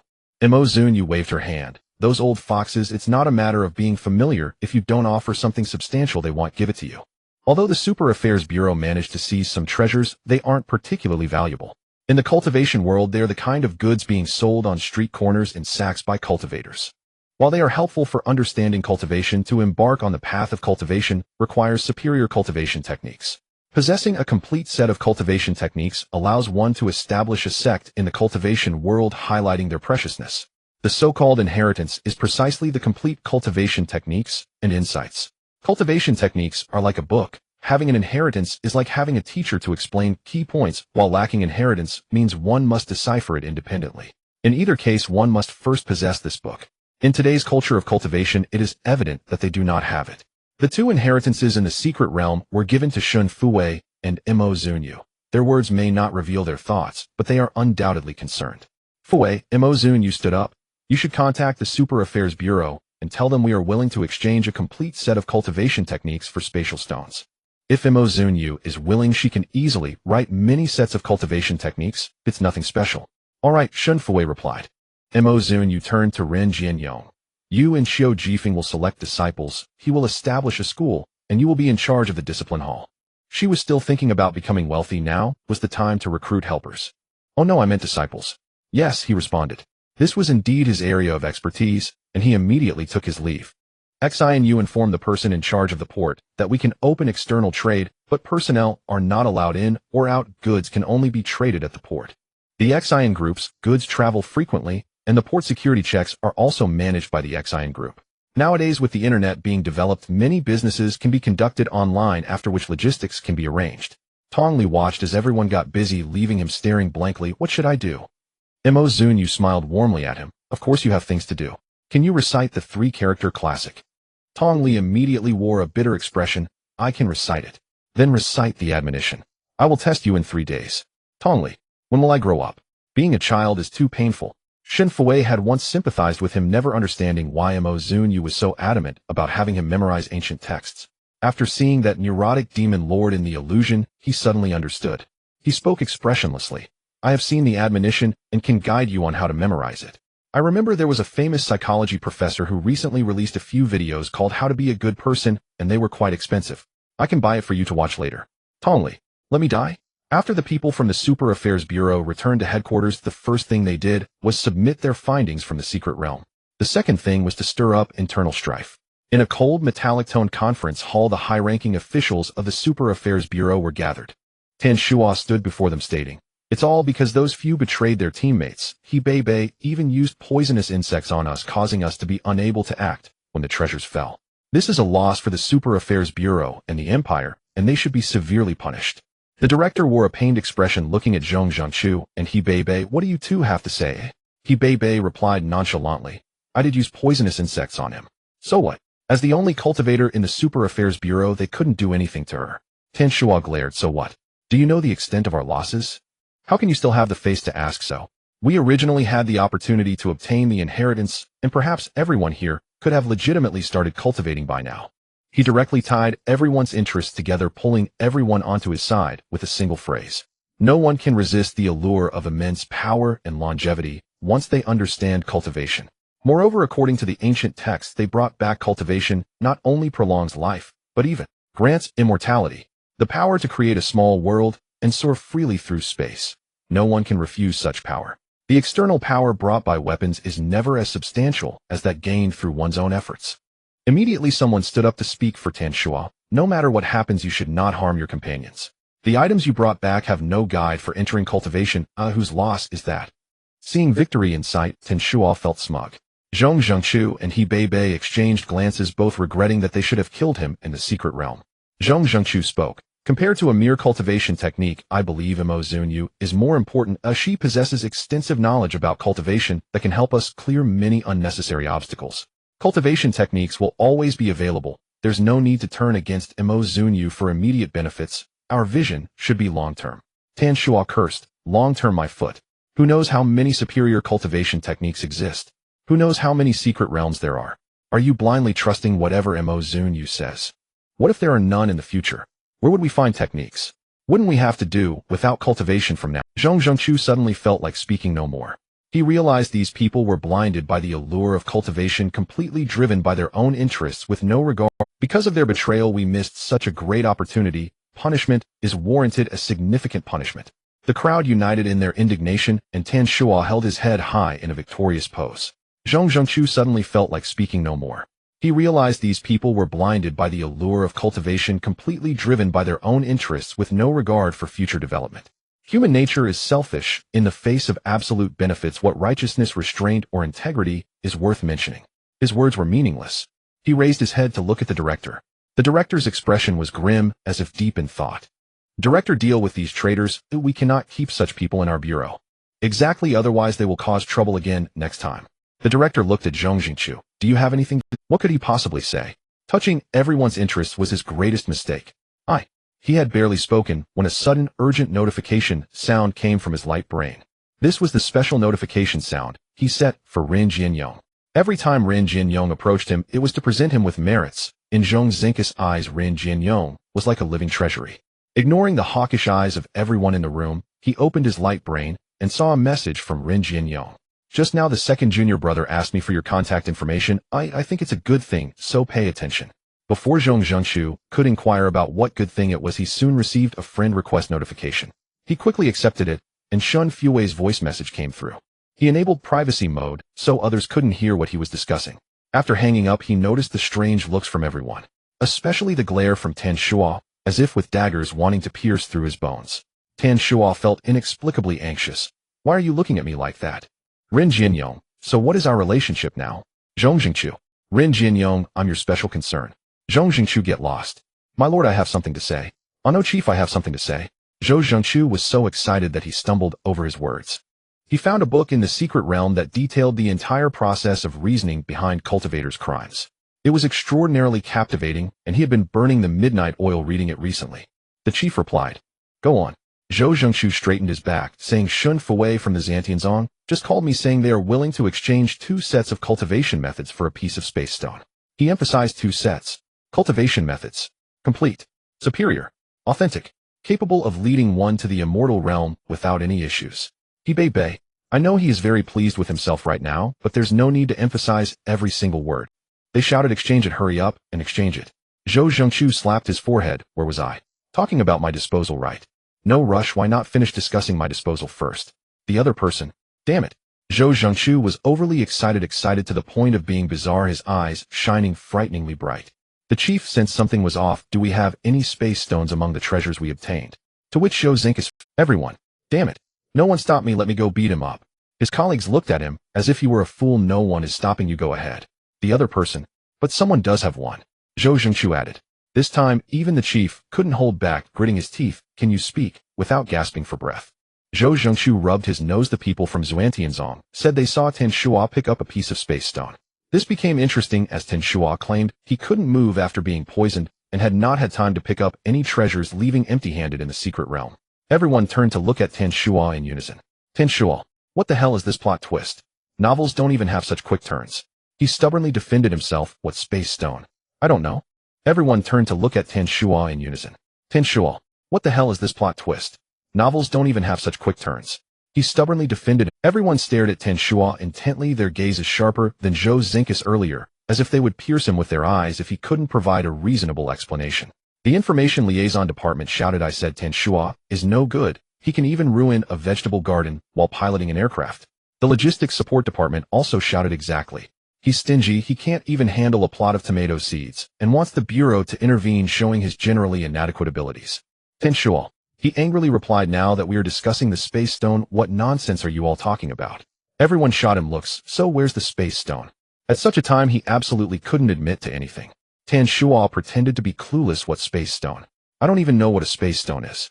Zhou Zhengqiu replied, transparent, with a whole rich and spiritual energy, surrounded by mist. He was afraid Tan Shuo wouldn't remember the stone that hit your head. By saying this, he had completely confirmed the fact that Tan Shuo had it, and was hiding it. Tan Shuo gritted his teeth in anger. With 2 sets of cultivation methods laid out, he feared he couldn't get away without producing the space stone today. Judging by the crowd's demeanor, even if he didn't have the space stone, they would make him spit one out. He continued to play dumb. There is such a piece of stone, but it looks very ordinary. I thought it was just a regular stone. He pulled the space stone out of his storage device. Zhou Zhengqiu raised an eyebrow. The stone was enveloped in a glowing mist, and couldn't possibly be an ordinary stone. Everyone present was not foolish. They realized they had been completely fooled by Tan Shuo, and were incensed, turning their ire toward him. This person is not united and friendly, has mediocre abilities, and is hogging everything. He needs to be educated. Exactly. He is unfit to be the team leader. Look at how clever Zhou Zhangqiu is building good relationships with others and earning back 2 sets of methods. He's fit to be the team leader. Why not let Tin Shua handle logistics? Our logistics department needs a gopher. Zhou Zhangqiu said, may I ask where you all transferred from? Oh, the administrative department. Then it's nothing. Everyone knew that the administrative department was known for producing cunning and crafty fence-sitters. Tan Shua from the military corps certainly didn't disappoint, his background being all brawn and no brains. In the end, it was the Star Police navigating between all factions who bore the brunt of everything. The chief also from the military corps. This is an exception. It's all an exception. Please do not elevate this to professional discrimination. He is quite intelligent. While the Super Affairs Bureau was still arguing about the 2 sets of cultivation methods, Ancient Earth was in a state of jubilation. With the appearance of the secret realm, the people from the Super Affairs Bureau had fully isolated Ancient Earth. No surveillance devices could spy on Ancient Earth from space. Ancient Earth was now entirely in a closed state, plus the ports leading to space restricted personnel moved. Currently, Ancient Earth was like a room with closed doors and windows, allowing them to do whatever they wanted without. In fact, they truly were doing whatever they wanted. Before the secret realm appeared, Zunyue planned the construction of the sect, and then the account of the Xian family group was drained, leading to a vigorous start of the project. While they were exploring the secret realm, the construction robots were diligently at work. Now complete, a large area of ancient-style buildings stands magnificently by the wide river. The rooftops are adorned with rich beasts and the corners are decorated, creating an overlapping effect that is visually appealing from a distance. The building materials are sourced from trees produced in the secret realm. Xian Chang, you had people procure a large quantity of timber that the logging robots managed to acquire, saving a significant amount on raw materials. There are several dormitory buildings for disciples along with a canteen, a main hall, a library, training rooms, and many spare lofts, all surrounding a vast circular plaza. Such luxurious and spectacular ancient architecture stretches endlessly. It hardly resembles a sect, but rather a small town. The most outrageous part is that a wide main road runs straight through the building complex, flanked by rows of buildings resembling a commercial street. What do you mean by resembling? It is a commercial street. Facing the disciples' doubts, Zunyue spoke confidently. The few disciples who accompanied him were left speechless. Qiu Jifeng, confused, asked, aren't we supposed to be building a sect? How can there be a commercial street? Zunyue remained unyielding. If the disciples find any treasures or want to practice alchemy, there must be a place for transactions, right? Xian Changyu gazed at the seemingly endless commercial street with a sense of melancholy. How many disciples will it take to fully utilize this many shops? You know nothing about a sect. A prosperous sect is akin to a city and will form a robust economic trading system. Zunyue thought about the vast population in the stars. The planning of a city felt overly conservative. The city's residents would take the opportunity during breaks to come see these new and beautiful buildings. How beautiful! If I could live here, I would wake up smiling even in my dreams. I heard this is for the disciples of the Xiantian sect. As long as you become a disciple, you can live here. It's not as simple as you say. The Xiantian sect only accepts those with cultivation talent. Only 20,000 have entered the secret realm, and even fewer are fated to step into cultivation. It's not something anyone can just enter. At this point, they all sighed in regret. It was said that disciples of the Xiantian sect could receive star coins every month, and even the most basic registered disciples earned more than their salaries. They envied the 20,000 who could enter the secret realm, losing sleep over it. Among them, they envied the unfortunate Song Nansheng, grinding their teeth in envy. Clearly, he had not picked up any treasures or had any opportunities and was the one leading the way in depleting the secret realm. Why was he personally invited by Professor Qiu to join the Xiantian sect? How could he have such good fortune? Brother Nansheng, when did the Xiantian sect start recruiting disciples? Can you share some news? Lu Er shamelessly asked, following behind Song Nansheng. Song Nansheng scoffed. Who is your brother? I'm just a fortuitous nobody, without cultivation, likely to be knocked down on the road at any moment. How could I be worthy of being your brother? He bent down to pick up a piece of radioactive, or holding it in his hand. The luminous white stone dimmed instantly, and he exaggeratedly said, oh dear, this unfortunate fellow without cultivation accidentally entered the qi refining stage. Can you believe it? This opening of the secret realm has greatly benefited the Xiantian sect. Zunyue obtained the inheritance of the diviner and stepped into the golden core stage while mastering a new hexagram Kin water. Among the 8 trigrams, she had already mastered 3 Sun Wind Dui Marsh and Kin water. Shen Fu Wei received the inheritance of the sword cultivator and entered the foundation establishment stage, while Tong Li was struck by lightning into the foundation establishment stage. The remaining outer disciples, Qiu Jifeng, Xian Yurin Jianyong, registered disciple Xian Changyue, and you man all stepped into the chi refining stage. Only the newly joined Song Nancheng was a novice in cultivation. Everyone looked at him with disdain, feeling that he was being treated specially and disrupted the formation of the group. A few of them took turns to teach him and urged him to cultivate. Xiao Jifeng even used records from ancient books to refine some low-level pills for him, thus helping him advance into the chi refining stage. Lu Er. He envied him, not only feeling envy, but also anger. The smug expression on Song Nancheng's face made him want to punch him. But he didn't dare. He continued to smile with a flattering face. What are you talking about? I was just joking before. We are childhood friends after all. Seeing that even a fool like Song Nancheng could enter the chi refining stage, Lu Er felt a fiery ambition rising in his heart, convinced he would surely become a successful cultivator. Song Nancheng truly admired his ability to twist the truth without shame. Since you say that, I'll let you in on a little secret. Lu Er nodded, eagerly bursting with anticipation. Following Song Nancheng, they walked onto the newly built square of the Xintian sect, arriving at the center. There Song Nancheng pulled out 7 large colorful stones and placed them in the circular flower bed at the center of the square. Each stone was about 5 meters high and 3 meters wide, radiating a beautiful rainbow glow. Lu Er sensed something was off and cautiously asked, "What are these?"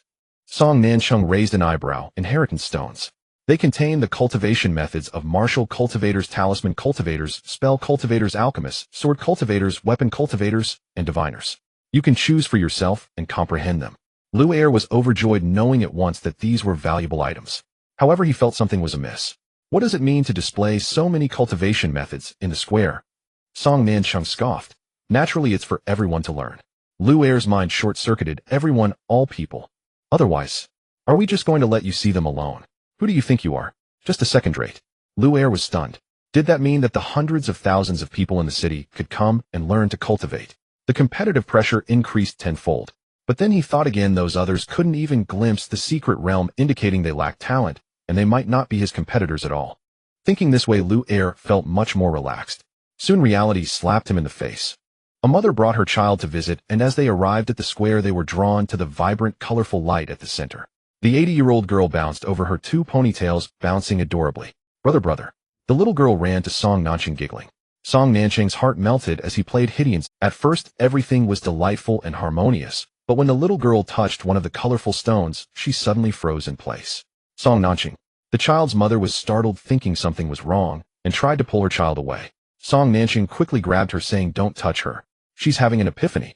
He looked up at the large characters on the inheritance stone, noting it was for alchemy. This little girl might become a fine alchemist in the future. Epiphany. The child's mother didn't understand. Song Nancheng explained, this is an inheritance stone. Once she comprehends the cultivation techniques within, she can become a cultivator. The child's mother was immediately overjoyed, watching her daughter's small figure under the inheritance stone, feeling immensely proud. Lu Er. He asked, "Is it really that easy to become a cultivator?" Song Nancheng replied, "As long as you can comprehend the techniques in the inheritance stone, it really is that simple." Lu Er immediately got eager, moving to touch each inheritance stone. He thought to himself, if that fool Song Nancheng can become a cultivator, then surely an 80-year-old child can have an epiphany too. However, reality slapped him in the face as he touched all 7 inheritance stones with no reaction at all. "What's going on?" he exclaimed in shock. Song Nancheng smacked his lips, saying, "No reaction means you can't grasp the essence of it, which is commonly known as being dull-witted." Lu Er couldn't believe it. Impossible.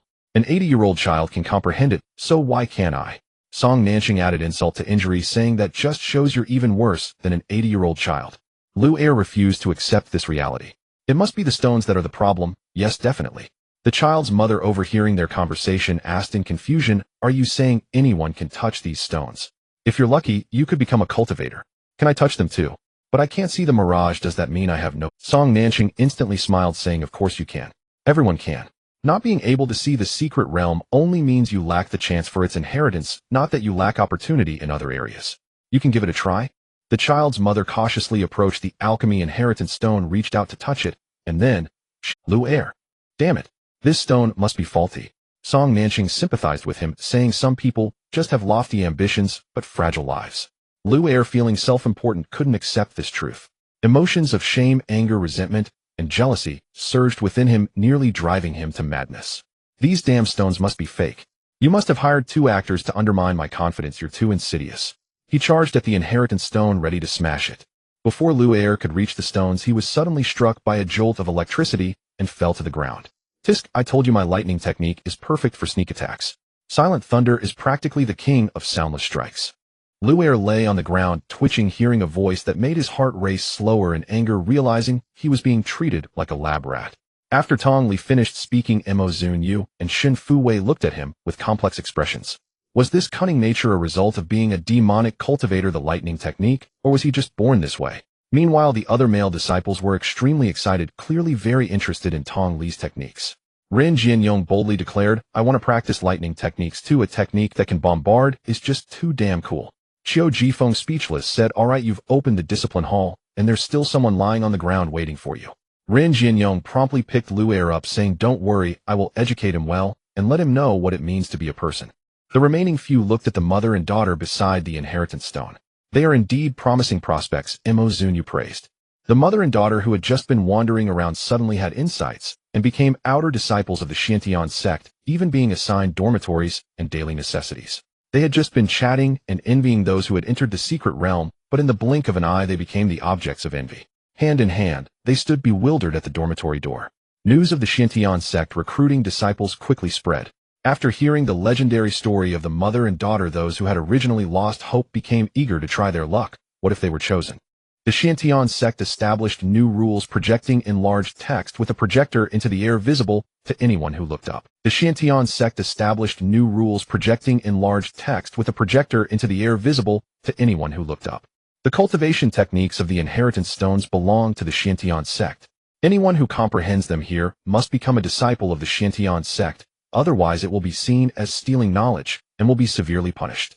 These cultivation techniques were meticulously compiled by Zunyue, containing not only the techniques, but also the experiences she had observed and contemplated in her past life. The experiences summarized by the former deity are terrifying.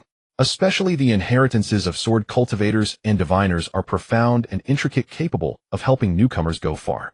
These are far superior to the simple techniques given to the Super Affairs Bureau.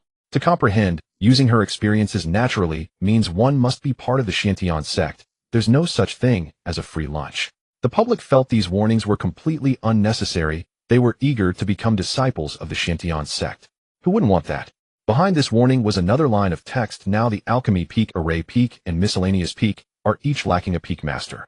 Alchemy peak, array peak, discipline peak, spiritual plant peak, miscellaneous peak, and sales peak are each lacking several disciples. New disciples may apply to the peak masters of each peak. Passing the interview allows them to enter their respective peaks. Discipline peak master Ren Jianyong, responsible for enforcing sect rules and maintaining order. Spiritual plant peak master Song Nanxing, responsible for planting vegetables, spiritual, herbs, etc. Sales peak master Xinu, responsible for all external sales operations of the sect. Teaching peak master Qiu Jifeng, responsible for teaching disciples, registering new disciples, archiving, and managing the library. Although the Xiantian sect is not situated on a mountain right now, Zunyue was accustomed to it from her past life and retained the peak master structure. When Qiu Jifeng and the others saw this, they felt their brains were overloaded. They had originally thought that the Xiantian sect's disciple recruitment would be similar to a school enrollment process, dividing into different specialties, but still providing unified teaching and allowing independent cultivation. Now it seemed that the sect was much more complex than a school. Schools profit by collecting tuition fees, while sects need to pay monthly salaries to disciples. This requires money. Where does that money come from? Who earns it? Definitely the sect disciples. Overall, the sect is like a school, but also like a business, far more complicated. Besides these peaks, there will be more based on cultivation directions, such as talisman peak, law cultivation peak, body cultivation peak, and so on. Clearly, the Xiantian sect currently doesn't have many disciples, but they could already envision how the sect would develop into a colossal entity, filling their hearts with inexplicable excitement. Looking again at Zunyue, they felt that she not only possessed immense strength, but also harbored grand ambitions for the future. What exactly is Zunyue harboring in her heart? Is it just the Xiantian sect? No, she harbors the entire star realm. She aims to become the deity of this star realm. If that deranged man from her illusionary realm were truly dead, the future should unfold smoothly. She had watched the demon sovereign's soul dissipate. There could be no doubt he was utterly annihilated. Yet her inexplicable rebirth into a starfaring era shattered her understanding of reality, and now she was no longer certain. In their minds, the Xiantian sect was sacred and ancient, a bastion of classical culture. So how could its disciple recruitment notice read like a corporate department vying for talent? Enough. What couldn't be fathomed need not be dwelled upon. As long as she could join the Xiantian sect, and become a cultivator that alone sufficed. Yet the path of cultivation had always been arduous. Even in a world teeming with cultivators, they remained a rare few. Most possessed mediocre aptitude and lived ordinary lives under the protection of cultivators. Thus by dawn no one had succeeded. Some remained utterly bewildered, others sensed fleeting epiphanies yet failed to grasp them, ultimately unable to find the gateway. They required time to gradually awaken. Across the sky a military aircraft streaked past, as Zhong Zhengqiu arrived on ancient Earth in person bearing a spatial stone. Upon receiving 2 cultivation manuals, he trembled with exhilaration and stowed them away with reverent care. Truth be told, I owe you real gratitude this time. Without you I'd never have outmaneuvered that shameless Ten Shuo. Zhong Zhengqiu's gratitude toward Shen Fuwei was genuine. No need for formalities. We may well collaborate again in the future. Shen Fuwei took the spatial stone to deliver it to Mo Zunyue, though he felt uneasy. Your injuries. Those wounds are trivial. I healed long ago. Mo Zunyue accepted the spatial stone and headed straight for the secret realm. Crafting a secret realm oneself demanded immense effort, far better to claim one already forged. Still, her golden core-level cultivation placed her at the edge of her limits. The storage vessel brimmed with life-restoring pills, all refined by her over the past several days. She hadn't dared inform her disciples lest they fret. Mo Zunyue's mindset was simple: so long as she didn't die, nothing else mattered. Only after she vanished into the secret realm did Zhong Zhengqiu withdraw his gaze, filled with profound respect. Sometimes I truly feel I'm inferior even to a woman. His words, spoken in quiet musing, were overheard by Ren Jianyong, who strode forward and landed a punch. What's wrong with women? What era is this? Still peddling gender bias. With what authority would I dare look down on her? I admire her, genuinely, deeply admire her. Zhong Zhengqiu sighed. Ren Jianyong said, enough of such idle musings. Come, let me show you our sect as it stands today. Zhong Zhengqiu had long yearned to see it, but last time duty had barred him. Now fortune granted him the chance. Ancient architecture, carved wooden pillars adorned with intricate patterns, many decorative motifs, and craftsmanship techniques I've never encountered. Yet they radiate an unmistakable aura of antiquity. As he walked, Zhong Zhengqiu praised ceaselessly. His astonishment rivaled Shen Fuwei's first glimpse of the 60-year pavilion. During the great migration of ancient Earth, only the common folk remained behind. People of modest learning who merely knew beauty when they saw it. This is beautiful. That is beautiful. Yet anyone with discernment could perceive the deeper artistry: cloud pattern carvings upon the eaves, furniture styles echoing lost dynastic aesthetics, finer than any record in historical texts, some unrecorded even there. Zhong Zhengqiu held his breath. These are cultural legacies, destined for the capital Star Museum. Thankfully, ancient Earth remains shielded. If discovered, scholars would storm here instantly. He turned to Ren Jianyong. Don't you think Mo Zunyue seems more like someone from antiquity? Ren Jianyong shrugged. Who cares what she is? As long as she's human, that's enough. Why dissect it so thoroughly? What would you even do about it? Zhong Zhengqiu exhaled, relieved. You're right. Many things are clearer through your eyes. With spiritual energy resurging, who knows what lies ahead? Truly, you won't return. Ren Jianyong stared at him as if he were daft. Cultivation. Brother, I'm now a peak master of the Shantian sect, entrusted with grave responsibility. Where else could possibly compare? Or step down and join me. I'll pull strings for you. Zhong Zhengqiu fell silent. I thought you were a patriot, braving enemy lines amid gunfire, fearless of death. Back then I was nearly dead.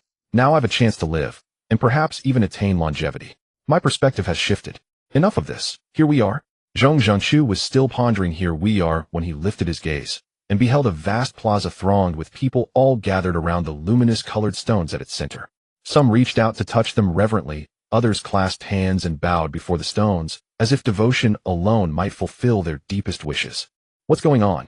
Do those stones hold magic? Zhong Zhengqiu asked, baffled. Ren Jianyong replied, indeed, they are legacy stones. Touching them imparts cultivation manuals within. Whether one grasps their essence depends entirely on personal aptitude. So many. Martial cultivators, talisman masters, spellcasters, alchemists, sword cultivators, artifact artisans, diviners. Comprehensive indeed.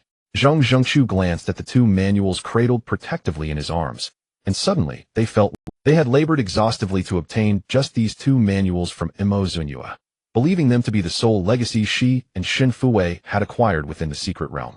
When the Supernatural Affairs Bureau discussed this, their voices trembled with emotion. Convinced Mo Zunyue was a paragon of grace and virtue, willingly sharing her hard-won legacy.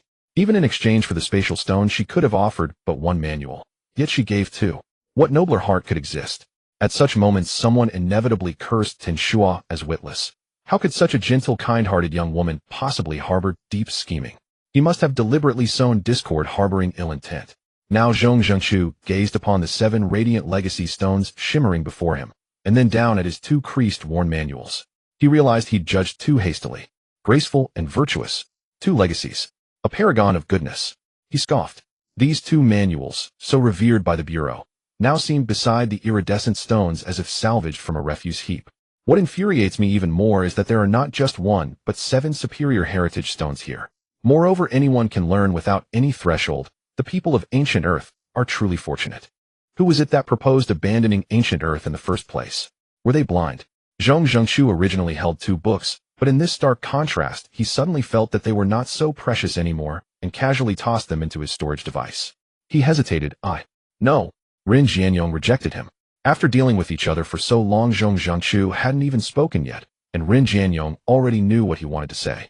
Rin Jianyong raised his hand and pointed to the air. Look over there. Zhong Zhengchu saw the warning in midair. He tilted his head and said, let's take a backdoor route. Once you enter the Super Affairs Bureau, you won't be able to get out. You'll have signed a confidentiality agreement. The good things were right in front of him, yet he could only watch without being able to partake, which was quite distressing. Head and sank into silence. Once you enter the Super Affairs Bureau, you won't be able to get out. You'll have signed a confidentiality agreement. The good things were right in front of him, yet he could only watch without being able to partake, which was quite distressing. By the time he left, he was already listless. Rin Jianyong leisurely said, take care and come visit when you have time. Zhong Zhengchu felt very jealous and didn't want to respond. Rin Jianyong gazed at his retreating figure, murmuring to himself, he is a smart person. I hope he can understand my good intentions. While others were still unaware of the revival of spiritual energy, the Xiantian sect had already developed a complete set of mental cultivation methods to train disciples with an immeasurable future ahead. What the Super Affairs Bureau should do is not to greedily snatch, but to cooperate amicably for mutual benefit. Although given the Empire's strength, dealing with Mo Zunyue is already quite easy. But could they really afford to lose someone like Mo Zunyue, a living fossil? If they angered her, and she fled to the Federation, the Empire would only be looking for trouble. As the recent craze for cultivation gradually faded, some people began to accept reality. To them, the heritage stones were merely beautiful objects. No matter how devout or earnest they were, even sitting beside them for 3 days and nights, they perceived them as just ordinary stones, unable to sense any strange fluctuations. At that moment, they understood that talent is something innate, otherwise no amount of struggle would be useful. Those who were originally ordinary returned to their ordinary lives. They went to work at the nutrient agent factory every day, earning an ordinary salary, drinking cheap, yet tasty nutrient agents occasionally, buying some wild vegetables to eat, living a peaceful and stable life without worries, and they felt very content. Compared to their previous days, life was already much better. Those who had entered the secret realm found it hard to accept reality. They saw the strength of cultivators. Being able to enter the secret realm was a stroke of fortune. They picked up treasures that fell with the rainbow rain, and they believed they were destined to become cultivators. Yet in the end, they could not comprehend the heritage stones were merely cold stones in their eyes. It was like a fleeting illusion, returning them to their originally dull and mundane lives. Who would be able to accept such a fate? Thus they knelt before the small wooden house by the river and begged, asking Mo Zunyue to grant them a clear path. In the age of interstellar travel, humanity stood as the rulers of the universe atop the pyramid in an era where character was dignified and everyone wore an air of superiority as the masters of all things. Kneeling represented a willingness to cast their dignity into the dust, to trample their pride into the mud, surrendering from both spirit to flesh. But what made them submit was neither Mo Zunyue nor the Xiantian sect, but their thirst for immortality. What a splendid and perfect world this is! As long as they step into the ranks of the strong, it would be the greatest enjoyment of life. Who would be willing to die? I clearly have a stroke of fortune, I can see the mirage, so why can't I touch the threshold? Yes, if Song Nanshan can be enlightened to become a cultivator, surely you must have a way, right? Please, we beg you, help us. When Xin Fuwei and the others heard the commotion and came out, they were stunned to see a crowd kneeling at the door. Kneeling is far more shameful than willingly exposing one's face to receive slaps. The master is not here, Tong Li spoke crisply. Immediately someone inquired, where did the sect master go? When will he be back? Tong Li replied, I don't know. The crowd lifted their heads from the ground and saw Tong Li, Xin Fuwei, and Xianyu watching them from the side. If the sect master is not here, then isn't kneeling in vain? For a moment, they didn't know whether to get up or not. Getting up seemed insincere, while staying down was pointless since the sect master wasn't present. Tong Li added, the master knew you would come and left a solution. Everyone, Where did this child learn to speak? Shinfuei beckoned them, get up first. The crowd quickly scrambled to their feet, exceptionally nimble. The heritage stone in the square engraved the finest cultivation methods embodying Zunyue's insights. Even for body cultivators and talisman cultivators fields, she was not adept in her summaries were based on the experiences of various great beings in the cultivation world. Having spent countless years in the cultivation realm, she had few ways to pass the time, one of which was reading. Thus, in terms of knowledge and cultivation, she was the most profound even in the interstellar realm. The insights left by immortals were indeed challenging for these novice cultivators. It was akin to Qiu Jifeng teaching medical theses to 3-year-olds. Those who were not of genius caliber found it equivalent to reading celestial texts, and truly could not comprehend. However, the Xiantian sect selected disciples naturally requiring talents. She designed the heritage stones, so that as long as one could achieve enlightenment beneath them, they would all be accepted into the Xiantian sect. This was also a form of screening. At the same time, it led to only a handful of people being able to gain enlightenment, while the majority of mediocre individuals could only stare blankly. Surely one cannot let a 3-year-old who doesn't understand medical theses abandon learning entirely. Thus, Zunyue had the ordinary version of the cultivation methods released, allowing those who were slightly slower to start from the very basics. I'll share a website link with you. Enter this site. Shinfuei opened her light brain and shared the link nearby. After receiving it, the crowd entered the website as if discovering a vast treasure, their moods soaring like a roller coaster. This. Someone stuttered.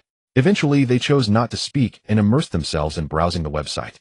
The website was named Cultivation Science. In the words of Qiu Jifeng, cultivation is also a science people just don't understand, which is why it seems miraculous. What a simple and unadorned name, yet the content within is anything but simple. The entire website is divided into several sections. The species popularization section contains explanations of various spiritual herbs and beasts detailing their appearances, names, and effects clearly. Now they discovered that those poisonous plants they had previously avoided on ancient Earth were actually spiritual herbs merely polluted by demonic energy. The common knowledge section provides an introduction to cultivation, explaining what spiritual energy is, what demonic energy is, the 5 elements and 8 trigrams, the yin and yang of heaven and earth, as well as various characteristics of cultivators. All sorts of knowledge are covered. As for the forum, it goes without saying it allows for mutual exchange. The focus is on the cultivation methods section, which records many different types of methods and techniques, and naturally includes the mental cultivation methods they care about the most, and there are quite a few. Healy felt whether it was his illusion or not, the same mental cultivation methods on the heritage stone appeared to him as incomprehensible scribbles with no clues and no sense of feeling. However, the ones recorded on the website, he inexplicably found understandable. It didn't seem so difficult anymore. He did not realize that this was because he had shifted from studying medical theses back to elementary school textbooks, which naturally made it simpler. This website was created by Qiu Jifeng when he was bored and had nothing to do. Otherwise, he wouldn't have delved into medical research. His attitude towards scholarship is rigorous. When he saw the chaotic knowledge in the ancient books brought back by Tong Li, he found it too disorganized and decided to create a website to unify and organize it. And so he did. He even specifically hired the network department of the Xian Corporation for security protection. He systematically entered the contents from the ancient books, and when Zunyue learned about it, she thought the website was well made, so she further improved it with some ordinary cultivation methods and added a forum feature. Thus, the Cultivation Science website was born. Qiu Jifeng's private knowledge base became a public knowledge website. Healy exited the site feeling as if he had come back to life with a future full of hope. Thank you, Sect Master. You are good people, the best people. I feel so fortunate to have been born on ancient Earth and not to have been relocated during the Great Migration. In the revival of interstellar spiritual energy, Zunyue has never thought of keeping knowledge to herself. She has never considered that the knowledge she possesses, which may take the interstellar people many years to decipher, should be withheld from them. What she aims to be is a pioneer, not a lone wanderer. Do not casually spread the website. The knowledge of cultivation regarding the ancient Earth is confidential and should not be discussed outside. Shinfuei reminded them. Healy inquired tentatively, is it possible to communicate within the ancient Earth? Yes. With permission granted, everyone excitedly left to share the news with their families. Currently, the revival of spiritual energy is only showing signs on the ancient Earth Yinxing and Huixing and has not awakened on a large scale. Too many people knowing would only cause unnecessary trouble and chaos. In fact, even without Shinfuei's warning, the news would not spread. The ancient Earth has signal jamming, making it impossible for outsiders to probe, and the ports restrict travel, so ordinary people cannot enter or exit. The cultivation webpage is set to be open only to the ancient Earth. When accessed from other planets, it appears as a jumble of garbled text. Any discussions related to cultivation sent through a light brain are automatically blocked. In terms of confidentiality, they have done a thorough job. As the crowd dispersed, Xianu looked towards the secret realm and said the sect master has been inside for quite some time. Why hasn't he come out yet? Shinfuei pondered. It has been 13 days. It has even started to snow. They had met during a time of fervor, and now they were all entering a cold winter. Zunyue entered the secret realm 13 days ago and arrived at the volcanic crater. She intended to refine the secret realm here, but as she stood at the edge and gazed down, she was inexplicably stunned. The entrance was engulfed in darkness like a piece of fine ink, consuming all light that refracted into it. A sudden curiosity arose within her, compelling her to descend and see what lay beneath the inky darkness. Once this thought emerged, it became uncontrollable, but she could not calm her mind without seeing it for herself. Unable to suppress her inner urge, she ultimately leaped down. She burst through the thick darkness and landed in a small room. The room was not large, the walls made of unevenly piled stones with a wooden cabinet standing beside it on which lay a few books and some jars of liquor. In the middle of the room, a long-lasting lamp illuminated the space, its candlelight flickering. The entire room exuded a primitive simplicity. Then she noticed an old man and his companion resting on the bed beside her. It was unclear how many years had passed. Their bodies showed no signs of decay, and their complexions were rosy, as if they were merely sleeping. The old man had a youthful face with white hair, while his companion maintained a captivating beauty. They were holding hands, the woman leaning her head on his shoulder, smiling gently. Zunyue couldn't help, but they must have been deeply in love. Even in the face of death, they nestled together, content to be by each other's. However, as she smiled, her expression froze. She murmured, "If you had the chance to become gods, but only one of you could, what would you do? Would you ensure the other's ascension? Or would you turn against each other? Becoming a deity. It is the ultimate goal for all cultivators. They endure perilous trials, all for the sake of becoming gods. If their faith in becoming gods was not steadfast enough, upon witnessing the minuscule figure of a tribulation passer beneath the overwhelming thunder and lightning, they might abandon their cultivation to lead a peaceful life. Those who can withstand the tribulation and reach the later stages of cultivation are all driven by a desperate resolve to fight for their lives.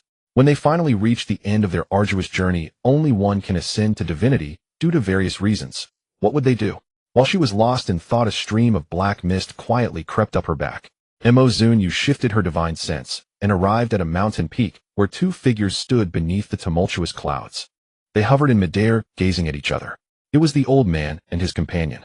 The old man stood firm on the 8 trigrams formation, exuding a fierce battle intent. "I have awaited this day for a long time. The last thread of the world's fortune can only create one god." Her companion, brimming with sword intent, replied, "And I too have waited long." "Then let us fight if the victor decides."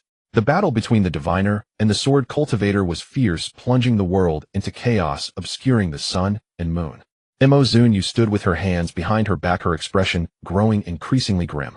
She raised her hand to dispel the illusion before her and returned to the small room where the two who had just fought fiercely were still nestled together on the bed. Zunyue's face turned as cold as ice. "Shang-Chi, you are indeed not dead."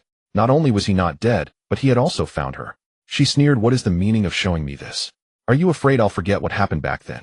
Zunyue set up a barrier in the room to allow the two elders to rest peacefully before leaving the vault. Standing atop the mountain peak, she gazed at the swirling darkness within the volcanic cave, gritting her teeth. "I do not care where you are or who you are. I advise you to cherish the opportunity to be alive and not to court death again."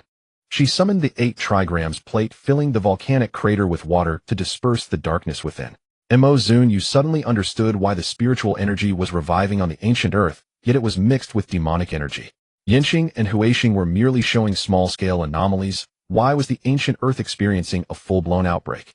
Perhaps even the emergence of this secret realm was orchestrated by him. He did not directly seek revenge on her. What exactly was he planning? Shang-Chi was always unpredictable, making it difficult to guess his thoughts. Zunyue rubbed her head, unable to comprehend, and decided to stop thinking about it.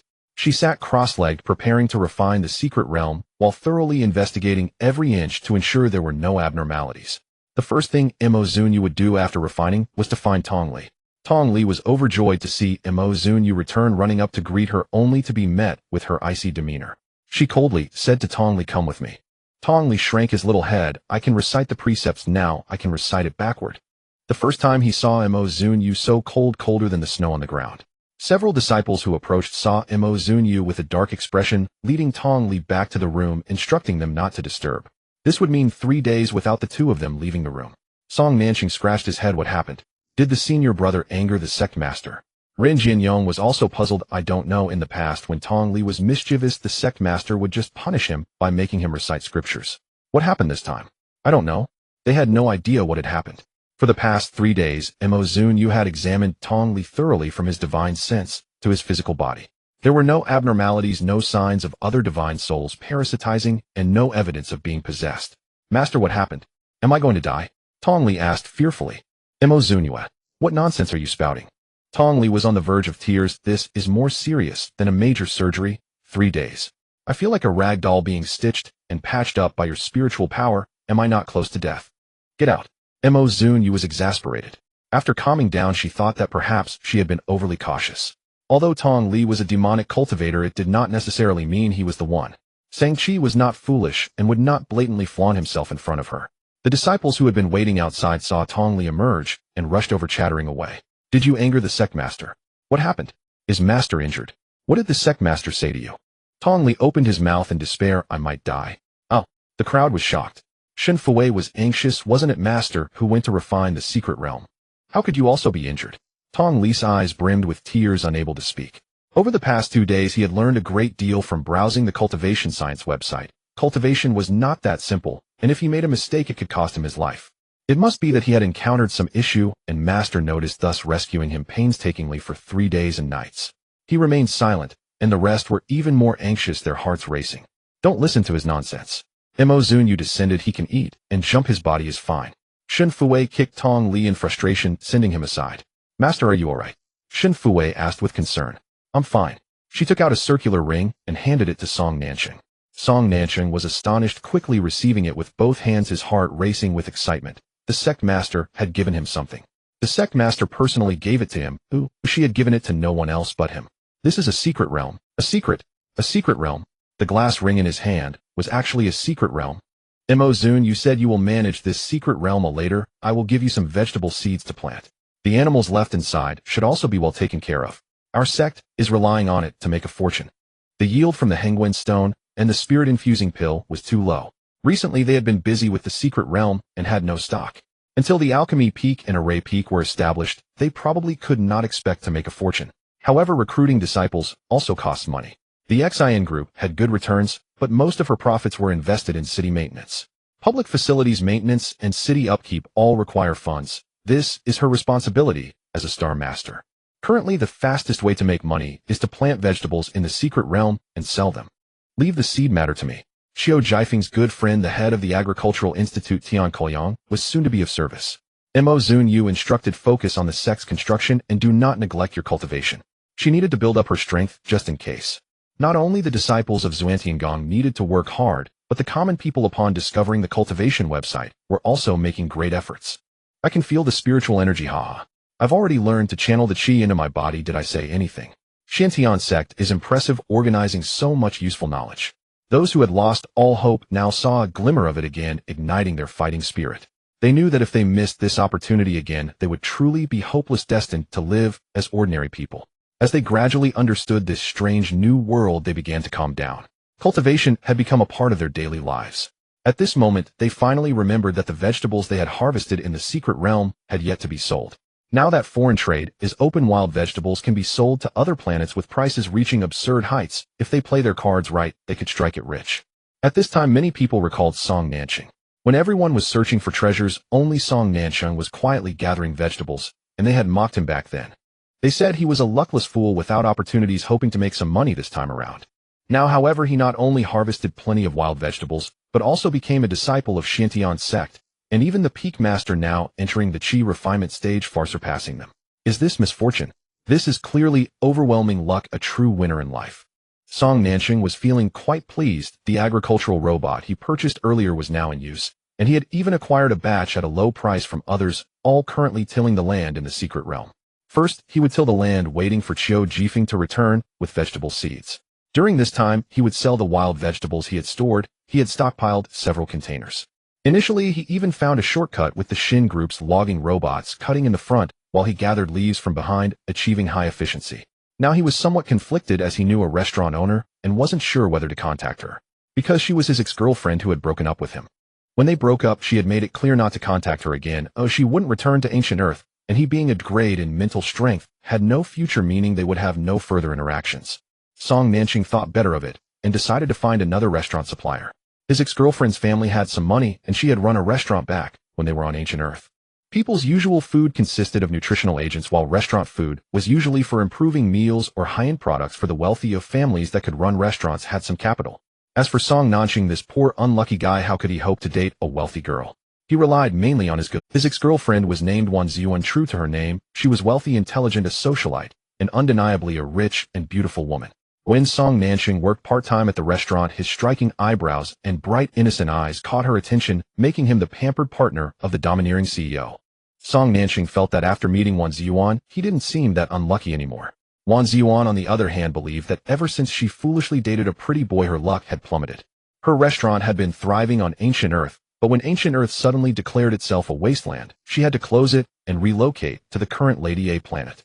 Her restaurant wasn't part of a chain, it was just one establishment trying to make it on Lady A planet without any foundation, facing poor business and pressure from local competitors, making life quite difficult.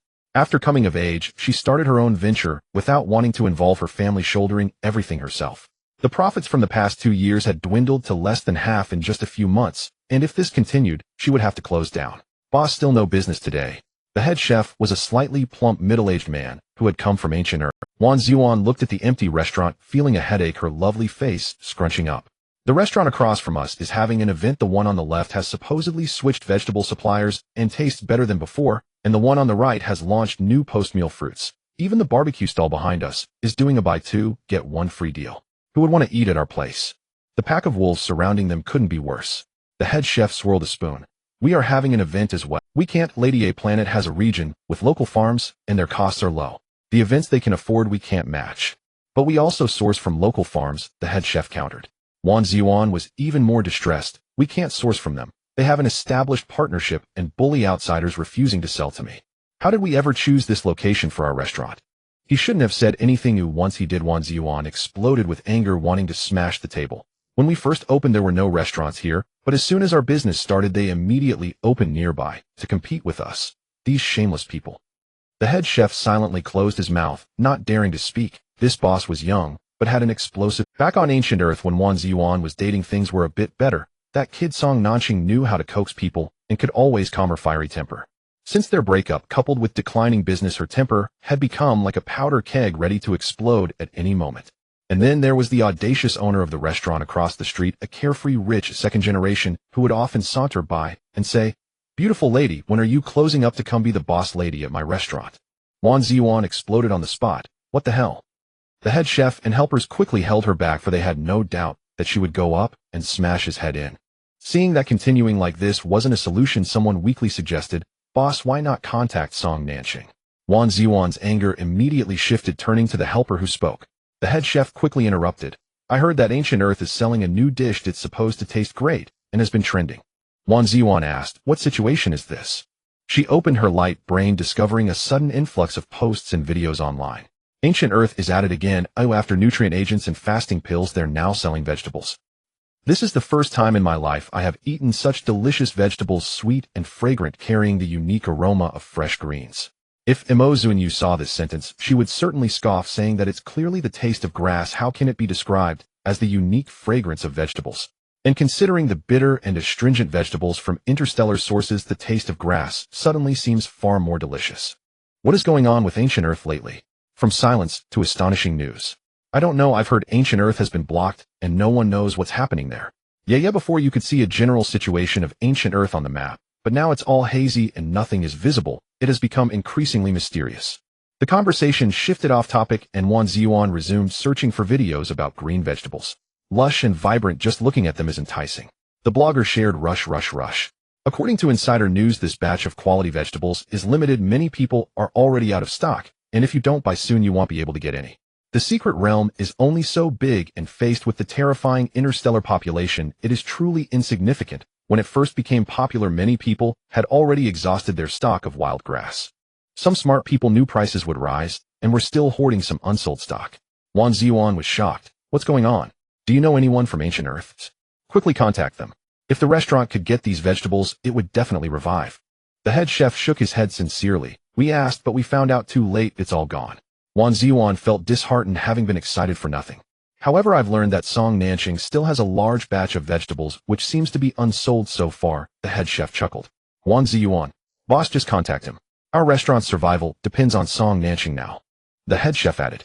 Wan Ziyuan was in a dilemma. When they broke up, she had been quite firm, saying they would no longer keep in touch. Now, she was the one making the call. The head chef, loving the drama, said, Boss, think carefully. Is face more important, or is it more important for the restaurant to make money? Don't you want to turn the tables on those who bullied our restaurant? The two had known each other from friendship to dating, and the head chef had witnessed it all. There were actually no major conflicts between them. Wan Ziyuan was rational. When she knew she would leave Earth, she had considered taking Song Nanqing with her. But after careful selection, the new restaurant locations were all on Class A or Class B planets, where people with low spiritual energy were not allowed to reside. Class C and Class D planets were not prosperous. The market had long been occupied by local businesses and were unsuitable for opening a restaurant. At that time, Wan Ziyuan realized that their life trajectories differed too much, making them unsuitable to be together. Having come to this realization, she decisively proposed a breakup, believing it was better for both. She even made harsh remarks to make Song Nanqing completely give up hope and not hold unnecessary fantasies. Wan Ziyuan sat by the window, lost in thought, feeling quite conflicted. She had been the one to say they should not contact each other again, yet now she was the one reaching out. What a slap in the face. The wealthy heir across the way caught a glimpse of her graceful figure by the window with delicate features and a stunning figure, stirring something in his heart. He couldn't help but throw her a flirtatious glance. Wan Ziyuan was disgusted by his oily demeanor and turned her head away. In comparison, Song Nanqing appeared so pure and adorable, fresh and unique, and the key point was that he would call her sister at night. Hee. Wan Ziyuan seemed to be lost in thought, letting out a lewd laugh. The head chef. Song Nanqing sat on a large rock by the river, lost in thought, when Xianyu passed by, and couldn't help but praise him inwardly, not realizing this kid actually looked quite decent. Shen Fui was cool and striking, while Song Nanqing gave off a sunny boy next door vibe. Unable to resist, she approached and asked, What are you thinking about? Seeing her approach, Song Nanqing quickly jumped down from the rock and respectfully said, Senior sister Xian. Xianyu waved her hand. We're all old friends, no need to be so polite.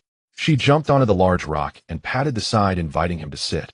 I recently heard people chatting at the square saying that batch of herbs from the secret realm has been selling quite well, with prices rising continuously and supply unable to meet the demand. She looked at Song Nanqing and smiled. I also heard that you still have a batch in stock, and that the Green Restaurant has contacted you wanting to buy it at a high price. Why haven't you sold it yet? Song Nanqing remained standing to the side. It's nothing, I just want to see if the price will rise further. Even the rarest things have a price range. The Green Restaurant, being a 5-star establishment, has already offered the highest price. If you miss this opportunity, you might not sell as well later on. Xianyu kindly reminded him. Song Nanqing politely replied, Thank you for the reminder, senior sister, I'll consider it. Xianyu felt a bit of a toothache. They've known each other for so long, yet he remained so reserved. You don't have to. She intended to say that he didn't need to be so reserved and could treat her as an ordinary friend. But then she heard Song Nanqing say, Senior sister, I need to take a call. Go ahead, go ahead. Xianyu soon witnessed how Song Nanqing's expression changed. He first smiled excitedly, then quickly composed himself, acting aloof. After answering, he called out, Boss Wan. After hearing something from the other end, Song Nanqing turned into a dog that found a bone, or if he had a tail, it would probably be spinning like a helicopter. Sister. Wan Ziyuan, who had been tainted by the oily, rich air's eyes, felt invigorated upon hearing that fresh call of sister. She exhaled a breath of stale air. How have you been lately? Song Nanqing pretended to be deep. I'm doing well, Boss Wan. Wan Ziyuan's tone was commanding. Call me sister. Sister. Song Nanqing. It might be hard for anyone to believe, but it was a pure reflex. When they were together, she loved it when he called her sister. Whenever she wanted to hear it, she would say, Call me sister, and he would reply, Sister. Especially at night, she loved to hear him call her that when he was panting. Wan Ziyuan wanted to ask about the batch of vegetables, but before she could, her voice softened. I miss you quite a bit. At that moment, she even had the thought of selling the restaurant and moving to a Class C planet. It wouldn't be so bad. To her surprise, the voice from the other side was calm. Is there something? Wan Ziyuan's heart sank, self-mocking. She adjusted her tone. It's about the vegetables. I have vegetables. They're not expensive. Xianyu. He had just said he would wait for the price to rise, yet now they were not expensive. She looked up and saw that Song Nanqing was putting on a calm facade, but his expression was almost blooming with happiness. Was the sister on the other side a proper sister? Wasn't he an orphan? Seeing this, Xianyu couldn't help but understand, but she smacked the large rock in frustration and turned to leave. To hell with it, what a load of love. Xianyu's love died, while Song Nanqing's love was reborn.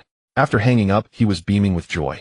He wanted to ask Xianyu why she had suddenly gotten angry, but he couldn't find her. Thinking about it, he decided it was best not to have too much contact between a single man and woman. He then thought of his sister skipping joyfully back to the dormitory, just in time to be seen by Rin Jianyu. What's going on? You look so happy. Did you sell that batch of herbs? Song Nanqing happily replied yes. Rin Jianyu was happy for him. At what price? 100 star coins per pound. Song Nanqing said confidently, thinking he had sold it at a sky-high price. Rin Jianyu was speechless. I heard the green restaurant offered you a price of 1,000 star coins per pound, yet you sold it for 100. Song Nanqing remained unfazed. You don't understand, some things cannot be measured by money. Rin Jianyu. He didn't understand. He couldn't figure out how Song Nanqing's mind suddenly took a turn. While they only saw the vegetables as delicious, the agricultural sciences were more concerned with how they were grown. As soon as they heard that Earth was selling high-quality vegetables, the Agricultural Institute had already purchased them. Studying plant growth was their specialty. However, when high-quality vegetables suddenly appeared on the market that were not grown by the Agricultural Institute, it was quite the slap in the face. What was even more humiliating was that despite researching for a long time, they still couldn't figure out how to grow them. The research team continuously analyzed the vegetable components using software to simulate the growth environment, but none of their attempts succeeded. Not being able to grow them was one thing, if failing to simulate them was another level of absurdity. Their simulation software was quite advanced, incorporating various substances, environmental changes, and all conditions affecting climate. They had previously simulated growth environments free from radiation pollution, yet under these circumstances failing to simulate the growth environment of these greens was truly incredible. The Agricultural Institute recreated the scene of the Medical Institute when they first encountered the spirit-infused pill. Where did this come from? After days and nights of hard work, Tian Qiliang's brain was nearly fried. A colleague responded, Earth. It was no longer just unbelievable, it was eerie. How could a heavily polluted wasteland like Earth possibly grow vegetables, let alone high-quality ones? Earth. Tian Qiliang's mind sparked. Xiao Jifeng was from Earth, right? Last time he asked for seeds, claiming he wanted to grow vegetables, right? As someone in medicine, how could he possibly be encroaching on the Agricultural Institute's territory? Upon further thought, Tian Qiliang realized it was incorrect. He had only given him a few common vegetable seeds, not the plants in front of him. He had never seen these plants. This is truly bizarre. Today's update is finished, let's celebrate. Just as Tian Qiliang was pulling at his hair in frustration, Xiao Jifeng called him. Buddy, what's going on? What happened on ancient Earth? Tian Qiliang went straight to the point. Xiao Jifeng kindly reminded him. I know you must be busy researching that batch of vegetables. Let me give you some advice. Stop your research, you won't figure it out. When Xiao Jifeng first saw the elixir of fasting, he spent quite some time in the lab studying it, and ended up understanding nothing, almost pushing him to question his life. Now he realized that without understanding the basics of cultivation, one would never grasp the marvelous effects of spiritual energy. Tian Qiliang said heavily. As researchers, we may not have much, but we possess an unwavering spirit of research.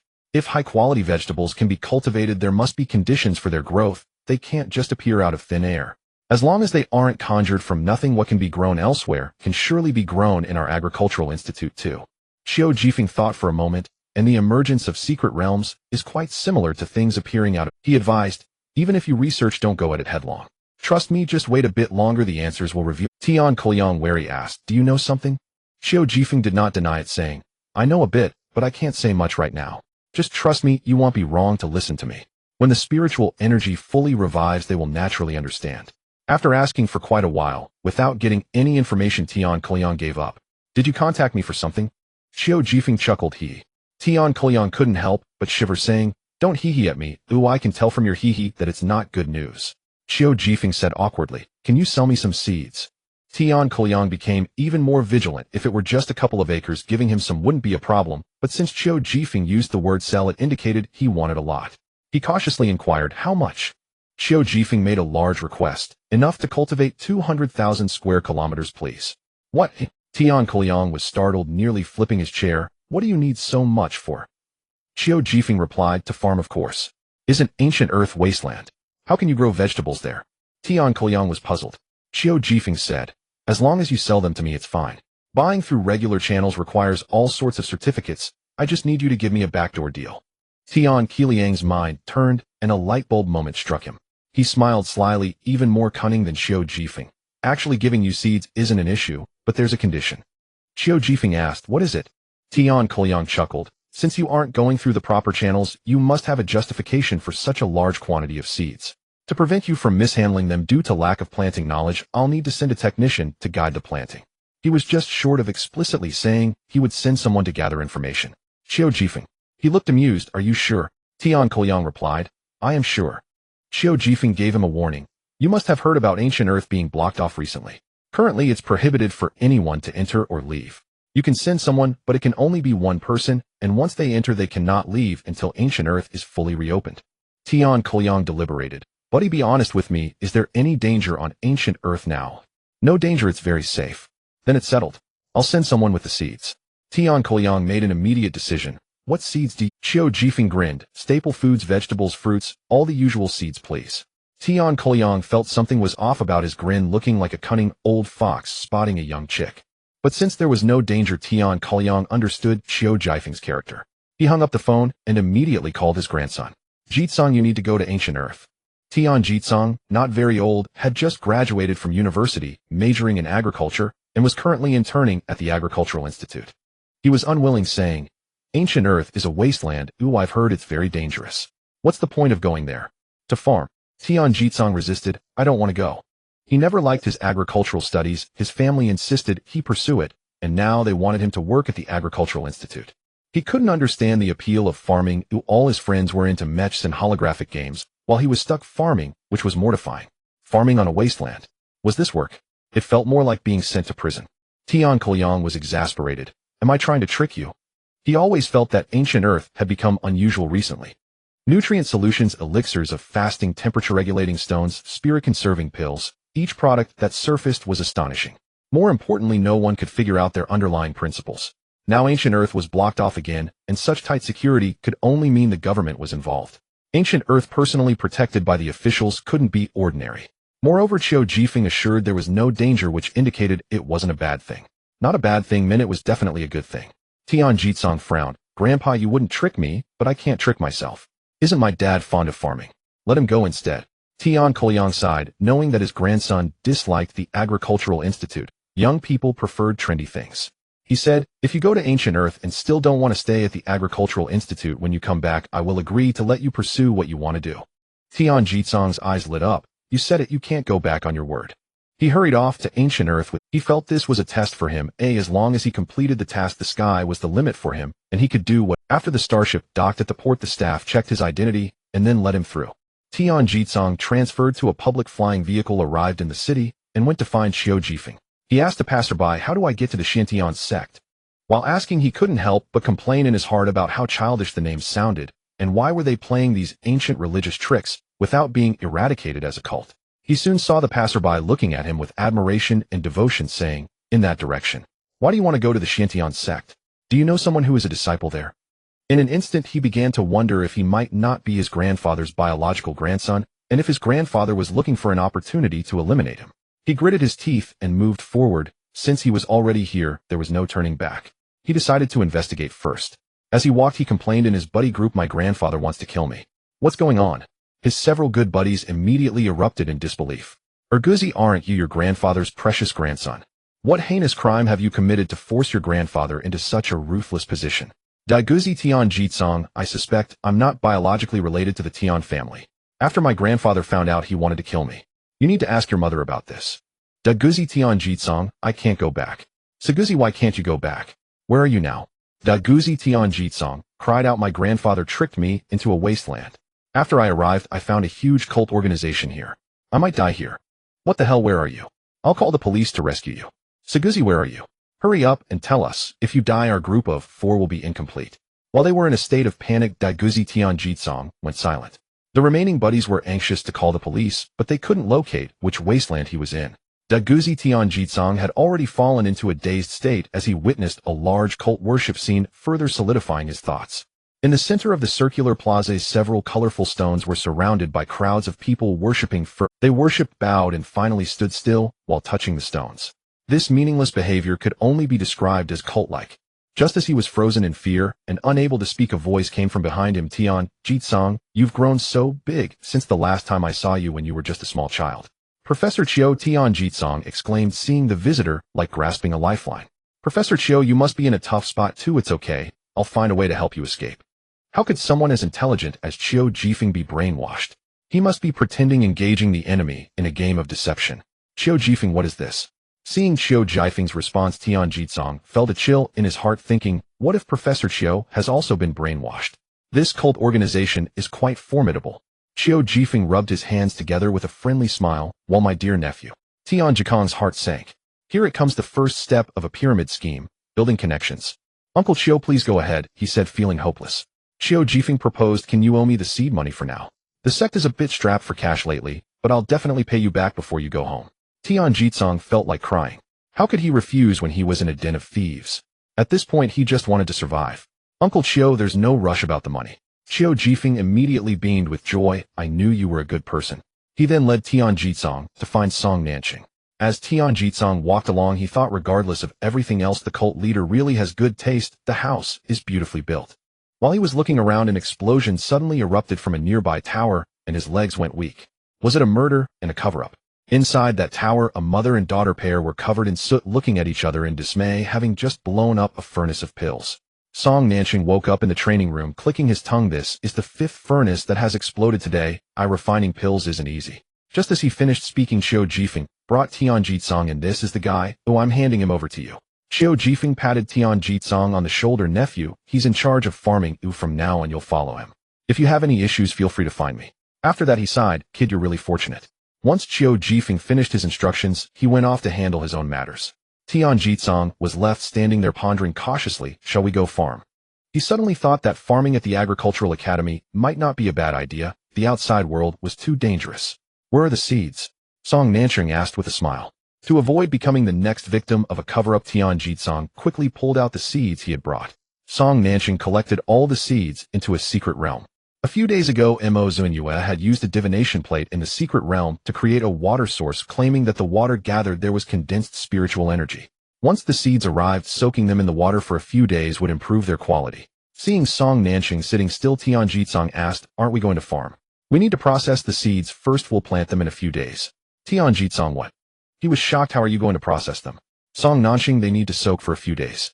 Tian Jitsong turned pale with fear. These seeds were already processed before they came here. They can't just soak, or they'll spoil. Song Nanqing gestured for him to calm down. I know, I have it under control. Tian Jitsong, you have control over what? But he dared not retort, fearing for his life, and obediently sat down. Song Nanqing looked troubled. Buddy, have you ever been in a relationship? Tian Jitsong didn't understand why he asked that suddenly, but answered honestly, I have. Back in school, I changed girlfriends every 3 days. Song Nanqing's eyes filled with admiration. You have rich romantic experience. Tell me, if an ex-girlfriend dumped you and later came back asking for help while saying she misses you, what's her mindset? Tian Jitsong. Are cult members really worried about relationships? Looking at his naive expression, it's clear he was lured in by emotional manipulation. He's quite a pitiful person. He couldn't help but relax a little and said seriously, she must be using you. When she needs something she thinks of you, but when she doesn't she'll definitely kick you to the curb like before. Song Nanqing's face fell immediately. So Wan Ziyuan had been chatting with him daily recently, just because he was useful. Tian Jitsong spoke with heartfelt sincerity. The sand that can't be held on to should be let go. Relationships that can't be kept should be abandoned. After his advice, Wan Ziyuan realized that although they had been chatting well just a few days ago, recently Song Nanqing had suddenly ignored her. She felt a bit disheartened, wondering if what she said before had been too harsh. The old Song Nanqing was well-behaved, obedient, and cared for her, but now he wouldn't even acknowledge her. Alas, did Song Nanqing not want to rekindle their romance? Was this truly the end for them? If that was his thought, she would respect his decision. When she chose to break up, he hadn't made a fuss either. The delivery of your groceries has arrived, the head chef shouted. Suddenly, she had no time to think about these matters. The groceries she ordered from Song Nanqing had arrived. This is what they mean by the convenience of the interstellar age. There are no large or small boxes, just palm-sized metal containers holding a few small storage devices. This was all the wealth Song Nanqing had obtained in the secret realm, sold to her at an incredibly low price. Wan Ziyuan didn't pay attention to the skyrocketing price of these premium vegetables online. If she had seen it, she would have realized, were these just vegetables? This was Song Nanqing's overflowing love. Unfortunately, as strong as she was at the moment, all she could think about was how to take down the surrounding restaurants. As soon as the chef received the fresh vegetables, he personally tasted them. They took out the greens, each one vibrant green and tender, and even plucking a leaf to taste would bring a delightful surprise. The unique flavor of the greens, accompanied by a hint of sweetness, was extraordinarily delicious. The chef sighed repeatedly, saying, in my many years of being a chef, I've never seen such high-quality vegetables. with the pollution brought by technological development plants have been the most affected, and most have mutated to the point of being inedible. Even the seeds preserved by agricultural institutes have over generations of planting unknowingly become contaminated, resulting in terrible flavors, bitterness, and astringency, becoming the norm. Just being able to eat something non-toxic is already a rare blessing. I never expected these vegetables to taste so good. The crispness and deliciousness recorded in historical texts must have been like this. The assistant brought over the washed vegetables, and the chef solemnly washed his hands, starting to stir-fry. The simpler the stir-fry the better, just hot oil, a quick toss twice, and a sprinkle of salt to preserve the original flavor of the vegetables. A few people eagerly picked up their chopsticks to taste. The texture was crisp, tender, and fragrant, with a The assistant exclaimed, "It might sound a bit exaggerated, but with one bite, I felt like I was in a primordial grassland with the air filled with the scent of grass and the freshness after rain and many small animals hopping in the grass. Really, I've never had vegetables that taste this authentic in my life." Even the waitresses in the front hall couldn't help but drool, watching eagerly.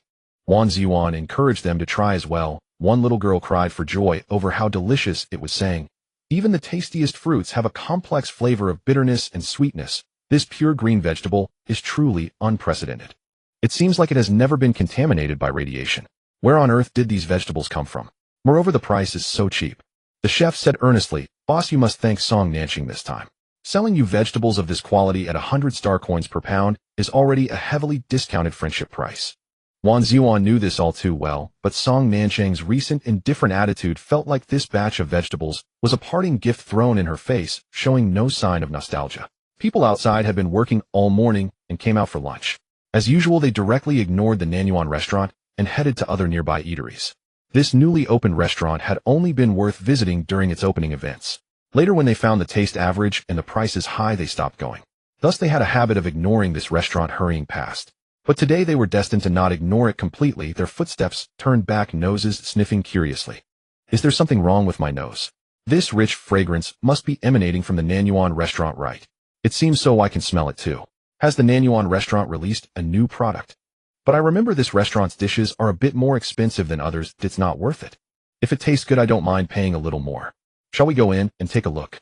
A few of them entered the restaurant together, and a waitress quickly came forward to greet them, saying, "Please come in. Have you released new products?" In response to the guests' inquiries, the waitress quickly introduced their offerings. "I believe everyone has seen the recent buzz on StarNet. We have acquired a supply of greens from Ancient Earth." "Oh my God, Ancient Earth.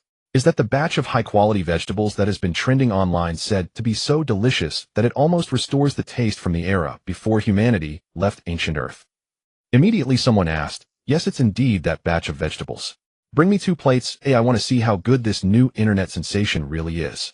Just as this person opened his mouth, his colleague cautiously held him back, asking the waitress, "How much is it?" 40,000 star coins per serving. Most people who can dine at restaurants are from high-income groups, so this price is still reasonable for them. Let's each get 1 serving. A few people eagerly awaited their dishes, during which more and more people were drawn in by the fragrance, until the food delivery robot brought the dishes over. The rich aroma spread, and other diners cast envious glances, unable to resist salivating. The first few who entered couldn't wait to pick up their chopsticks and dig in. Even though they were mentally prepared, thinking that vegetables would be tasty without bitterness or astringency, just adding some seasoning for stir-frying would be delicious, the actual taste exceeded their expectations. The refreshing sweetness that filled their mouths was something they hadn't anticipated. "This is really delicious. Even 5-star restaurant dishes can't compare. It completely exceeded expectations." As this person exclaimed while savoring the food, he added, "I never expected to find such delicious vegetables in an unknown restaurant. Don't you know? I heard that even 5-star restaurants were unable to obtain vegetables from Ancient Earth. They say they are becoming rare. Each bite is one less to savor." "Stop talking nonsense. I heard Ancient Earth is developing agriculture. Perhaps more delicious vegetables will be available in the future." In the restaurant, customers who had originally not known each other began to chat unexpectedly. The news about the high-quality vegetables at the Nanyuan restaurant spread among circles in just an afternoon. Some even rushed over from far away just to indulge, only to find they had to queue. A long line already formed outside the restaurant. Riding the wave of the trending dish, the Nanyuan restaurant became immensely popular in Fairy City within just one afternoon. Now it was the turn of the greasy, rich, second-generation heir opposite to worry. He squatted at the door of his own shop, seeing the line for the Nanyuan restaurant winding around the corner. He could no longer endure it, and stood up to enter the Nanyuan restaurant. He wanted to see just how great the allure of this internet-famous dish was. Ignoring the waitress' obstruction, he casually strolled into the kitchen, unceremoniously grabbing a chopstick full of just-cooked greens and nearly scalding his tongue. Putting aside everything else, the vegetables were indeed delicious. He was already considering whether to hire someone to queue for him tomorrow to pack some home. Wang Ziwan glared at him. "You are not welcome here, get out." He acted as if he hadn't heard, grinning slyly. "I didn't realize you were quite capable. How did you get your hands on these vegetables?" I've long heard that the Green Restaurant also inquired about Ancient Earth offering 1,000 star coins per pound, but they didn't sell. Later they offered 1,000 5-star coins per pound, but still couldn't buy any. I heard they were already sold out. How much did you buy? You must have spent quite a bit, right?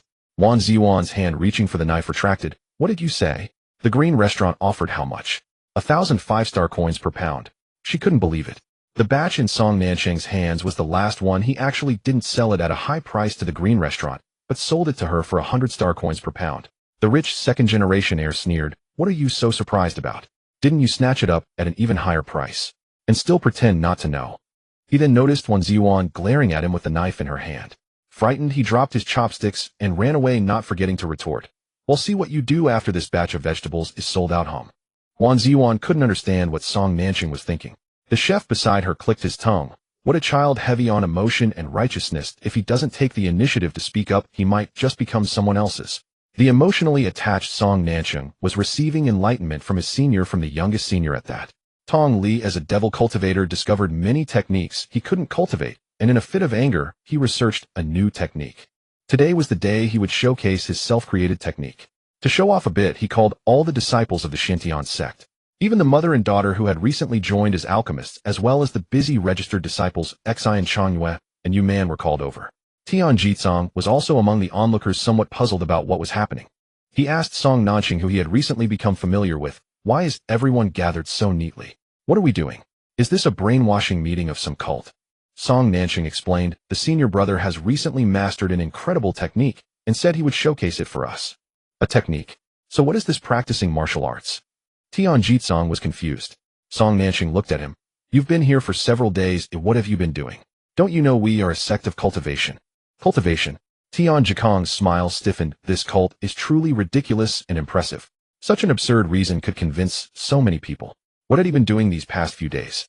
He hadn't even dared to go out, spending all day discussing with a few buddies. The three buddies first contacted the Star Police to report.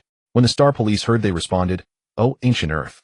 That's not under our jurisdiction. You should contact the Supernatural Events Investigation Bureau." A few days ago, a document was issued from above stating that all matters regarding Ancient Earth would be handled by the Supernatural Bureau. The Star Police didn't understand why, but they just followed orders. The three buddies found the Supernatural Bureau's reporting hotline on StarNet. When the Bureau heard, they said, "Oh, Ancient Earth. Your friend will be fine, there's no cult there, so don't worry." Then there was no further news from the Supernatural Bureau. The three buddies felt that this cult was powerful and that the officials might be trying to avoid alarming the snake for now. In a fit of anger, Tian Jizong called to question Tian Kolyang about why he was trying to harm him. Tian Kolyang scolded him. "You little brat, if your Uncle Chio says it's safe, then it's safe. Don't think of using this excuse to come back." Tian Jizong felt despair, suddenly feeling as if the universe was so vast that no one could save him. So for these past few days he had been very obedient, afraid to act recklessly lest he be silenced. Now, hearing a group of lunatics discussing Tong Li's new cultivation technique, Tian Jizong felt even more hopeless. Ren Jianyong was excited, saying, "Senior brother, showcase it. I really want to see how powerful this thunder technique is." Even Mo Zunyue was curiously watching, wanting to know what kind of technique this brain influenced by interstellar culture could come up with. The little girl from the alchemist side was only a year older than Tong Li. Seeing Tong Li so young, yet already the eldest disciple of the Xintian sect, with cultivation reaching the foundation establishment stage, and now even creating his own techniques, she looked at him with admiration. Tong Li felt the gaze of admiration and stood a bit straighter, pretending to be serious, saying, "You all better watch closely and don't be too shocked. During the foundation establishment stage, one can externalize spiritual energy and refine it into the.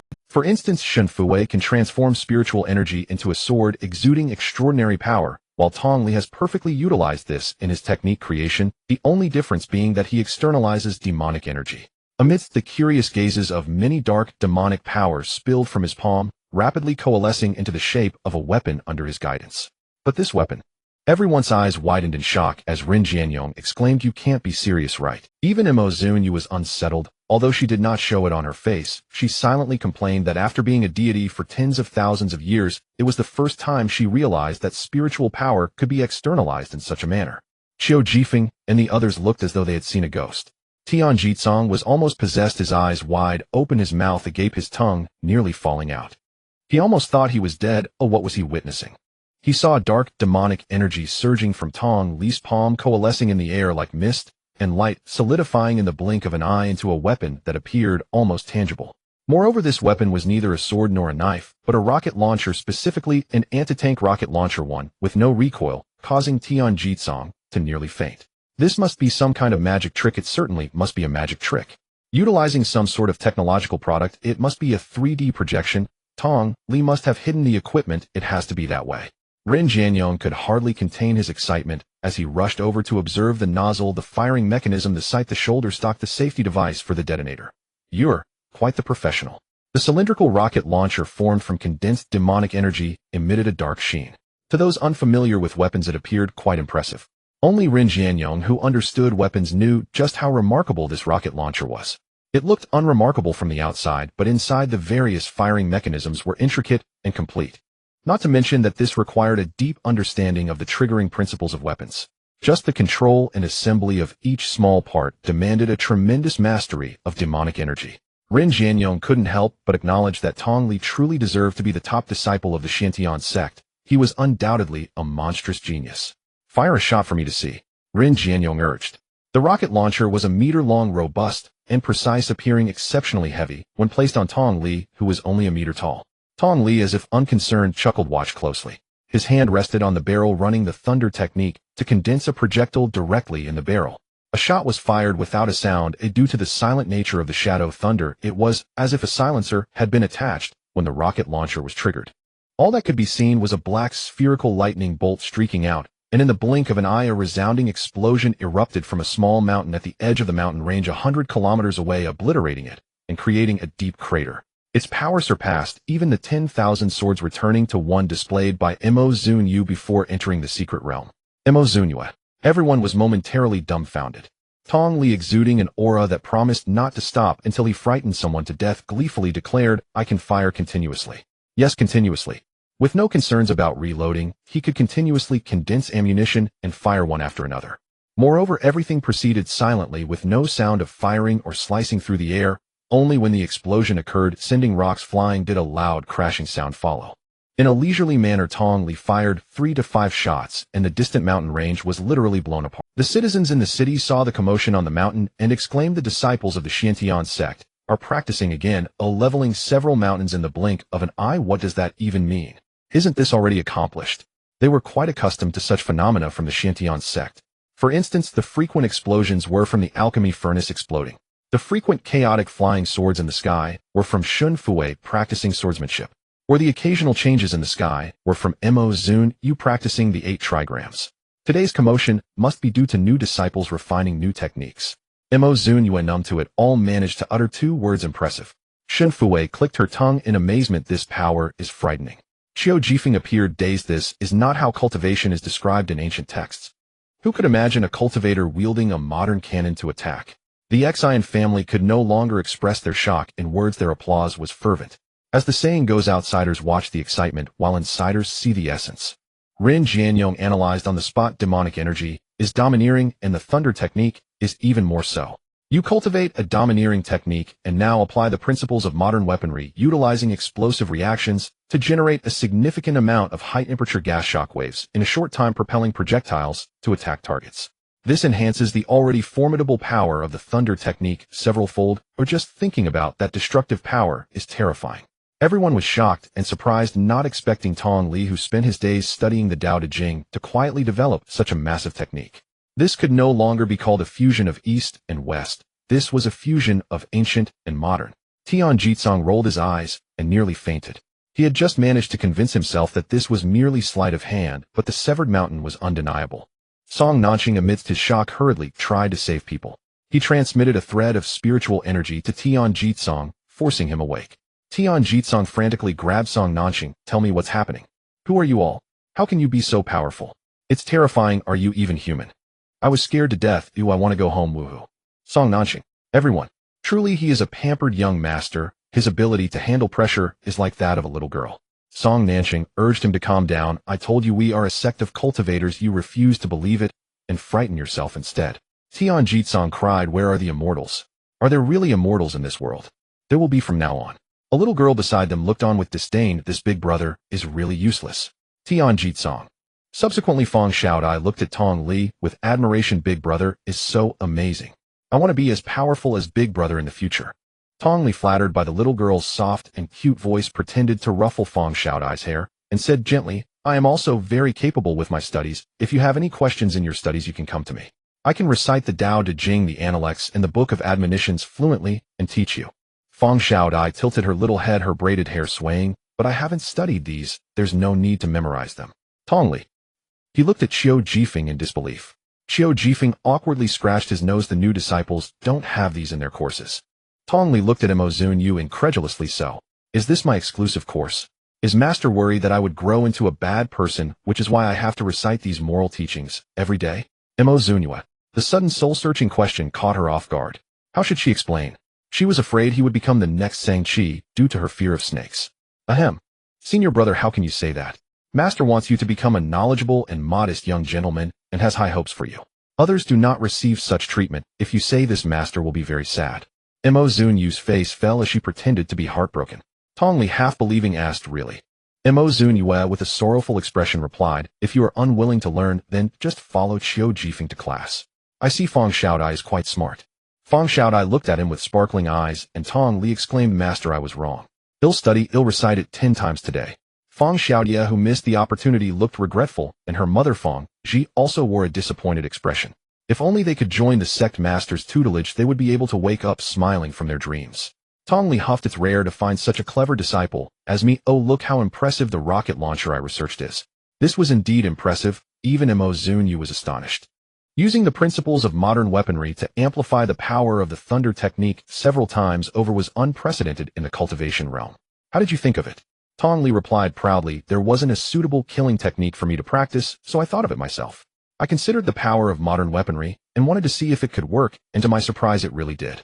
This left all present in admiration. They had never thought of such a novel idea. They couldn't help but secretly resolve to work hard in their cultivation and become stronger. Especially after Mo Zunyue learned that Shang-Chi was not dead, a sense of urgency welled up within her. Unbeknownst to them, several disciples of the Xiantian sect, spurred on by Tong Li, quietly began to work harder. Tian Jitsong's new world had opened up. After he became familiar with everyone, he saw Fong Xiaodai refining pills, saw Song Nanching meditating, and saw Shun Fui flying with her sword. Especially when he saw Mo Zunyue transform into a ray of golden light and disappear, he was so frightened, he sat down on the ground. This was no evil cult, it was evidently a divine sect. He now had only one thought in mind. He also wanted to cultivate immortality. He immediately called Tian Kuliang, saying, Grandpa, I'm not coming back. Tian Jitsong exclaimed, I want to stay on ancient earth to cultivate. Tian Kuliang only heard a bunch of garbled sounds. What did you say? Cultivate immortality. What did you say? The keywords were blocked and could not be transmitted. Tian Jitsong felt exhausted, explaining, in any case, I'm not coming back. I want to stay on ancient earth. He had previously resisted going back, and now after just a few days he didn't want to return. Tian Kuliang couldn't help but suspect that there might actually be an evil cult on ancient earth. Their family had spent over 20 years trying to persuade their grandson to farm properly, and now after just a few days on ancient earth, he didn't want to go home anymore. Tian Jitsong approached Qiu Jifeng, saying, Uncle Qiu, I also want to learn cultivation. Do you think I can cultivate? Qiu Jifeng glanced at him and replied, if you want to learn, then learn. Go to the inheritance stone and see if there is an opportunity for you. Tian Jitsong excitedly ran over and saw someone achieving enlightenment on the spot, the sounds of envy and cheers blending together. From then on he became a member of the cult, worshipping diligently every day, hoping to gain enlightenment under the inheritance stone sooner. Until the seeds were soaked, Song Nanching unceremoniously pulled him to do hard labor, leaving Tian Jitsong to practice whenever he had free time. Tian Jitsong didn't say he didn't want to farm anymore. Carrying a hoe and bringing along an agricultural robot, he energetically found Song Nanching and said, let's clear some land. No need to clear land, Song Nanching said. Where will we plant if we don't clear land? The small vegetable garden across the river. That little plot doesn't need that many seeds, does it? Tian Jitsong brought seeds that could plant hundreds of thousands of square kilometers. After arriving, he only saw half an acre of land and nothing else, which only confirmed his belief that this was a scam. Sit down, Song Nanching said, raising his finger to the space ring, pulling Tian Jitsong, as their souls entered the secret realm. Only souls could enter after the secret realm was refined, not the physical body. Tian Jitsong felt a wave of dizziness, and when he regained his senses, he found himself standing in an endless field with distant mountains and waterfalls and nearby marshes. Water marshes. Tian Jitsong was shocked to see the pond beside him filled with the seeds he brought. He exclaimed, "They will spoil if you soak them like this." Song Nancheng raised his chin and said, "Look and see if they are spoiled." Tian Jitsong took out the detection device, scanned the seeds, and found they were not spoiled, and that their quality had improved several levels, leaving him utterly bewildered. To be honest, the Agricultural Research Institute's studies over the years had never achieved such high-quality seeds. He looked around the secret realm at the seeds, and at Song Nancheng, asking, "What is this place? How can a puddle of water improve the quality of the seeds? Also, this is a space, right? Isn't the space and storage devices only for dead objects? Why is there mountains, water, and wild boars here, and we can even farm?" Song Nancheng said, "Get to work. You'll understand after some time. It wouldn't make sense to explain it to you now." The two controlled the agricultural robots and began their diligent journey of planting vegetables and raising pigs. There were still some talented disciples on ancient Earth, but they were few. Recently, the Zunyue recruited 8 more disciples. Zunyue was quite worried. "At this rate, when can we gather enough disciples for alchemy and array carving to realize my hope of becoming wealthy by selling pills and array stones?" Zunyue stood by the railing on the 6th floor looking down at the recently idle sales peak Master Xinu and asked, "Don't you think we should charge some interest for teaching the common people cultivation?" "Huh." Xinu looked up. "What do you want to do, Sect Master?" "Teach them the methods for making temperature-regulating stones and spirit-gathering pills. Tell them that Zunyue will buy them at a high price and urge them to work hard and produce more. Isn't that a way to generate output? A capitalist who doesn't understand exploiting the people is not a good cultivator. Besides, this doesn't count as exploitation.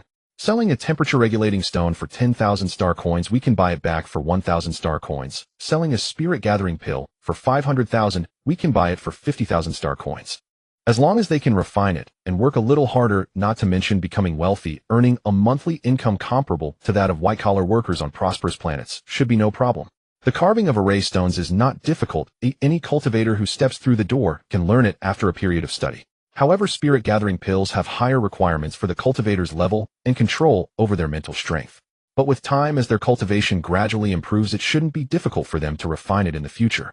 Zunyue felt that this was a great opportunity. Xinu also saw great potential, but there was a problem. For example, if temperature-regulating stones are sold outside for 10,000 star coins each, but we buy them back for only 1,000, what if someone is not satisfied and sells directly to outsiders? Then we won't have anything to do with it. "This is simple," Zunyue said.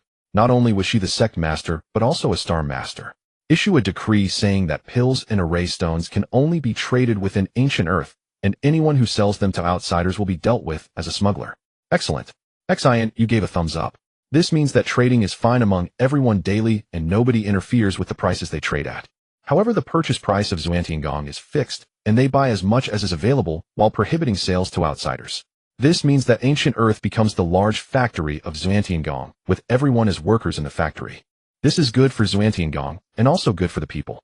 The long-silent official website of Ancient Earth released news again, and the public was very curious. Now the people of Ancient Earth are looking to Zunyue as their leader. It would be somewhat amusing if a government popped up to stir things up at this time. When they opened it, they found that the announcement was about Zunyue's acquisition of pills and array stones along with a prohibition on smuggling. They were astonished to discover that the current star master of Ancient Earth was Zunyue. Ever since Ancient Earth was defined as a wasteland star, they had thought it was a masterless wandering star, but it turned out it had an owner. And this owner was the sect master of Zunyue, which was quite a surprise.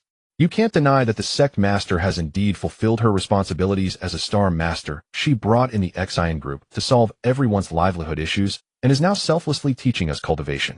Thinking back, before the government withdrew, they were tyrannical and did nothing. Unexpectedly, the new star master, who remains Loki, has done so much for us. Upon careful consideration, the good days we have now, being the first in the entire star system to step into cultivation, were brought about by the star master. We have encountered a good star master. After such praise, they finally reacted to what the announcement was about. Acquisition of pills and array stones. The acquisition price for array stones is 1,000 star coins each, and for spirit gathering pills, 50,000 star coins each. That price is quite high. Not to mention, even if I carve one array stone a day, that would be 1,000 star coins. In a month, that would be 30,000 star coins. Isn't that the average income level in the star system? If I learn to refine spirit gathering pills, each one is 50,000 star coins. How much would I earn in a month? Just thinking about it is overwhelming. I really love the sect master too much. She's beautiful and kind-hearted. Not only is she generous in teaching us cultivation, but she also wants to help us make money. Is she even human? This is clearly a fairy. Can the person upstairs stop breathing heavily while speaking? My knife almost slipped out of my hand. With this news, the crowd erupted in excitement again. Since the cultivation popularization webpage was launched, a small portion of the ordinary public has already stepped into cultivation, which is inherently an exciting matter. Now that they have discovered that cultivation not only extends life and empowers them, but also allows them to easily make money, it is truly beneficial with no drawbacks. Their lives are experiencing tremendous changes. They are the underprivileged people abandoned by the empire. From now on, they will gain strength and wealth, and in the future, they will earn more respect from others. However, there will always be some who are not satisfied, and discontented voices began to rise. I remember that temperature-regulating stones are sold for 10,000 star coins each, but the acquisition price is only 1,000 star coins. Isn't that a bit excessive? Yes. Spirit-gathering pills sell for 500,000 each, but the acquisition price is only 50,000. Zunyue is profiting so much, and they aren't the ones refining them, yet they take the majority of the profits. It is a bit excessive. Are they treating us as laborers? And they won't allow us to sell to outsiders. Isn't that obviously trying to profit off us? As soon as these voices emerged, they immediately provoked a backlash from the crowd. Who is the one being ungrateful? If it weren't for Zunyue, don't even mention cultivation, you might be starving to death right now. Even Xinu personally responded, saying Zunyue will not impose forced purchases. If anyone feels it's unreasonable, they can choose not to earn this money. If someone wants to stir trouble, Zunyue will not indulge them, and will revoke their access to the cultivation popularization webpage. This could not be clearer. You want to take advantage of Zunyue while simultaneously shouting that it's unreasonable. If that's the case, then just don't take advantage at all. The cultivation popularization webpage is their only access to cultivation knowledge.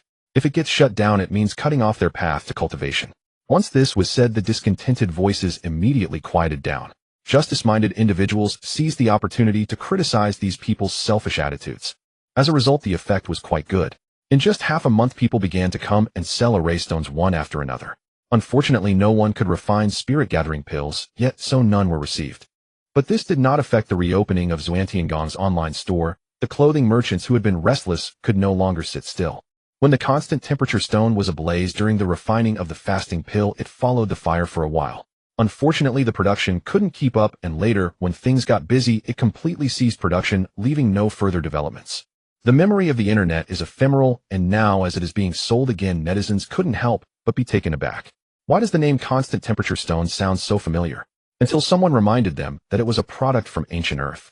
When the Xinu group was at its peak, the Xiantian sect's online store, also a product from ancient Earth, was briefly popularized, but there were no follow-ups, probably because the product wasn't that impressive. So that's how it is. No wonder it sounds so familiar. Speaking of which, ancient Earth has been quite active lately. The high-quality vegetables that gained some popularity not long ago also seem to be from ancient Earth. The internet is always like this. Once something goes viral, people will jump on the bandwagon. I suspect this constant temperature stone is just another attempt to ride the wave. How can a stone influence body temperature? Xinu noticed that netizens seem to be unfazed by this lately, and her posts promoting it haven't been effective. So she reached out to the most popular debunking blogger in the empire, Qianfan, Jean, hoping they could help expose the constant temperature stone. People these days have a rebellious mentality. Serious promotion may not be trusted, but advertising under the guise of debunking easily grabs attention. For a big influencer with hundreds of millions of followers, there's hardly any time to respond to her. She sent several private messages, but they were ignored. For popular influencers like this, many people send private messages. If you want them to help debunk something, you need to show some sincerity and offer compensation. Otherwise, they won't even give you the time of day. In the end, Xinu simply revealed her identity, leaving a message: I am Xinu, the only daughter of the Xinu Group, a nutritional supplement company. I would like to ask your esteemed blogger for help in debunking this product. The fee is negotiable. Please contact me if interested. Xinu had previously been a small blogger and was active online. When the Xinu Group was booming, her identity was exposed.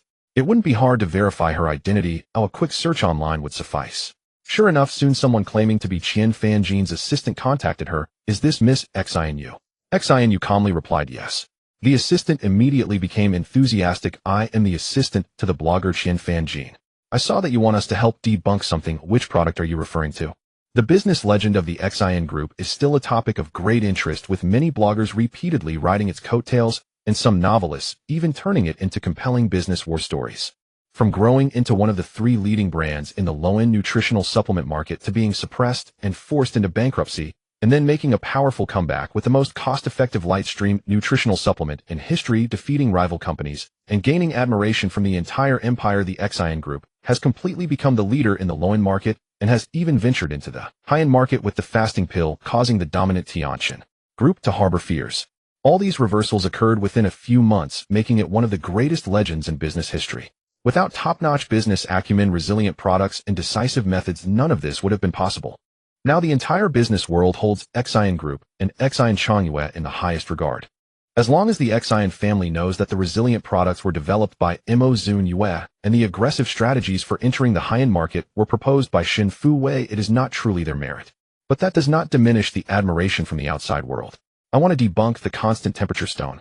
As soon as XIN's words left her mouth, the assistant on the other end eagerly responded, I wonder if Miss XIN is genuinely looking to debunk it, or... XINU replied, it's for publicity. I see. Well, arrange it for you in an upcoming live stream. The assistant was earnest. As for the fee, just as XINU was about to speak, the assistant immediately became solemn. Our blogger is a debunking advocate for the public good and does not charge any fees. XINU. If she hadn't messaged them, the first automatic reply would have been the fee structure. She almost believed their nonsense. Even after hanging up the phone, XINU felt a lingering thrill. This is what it feels like to be respected. She couldn't help but wonder if they knew that the mastermind behind the XIN Group was a young girl, and that one day the whole interstellar community would be aware that this young girl was the most powerful cultivator, and that the ancient Earth where cultivators soar in the sky was all her doing. What kind of expressions would they have? With this thought, she couldn't help but look up. Zunyue was still daydreaming by the railing. With slightly furrowed brows and a flowing dress, she was so beautiful that even a girl couldn't help but feel moved. It's just a pity that she exuded a sense of sadness from head to toe, a sorrow that seemed to emanate from her bones. One couldn't help but wonder what she was thinking. XINU noticed that ever since Zunyue came out of the secret realm, she had a habit of daydreaming like this. Could it be that even fairies have worries? What could possibly trouble her, considering how powerful she is now? Even the authorities fear her, and people from ancient Earth respect her. XINU, have you ever been in love? Zunyue unexpectedly asked, sensing the gaze XINU directed at her. The eternally single XINU replied, no. What exactly is love? Zunyue asked again. XINU thought seriously for a moment, and love was probably the feeling she got when she heard Song Nansheng call her sister, with a face full of peach blossoms, shattering a stone. The 2 inner disciples who were eavesdropping on the gossip didn't even bother using the stairs, jumping directly down from the 5th floor, looking at Zunyue with a complex expression, mimicking XINU. So she's been daydreaming lately, pondering this question. Isn't it said that fairies don't fall in love? How did it become like this? Zunyue gradually withdrew her gaze from the distance, landing on Xin Fuwei's face. XINU. Tongli. Oh my god, oh my god, oh my god. Teacher-student forbidden love. How exciting. Xin Fuwei was caught off guard by their gaze, his mind going blank. His mind was filled with one thought. What should he do? What if the beautiful and powerful master suddenly confesses? Help needed urgent. Just as the 3 were lost in their thoughts, Zunyue asked, should I kill him? XINU and Tongli. Wait a minute, the topic shifted a bit too quickly. They were struggling to keep up. Xin Fuwei understood. He pondered, there is a principle in law called mutual compensation for merits and faults. What remains after compensation is merit and fault. Enmity and gratitude are the same. I don't know what happened between Zunyue and the person in the illusion, but I want to say that enmity can also be compensated. One can repay kindness with kindness and resolve grievances with grievances. What remains is either gratitude or enmity, or whether to kill or not becomes clear. Zunyue is a wise person, as she understood. Got it, you all go ahead with your business. She returned to her room. XINU and Tong Li's gazes shifted to Xin Fuwei. Do you and the master have some secret? Why can't I understand what you're talking about? Tong Li pressed. XIN's gossip spirit was undying. When did you and the sect leader have secrets? Xin Fuwei looked at Tong Li with a hint of melancholy. Could he say that he saw the master fighting a powerful demon cultivator in the illusion? That was definitely something he couldn't say. He stepped on his sword and fled. As he passed by, Tian Jitsong saw him, and the envy and admiration in his eyes were unmistakable. As for the side note, some websites may not show the author's words, so I'll clarify the female lead's romantic issues here. This story has no CP. To prevent readers from misunderstanding and giving this spoiler, The female lead had some ties with the demon lord in her past life with a somewhat complex relationship, but that was only in her past life. After crossing over to the interstellar era, her feelings can be summed up in 4 words: killing husband for enlightenment. No need for CP enthusiasts to worry, there are no ambiguities or teacher-student romances. Shen Fu Wei will have his own CP later in the story. On Tianyun, a star Cui Yunfan was nestled at home playing games when his assistant called informing him to prepare for a counterfeit live stream in 3 days and to avoid wandering off lest he be hard to find later. Hearing it was about counterfeiting, Cui Yunfan perked up. What's the item this time? The assistant replied it's a constant temperature stone, but this time the person behind the counterfeiting has some influence, as she's the young lady of the Exine family. I didn't charge her, and she said this counterfeit primarily aims for publicity, but I feel this matter is unreliable. Cui Yunfan asked what's unreliable about it. I'll show you. She claims that the constant temperature stone can maintain a person's body temperature in any environment, but how could such an inconspicuous stone possibly be so miraculous? Cui Yunfan opened the image sent by his assistant. It does seem quite unreliable. The assistant advised in any case I didn't take her money, but just approach the counterfeiting realistically. If it turns out real, everyone benefits. If it's fake, it's not our fault. They had seen many such situations where well-known companies sought their promotional services for mediocre products yet required them to pretend the products were excellent during testing to achieve promotional goals. However, they didn't engage in such business. They were in the business of counterfeiting, not creating fakes. They indeed accepted similar advertisements, but only if the product was durable enough to withstand testing. They would never falsely promote anything. Cui Yunfan hung up the phone, calculating the time. The counterfeit live stream was in 3 days, and tomorrow was his grandfather's grand birthday celebration. He had some time to celebrate his grandfather's birthday. Cui Laoyizi was the star master of Tianyun, a star now 180 years old, still managing all affairs of the planet. The Star Master's residence was bustling with activity that day, with not only influential figures from Tianyun A Star, but also old friends of the grandfather present. Importantly, the entire Cui family, young and old, had returned, creating a cacophony of voices. In an era where the average age was 200, a thriving family's population was remarkably overwhelming. If each generation married and had children at 30, over 200 years, 8 generations living together, 10 generations was quite normal.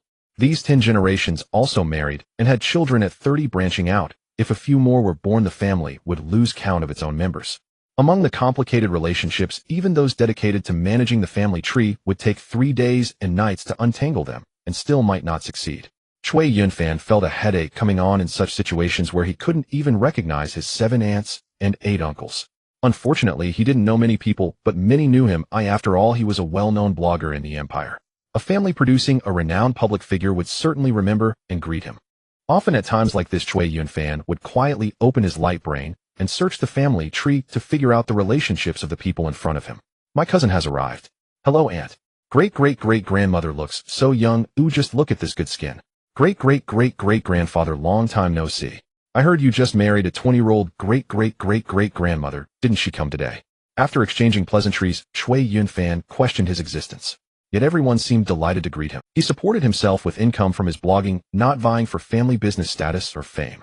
Thus everyone liked him even more. Straightforward living. He supported himself with income from his blogging, not vying for family business status or fame. Thus everyone liked him even more.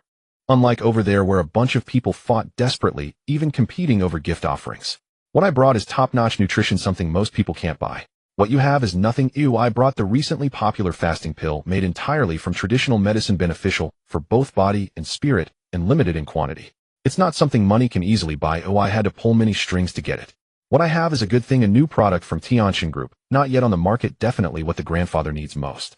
The person speaking had an air of mystery.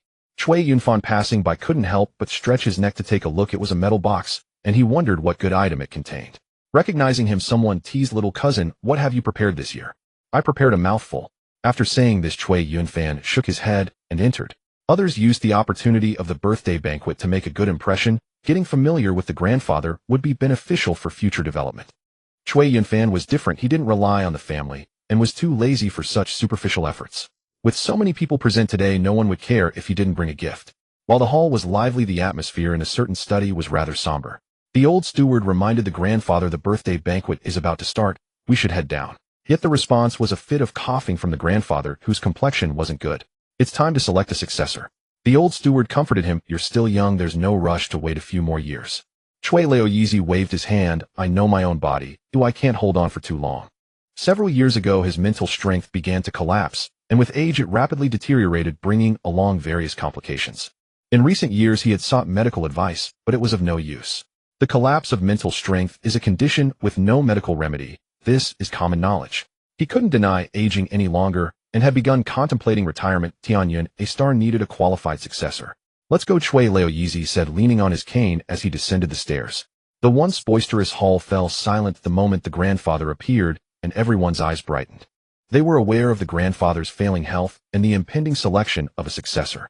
It was precisely for this reason that they put extra thought into selecting their birthday gifts, hoping to stand out among the many descendants and leave a lasting impression on the grandfather.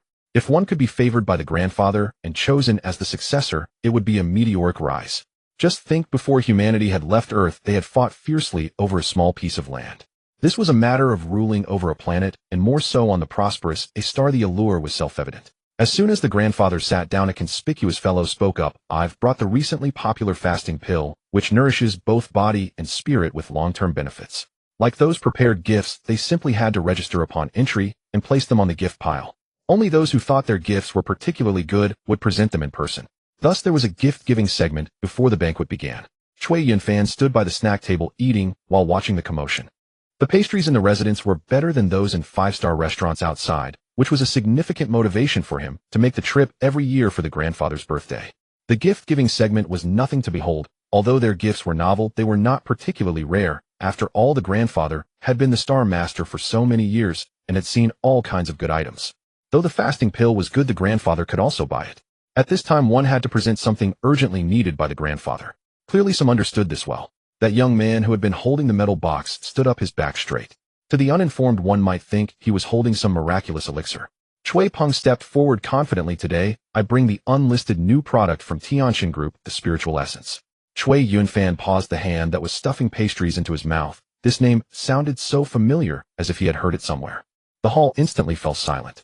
Tianxin Group, the commercial leader in the empire, had a wide array of interests, most famously known for its research and development team. Every time they released a new product, it would stir up a wave in the empire. Moreover, Tianxin Group had its own fan base that would fervently support their products. Their technology consistently led the market, and competitors found it hard to keep up. This was also one of the reasons why the sudden emergence of the fasting pill, which outperformed Tianxin Group's premium nutritional supplements, repeatedly trended. All eyes were gathered on Chui Peng, waiting for him to reveal the mystery. Chui Peng placed a metallic box on the table in front of him and carefully opened it, revealing a transparent glass tube filled with sky-blue liquid. He cautiously picked up the reagent and introduced it. "This is the Spirit Nourishing Agent, a new product soon to be launched by Tianxin Group, representing a significant breakthrough in medicine. I went to great lengths to obtain it ahead of time." He rambled on without getting to the point, and Chui Yunfan interrupted. "Could you just tell us what it's for already?" The guests nodded in agreement, clearly annoyed by such suspenseful presentations. Only then did Chui Peng reluctantly continue. "The Spirit Nourishing Agent treats mental health issues, and after taking it, one's mental strength can stop deteriorating within a week." The hall fell into silence for a moment, followed by an uproar. "Is that really true? Stopping mental deterioration, how is that possible? It's a problem the medical field hasn't solved yet. How can a commercial team achieve this? But this is a product of Tianxin Group. How could they sell a counterfeit? That's just terrifying. This would be an extremely great research achievement." People were discussing among themselves, clearly hearing this major news for the first time today. Chui Yunfan suddenly recalled where he had heard this name before. He rummaged through his storage device and found a palm-sized wooden box containing a spirit-nourishing pill wrapped in a pill aura. "Isn't this the same name?" He opened the box, and a rich medicinal aroma wafted out, causing those around him to turn their heads in search of the source. Chui Yunfan was momentarily stunned as he closed the box. What is going on? A few months ago, a friend had sent him a link to a live test room where they were testing the spirit-nourishing pill. They claimed it could treat mental breakdowns, but he certainly didn't believe it. Just as he was about to exit, he saw Professor Qiu Jifeng personally vouching for it. He couldn't help but place an order for a pill, thinking that if it became popular, he could make a debunking video, both to warn people not to be deceived and to ride the wave of attention. Who knew there would be no follow-up? This spirit-nourishing pill had been lying in his storage device all this time. Chui Yunfan didn't realize he was lucky. Many people had called that live broadcast a scam, and only 3 pills were sold. One was given to a friend at the Medical Research Institute by Qiu Jifeng, another was bought by Ren Jianyong, who had tasted the sweetness, and the third was in his possession. The reason there was no follow-up was that once the Medical Research Institute confirmed its authenticity, their stock was immediately cleared out, leaving no chance for it to reach outsiders, and naturally, no one could leak information. Some pills refined by Zunyue were immediately purchased by several people from the Medical Research Institute as soon as they hit the stock, but it completely ran out when Zunyue became too busy to refine them recently. The old man trembled as he beckoned Cui Peng to come forward. He had been searching for this medicine for years and finally saw hope. Cui Peng earnestly explained, the reason the spirit-nourishing agent hasn't been launched yet is due to its unstable efficacy. Drinking one might last a week or just 3 hours or even half an hour, but it is definitely harmless to the body. I heard that Tianqin Group has overcome this issue and will soon launch it in large quantities. The researchers can guarantee its safety. To ensure authenticity, Cui Peng had also invited researchers from Tianqin Group to be present. The old man had naturally known them over the years while seeking medical help. Good. The old man, resembling an emperor seeking immortality, finally saw the elixir of life and immediately gulped down the sky-blue liquid. Cui Peng was excited. This would surely leave a good impression on the old man. The researchers were also thrilled as so many prominent figures were present today, providing a great opportunity to advertise the spirit-nourishing agent. The guests were even more excited, all waiting for the old man's feedback. If the spirit-nourishing agent really worked that well, they would no longer need to fear mental breakdowns. Cui Leoi only felt a wave of clarity in his mind after taking the potion. The old steward quickly brought over medical testing equipment, which showed that his mental strength had indeed stopped deteriorating. That's amazing. Cui Yunfan was shocked. The guests were also astonished. A milestone in the medical field, and it was created by Tianqin Group. Their status will definitely rise to new heights. This is great news. We won't have to worry about mental breakdowns anymore. As long as we have the spirit-nourishing agent to stabilize mental strength, it's not just treating illness, it's saving lives. It is well known that no matter how old one is, if mental strength completely collapses, death is not far away. Now that there is a drug to stop mental deterioration, it means that death won't result from it. As everyone was discussing excitedly and congratulating the old man, the mental wave line on the testing device suddenly dropped again. Researchers explained, this is due to the current instability of the drug's efficacy. It varies in duration. However, it's okay, we have already found the cause. The spirit-nourishing agent set to be launched next will ensure at least a week of stable mental strength with each dose. Thunderous applause erupted in the hall, and the old man's face flushed with excitement. He stood up wanting to celebrate this special day, but unexpectedly his body stiffened, and he fell backward. The old steward was alarmed and dragged the old man's body while shouting, Doctor! Doctor! Cui Peng was so frightened that he kept retreating. A group of doctors quickly surrounded the old man, including researchers from Tianqin Group. They had intended to make an announcement today, but it seemed to be backfiring. The guests could not see what was happening in the center. They only noticed that the medical equipment showed the old man's mental strength was deteriorating rapidly. Could there be side effects? Someone couldn't help but question. Soon another person denied it. You can doubt anything, but you cannot doubt Tianqin Group's quality control. They would never sell any defective products. The doctors quickly provided an answer. It's because the old man is of advanced age. He has been suffering from mental breakdown for years, and his body is already on the verge of exhaustion. Now his overly excited mood has worsened his condition, causing his mental strength to deteriorate even faster. He urgently needs the spirit-nourishing agent for treatment. Cui Peng was panicked. He only managed to obtain one spirit-nourishing agent and had no extras. The researchers nearby were also anxious. They never expected to encounter such a situation and had not brought any extras either. He immediately stated, they'll call headquarters to have them send the spirit-nourishing agent over as quickly as possible. But Tianqin Group's headquarters is 2-star systems away. I'm afraid it won't arrive in time. The sudden incident caught everyone off guard. What was supposed to be a joyous birthday celebration was at risk of turning into a funeral. Cui Yunfan, who had only come for the feast, was in pain. He silently took out the spirit-nourishing pill in his hand. If this isn't a counterfeit, it may be the only medicine here that can save the old man. If it is a counterfeit, and he gives it to the old man without being able to revive him, he would be guilty of harming the Star Master. What to do? What to do? What to do? He suddenly regretted not buying 2 pills to test out back then. Forget it, human life is paramount. He strode towards the center. The reason he didn't believe in the spirit-nourishing pill back then was that there was no medicine capable of treating mental breakdowns. Now that the spirit-nourishing agent has appeared, it proves that it can be treated. This pill was personally guaranteed by Qiu Jifeng back then. Its credibility is still quite high. I have the medicine, he exclaimed, holding up the wooden box. All eyes in the room turned to him. The old steward was overjoyed. What medicine? Is it the spirit-nourishing agent? Cui Yunfan's expression was strange. It's the spirit-nourishing pill. Tianqin Group's researchers were shocked. Just as the spirit-nourishing agent was about to be launched, counterfeit drugs claiming to be theirs had already appeared. One of them stepped forward resolutely stating, "It's best not to eat this counterfeit drug rashly." The old steward was also greatly disappointed. Shui Yunfan clarified, "This is the spirit-nourishing pill personally guaranteed by Professor Qiu Jifeng." The old steward was filled with hope again. The old steward was also greatly disappointed. Shui Yunfan clarified, "This is the spirit-nourishing pill personally guaranteed by Professor Qiu Jifeng." The old steward, his emotions were like a roller coaster. Upon hearing this, Shui Yunfan felt uncertain. If Professor Qiu Jifeng had been kidnapped, it could indeed be a counterfeit. Perhaps today the old man's life was fated to be saved.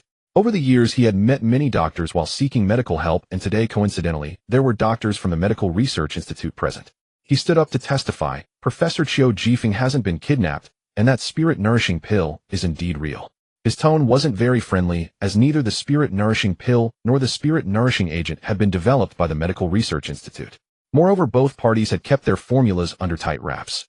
It wasn't that the Medical Research Institute had developed them, they still didn't know why these two items could treat mental breakdowns. After some twists and turns, the spirit-nourishing pill finally made its way into the old man's stomach. Everyone watched with wide eyes, waiting for the result. If the spirit-nourishing pill proved effective, wouldn't that mean there were suddenly two products capable of treating mental breakdowns? What a fortunate day it was for such a great event to occur. A researcher from Tianxin Group was secretly reporting to headquarters, "Counterfeit drugs have appeared on the market, the spirit-nourishing pill." The core team of Tianxin Group was speechless. Would they really admit that the spirit-nourishing pill came out first, and their spirit-nourishing agent was merely a counterfeit name? Today's 10,000-word check-in is complete. His spiritual energy has stabilized. A physician called out. "It's impossible," exclaimed a researcher from Tianxin Group. "How could a counterfeit drug possibly work?" The physician bristled. "Don't believe me? Then verify it yourself."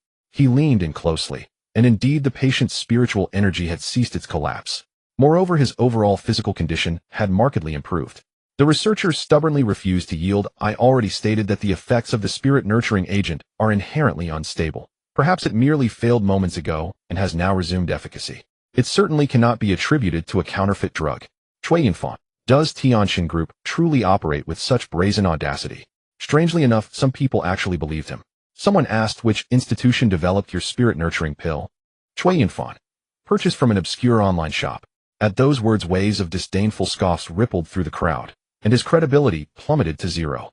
Had he claimed it originated from a reputable medical institute, they might have readily credited the pill's efficacy. But a product bought from a minor online vendor. Surviving ingestion would be miracle enough. How could it possibly heal? Shui Peng, who had earlier remained silent fearing he'd caused trouble, now stepped forward shouting defiantly, "Exactly. A breakthrough of this magnitude must surely come from the Academy of Medical Sciences, or a titan like Tianxin Group. Surely no random amateur could produce it." A physician from the Academy of Medical Sciences, who by implication ranked even below stray cats and dogs, stood speechless. This banquet had become unbearable. "Time to go home."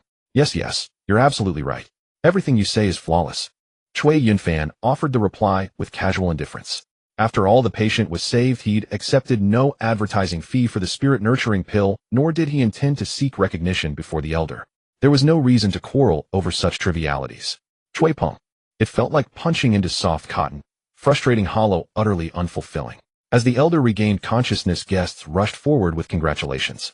Many clustered around the Tianxin Group researcher, eagerly inquiring when the spirit-nurturing agent would launch commercially. Shui Yunfan was suddenly overcome by a profound, wistful sense of detachment. As if having accomplished his task, he could now vanish without trace, leaving neither name nor shadow behind. There was nothing more to gain here. Silently, he departed from the Star Lord's residence.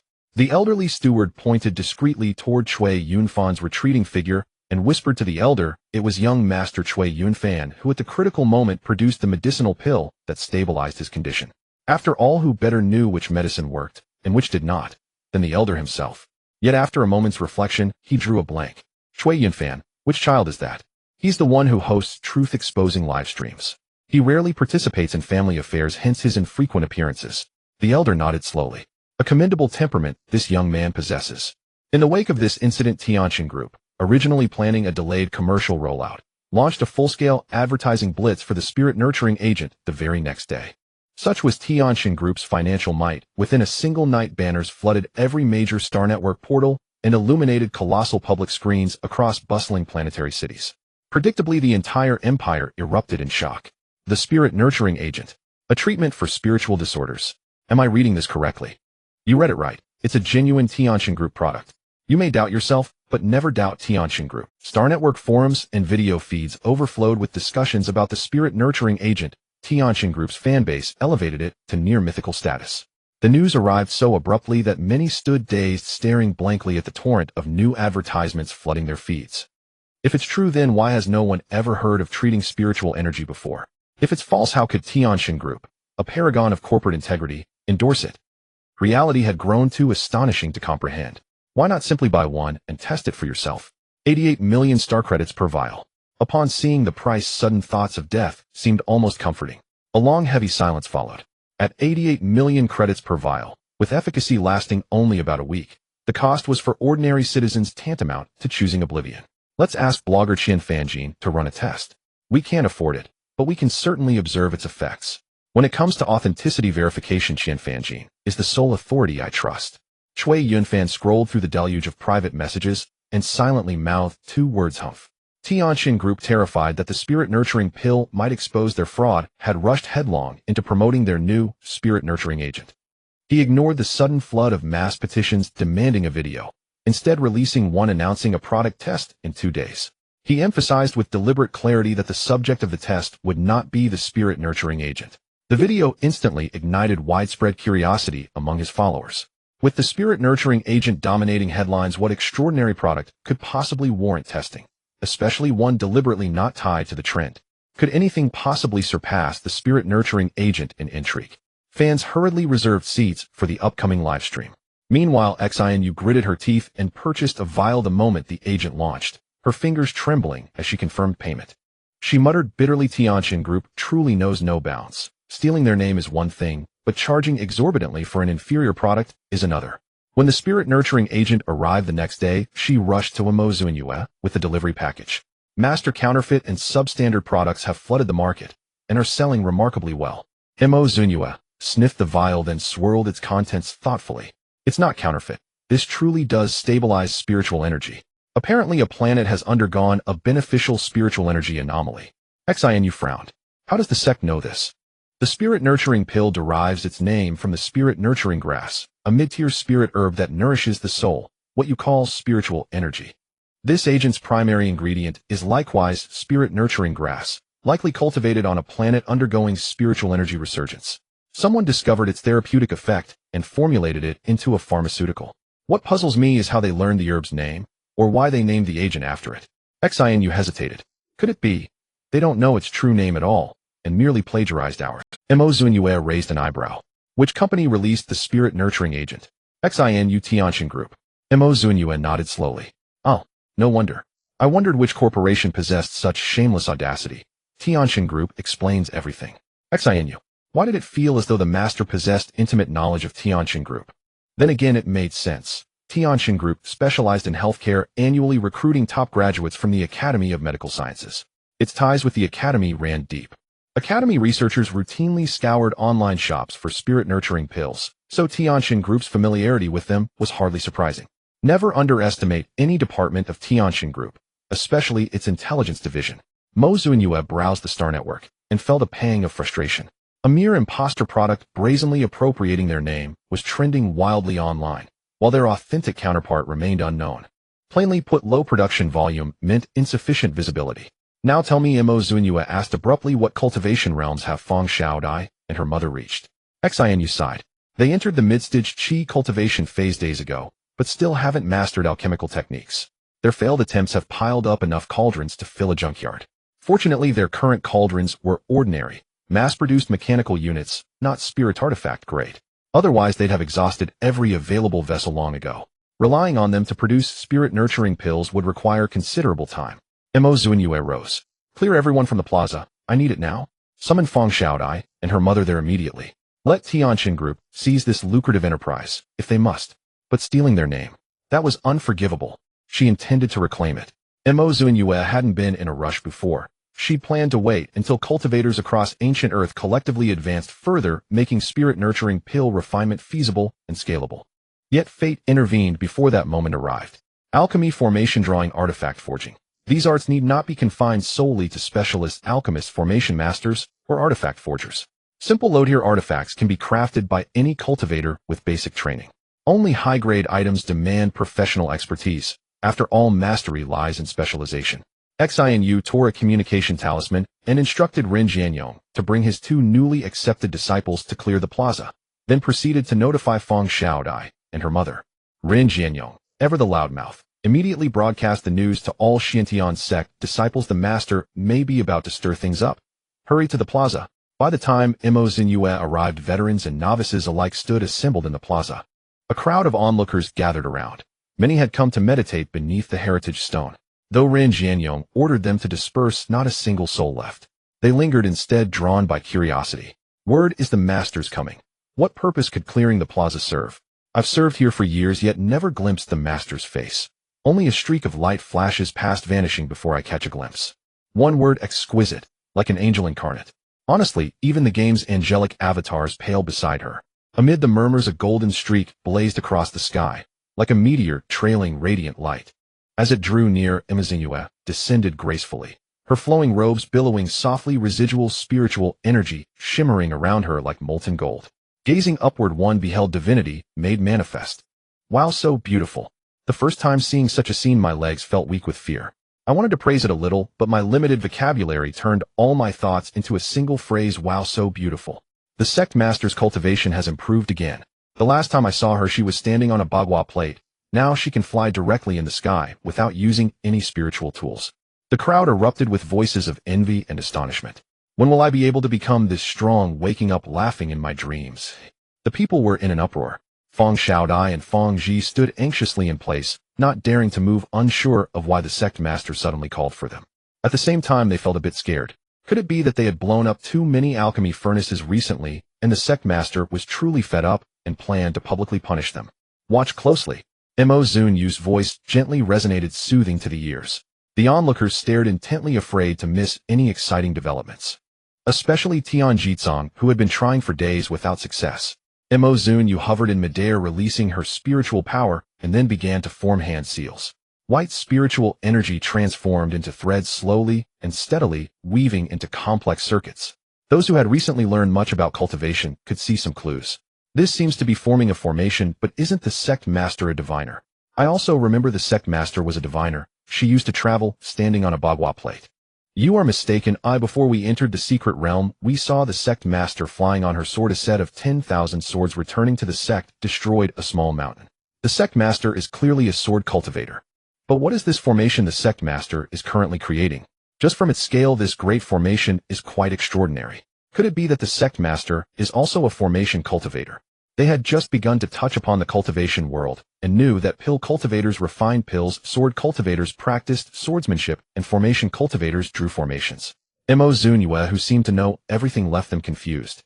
While they were puzzled, the great formation in Zunyue's hands had already taken shape, with intricate lines forming a circular closed loop. Any random section looked like a tangled mess of yarn, indistinguishable from a chaotic pile of wool. People couldn't help but sigh. Cultivation truly requires talent. If one lacks talent, they wouldn't even be able to remember the complex lines of the grand formation, let alone draw it. As they watched in a daze, unable to comprehend, they rubbed their eyes. Meanwhile, Tian Jizong, standing next to Song Nanqing, remained still, deep in thought. Sometimes theoretical understanding is no match for first-hand observation. Song Nanqing. This kid better not miss enlightenment beneath the legacy stone. Watching the sect master draw a formation seems to be the way. The radiant great formation beneath Zunyue's feet slowly began to operate. As she moved, the formation, which was originally only the size of a flower bed, rapidly expanded. In an instant, it transformed into a square, continually expanding, stretching beyond the Xiantian sect and reaching the distant mountains. No one knew how far it had expanded. They could only feel that at this moment it seemed as if a complex web of light enveloped everything around. Then this web of light swiftly descended. Tian Jizong could even sense the lines touching the top of his head, penetrating his body, ultimately disappearing into the ground beneath his feet. The crowd was bewildered, unsure of what use this formation drawn by Zunyue served. Soon they witnessed a phenomenon. A faint mist gradually appeared in the originally clear circular square, becoming hazy. Shen Fu Wei closed her eyes to sense its spiritual energy. This thin mist is condensed from spiritual energy. Is it a gathering spirit formation? This is a difficult formation to draw. Qiu Jifeng exclaimed in surprise. What else is the sect master not capable of? Even several disciples couldn't help but express their amazement.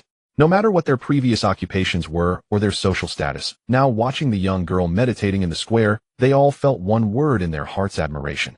They never understood why Zunyue possessed so much knowledge about cultivation and could use it effortlessly without numerous practices, as if these skills were innate to her. Sometimes, even they wondered if Zunyue was a deity who had once ascended sent down to enlighten them with knowledge of cultivation. What is a gathering spirit formation? A bystander who had been eavesdropping couldn't help but inquire. Qiu Jifeng explained. A gathering spirit formation gathers the surrounding spiritual energy at the formation, forming a spot rich in spiritual energy. Cultivating here yields double the results with half the effort. Currently on ancient Earth, spiritual energy appears in the form of spirit stones, which are also mixed with demonic energy. New cultivators can easily run into trouble with demonic energy entering their bodies. A gathering spirit formation can purify spiritual energy, filtering out demonic energy, so cultivating here eliminates concerns about inadvertently absorbing demonic energy. The people gathered around upon hearing Qiu Jifeng's explanation felt as if they had been struck hard, their hearts skipping a beat. Looking again at the faint figure meditating in the center of the square, their eyes felt sore. She was just too good. She was like a kind-hearted deity sent by heaven. Not only was she selflessly teaching them about cultivation, but she also created a website to share her knowledge. Now she was worried they might accidentally absorb demonic energy, deliberately drawing a gathering spirit formation, allowing anyone in the future to use it for cultivation in the square. She truly moved them to tears. They were merely a group of abandoned individuals by the Empire, yet she thought of them in every way, selflessly helping them become powerful cultivators. As they thought about this, some sentimental individuals shrugged their shoulders, sniffed, and began to wipe their tears, moved to the point of crying. Tong Li complained sourly. When will the master draw a gathering demon formation? Shen Fuwei gave him a light slap on the head and said, What are you daydreaming about? The last formation Zunyue drew for the demon cultivators was the ancient extermination formation. Zunyue awoke from her meditation and saw that the crowd around the square was sobbing in discontent. She was puzzled. What happened? Who died? Qiu Jifeng. The crowd. The weeping suddenly stopped. Those mid-cry abruptly swallowed their words, unsure if they should continue crying. Shen Fuwei said helplessly, Master, they are crying because they were moved by the gathering spirit formation you drew. Zunyue. The pampered interstellar people are truly simple. Drawing a formation moved them this much. If this were in the cultivation world, if you kindly drew a formation, they would scatter 800 meters away, fearing that it concealed some deadly secrets. You two come closer. Feng Xiaodai and Feng Ji approached Zunyue with excitement. Zun, you took out a pile of spiritual herbs. Next I will refine a batch of foundation establishment pills. You two should observe closely, it will benefit your mastery of alchemy. The two nodded vigorously, thinking this counted as the sect master personally guiding their cultivation, a treatment reserved for inner disciples. The onlookers were envious. They wondered where the mother and daughter had found such good fortune to not only achieve enlightenment directly, but also receive personal guidance from the sect master. Then they saw Zunyue beginning to refine pills. The crowd collectively stared blankly at the scene. Diviner sword cultivator formation, cultivator pill cultivator. What else is the sect master not capable of? An all-rounder. Is there such a thing as an all-rounder in cultivation? Based on what I've learned, the path of cultivation is long and arduous. It is already a stroke of luck to master one path to perfection. Why can the sect master walk every path so flawlessly? Could this be the pinnacle of talent? Not only does she know many things, but she also excels at them. The gathering spirit formation she drew and the pills she refined are far beyond what others can achieve through day and night of hard work. The disciples of the Shantian sect knew the sect master was incredibly powerful, yet witnessing this scene still left them in prolonged silence. What is a genius? This is a genius. They did not know that every skill Zunyue mastered was learned over countless years while being forced to become a deity. For instance, formations. Back then, to eliminate the demon sovereign and refine the ancient extermination formation, she researched formations from scratch, tirelessly learning day and night. Sword cultivation is her destined path, while divination is something she has only recently begun to practice. As for alchemy, that is yet another deeply memorable experience. With her current golden core cultivation, refining foundation establishment pills does not require an alchemy furnace. The crowd could clearly see the spiritual herbs transforming in her hands, first refined and kneaded with spiritual power, then conjoined with mental energy. They couldn't see the specifics, but watched as the spiritual herbs gradually transformed into pills, becoming smooth with a rich medicinal fragrance spreading. The fragrant aroma penetrated deeply into their bodies, making them feel the stability of their Danshan's spiritual energy, unsure if it was just an illusion. Such a good pill. Rin Jianyong praised loudly. What did the sect master say this pill was called? Qiu Jifeng. Foundation Establishment Pill. They had never heard of it, and turned to the knowledgeable Qiu Jifeng waiting for him to explain. Qiu Jifeng hesitated several times before speaking. As the name suggests, it is a pill that can help cultivators forcibly break through to the foundation establishment stage. The crowd of disciples. The crowd exclaimed. Rin Jianyong couldn't help but shout. What is this? Is there really such an incredible pill? Are you saying that a cultivator in the Qi refinement stage can break through to the foundation establishment stage after taking it? Qiu Jifeng tried to remain calm. That's the idea. After practicing for so long, Tong Li and Shun Fuwei, who had just broken through to the foundation establishment stage. Why didn't Master take this good thing out earlier? The outer disciples who had not yet reached the foundation establishment stage after so long exclaimed. They couldn't help but lick their lips. Qiu Jifeng fell silent for a moment. It depends on who refines it. There may be issues with pills refined by low-level alchemists, but the foundation establishment pill refined by the sect master clearly has no. Qiu Jifeng fell silent for a moment. It depends on who refines it. There may be issues with pills refined by low-level alchemists, but the foundation establishment pill refined by the sect master clearly has no such flaws. The crowd's gaze towards Zunyue became fervent again. Suddenly, an unusual phenomenon occurred in the square as mist-like spiritual energy surged towards the pills. The two floating foundation establishment pills acted like black holes, frantically absorbing spiritual energy from all directions. It dawned on the crowd that the gathering spirit array was set up for pill refining. However, this did not affect their future use. They still felt grateful. At the moment the pills were formed, the influx of spiritual energy ceased, and the two pills shimmered, glowing brilliantly in midair. Zunyue asked the two people beside her, "Did you learn anything?" The two first shook their heads, then quickly nodded, sensing something, but unable to articulate what it was. Several disciples standing outside the square exchanged glances and rushed towards Zunyue. Sect Master. Sect Master, are you tired? Sect Master, I found a fruit in the secret realm. It must have been left behind. You should try it. It's very sweet. Zunyue looked up at them, each with shining eyes, as if they could be used as light bulbs at night. She frowned. What's wrong? Who found a long-lost child? Why so excited? Then she saw the crowd's gaze fixated hungrily on the nearby foundation establishment pills. Zunyue understood and put away the foundation establishment pills regretfully, saying, "There are only two." The eyes of the disciples brightened even more innocently, resembling kittens begging for food. So what now? Zunyue also innocently blinked. So ladies first. Considering their low seniority, the two mothers felt it was unlikely that good things would come to them. Seeing the sudden windfall, they were taken aback. Looking at the senior sisters staring at them with hungry eyes, they were unsure whether to accept. If they didn't accept, how could they refuse something offered by the sect master? Thus the two mothers put on equally innocent expressions, joy blooming in their hearts as they caught the two. The gazes of the other disciples turned toward the two mothers. Feng Xiaodai didn't understand the treachery of human hearts, but she felt that if she didn't eat them now, they might never enter her stomach. Without hesitation, she swallowed the foundation establishment pill. The disciples. Their expressions twisted. If Feng Xiaodai were to vomit it out now, they wondered if it would affect the pill's efficacy. Having already reached the foundation establishment stage, Tong Li, who was watching the excitement from the side, snorted, "A gentleman's wealth is taken through proper means." Qiu Jifeng. He was just thinking, not actually planning to snatch it. After all, they were all from the same sect. Then his gaze unconsciously fell on the pill in Feng Zhi's hand. He was just looking, really just looking. Feng Zhi, frightened by the fierce expressions of her fellow disciples, also swallowed the foundation establishment pill. The two sat cross-legged, beginning to digest the power of the foundation establishment pill. Seeing that there was no hope left, the crowd turned their attention back to Zunyue. "Xin, you looking delicate and weak," stammered. "Sect Master, I am also a lady." She hinted, frantically hinting. Who wouldn't want to take a shortcut that had no side effects? Zunyue glanced at them. "Do you want it?" The disciples nodded like chicks pecking at rice. Zunyue smiled benevolently. "Not only can I refine foundation establishment pills, but I can also refine true essence pills, dust cleansing pills, longevity pills, essence increasing pills, and Hao Yuan pills, among many others." The disciples looked at Qiu Jifeng. This time Qiu Jifeng decided to keep it to himself. He remained silent, clearly determined not to speak.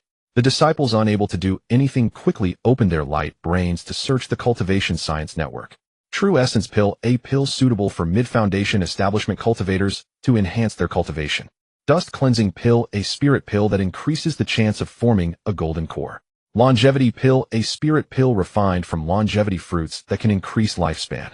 Essence increasing pill, a spirit pill suitable for golden core stage cultivators to enhance their cultivation.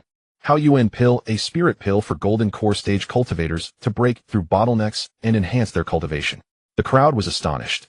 They had always thought that alchemists only refined pills like the Bigu pill and Yuling pill, not realizing that powerful pills had such significant effects which could be considered a great aid on the path of cultivation. They immediately pondered, is it still too late for me to switch to alchemy? Compared to their considerations, Tong Li was much more straightforward. He stared at Feng Xiaodai with a deep expression. I suddenly realized today that Xiaodai has become so cute, even better looking than every previous day. Mo Zunyue. The crowd. They looked at Tong Li with the eyes of someone observing a beast. Then several big men looked at Feng Ji, and it must be said that both mother and daughter were good looking. Feng Ji as a mother had skin as fair and smooth as a young girl. Having heard that she divorced her ex-husband with Xiaodai in her custody, having a daughter like Xiaodai seemed rather good. It's like getting two at once. Xian couldn't help but shiver and kicked Rin Jianyong, who was laughing. What are you laughing at? What are you laughing at? Rin Jianyong defended himself. Senior sister, I was wrong, it was just a joke. Xiao Jifeng, Song Nanqing, and Shun Fui maintained serious expressions, as if they were righteous gentlemen trying to prove that they absolutely had no such lewd thoughts. Shun Fui lightly coughed. Where were we? Oh right, master can refine many pills, right? Mo Zunyue was defeated by their shamelessness. Especially Tong Li, who was still young, had some dangerously mischievous thoughts that seemed he hadn't memorized enough books. She continued, pills can serve as a reward system for the sect. Those who make outstanding contributions to the sect can be rewarded with pills. What qualifies as an outstanding contribution? For example, making 1 billion stars. Making money has never been the sole responsibility of the sales peak. It should be the responsibility of every disciple in the sect. The crowd. Rin Jianyong immediately shouted, from now on our peaks must settle accounts clearly among brothers. Song Nanqing agreed. If you want to eat vegetables in the future, you have to buy them. I will give you a friendly price, and if Xiaodai and the others need my help to grow spirit herbs, they have to pay, and nothing in this world is free. Xiao Jifeng expressed his agreement. In the future, for every disciple I teach who joins your peak, you must help pay the tuition. For future training of disciples, you must pay training fees, and for the library, it must be graded. If you want to read valuable books, you have to pay. Ren Jianyong was worried. What about me? How do I make money?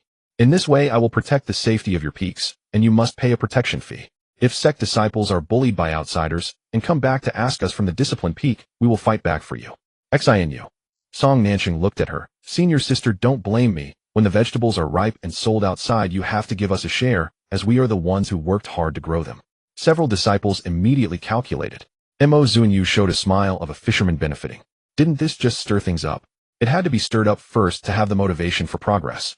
She enjoyed the chaos and added fuel to the fire. In the future, if you want to apply for rewards, anyone who gives me 1 billion star coins can receive a reward. Once pills, formations, spirit tools, etc. can be obtained. Shen Fui listened beside her, astonished silently, giving Mo Zunyue a thumbs up. This move was truly clever.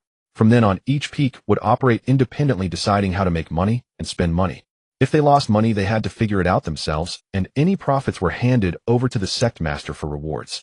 Mo Zunyue benefited from the chaos, often referred to as getting something for nothing.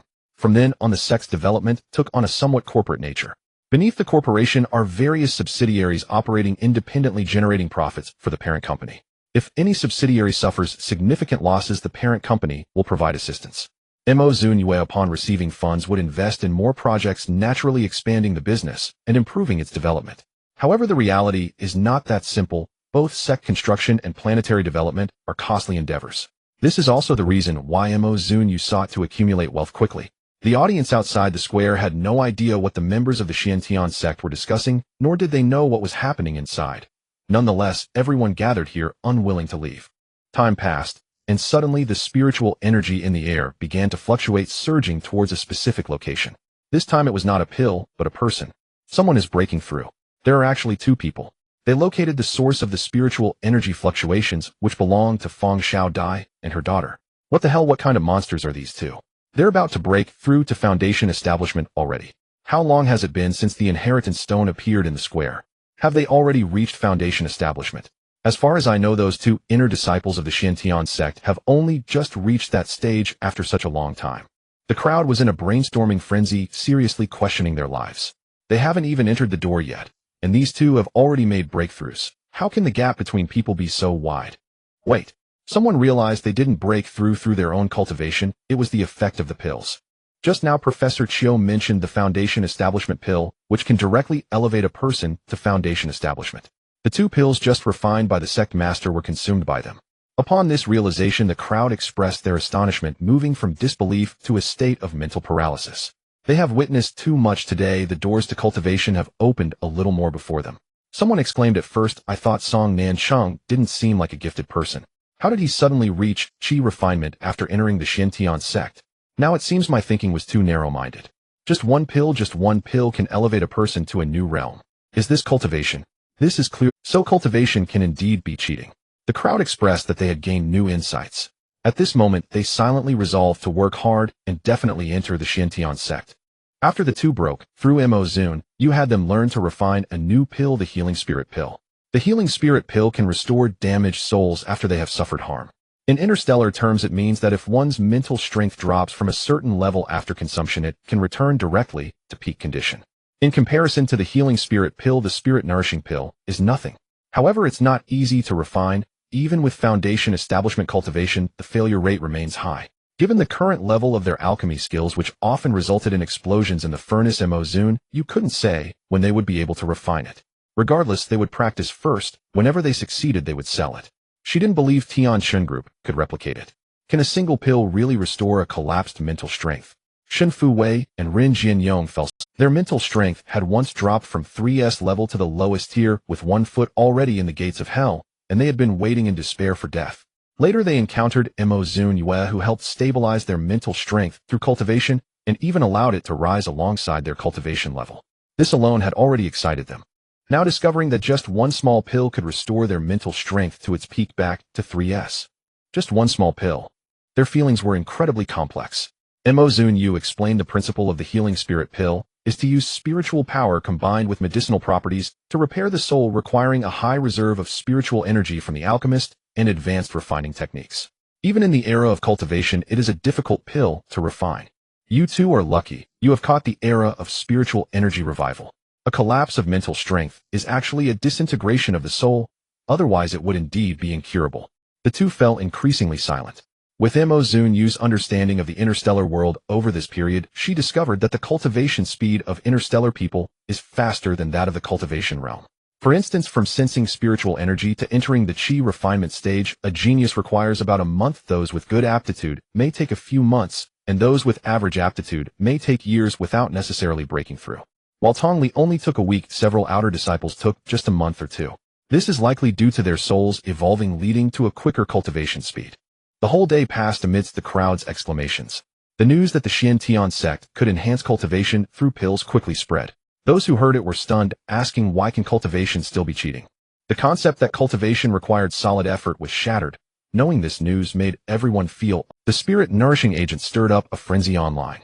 The most exaggerated was a Tianjin fan who started a post full of praise.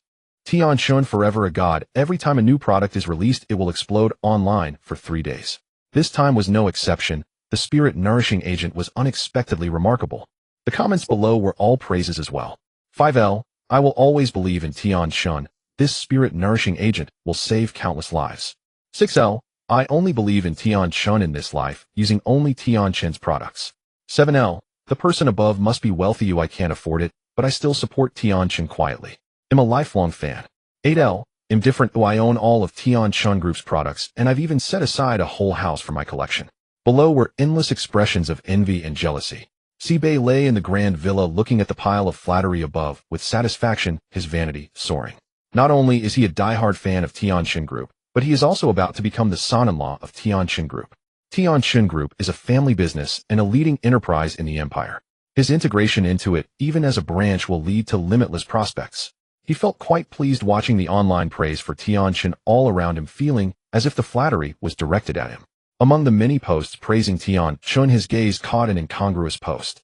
The title was Counterfeit Influencer Qian Fanjin will soon begin broadcasting testing a product that is not the most popular spirit nourishing agent.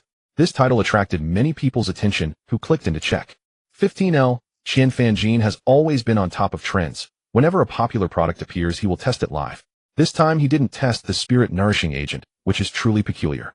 The title was Counterfeit Influencer Qian Fanjin will soon begin broadcasting testing a product that is not the most popular spirit nourishing agent. 17L, let's go see what it is.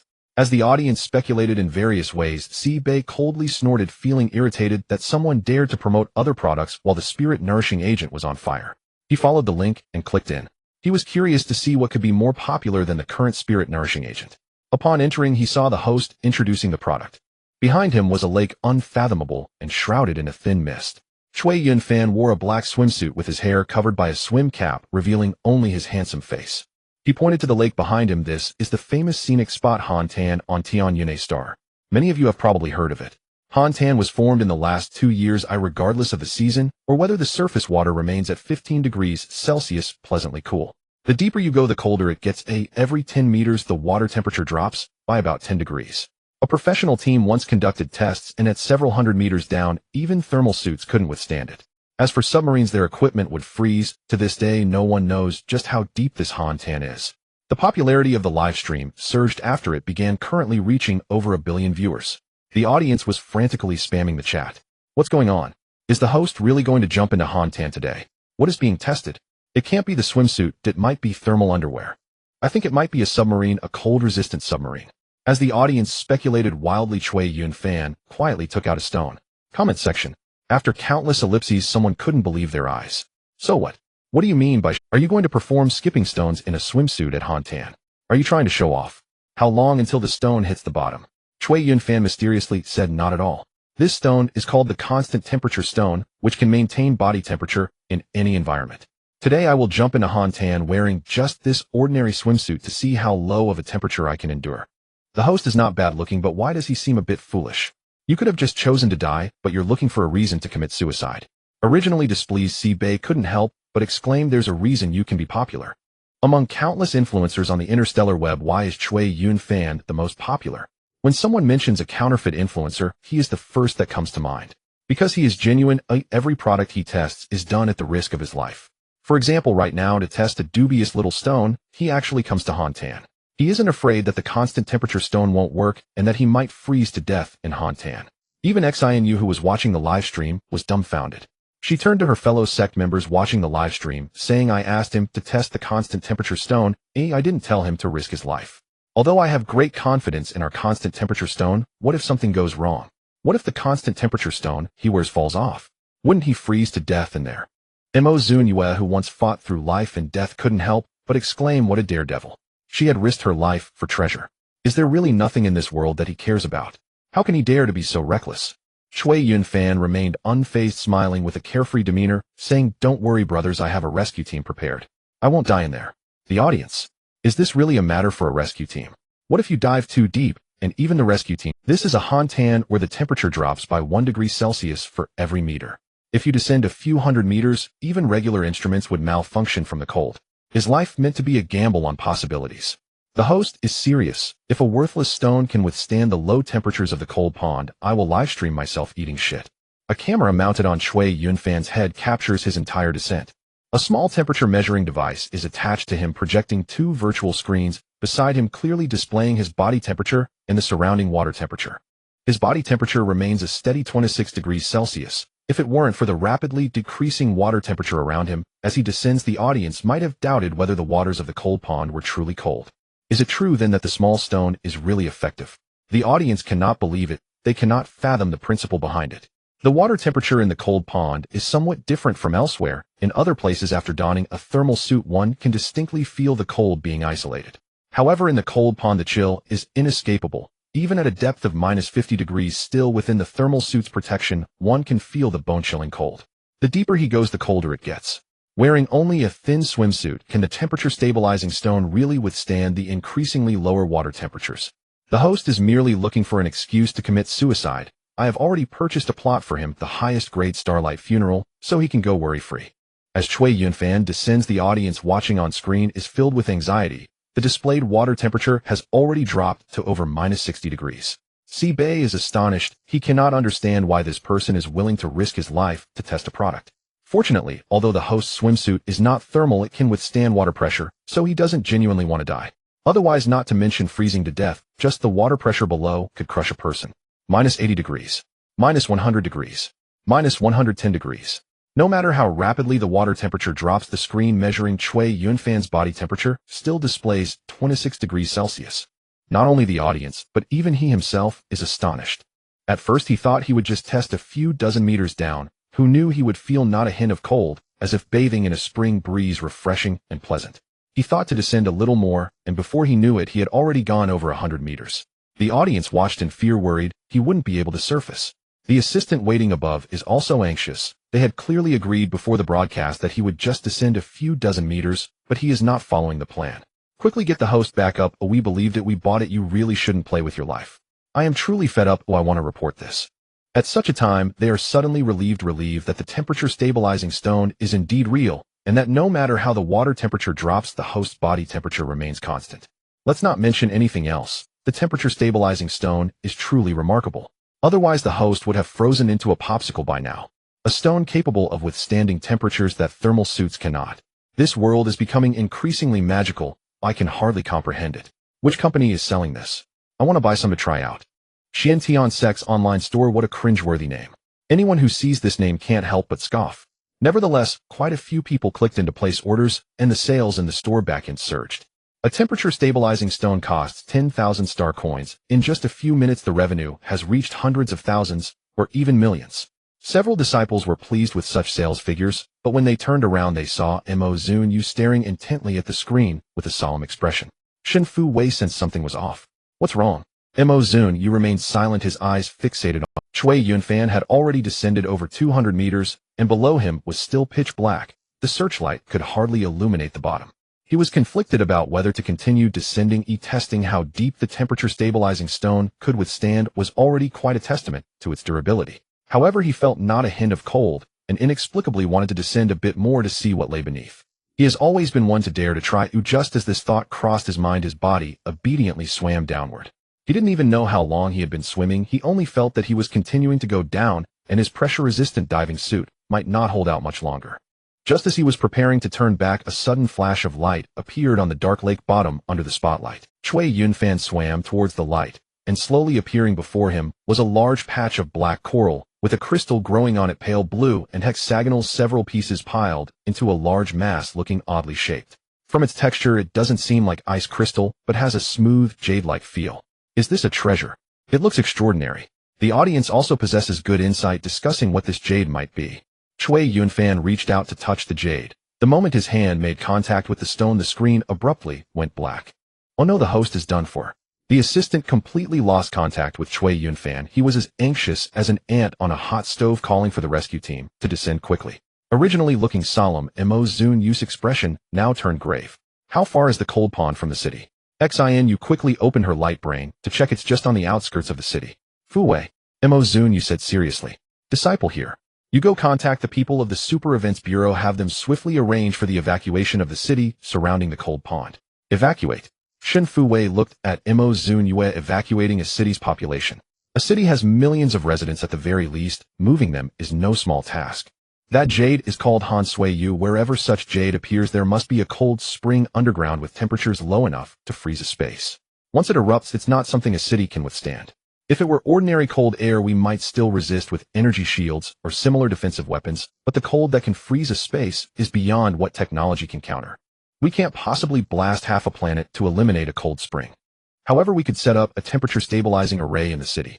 But this is a city of millions. With Zunyue's current cultivation, he cannot achieve that. For now, we can only evacuate the population. However, we could set up a temperature-stabilizing array in the city. But this is a city of millions. With Zunyue's current cultivation, he cannot achieve that. For now, we can My master said, so but cannot be wrong. Understood. After Zhong Chu hung up, he quickly reported and began the process. At this moment, the live stream picture was restored, and the rescue work was in full swing. The assistant standing behind the camera had to reassure the audience. Longtime fans of the host should know this is not the first time, nor will it be the last. The host never follows plans, which keeps our rescue team very busy. But everyone rest assured, the host is resilient. Every time he encounters danger, he comes out alive, and this time he surely won't die. Why do I suddenly feel calm?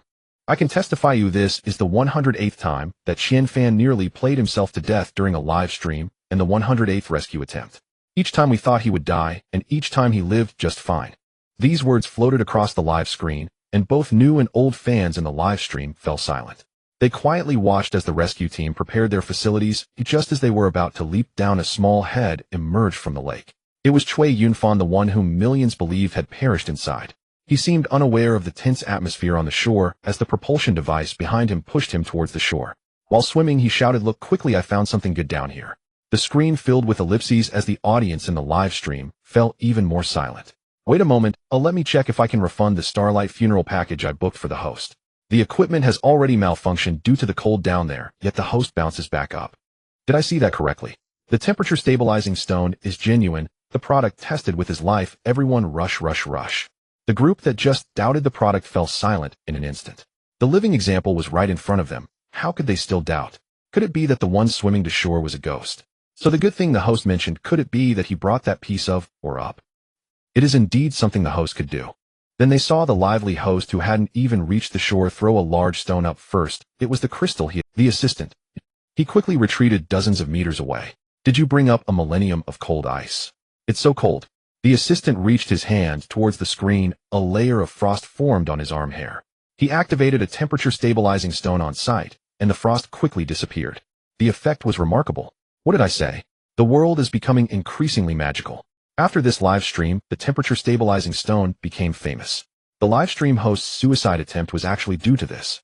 A stone saving a life, you might not believe it. The temperatures that thermal suits and submarines cannot withstand can be managed by a small stone.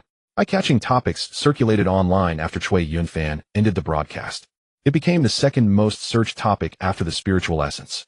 Clothing merchants were astonished. Here, it comes, the temperature stabilizing stone that will revolutionize the clothing market. The temperature stabilizing stone, which has better cold resistance than thermal suits, can be used in various climates and costs only 10,000 star coins each. Who would still want to use thermal suits? After the broadcast, Cui Yunfan ignored the assistant's complaints, holding the stone he found and preparing to go home. At that moment, the city's broadcast sounded in every corner. From now on, the city will cease all operations. Those who have the opportunity to flee to other planets or cities, please leave quickly. The remaining population will be arranged uniformly. The entire city's population must be evacuated within a month. Tianzhou City is the capital of Tianyun, a star, the most prosperous place on the entire planet. How can they just say to relocate or to abandon it? Is there something wrong? He exchanged glances with his assistant. Just as Cui Yunfan was about to contact someone from the Star Master's mansion to inquire about the situation, he saw a military aircraft flying toward them. A group of people in uniforms descended. Cui Yunfan glanced at the emblem on their clothing. Supernatural Affairs Bureau. What is the Supernatural Affairs Bureau? I've never heard of it. When did such a department exist in the Empire? Zhong Zhengqiu introduced himself as he approached. "Hello, I am from the Supernatural Affairs Bureau, the team leader for this operation. We would like to take the jade you have for research. What do you think?" Cui Yunfan immediately understood. They wanted to take the treasure he had just picked up. How noble they sounded. He asked, "What does the Supernatural Affairs Bureau do?" The Supernatural Events Investigation Bureau, a department that was just established recently. Cui Yunfan was suspicious. "Are you suggesting that the jade in my hand is of supernatural origin?" He scoffed inwardly at their absurd claims, thinking they couldn't even come up with a decent excuse to take his jade. Zhong Zhengqiu. This kid is a bit too quick-witted, making him hard to deceive. He reorganized his words. "Tianzhou City will soon face an unprecedented cold wave. We suspect it is related to this cold jade and need to take it back for investigation." Cui Yunfan was unconvinced the population relocation was also instigated by you, right? "I just tested the temperature stabilizing stone, which can maintain human body temperature in extreme environments. Wouldn't it be fine if each person in Tianzhou City had one? Why the mass relocation?" Zhong Zhengqiu. He was frustrated. "We've considered this issue. The temperature stabilizing stone can indeed do that. But let's not even mention whether its production can keep up. Just the duration of use. In normal conditions, one can last several months, but in extremely harsh environments, its energy depletes quickly, lasting only a few hours or days. No one can afford the exorbitant cost of purchasing these stones. Moreover, this cold wave is expected to be severe, and we don't know how long it will last, potentially affecting electronic facilities. The best solution right now is population relocation." Cui Yunfan was unaware that if it weren't for his live broadcast, the relocation wouldn't have happened so quickly, otherwise the fate of Tianzhou City would be uncertain. He clutched the cold jade tightly, unwilling to let it go. Although he didn't know its exact value, he knew it was certainly something good. Zhong Zhengqiu continued to persuade him. "Just for borrowing, is that okay? We will definitely return it to you once our research is complete." Cui Yunfan asked, "What if you can't figure it out?" Zhong Zhengqiu. He scratched his head and turned to his teammates. Then came the sound of screams akin to slaughtered pigs as Cui Yunfan shouted at the top of his lungs, "They are robbing the people's belongings." Chaos ensued, and the once unified six-sided crystal was shattered. Zhong Zhengqiu and his team picked up a piece and left, leaving 4 pieces for Cui Yunfan. His assistant was confused. Why aren't they afraid of the cold aura from the stones? Do they have temperature-stabilizing stones on them? Cui Yunfan also found it puzzling, but at least the few individuals had some conscience, taking only 1 piece and leaving the majority for him. After obtaining 2 sets of cultivation techniques last time, the core personnel of the Supernatural Affairs Bureau also began their training. Those with a bit of talent are now considered genuine cultivators. They could sense the intense spiritual energy emanating from the cold jade, which was mixed with ice attributes. Zhong Zhengqiu sighed. Another place's spiritual energy is reviving. If things continue to develop like this, a comprehensive spiritual energy explosion across the stars shouldn't take long. Tianyane star is somewhat lucky.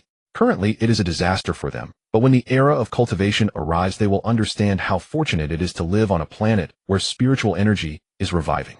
That said, the most pressing issue right now is population relocation. Facing public opinion where millions of people are to be relocated is a problem that needs immediate resolution. Tianyane star is somewhat lucky. Currently, it is a disaster for them, but when the era of cultivation arrives, they will understand how fortunate it is to live on a planet where spiritual energy is revived. All my assets are here, and now you say we must evacuate. You are directly making me bankrupt. When Cui Yunfan hurried back, the people had already begun to protest in the streets surrounding the Star Master's mansion with layers of angry shouts. All my assets are here, and now you say we must evacuate. You are directly making me bankrupt. Exactly, we spent half our lives buying the houses for our whole family. Shouldn't there be an explanation? To force a relocation without any explanation is too much. We are in the interstellar era with advanced technology. What kind of disaster could possibly necessitate abandoning the city? At least provide us with an explanation. Cui Leoi, who had just found hope in life, suddenly fell into despair. He slammed his cane on the ground, wishing he could create a hole in it. They want an explanation. I want one too. The decree from above states there will be a cold wave, so we must relocate immediately. What kind of cold wave is it? Where does it come from? Not a word of explanation. Where am I supposed to get an explanation? The old steward quickly comforted the old man, urging him not to get angry. Isn't there still a month left? There's time. It's a good opportunity to let the younger generation in the family handle it and see how they manage things. You don't need to worry. The younger generation of the Cui family received the news that whoever handles the population relocation well would be the next candidate for the Star Master. People were surprised to find that responses to the previously ignored relocation issue immediately surged, with many coming out to appease them. Some brought gifts, others offered to cover relocation fees, while some spun tales about why relocation was necessary. In short, there were all sorts of claims, but the aim was singular: to get them to leave quickly. People were not fools. Expecting them to give up their years of hard work for a few nuts and dates was certainly impossible. In no time, both sides were pulling and tugging, and the entire city was in an uproar. Upon seeing this news, Cui Yunfan directly closed the page. With the vast Cui family working hard, he, a small streamer without money or influence, had no place here and didn't want to join the chaos. He returned home, found the online store of the Xintian sect, and opened the customer service chat. How was today's live broadcast? If your company thinks it was acceptable, I can do another live test under high temperature. The fee is negotiable. We're about to move, so I need to make money quickly, hoping to afford a big house on another planet. Seeing the backstage message from Xinyue, she quickly replied the results were excellent, no need to arrange the next live broadcast. She was scared of this person. Xinyue genuinely feared he would ruin her, and not only would she fail to promote the product, but she might also end up facing legal issues. Cui Yunfan felt regret upon seeing the reply. A substantial business opportunity was lost. He wanted to negotiate again, but saw the other party send a message. The current situation in Tianzhou City must be quite chaotic. As a token of gratitude for the live testing, I suggest you continue to broadcast about the cold pond. According to the current condition, in 3 days the surface temperature of the cold pond will drop to -100 degrees Celsius. In 5 days the low temperature will spread to the surroundings. In 10 days the low temperature will reach the city outskirts, and the park where the cold pond is located will freeze. In 15 days the freezing will rapidly expand. In a month the entire Tianzhou City will become an icebound city. In 3 months the temperature in the city will drop to -1000 degrees Celsius, severely damaging electronic products. Moreover, the low temperature will not stop, it will continue to decrease. However, the area affected by the low temperature will not be too large, centered around the cold pond with AR.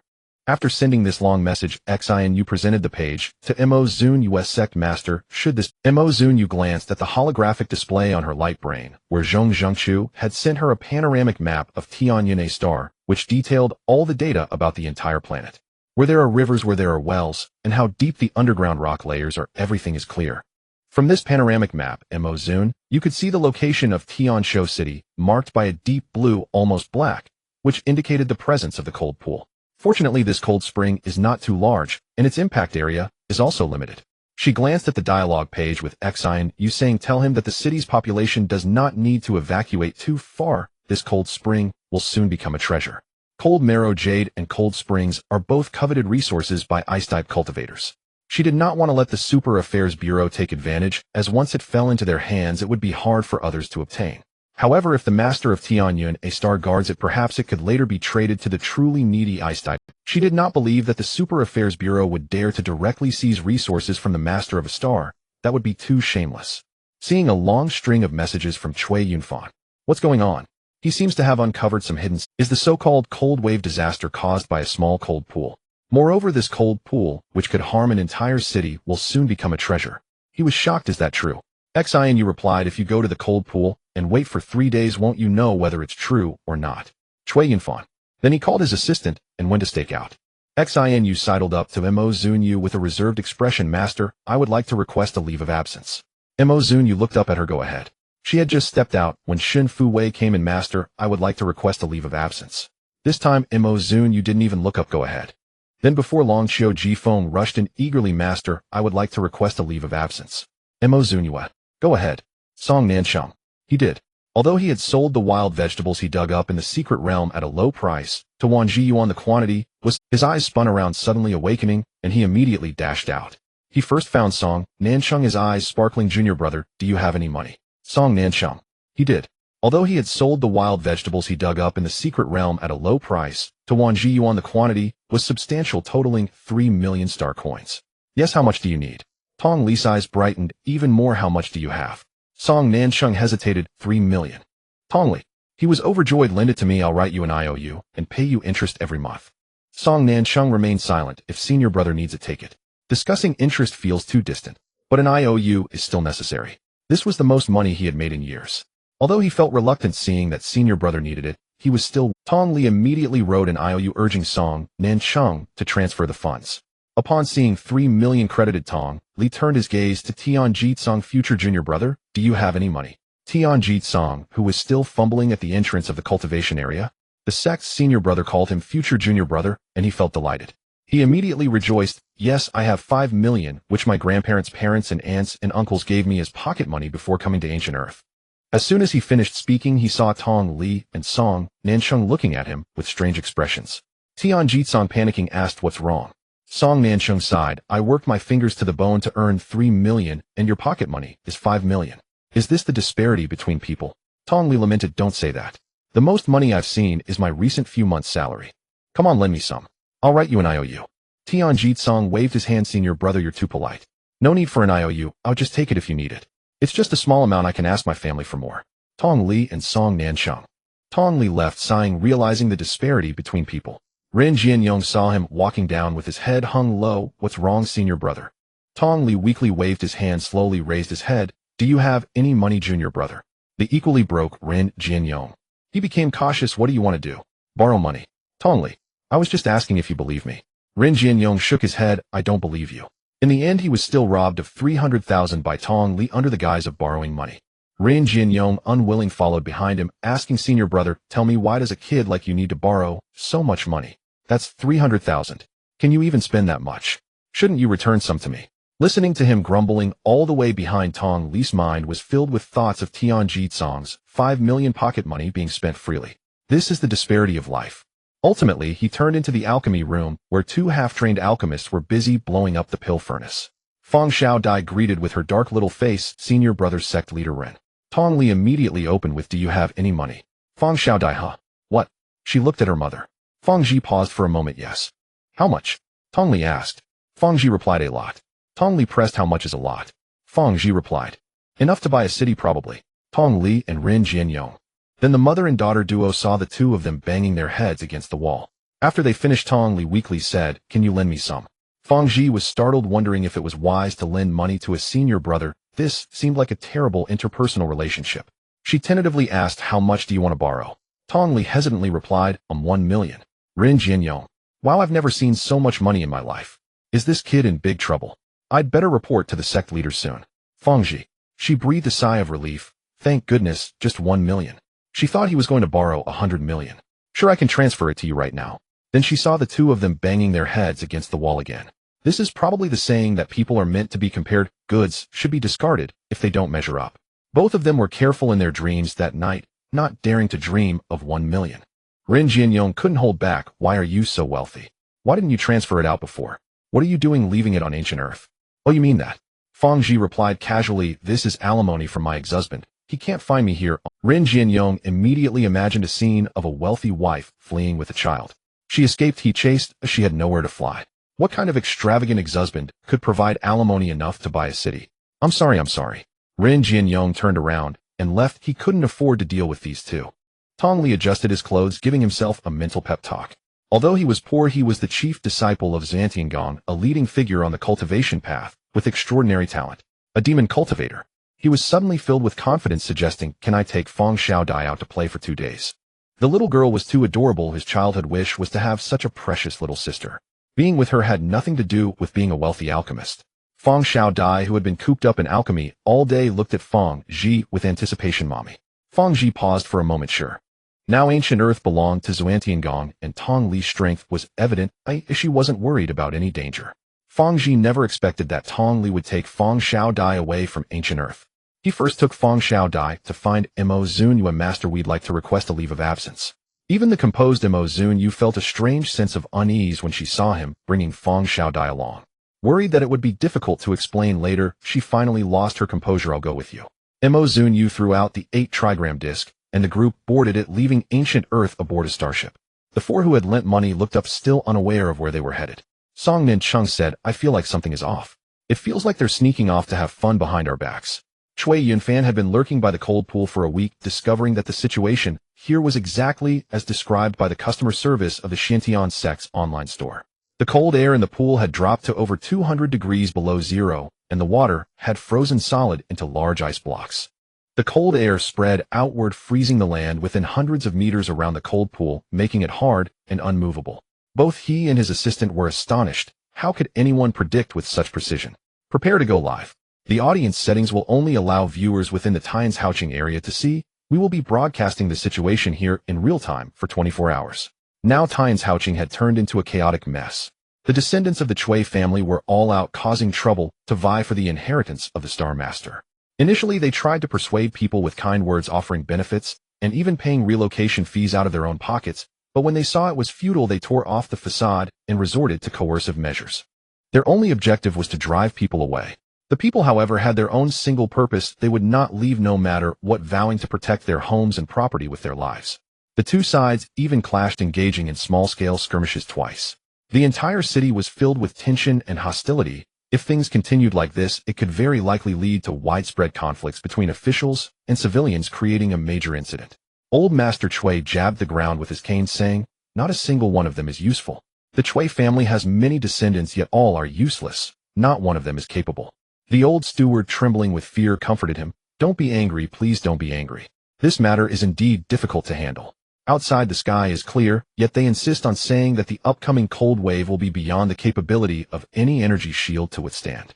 They also want them to abandon their businesses and flee to an unfamiliar city. Who could accept that?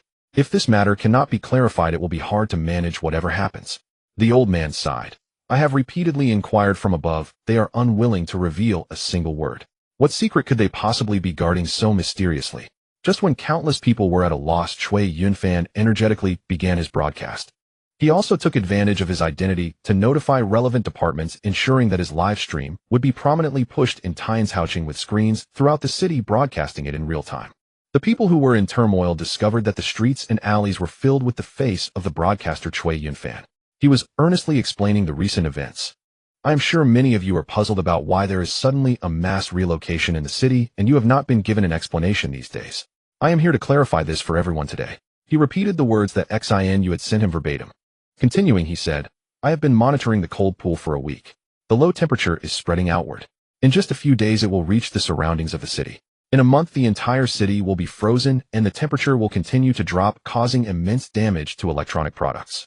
By then it will be too late for you to move in a hurry, leading to significant losses to your property. According to the information I have received, the area covered by the freezing will center on the cold pool with a radius of about 500 kilometers. After that, it will not spread further. I remember that beyond 500 kilometers is the public aircraft landing zone.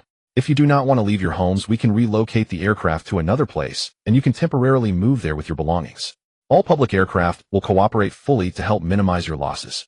If anyone doubts my words, you are welcome to come and verify at the cold pool. Shui Yunfan's words represented a concession from both the officials and the civilians.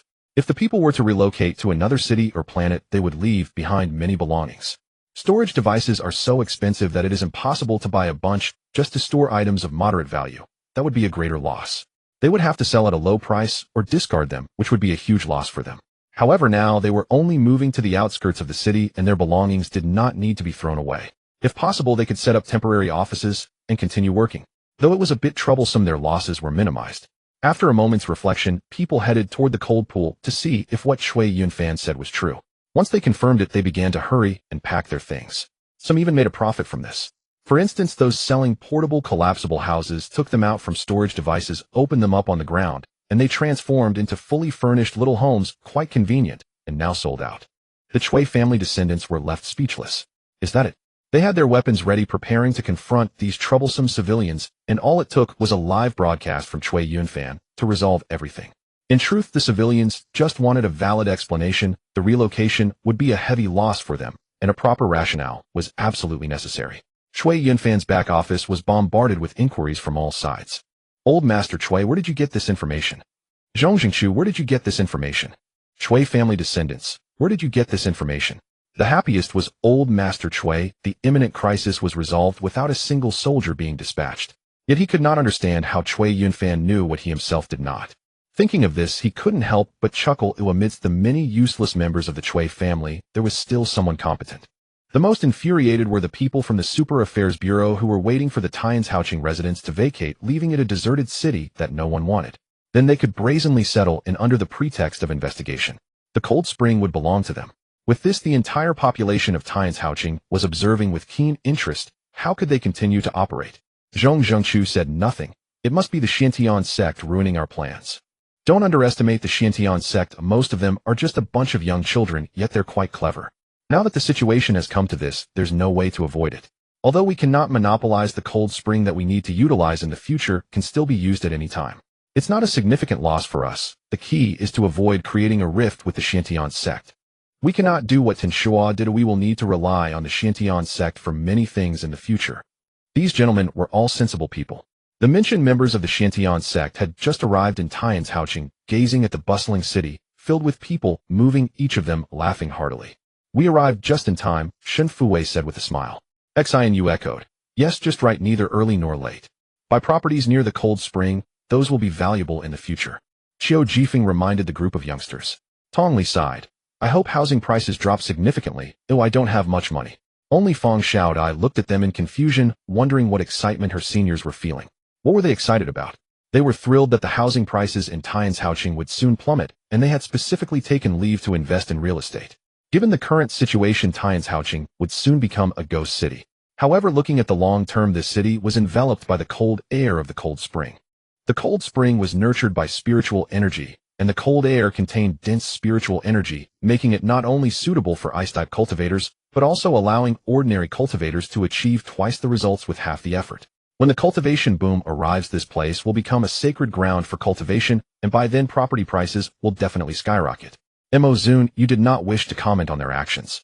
Since the last time she said that whoever contributed 1 billion would receive a reward, the disciples had become particularly obsessed with making money aside from their cultivation. She just didn't know how those who lent money to Tong Li would react upon learning that he was using their funds to invest in real estate, which might eventually lead to substantial profits. What expressions would they wear then? You guys keep an eye on Fang Xiaodai, I have other matters to attend to. Mo Zun. The others glanced at Tong Li's head in unison and replied in unison. Don't worry, we will definitely keep an eye on the senior brother. Tong Li. What does that have to do with me? I just want to have more younger sisters.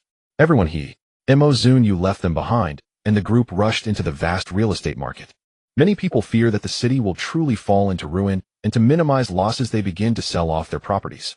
Among them, the most anxious are not the common people but the real estate agents. Typically, they would hoard some properties in hand waiting for the prices to rise before selling them off to achieve profit. Now that such a situation has arisen, watching their hoarded properties about to collapse in value, they are all as frantic as ants on a hot pan. Even if they want to sell suddenly, they cannot. Everyone is rolling up their mats, and leaving only a fool would come to buy property in a city that is clearly on the brink of abandonment. Then they were astonished to discover that there were indeed fools willing to buy. It could hardly be called buying anymore. These people were like shoppers at a clearance sale, simply there to scoop up bargains. They purchased in large quantities but drove the prices down to an extreme low. The sales staff could only lament, the prices you're offering are simply too low, we really can't sell. Shinfue had just sat down when she immediately stood up, saying, if you don't sell, there are plenty of others who will. With that, she turned and left, her resolve unmistakable. Come back, we'll sell. The agency's boss emerged, gritting his teeth to sell off properties. In this situation, having any customer is already a stroke of luck. Recovering even a little is better than nothing. Then they were amazed to find that these buyers were not just purchasing by the unit, but were buying entire buildings one at a time. The real estate agents even had a fleeting moment of doubt, wondering if these people had too much money and nowhere to spend it, coming here to splurge. Notably, the buyers were all wealthy individuals. Xiao Jifeng, for instance, had made untold profits just from selling nutritional formulae. Xian had her parents, and both the Xian couple and Shinfue received dividends from shares in the. As for Fang Xiaodia, her mother was wealthy enough to buy an entire city. She didn't care about this small investment. She was simply there to have fun, coaxed out by Tong Li. Only Tong Li was a penniless soul, but fortunately he had a group of wealthy peers who lent him over 10 million star coins, enough to buy a few properties. The group signed contract after contract under the enthusiastic service of the agents. Once they finished signing, they looked at their newly acquired assets with delight.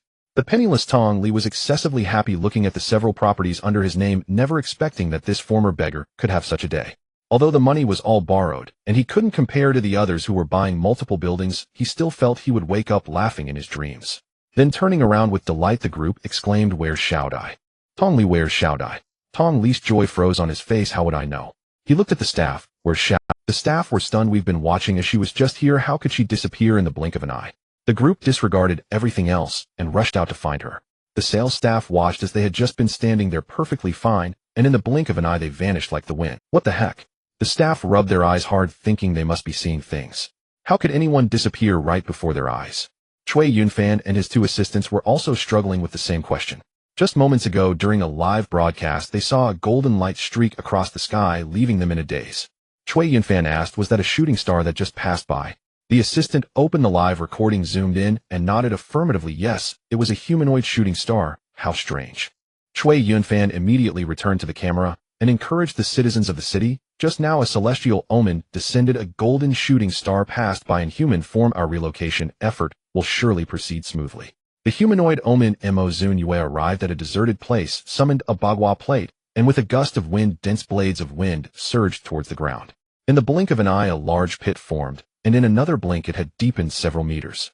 Soil and stones flew about, piled up into a small hill beside the pit. The pit grew deeper until it unearthed not just soil and stone, but shallow blue jade. Zunyue jumped down the hole. Vast quantities of cold marrow jade appeared before her, and Zunyue began to harvest quickly. Since she had come, it would be unreasonable not to take some local specialties back. However, she had taken a bit too much of these local specialties, nearly exhausting this vein of ore. If her disciples saw this scene, they would surely remark that when it comes to making money, it all depends on Zunyue. Just as she was deeply engrossed in her digging, a communication talisman lit up, and the first thing Shinfue said was, Xiaodai is missing. We've searched the entire city and haven't found her. Zunyue. How could a group of adults lose a child, especially one as adorable and well-behaved as Xiaodai? She was speechless. How did she go missing? Shinfue was at her wits' end. We signed the contracts, turned around, and she was gone in an instant. We've tried various methods to search, but we can't detect her presence at all. Hearing this, Zunyue grew serious. If it was just a case of a person going missing, they could follow the aura to find her. But if they couldn't even sense her aura, this meant she had been hidden, and the person responsible was likely a cultivator. She said the people from the Super Affairs Bureau should be here. Contact them for help in finding her, and I'll head over immediately. Zunyue exited the cave to find Shinfue and the others. When she arrived, they were all in the real estate agency's lobby, sorting through clues with Zhong Zhengqiu. Zhong Zhengqiu laid out the clues they had found. The last place Fang Xiaodai was seen was right here. She didn't leave the lobby. According to the information, Fang Xiaodai's social background. He fell silent at this point. Tong Li, impatient, said, just say it already. Zhong Zhengqiu grimaced. It's hard to disclose, but we can rule out possibilities like revenge from enemies. There's no clue on why or how Feng Xiaodai went missing. Xian, you quipped after all that talking, it's like you said nothing at all. Qiu Jifeng was investigating the building back and forth. If Feng Xiaodai didn't leave, she might still be in this building. But we've searched it over and over and haven't seen her. Also, given Feng Xiaodia's current strength second only to the two inner disciples, if it were a kidnapping, it wouldn't have gone unnoticed unless the kidnapper was a more powerful cultivator. Currently, there were only two cultivators stronger than them. One was Zunyue, who certainly wouldn't do it. The other was He Bei, whom Zhong Zhanshu had already notified to come for support. She had no motive to kidnap Feng Xiaodai. Considering this, everyone's heart sank again, unless there were other powerful cultivators. When Zunyue arrived, she saw them interrogating the staff here. Zhong Zhanshu looked at the well-dressed man in front of him. You were the last to see Feng Xiaodai. Recount what happened exactly. The staff tilted his head and thought at that time you were all signing contracts and Feng Xiaodai was sitting very obediently at the table beside me. I even specifically brought her some candy. She rested her chin on her hand, watching the pedestrians outside busily, moving completely engrossed. Later a little boy came in about the same age. He glanced around and pointed at Tong Li about like this little boy. The two kids started chatting, seemed to be discussing some cartoons or something. I didn't pay much attention, turned back to my work, and heard that little boy ask Feng Xiaodai. He said, "Can we be friends? Am I qualified to be your friend?" At that time I thought this child was really strange. Hey, just be friends, why ask if he was qualified? It sounded like something from an ancient feudal society. When I turned back to look, both of them were gone. I thought they must have gone off to play, so I didn't think much of it. Shang-Chi, my name is Shang-Chi. A child of about 10 years old knelt on the ground dressed in the coarsest linen clothes, his face dirty, holding a chipped ceramic bowl, looking at her with eager anticipation. Zunyue was momentarily taken aback. She raised her hand to look, her palm soft and delicate, not tall, clad in the most exquisite robes. Her gaze swept around. This was an extremely small town with only 3 or 5 streets clustered together. The houses by the street were all thatched cottages, and the thatch on the roofs rustled in the wind. This was her childhood. An unfathomable number of millennia had passed since she sacrificed herself in her previous life to the point where she could hardly remember. She looked at the boy in confusion. What did you say your name was? The boy hesitated and carefully gazed at the small girl before him. My name is Shang-Chi. The girl suddenly smiled, devoid of the innocence of a young girl, only an endless sadness. She said, my name is Zunyue. It turned out this was the first meeting between her and Shang-Chi. Had they met in such a manner before? She couldn't quite remember. She couldn't recall how a young lady of nobility formed a bond with this beggar by the street that lasted for countless eons and still remained unresolved. Shang-Chi looked up at her, his eyes like a frightened deer, gazing at the jade token faintly visible beneath her clothing. I know who you are. Your jade token bears your name. Everyone in the central continent knows your name. You are the cherished jewel of the leader of the first major sect in the central continent, Zunyue. She was a favored daughter of the heavens, extraordinarily noble. Her outings should be accompanied by followers riding heavenly steeds carried in a phoenix carriage. Yet here she was appearing alone in such a remote town. The robes she wore could sustain any family in this small town for a lifetime. For a 7 or 80-year-old girl to be dressed in such precious robes in this perilous place was far too dangerous. Shang-Chi couldn't bear it. He lowered his head and murmured softly, leave here, go home. Zunyue remembered now this was a time in her childhood when she had sneaked out to see the vast world and almost lost her life outside. What she should do now was to turn and leave, whether to avoid danger or to escape Shang-Chi. She had to go. But this body did not obey her will. She could only watch helplessly as she took out a pouch from the spatial pocket. A bulging pouch filled with high-grade spirit stones. She took one out and handed it to Shang-Chi, saying, go buy something delicious, fill your stomach. Zunyue did not see joy in Shang-Chi's eyes, only fear. Deep, profound fear, and the greed exposed in the gazes of others in the town. She wanted to leave, wanted to warn him, but she could do nothing. She felt like a soul that did not belong here, residing in the body of a little girl, watching everything unfold before her, unable to change anything. From Shang-Chi's terrified eyes, she saw her own foolish reflection radiating an aura of wealth just short of having I am rich, come rob me written on her. In that moment Shang-Chi's face turned pale. He sprang to his feet, grabbing Zunyue and running. Before anyone could react, he utilized every bit of his meager spiritual power to lead Zunyue into a chaotic alley. He shoved Zunyue into a stinking heap of garbage, the smell of leftover food and filth making one gag. Shang-Chi covered her little face with his hand, preventing her from making a sound, urgently asking, where's your protective talisman? Don't you rich people always carry protective talismans when you go out? Little you blinked her eyes, and only then did Shang-Chi loosen his hand. Then he saw the little girl take a deep breath, only to roll her eyes and nearly faint from the stench of the garbage. Shang-Chi. He suddenly regretted why he had meddled in other people's business. Little Yu plugged her nose with her sleeve and mumbled, I didn't bring one. I was going out to experience the world on my own. What's the point of bringing a protective talisman? Shang-Chi. He gritted his teeth, wanting to ask if this person had left their brain at home while going out. When he looked up and saw the porcelain doll-like girl before him still glimmering with golden light, the words that had been on the tip of his tongue suddenly became stuck. She was a highborn lady. If she hadn't left her brain at home, he might have never had the chance to see such a noble person up close in his life. Give me your robes and everything valuable you have. Little Yu immediately panicked. You're tying me up here just to rob me of my money. Shang-Chi. So what?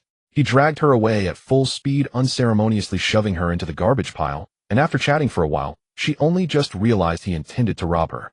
How had she lived to such an age? If he sold her, would she be able to follow someone for 2 miles, still helping them calculate how much she had cost? Shang-Chi felt a wave of nausea wash over him, even wanting to slap himself. Why was he getting involved in? Shang-Chi was too lazy to talk nonsense. He went straight to tearing off her clothes. Little Yu was about to shout, and he quickly picked up a bone and stuffed it into her mouth. He didn't know what kind of bone it was, or who had gnawed on it. He stripped her of her robes, snatched all her spirit stones, pulled off her high-quality, cold marrow jade hairpin, and tore away her waist token. Finally, he put on a fierce expression to scare her, saying, Stay here, don't go out, and don't move. Little Yu pretended to cry, and Shang-Chi threatened her. If you cry, you'll lose your life. The crying stopped abruptly. She was terrified, thinking she had encountered the worst of villains. The villain had robbed her of her possessions, stood up from the garbage pile, and buried her, and refused to ensure no one could see her. From a small crack, Little Yu saw Shang-Chi sneakily exit the alley, and shortly after return flying, scattering the valuables he had just stolen all over the place. The sound of his body crashing heavily onto the ground made her heart tremble. Thankfully, she was obedient enough to cover her mouth tightly, not daring to make a sound. She watched helplessly as a fierce-looking man walked in, stepping on Shang-Chi's head, grabbing his hair as if pulling a ragged doll. You still want to run? Where do you think you can escape to? Do you think you can capture a fat sheep and escape from my grasp with this money? Dream on. Shang-Chi curled up on the ground and begged for mercy. I didn't think of running. This money is all for you. I wanted to take it back to you. The man snorted coldly. Wasn't it you who turned and ran when you saw me? Then the sound of bones breaking echoed in the alley as Shang-Chi screamed in pain. The man asked him, Where did you hide that little girl from earlier? Shang-Chi gritted his teeth and remained silent. Another round of punches and kicks followed, along with the sound of breaking bones. The frail Shang-Chi's veins bulged, his voice hoarse from shouting, yet he did not utter a single word. Not talking, huh? I'll see how tough your bones are. Little Yu watched in horror as his limbs were broken one by one, his body struck repeatedly, blood pooling beneath him as his agonized screams reverberated in the alley, lingering long after. Finally, the man picked up the scattered valuables and dragged the half-dead Shang-Chi away. Shang-Chi left a long trail of blood behind him, weakly mouthing, Don't come out. Little Yu, who had been pampered like a star since childhood, had never witnessed such a scene. After that man left, she hid in the garbage heap and cried out loud. Her little head finally started to work. He's trying to save me. That man would give up looking for me when he saw the valuables, but he's dying. I need to save him too. Zunyue, unable to do anything and unable to stop anything, was amazed. Was I really this foolish as a child? With this intelligence, how did I become a deity? Even more unbelievable to Zunyue was that instead of going home to fetch help or calling for someone early the next morning, she crawled out of the garbage heap, a dirty, stinky little figure wandering the streets. She looked completely like a little beggar, devoid of any of the nobility from yesterday. Zunyue stared in disbelief, retracting her words from yesterday. With this intelligence, don't even mention becoming a deity, just staying alive would be a miracle. As expected, she was successfully abducted by human traffickers and met Shang-Chi again. This was in a dilapidated house filled with many children, dirty with missing limbs, each more miserable than the last, but none as tragic as the child in the corner. Shang-Chi was locked in a dog cage, his limbs folded at impossible angles, blood and filth dried and stinking on his body, his face devoid of color, whiter than someone who had been dead for 3 days. Little Yu leaned in to call him. He still had a breath left. Shang-Chi, teetering on the edge of life and death, opened his eyes. Upon seeing her, despair was all that remained in his gaze. The person he risked his life to save still could not be rescued. He weakly closed his eyes. Little Yu quietly took a pill from her spatial pocket and fed it to him, whispering, Once the jade token leaves me, it will send a distress signal to the sect. Soon someone will come to save us. You must hold on and not die. She added, Once we are saved, you will be my friend, my best friend. Shang-Chi's mouth moved slightly, unable to make a sound, but Little Yu understood. He asked, Can we be friends? Am I qualified to be your friend? Zunyue watched helplessly as the trafficker eavesdropped. She too was beaten until her limbs were broken, lying in the dog cage with Shang-Chi. Zunyue. For a moment, she couldn't think about why she suddenly recalled childhood events. Only one thought flashed through her mind. Was I really this foolish as a child? Master. A chorus of voices pulled her thoughts back to reality. She opened her eyes, and the first thing that came into view was the cold metallic ceiling followed by the heads of Shen Fuwei and the others. They looked at her with concern. Zunyue straightened up, asking what just happened to me. Master suddenly fainted. Tongli leaned in closer, asking his master, I'm fine. Zunyue glanced around. They were alone with the people from the Super Affairs Bureau, and He Bei had somehow also arrived. She stood up, saying Feng Xiaodai is not here. It must be a spatial transfer technique. Spatial transfer technique. The crowd was bewildered. These formidable cultivators could summon the wind and rain, fly through the skies, and burrow through the earth. Someone like He Bei who could control insects was already impressive enough. But how could there be a spatial transfer technique? According to current scientific explanations, this involves four-dimensional space. Have ancient cultivators mastered four-dimensional space so early? Zunyue ignored their shock and directly cast a spell, indeed, discovering traces left by the formation used in the space, unraveling the clues step by step. At the Star Master's residence. After Zunyue said this, she felt a wave of discomfort. The traces left in the space were not only from the spatial transfer technique, but also from the memory technique, forcefully making her recall forgotten pasts. It must have been Shang-Chi's doing. In her past life, although Shang-Chi was notorious for his evil deeds and fickle thoughts, Zunyue could at least guess a bit of what he intended. Now she couldn't fathom Shang-Chi's motives at all. He had crossed over before her, and was stronger than she was now. Yet instead of seeking revenge, Shang-Chi neither approached her, nor lived a quiet life. Instead, it was like this in the secret realm, and now it was the same. It seemed he wanted her to remember their past, well afraid she would forget. What was the point? They were no longer the people who had first met. Zunyue couldn't grasp his thoughts at all, completely clueless as to what this madman intended. To the Star Master's residence. With a wave of his hand, Zhongzhengqiu led the group towards the Star Master's residence. Upon arrival, they found they could not enter. Perhaps due to the previous chaos, the Star Master's residence was now surrounded by layers of guards. Anyone who got too close was thoroughly interrogated. After the interrogation, they were told that without an invitation they could not enter. The people from Xintian sect and the Super Affairs Bureau exchanged glances. Xianyu said gloomily, you can't get in either. Zhongzhengqiu, shouldn't we be able to enter? The Super Affairs Bureau and the Star Master are two separate departments. No one can interfere with the other. I'm not of much use here. Xianyu gritted her teeth. You were so aggressive earlier, I thought you could get in.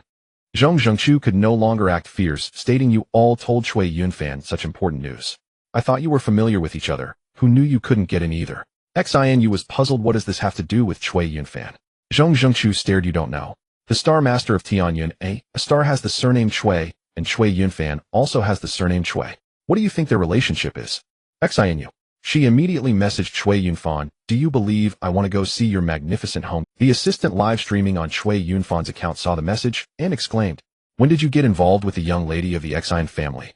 Cui Yunfan. He looked confused. When did I get involved? I didn't get involved at all. The assistant pointed at his chat history with a gossip face. Look at this long chat history. You can still deny it. They're already planning to meet your family. Cui Yunfan was shocked. No way. He glanced at his chat screen. What are you talking about? This is obviously the customer service of Xintian Sect's online store. The assistant huffed, but the last person who contacted me to deny it was her. She is indeed the young lady of the Xian family. Cui Yunfan's mind was in a jumble. So the currently hot young lady of the Xian family is the customer service of Xintian Sect's online store. The two stared at each other for a while, then exclaimed in unison, what is Xintian Sect? How can the young lady of the Xian family only qualify as a customer service? Ignoring the live stream, Cui Yunfan rushed to the Star Master's residence only to find a group of people sitting on the roadside eating melon seeds. Among them was the young lady of the Xian family, a girl who looked quite beautiful, even better than her pictures online. Along with her were Zhongzhengqiu and a few others from the Super Affairs Bureau who had previously snatched his jade. These two characters were relegated to the side, while in the middle was Professor Qiu Jifeng. Wasn't he rumored to have been kidnapped? Why was he squatting here eating melon seeds? Qiu Jifeng couldn't even sit in the middle of the road. The center was occupied by two young women. One looking ethereal and cold like a fairy descending to earth. The other one had a round face and was adorable, but the aura she exuded made one feel unwelcome, giving a strange chill. The key point was, where did they get the melon seeds? He cautiously approached, asking, what are you ladies doing? Xianyu discarded the melon seed shell and stood up, saying, here's the thing. I told you last time that there was unusual activity at the cold pool, right? After thinking it over, we felt uneasy, so we thought we'd come and take a look. Upon arrival, we heard that the Star Master's residence was grand and magnificent, so we thought we could be of help. and wanted to stay for a few days to broaden our horizons. We were wondering if it would be convenient. Convenient, of course it is. I'll consult about it right away. Cui Yunfan felt deeply moved and immediately agreed. In his heart, he thought this group was quite nice. Not only were they willing to share information about the cold pool, but they were also uneasy enough to run over and take a look. Indeed, there are many good people in the world. After hearing this, the old butler hurriedly reported to old Master Cui, "It's the young Master Cui Yunfan." He said the kind-hearted people who shared information about the cold pool are here to check the situation. He wants to invite them to stay for 2 days, but is unsure if it's possible. Old Master Cui pondered, "Have you verified the identities of these people?" The old butler replied, "Yes, the ones from the Super Affairs Bureau have been checked. The others came with Feng Xiaodai. However, among them is the young lady of the Xian family and Professor Qiu Jifeng, which is a bit puzzling." They were indeed a bit confused. It was strange that among those who came with Feng Xiaodai, a renowned researcher like Qiu Jifeng was present. Why were they all related to the information about the cold pool? Old Master Cui remained silent for a moment, saying, "If they're coming to the residence, it must be to find Feng Xiaodai. Be careful over there and don't let anything go wrong." Understood. The group, munching on melon seeds, followed Cui Yunfan into the residence. The Star Master's residence was vast, with several villas of various styles, as well as large courtyards and gardens. Walking through the garden, Zhengqiu cautiously asked Professor Qiu Jifeng, who was at the back, "I haven't heard that there are other cultivators here, especially those who can use the spatial transfer technique. This feels a bit unusual, doesn't it?" Qiu Jifeng shook his head. "I can't understand what they want with Feng Xiaodai either. What can a little girl do?" Fortunately, the sect leader said that Xiaodai is temporarily out of danger. Cui Yunfan led them to a villa, assigning them rooms. In the end, he decided not to leave, but to stay and properly host these esteemed guests. He soon realized that these guests seemed to be quiet. A group sat in the living room, all silent, and not even using their light brains. He felt it inappropriate to speak, so he could only sit in silence. In a group chat, he was unaware of things were already heating up. To prevent their light brains from being monitored, they opened a communication talisman group chat. Zhengqiu was quite fascinated. "So this is how you usually avoid surveillance, right? That's really cool." The Tongli couldn't help but speak up. "What should we do next? How can we rescue Xiaodai? Xinu, I still don't understand why they captured Xiaodai. Among us there are powerful and not so powerful ones. Why only Xiaodai? Or does she have something special that we don't?" Tongli suggested, "How about the wealthy alchemist?" The others, "You just remember the wealthy alchemist." Shen Fui remarked, "When it comes to wealth, who can compare to junior brother Qiu? As for alchemy, she was just an alchemist who could blow up pill furnaces. She hadn't refined a decent pill yet, so she couldn't understand what the other party was thinking." Zhengqiu suggested, "Is it possible that she is simply easy to deceive?" Xinu responded, "Don't say it, but you might be right." Zunyue stated, "No, there must be a reason for capturing Feng Xiaodai. The most urgent thing now is to find out where Xiaodai is being held." Zhengqiu asked, "Can you use spells to probe?" Zunyue replied, "No, the Star Master's residence is shielded against probing spells. Oh, we'll have to search slowly." Tongli added, "There really are more powerful cultivators here. Let me show you around," Cui Yunfan proposed. In truth, he was not very familiar with the Star Master Mansion, rarely returning except during festivals. "Sure," Xinu replied, following him outside along with Zunyue. Cui Yunfan noticed that it was indeed just the two of them. The others were running around like locusts, each wandering off on their own. His tooth ached. The Star Master Mansion was turning into a tourist attraction. Cui Yunfan greeted, "I really must thank you for the matters regarding the cold pool, otherwise Tian's Houching would still be in chaos right now." "No need to be polite." Xinu feigned casualness and asked, "Is there anything special about the Star Master Mansion? Enlighten us, please." When it came to this, Cui Yunfan was at a loss. "I really don't know. I don't come back often." Xinu was unconcerned. "Then just tell us any interesting stories you have." "Actually, there is one." Later, Cui Yunfan learned that the Yunling pill was also a product from the Shantian sect's online store, which Xinu had tested live back then. "Fate is truly marvelous." Cui Yunfan marveled. "Your Yunling pill is exceptionally well made.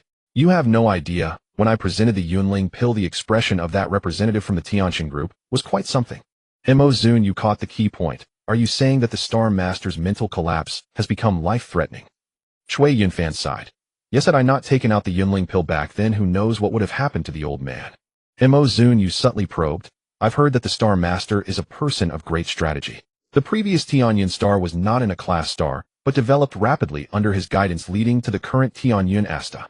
This is a legendary story about the Star Master, widely spread, easily found with a casual search." Cui Yunfan nodded. "The old man is very thoughtful and quite capable. He always laments that if he could live a few more years, Tianyun Asta would surely develop even better." Xinu transmitted a message to Zunyue. Master, could it be that the Star Master captured Xiao Dai to have her refine pills for his mental collapse? Zunyue felt it was unlikely.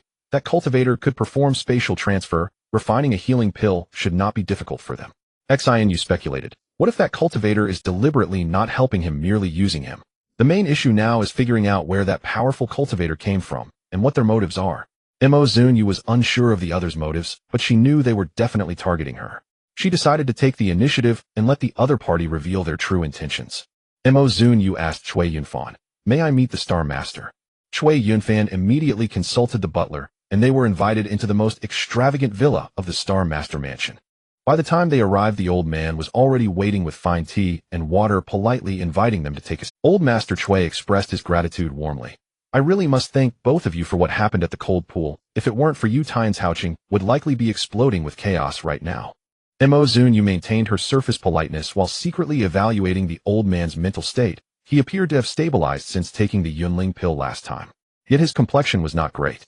It seemed the symptoms caused by the collapse of his mental state alongside aging were still quite tormenting. She spoke up. "I heard from Cui Yunfan that you have been troubled by mental collapse for many years. How has the Yunling pill worked for you?" Old Master Cui was visibly taken aback. "The Yunling pill is your product?" "Indeed it is." Then he became even more enthusiastic. "Since taking the Yunling pill last time, my mental state has been quite stable. It's much better than the mental stabilizers. I didn't expect someone so young to be so accomplished." Zunyue replied modestly, "Not at all, you flatter me. The Yunling pill is nothing extraordinary. I have a formula that can completely cure mental collapse and restore one to their peak condition, but unfortunately it cannot be mass-produced at the moment, which is truly a pity." Aside from Zunyue and Xinyue, everyone present was shocked. The ability to halt a mental collapse was already astonishing, and now there was even a solution to completely heal it. This was beyond astonishing. A collective gasp echoed through the hall. Zunyue calmly said, "I hope the Star Master will keep this secret for me. I do not wish for a line of people seeking medical help outside my door. If it gets out, that would be troublesome." Zunyue waited for him to speak. Doubt was the first reaction people had towards the unbelievable. The emergence of the Yunling agent had already overturned people's understanding as science could not explain it, and everyone's first reaction was skepticism before considering its authenticity. Now she claimed to be able to completely cure mental collapse, which was even less likely to be achieved than the Yunling agent. A normal reaction should also be skepticism. Old Master Cui exchanged a glance with the butler and excitedly said, "Are you implying that you have such a product? You know I am in dire need of this right now." He did not express doubt, indicating that he had likely heard of this possibility before and someone had confirmed it for him. Zunyue awkwardly said, "To be honest, my purpose in seeking you out is actually to ask for help. We have a companion who went missing in Tian's Houching, and we would like to ask the Star Master to help us find them. If you can help find them, I will certainly repay you. If not, we have been preoccupied recently and truly have no heart for other matters." This was also a test. Zunyue made it clear, "If you help find them, I will treat your illness. If not, I will only focus on finding my companion with no interest in other matters." If he did not know where Xiao Dai was, he would surely do everything in his power to help find her for the sake of his health. If he did know where she was, and still had no intention of letting her go, he would undoubtedly try to persuade Zunyue in various ways.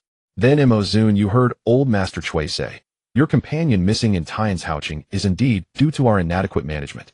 We will do our utmost to help search. You need not worry." He then hesitated. "You know I am getting old, and my health isn't what it used to be. Could you please take a look at me first?" Zunyue's face showed difficulty, but her heart sank. He clearly knew everything. The Star Master not only knew that Feng Xiao Dai had been kidnapped, but he had even met the cultivator and was aware of the possibility of healing the mental state. Zunyue even suspected that the Star Master was already aware of the cultivator's existence. Zunyue sighed, deeply heartbroken. "Rest assured, Star Master, once I find my companion, I will certainly treat your ailment. However, I am currently truly worried and restless, fearing something might go wrong during the treatment. I must trouble you to wait a few more days." After some polite exchanges, Zunyue took her leave. Once they had walked far away, a figure suddenly appeared in the originally empty hall, gradually coalescing into the shape of a middle-aged man surrounded by white mist. Old Master Cui immediately stood up respectfully and said, "I have revealed all the information as instructed by the revered one. Proceed as planned." After the middle-aged man finished speaking, he vanished again. Old Master Cui and the butler exchanged looks filled with emotion. Ancient myths and legends truly exist. There are indeed cultivators in the world. Once I learn to cultivate, it will not be as simple as curing mental issues. I should also aim for longevity. The old butler hesitated. Zunyue and the others know about the cold pool situation and can refine pills, so they must also be cultivators. They are mixed in with the people from the Super Affairs Bureau, so naturally, they follow the arrangements of the Super Affairs Bureau. Why would they casually teach us? It's better to seek the revered one than to ask them. Cui Yunfan led the way while Zunyue and Xanyu followed silently behind him, feeling that eerie atmosphere returning. A heavy silence enveloped them, an odd kind of silence. The two in this strange silence were secretly discussing fervently. Master, I feel something is off, Zunyue agreed. I also think something is wrong. He is the Star Master, having been in this position for over 100 years. How could he be so careless as to let us probe like this? It's clearly abnormal, Xanyu remarked. He is doing this intentionally. He is digging a pit waiting for me to fall in, Zunyue replied. Now that we've discovered this, we must not be fooled. No, since he has gone to such lengths to dig a pit, how can we not jump in? If we do not enter the tiger's den, how can we catch the tiger's cub? Cui Yunfan, unable to hold back any longer, spoke up amidst the eerie atmosphere. So, he opened the conversation. What would you both like to eat tonight? Anything. Xinyu replied perfunctorily, as she was too preoccupied to think about food. Oh. Cui Yunfan wanted to say, anything is fine, just please stop the eerie silence. It was quite unsettling. Didn't you have been kicked out of the group chat? Cui Yunfan, damn, this eerie feeling is really unsettling. Before the three of them could step into the house, Zunyue's communication talisman lit up. Cui Yunfan noticed that Zunyue suddenly halted, her face growing increasingly grim as she stared directly at him. He felt a chill for no apparent reason. What's wrong? Zunyue's emotionless voice echoed. Do you know that there is a graveyard at the Star Master Mansion? Cui Yunfan's eyes widened in disbelief. What? I've told you before, I'm not familiar with the Star Master Mansion. Following the direction given by Tong Li, Zunyue took a series of turns and arrived at a corner at the edge of the Star Master Mansion. In the corner stood a small house which seemed to be like a discarded matchbox compared to the other grand villas. Other disciples and members of the Supernatural Affairs Bureau were waiting inside. Shen Fuwei pointed at a small opening in the house. They're all down there. For a moment, the atmosphere inside the small house was exceptionally somber and eerie. Cui Yunfan looked at everyone with serious expressions and panicked. What's down there? Aren't you all here for sightseeing? Why come all the way here instead of checking out the big villa? Zhongzheng sympathetically patted his shoulder. You used to live dangerously while streaming, so you must be quite brave, right? Cui Yunfan believed he was indeed brave, but upon Zhongzheng's remark, he felt inexplicably frightened. He wanted to cry without tears. What exactly is down there? You can find out by going down to take a look. Then Zhongzheng mercilessly threw him down. Everyone synchronously covered their ears, and soon after a blood-curdling scream echoed from below. In this world with extremely strict law and order, he had only seen such horrifying and tragic scenes in movies. He never expected to witness it unfold before him in such vivid detail. Below was a sealed basement, quite spacious, with bright semicircular lamps affixed to the walls, revealing everything within. The room was filled with corpses stacked haphazardly, so numerous that it was impossible to count them, obscuring the ground entirely, and the thickness of the pile was indeterminate. At that moment, Cui Yunfan was standing on the body of a woman, her body still soft, indicating she had not been dead for long. Her eyes bulged, rolling back in her head, her tongue protruding, and her expression was a mask of terror, suggesting she had endured immense suffering before dying. He looked up, and every corpse's expression was similar, and the air in the entire space became laden with a chilling sense of horror. Others gradually descended, and Tong Li, with a grim face, dared not look. He feared he might see Xiao Dai's face among the pile of corpses. He glared at the wall, snorting coldly. I sense a fluctuation of demonic energy here. That unknown cultivator is a demon cultivator, Zunyue interjected. Tong Li grit his teeth. What a disgrace to demon cultivators. Zunyue. Shen Fuwei. This is not a disgrace to demon cultivators, it is actually enhancing their reputation. Which demon cultivator in the world recites the Tao Te Ching all day long, preaching morality? If dared to make them recite, those demon cultivators would not only kill, but might also reverse time to eliminate the authors of the Tao Te Ching. Cui Yunfan was now so scared he was in a daze, trembling as he stuttered. Who killed these people? Why kill so many? Zhongzheng coldly replied. Who else could it be if not the one from the Star Master Mansion? Cui Yunfan immediately countered. Impossible, there's no way the old man is that kind of person. What would he gain from killing these people? What if it's for immortality? Shen Fuwei stated calmly. Actually, this topic has been researched for quite some time. Some believe that extracting others' spiritual energy, refining it for one's own use, can repair one's own fragmented spiritual energy and even elevate it to the next level. They also think that the nourishment from spiritual energy can extend one's life. It seems someone has succeeded before, but the success rate is low. In the resource-abundant interstellar era, no one could resist the temptation of living an extra 2 years. Some would do anything to survive. As Shen Fu Wei's words fell, everyone present turned to look at him. Xiao Jifeng, one of the top medical researchers in the empire, was hearing such claims for the first time. Even Zhong Zhengchu, who was in charge of investigating supernatural events, had never heard of it. Where did you hear this? Shen Fu Wei fell silent. He hadn't merely heard, he had almost become a clinical trial subject for that project. Xianyu cursed loudly. Isn't this just a human blood bond using others' lives to extend one's own? Mo Zunyue began examining the deceased on the ground one by one. Their spiritual seas are empty, their souls extracted, and the time of death is not long. It should have happened in the last few days. However, we met with the Star Master today, and his spiritual energy was in a stable state after consuming the spirit-nourishing pill, so these souls shouldn't have been absorbed by him. This leaves only one possibility. How is that possible? It was done by that unknown cultivator. Demon cultivators are known for their unscrupulous methods, Mo Zunyue pondered. Demon cultivator Tongli, feeling inexplicably targeted. Qiu Jifeng asked, what should we do next? Zhong Zhengchu, in a fit of anger, suggested, let's use these corpses as an excuse to raid the Star Master Mansion. We can search inch by inch until we find where Xiao Dai is hiding. Cui Yunfan, what's going on? What are they talking about? Tongli disagreed. What if they get angry and destroy the evidence? Xianyu also found it unrealistic. What if the Star Master claims he knows nothing about this? What can you do to him then? Standing nearby, and having said nothing, He Bei suddenly spoke up. Actually, you just need a chance to thoroughly search the Star Master Mansion, or I have a way. Everyone. One by one they smacked their foreheads. How could they have forgotten her? The citizens of Tianshu City despairingly discovered that the insect wave had arrived before the cold wave. Countless insects blotted out the sun. Just the sight of them made one's scalp tingle.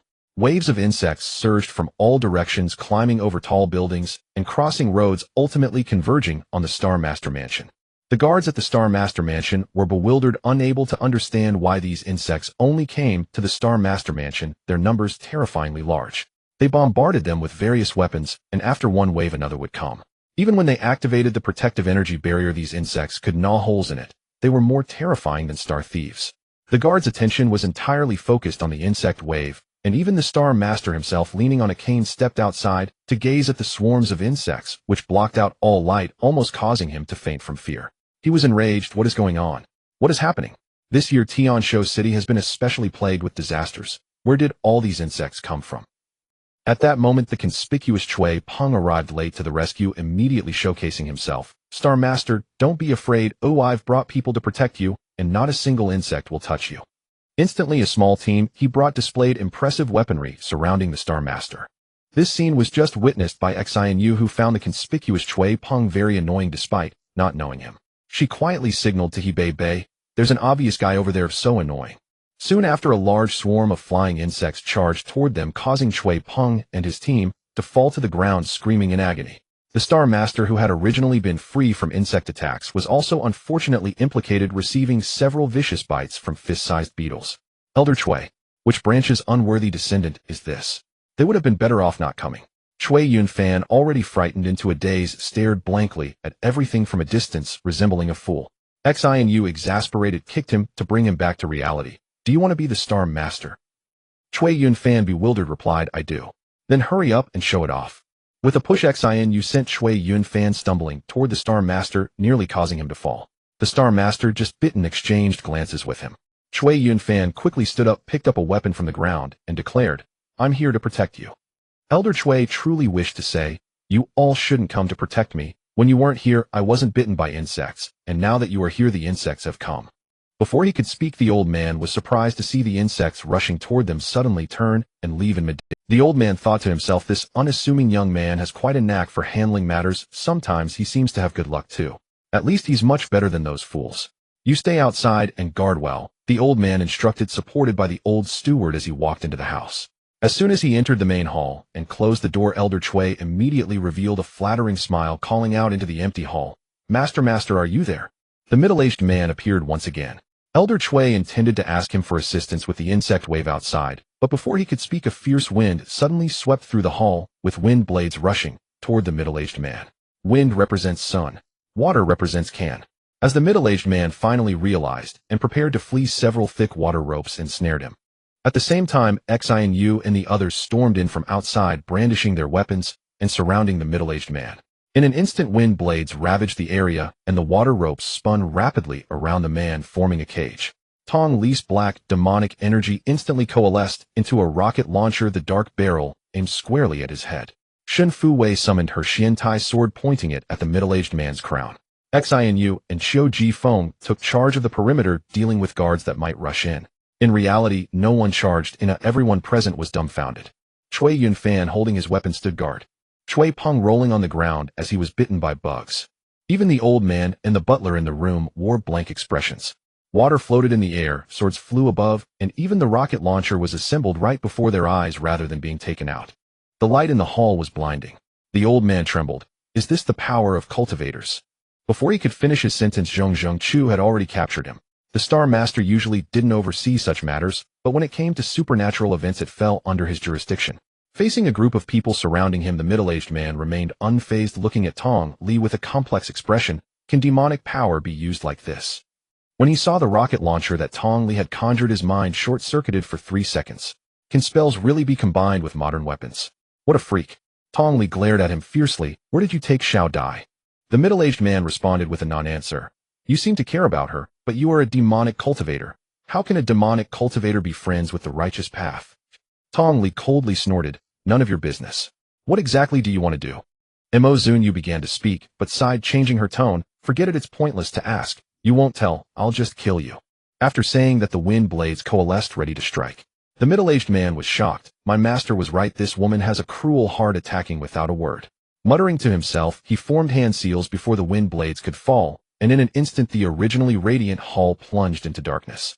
The surrounding objects vanished, and the white jade bricks beneath him transformed into a swirling array of trigrams. In the thick black mist, the howls of evil spirits echoed, and silence enveloped the area, as if Zunyue was the only living soul left in the world. In the once bright hall, everyone had yet to regain their senses. The middle-aged man and Zunyue had completely disappeared. Master, Shen Fuwei rushed to the spot where Zunyue had just stood, finding no traces left, as if she had vanished into thin air. Qiu Jifeng pondered. Spatial transfer technique. They've shifted to another space. The others, lacking the strength, searched the hall for a long time, but found nothing, and then their gazes all pointed at the old man Chui. Under the deathly stares from the group of cultivators, even though old man Chui had experienced a lot, he couldn't help but shrink his head. I don't know anything, don't look at me. Zhong Chu, who was restraining him, threatened. Will you confess on your own, or will we force you to? The old man glared. Confess what? Where is Feng Xiao Dai? Old man Chui replied. I don't know, it was all him. What about the corpses in the... Old man Chui reiterated. I don't know, it was all him. Zhong Chu was exasperated. Then what do you know? The old man drooped his eyelids. I really don't know anything. With his ignorance, Zhong Chu nearly resorted to torture. Chui Yunfan rushed over. Star Master, just confess. Oh, what kind of tricks are you playing with those cultivators? Old man Chui, on the verge of tears, exclaimed. I really don't know anything. That person brought Feng Xiao Dai to find me, asking me for a favor. If it worked out, he would teach me cultivation.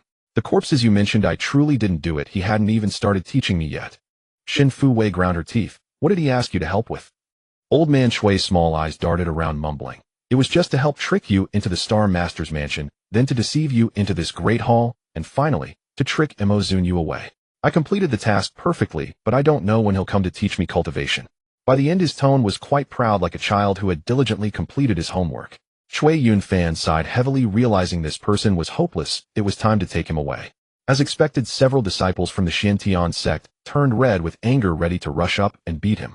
Fortunately, He Bei arrived just in time to stop them, otherwise this old man would have been done for.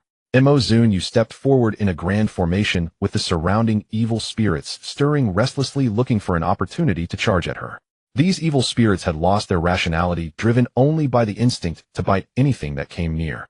When they charged closer, Zunyue, you could clearly see the expressions of pain and ferocity on their faces. Although these evil spirits were formidable, they were no match for Zunyue. She condensed her sword intent and struck down one evil spirit with a single sword. Zunyue surveyed her surroundings.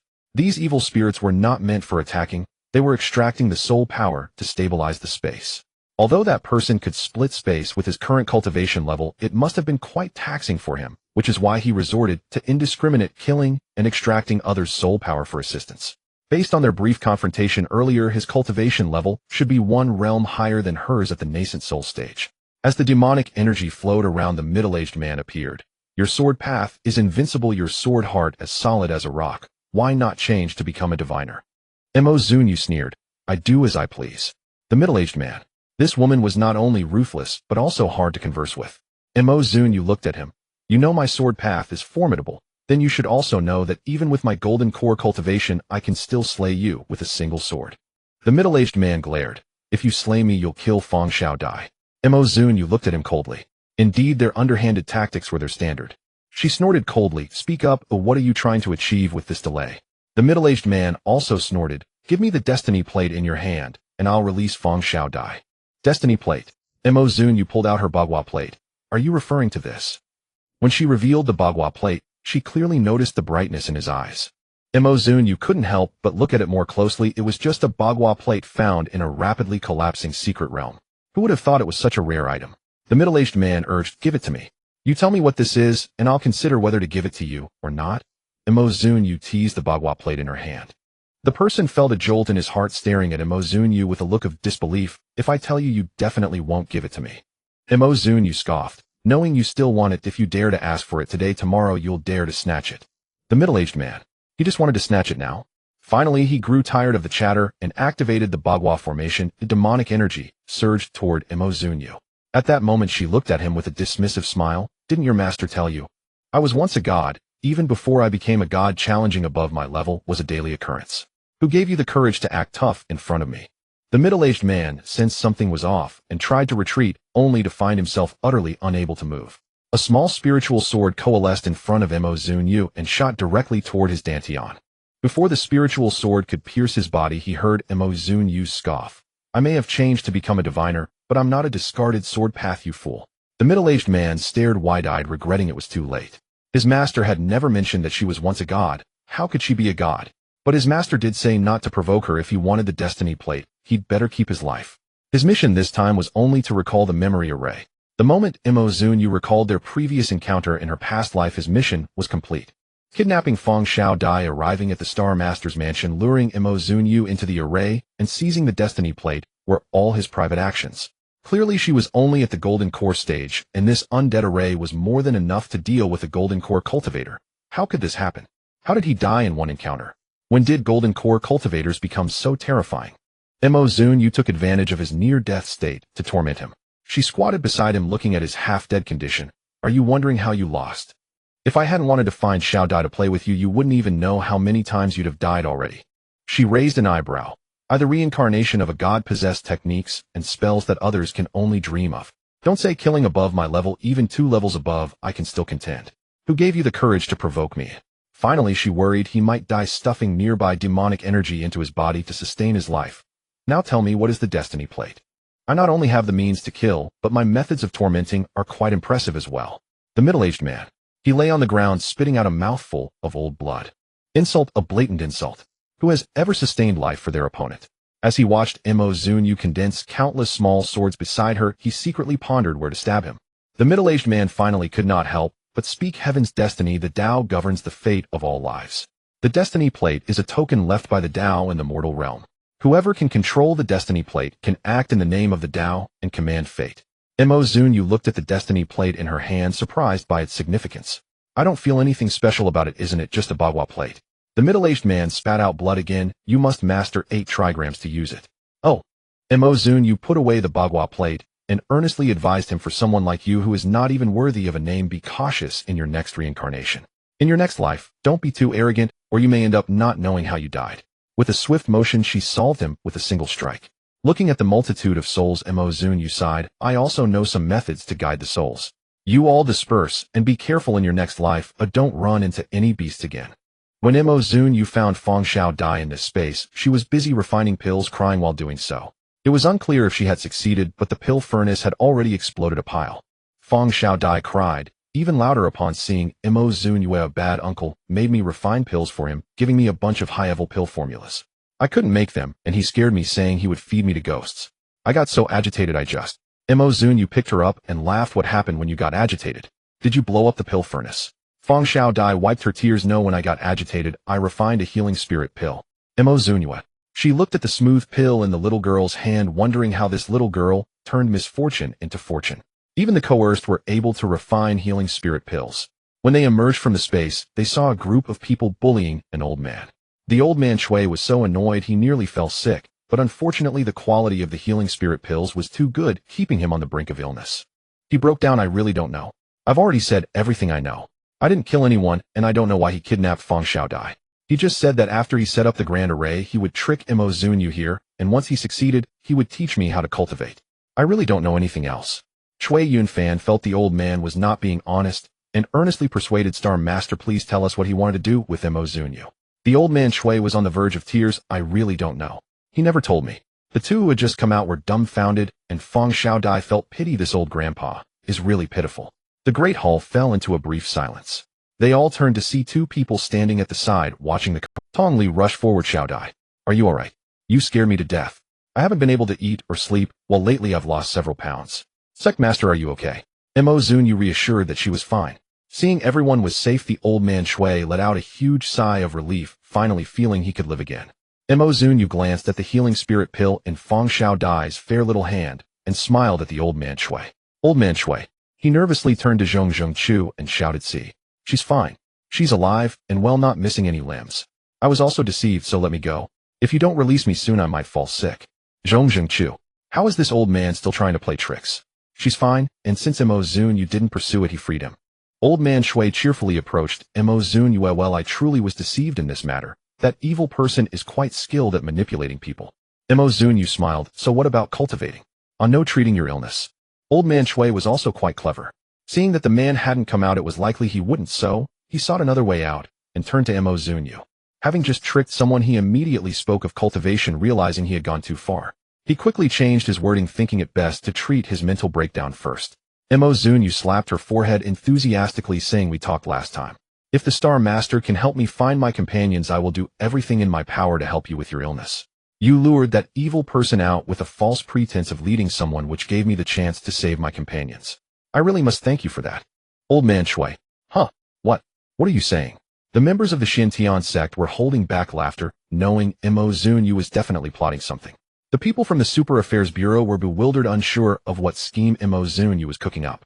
After realizing what had happened, old man Shui felt his face flush with embarrassment, and then he was overjoyed. Little friend, you are magnanimous. I am so relieved you don't hold it against me. Quickly prepare a feast to welcome our esteemed guests. Let's skip the feast. Zunyue stretched her head to look outside. Your esteemed residence has just gone through a lot, and I'm sure you're busy. Let's not disturb you. Treating your illness is the priority. Upon mentioning this, old man Shui was left speechless. Since that man appeared, the pesticide outside had quickly receded. Even he, being slow-witted, could guess what had happened. But since this was his fault originally, he felt it inappropriate to say too much. He smiled and asked, so how do we treat this illness? His face was full of expectation and his heart raced. If his mental energy could be healed, he could live a few more years. Just thinking about it made him excited. Zunyue hesitated. To treat the collapsed mental energy, the medicinal materials needed are somewhat expensive, and the method for refining the pills is quite complex. The costs might. Old man Shui caught on immediately and waved his hand. Just tell me the price quickly. As long as my illness can be cured and I can live a few more years, money is no object. Then, just as Zunyue began to speak, Shen Fu Wei suddenly started coughing violently. He was genuinely terrified. Zunyue's prices were so low that even the Xintian sect would lose out, so he hoped she wouldn't say anything. Understanding the hint, Zunyue shifted her tone. Let my disciple quote the price. The pills are made by her. She passed the ball to Feng Xiaodai. All the disciples of the Xintian sect turned to look at her, winking and signaling for her to quote a high price, not to let this old man get a bargain. Innocent and pure Feng Xiaodai had no concept of poverty. She stood there with wide, clear eyes, completely unaware. Everyone secretly thought this was bad. Asking Feng Xiaodai to quote a price might end up being even lower than Zunyue's price. Zhong Chu was full of anticipation, waiting for Feng Xiaodai to speak and scare this group. Old man Shui suddenly beamed with joy, looking kindly at Feng Xiaodai. Little girl, you are adorable. At such a young age you have such talent in refining such good pills. No wonder they said I needed to find you to treat my illness. Don't worry, feel free to quote your price. Old man Cui's eyes were fixated on the pill in Feng Xiaodai's hand. Just smelling the fragrance made his spiritual energy in his sea of consciousness feel remarkably comfortable. Eating it would surely have astonishing effects. Feng Xiaodai looked adorably innocent. Then how about? Everyone held their breath, fearing she would quote too low, ready to give her a discreet hint. Before the hint could be conveyed, Feng Xiaodai unexpectedly said, "Let's make it a billion." Mo Zunyue staggered in shock. Old man Cui's smile instantly froze, and with a stiff expression he asked, "Did you say 1 billion?" Old man Cui's smile instantly froze, and with a stiff expression he asked, "Did you say 1 billion? Did you mean to say it wrong?" Feng Xiaodai tilted her head in confusion. "Is a billion a lot? When my daddy made my mommy angry, he spent over 1 billion on gifts to make her happy. Isn't it just the money for buying gifts?" Mo Zunyue. Everyone. Old man Shui. What kind of extravagant family is this? Spending 1 billion on gifts to please a wife. Zhong Zhengqiu, who knew Feng Xiaodai's background, burst into laughter. "You truly are something, Feng Xiaodai." Old Master Chui weakly said, "Steward, go prepare the money." Thus Feng Xiaodai received 100 million star. They could not comprehend what had gone wrong. They had come to invest in real estate, yet now, without having seen any returns, Feng Xiaodai, merely tagging along, had already secured 100 million. The real estate they invested in had yet to yield any returns, and none of them had 100 million either. Feng Xiaodai touched her face. "Is there something on my face?" Xian touched her little face. "Nothing's on your face, just a bit dark. You've probably blown up quite a few alchemy furnaces, right?" Speaking of which, Feng Xiaodai began to sulk. "That person is so mean, always forcing me to refine medicine, not letting me eat or sleep. I've never suffered so much in my life." Tong Li, who had nearly starved to death in the past, sighed. "Reincarnation is truly a skill." He was only a year older than Feng Xiaodai, yet now he behaved like a little adult, understanding everything. After obtaining the elixir, old Master Chui insisted they not leave, saying, "I'm afraid something might go wrong during consumption with you all here. I can rest assured, after all, my current body is quite fragile." In reality, he feared that the medicine bought with his 100 million would be ineffective, and if they ran off, he wouldn't be able to find them. "All right, you eat now, and we'll keep an eye on you."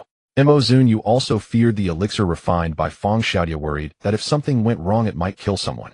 Old Master Chui cautiously held the elixir. "No need for bathing incense and prayers. Isn't this what cultivators do?" Mo Zunyue. Xian retorted, "What are you praying for? If you know you're eating a healing spirit pill, if you don't know, you'd think you're eating a fairy pill that allows you to ascend." Old Master Chui. This group of cultivators had no understanding of a patient's will to survive. Once the old steward arranged seats and served snacks, old Master Chui solemnly put the elixir in his mouth. The healing spirit pill is different from the spirit nourishing pill. The spirit nourishing pill contains a trace of spiritual power combined with medicinal properties, which can nourish the soul, preventing further damage.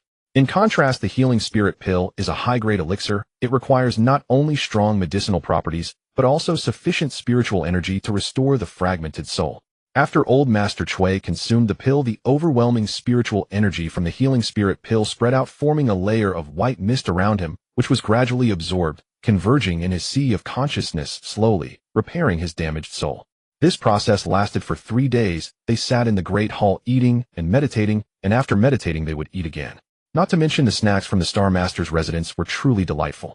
On the 3rd day, old Master Chui finally opened his eyes. His once murky old eyes now sparkled with spirit. As he stood up swiftly, even discarding his cane, he appeared much more vigorous. Seeing this, there was no need to search for an heir. Living another 20 or 30 years should pose no problem. Chui Peng, who had been steadfastly watching over him, was left speechless. With old Master Chui now in such good shape, could he still compete for the position of heir? Old Master Chui immediately demonstrated a set of punches, took a deep breath of stale air, and looked again at Mo Zunyue and the others with profound gratitude. "I truly thank you all. Oh, I feel great now. I have never felt so relaxed."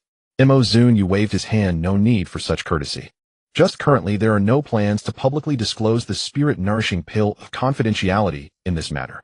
Old Master Chui immediately patted his chest, assuring, "Rest assured, nothing regarding these past few days will be leaked." Upon finishing, he shot a sharp gaze as a warning. In an instant, Chui Peng felt that if he dared to utter a word, old Master Chui would truly have the capability to kill him. After old Master Chui probed into the matters of cultivation several times, and Mo Zunyue skillfully evaded the questions, they swiftly departed. Zhong Jingqiu, responsible for wrapping things up, warned old Master Chui, "It's best if the Star Master doesn't inquire or dig into matters. When the time comes you will naturally know. Given your current physical condition, if you're fortunate enough to live until then, should you dare to speak carelessly or pry, we cannot guarantee what will happen." Old Master Chui instantly understood, indicating he comprehended.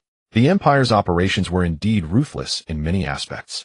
He personally admonished that those privy to the details should keep them to themselves, otherwise they shouldn't blame them for being ruthless. Just as he finished his admonishment, someone came to visit. The old steward reported, "It's the researcher from Tianxin Group, who came to congratulate you on your birthday, last time, the one brought by Chui Peng." He mentioned that some time has passed since then, and with recent troubles in Tianzhou City, he feared you might be overexerting yourself, so he brought the spirit-nourishing agent to check up on you and offer a free examination. Chui Peng trembled all over as if plunged into an ice cave and hurriedly distanced himself. I didn't say anything, I really haven't leaked a word. Chui Yinfan standing beside him mocked coward. Chui Peng huffed, if you're not a coward, why are you still here listening? Old Master Chui ignored the bickering duo and asked the steward, isn't Tianjin Group always high and mighty? When did they become so attentive to an old man like me? The old steward reminded, we've been busy with the relocation recently. The entry documents for the spirit-nourishing agent that Tianjin Group applied for have yet to be processed. They might think the medicine you drank last time was unstable, hence deliberately withholding the spirit-nourishing agent from entering the planet, and now they've rushed over to salvage their image in front of you. Old Master Chui snorted coldly, that spirit-nourishing agent that nearly killed me, and they're still boasting about it. What's there to be proud of for a businessman? Let him in or I'll see if I don't scare him to death. All right then, the old steward replied. The researcher from Tianjin Group, holding an arrogant face, approached Old Master Chui. Old Master Chui also held an arrogant face, nearly looking down his chin at the researcher. Go ahead, check. All right then, the old steward replied. The researcher from Tianjin Group, holding an arrogant face, approached Old Master Chui. Old Master Chui also held an arrogant face, nearly looking down his chin at the researcher. He took out a mental power detection device, scanning around Old Master Cui's head, and was instantly scared out of his wits. He fell to the ground in a panic, trembling. Are you Old Master Chui? Old Master Chui with his arrogant face replied, why am I not? Are you? The researcher became even more terrified, pointing at him with a ghostly expression. But your mental power is level. How is this possible? Previously your mental power was clearly at the lowest level. Old Master Chui stood up, energetically circling around. I've been cured. Not only is my mental power healed, but my body is also in excellent condition. The researcher's eyes widened like saucers, nearly popping out. He immediately fled, rolling and scrambling out. Help someone. Old Master Chui has been kidnapped. This one is a fake. Hurry. Old Master Chui scoffed, little coward, little trash. On the starship back to Earth, Tong Li and Feng Xiaodai sat together. He smiled obsequiously. Xiaodia, when we go back, could you please not tell your mother about what happened these days? Feng Xiaodai stared with round eyes. Why not? I want to share with my mom. Tong Li rubbed his hands. If you tell her, she will worry. Feng Xiaodai tilted her head in thought. But what if mom asks? Tong Li taught her, just say you've been having fun and that nothing happened. Feng Xiaodai pouted. Senior brother, children shouldn't lie. Oh, lying is wrong. Have you forgotten? You're doubted Jing. Tong Li. He could clearly hear the mocking laughter from his fellow disciples. Tong Li felt anxious. If Xiaodai told everything exactly as it happened, he wondered if Feng Ji would kill him.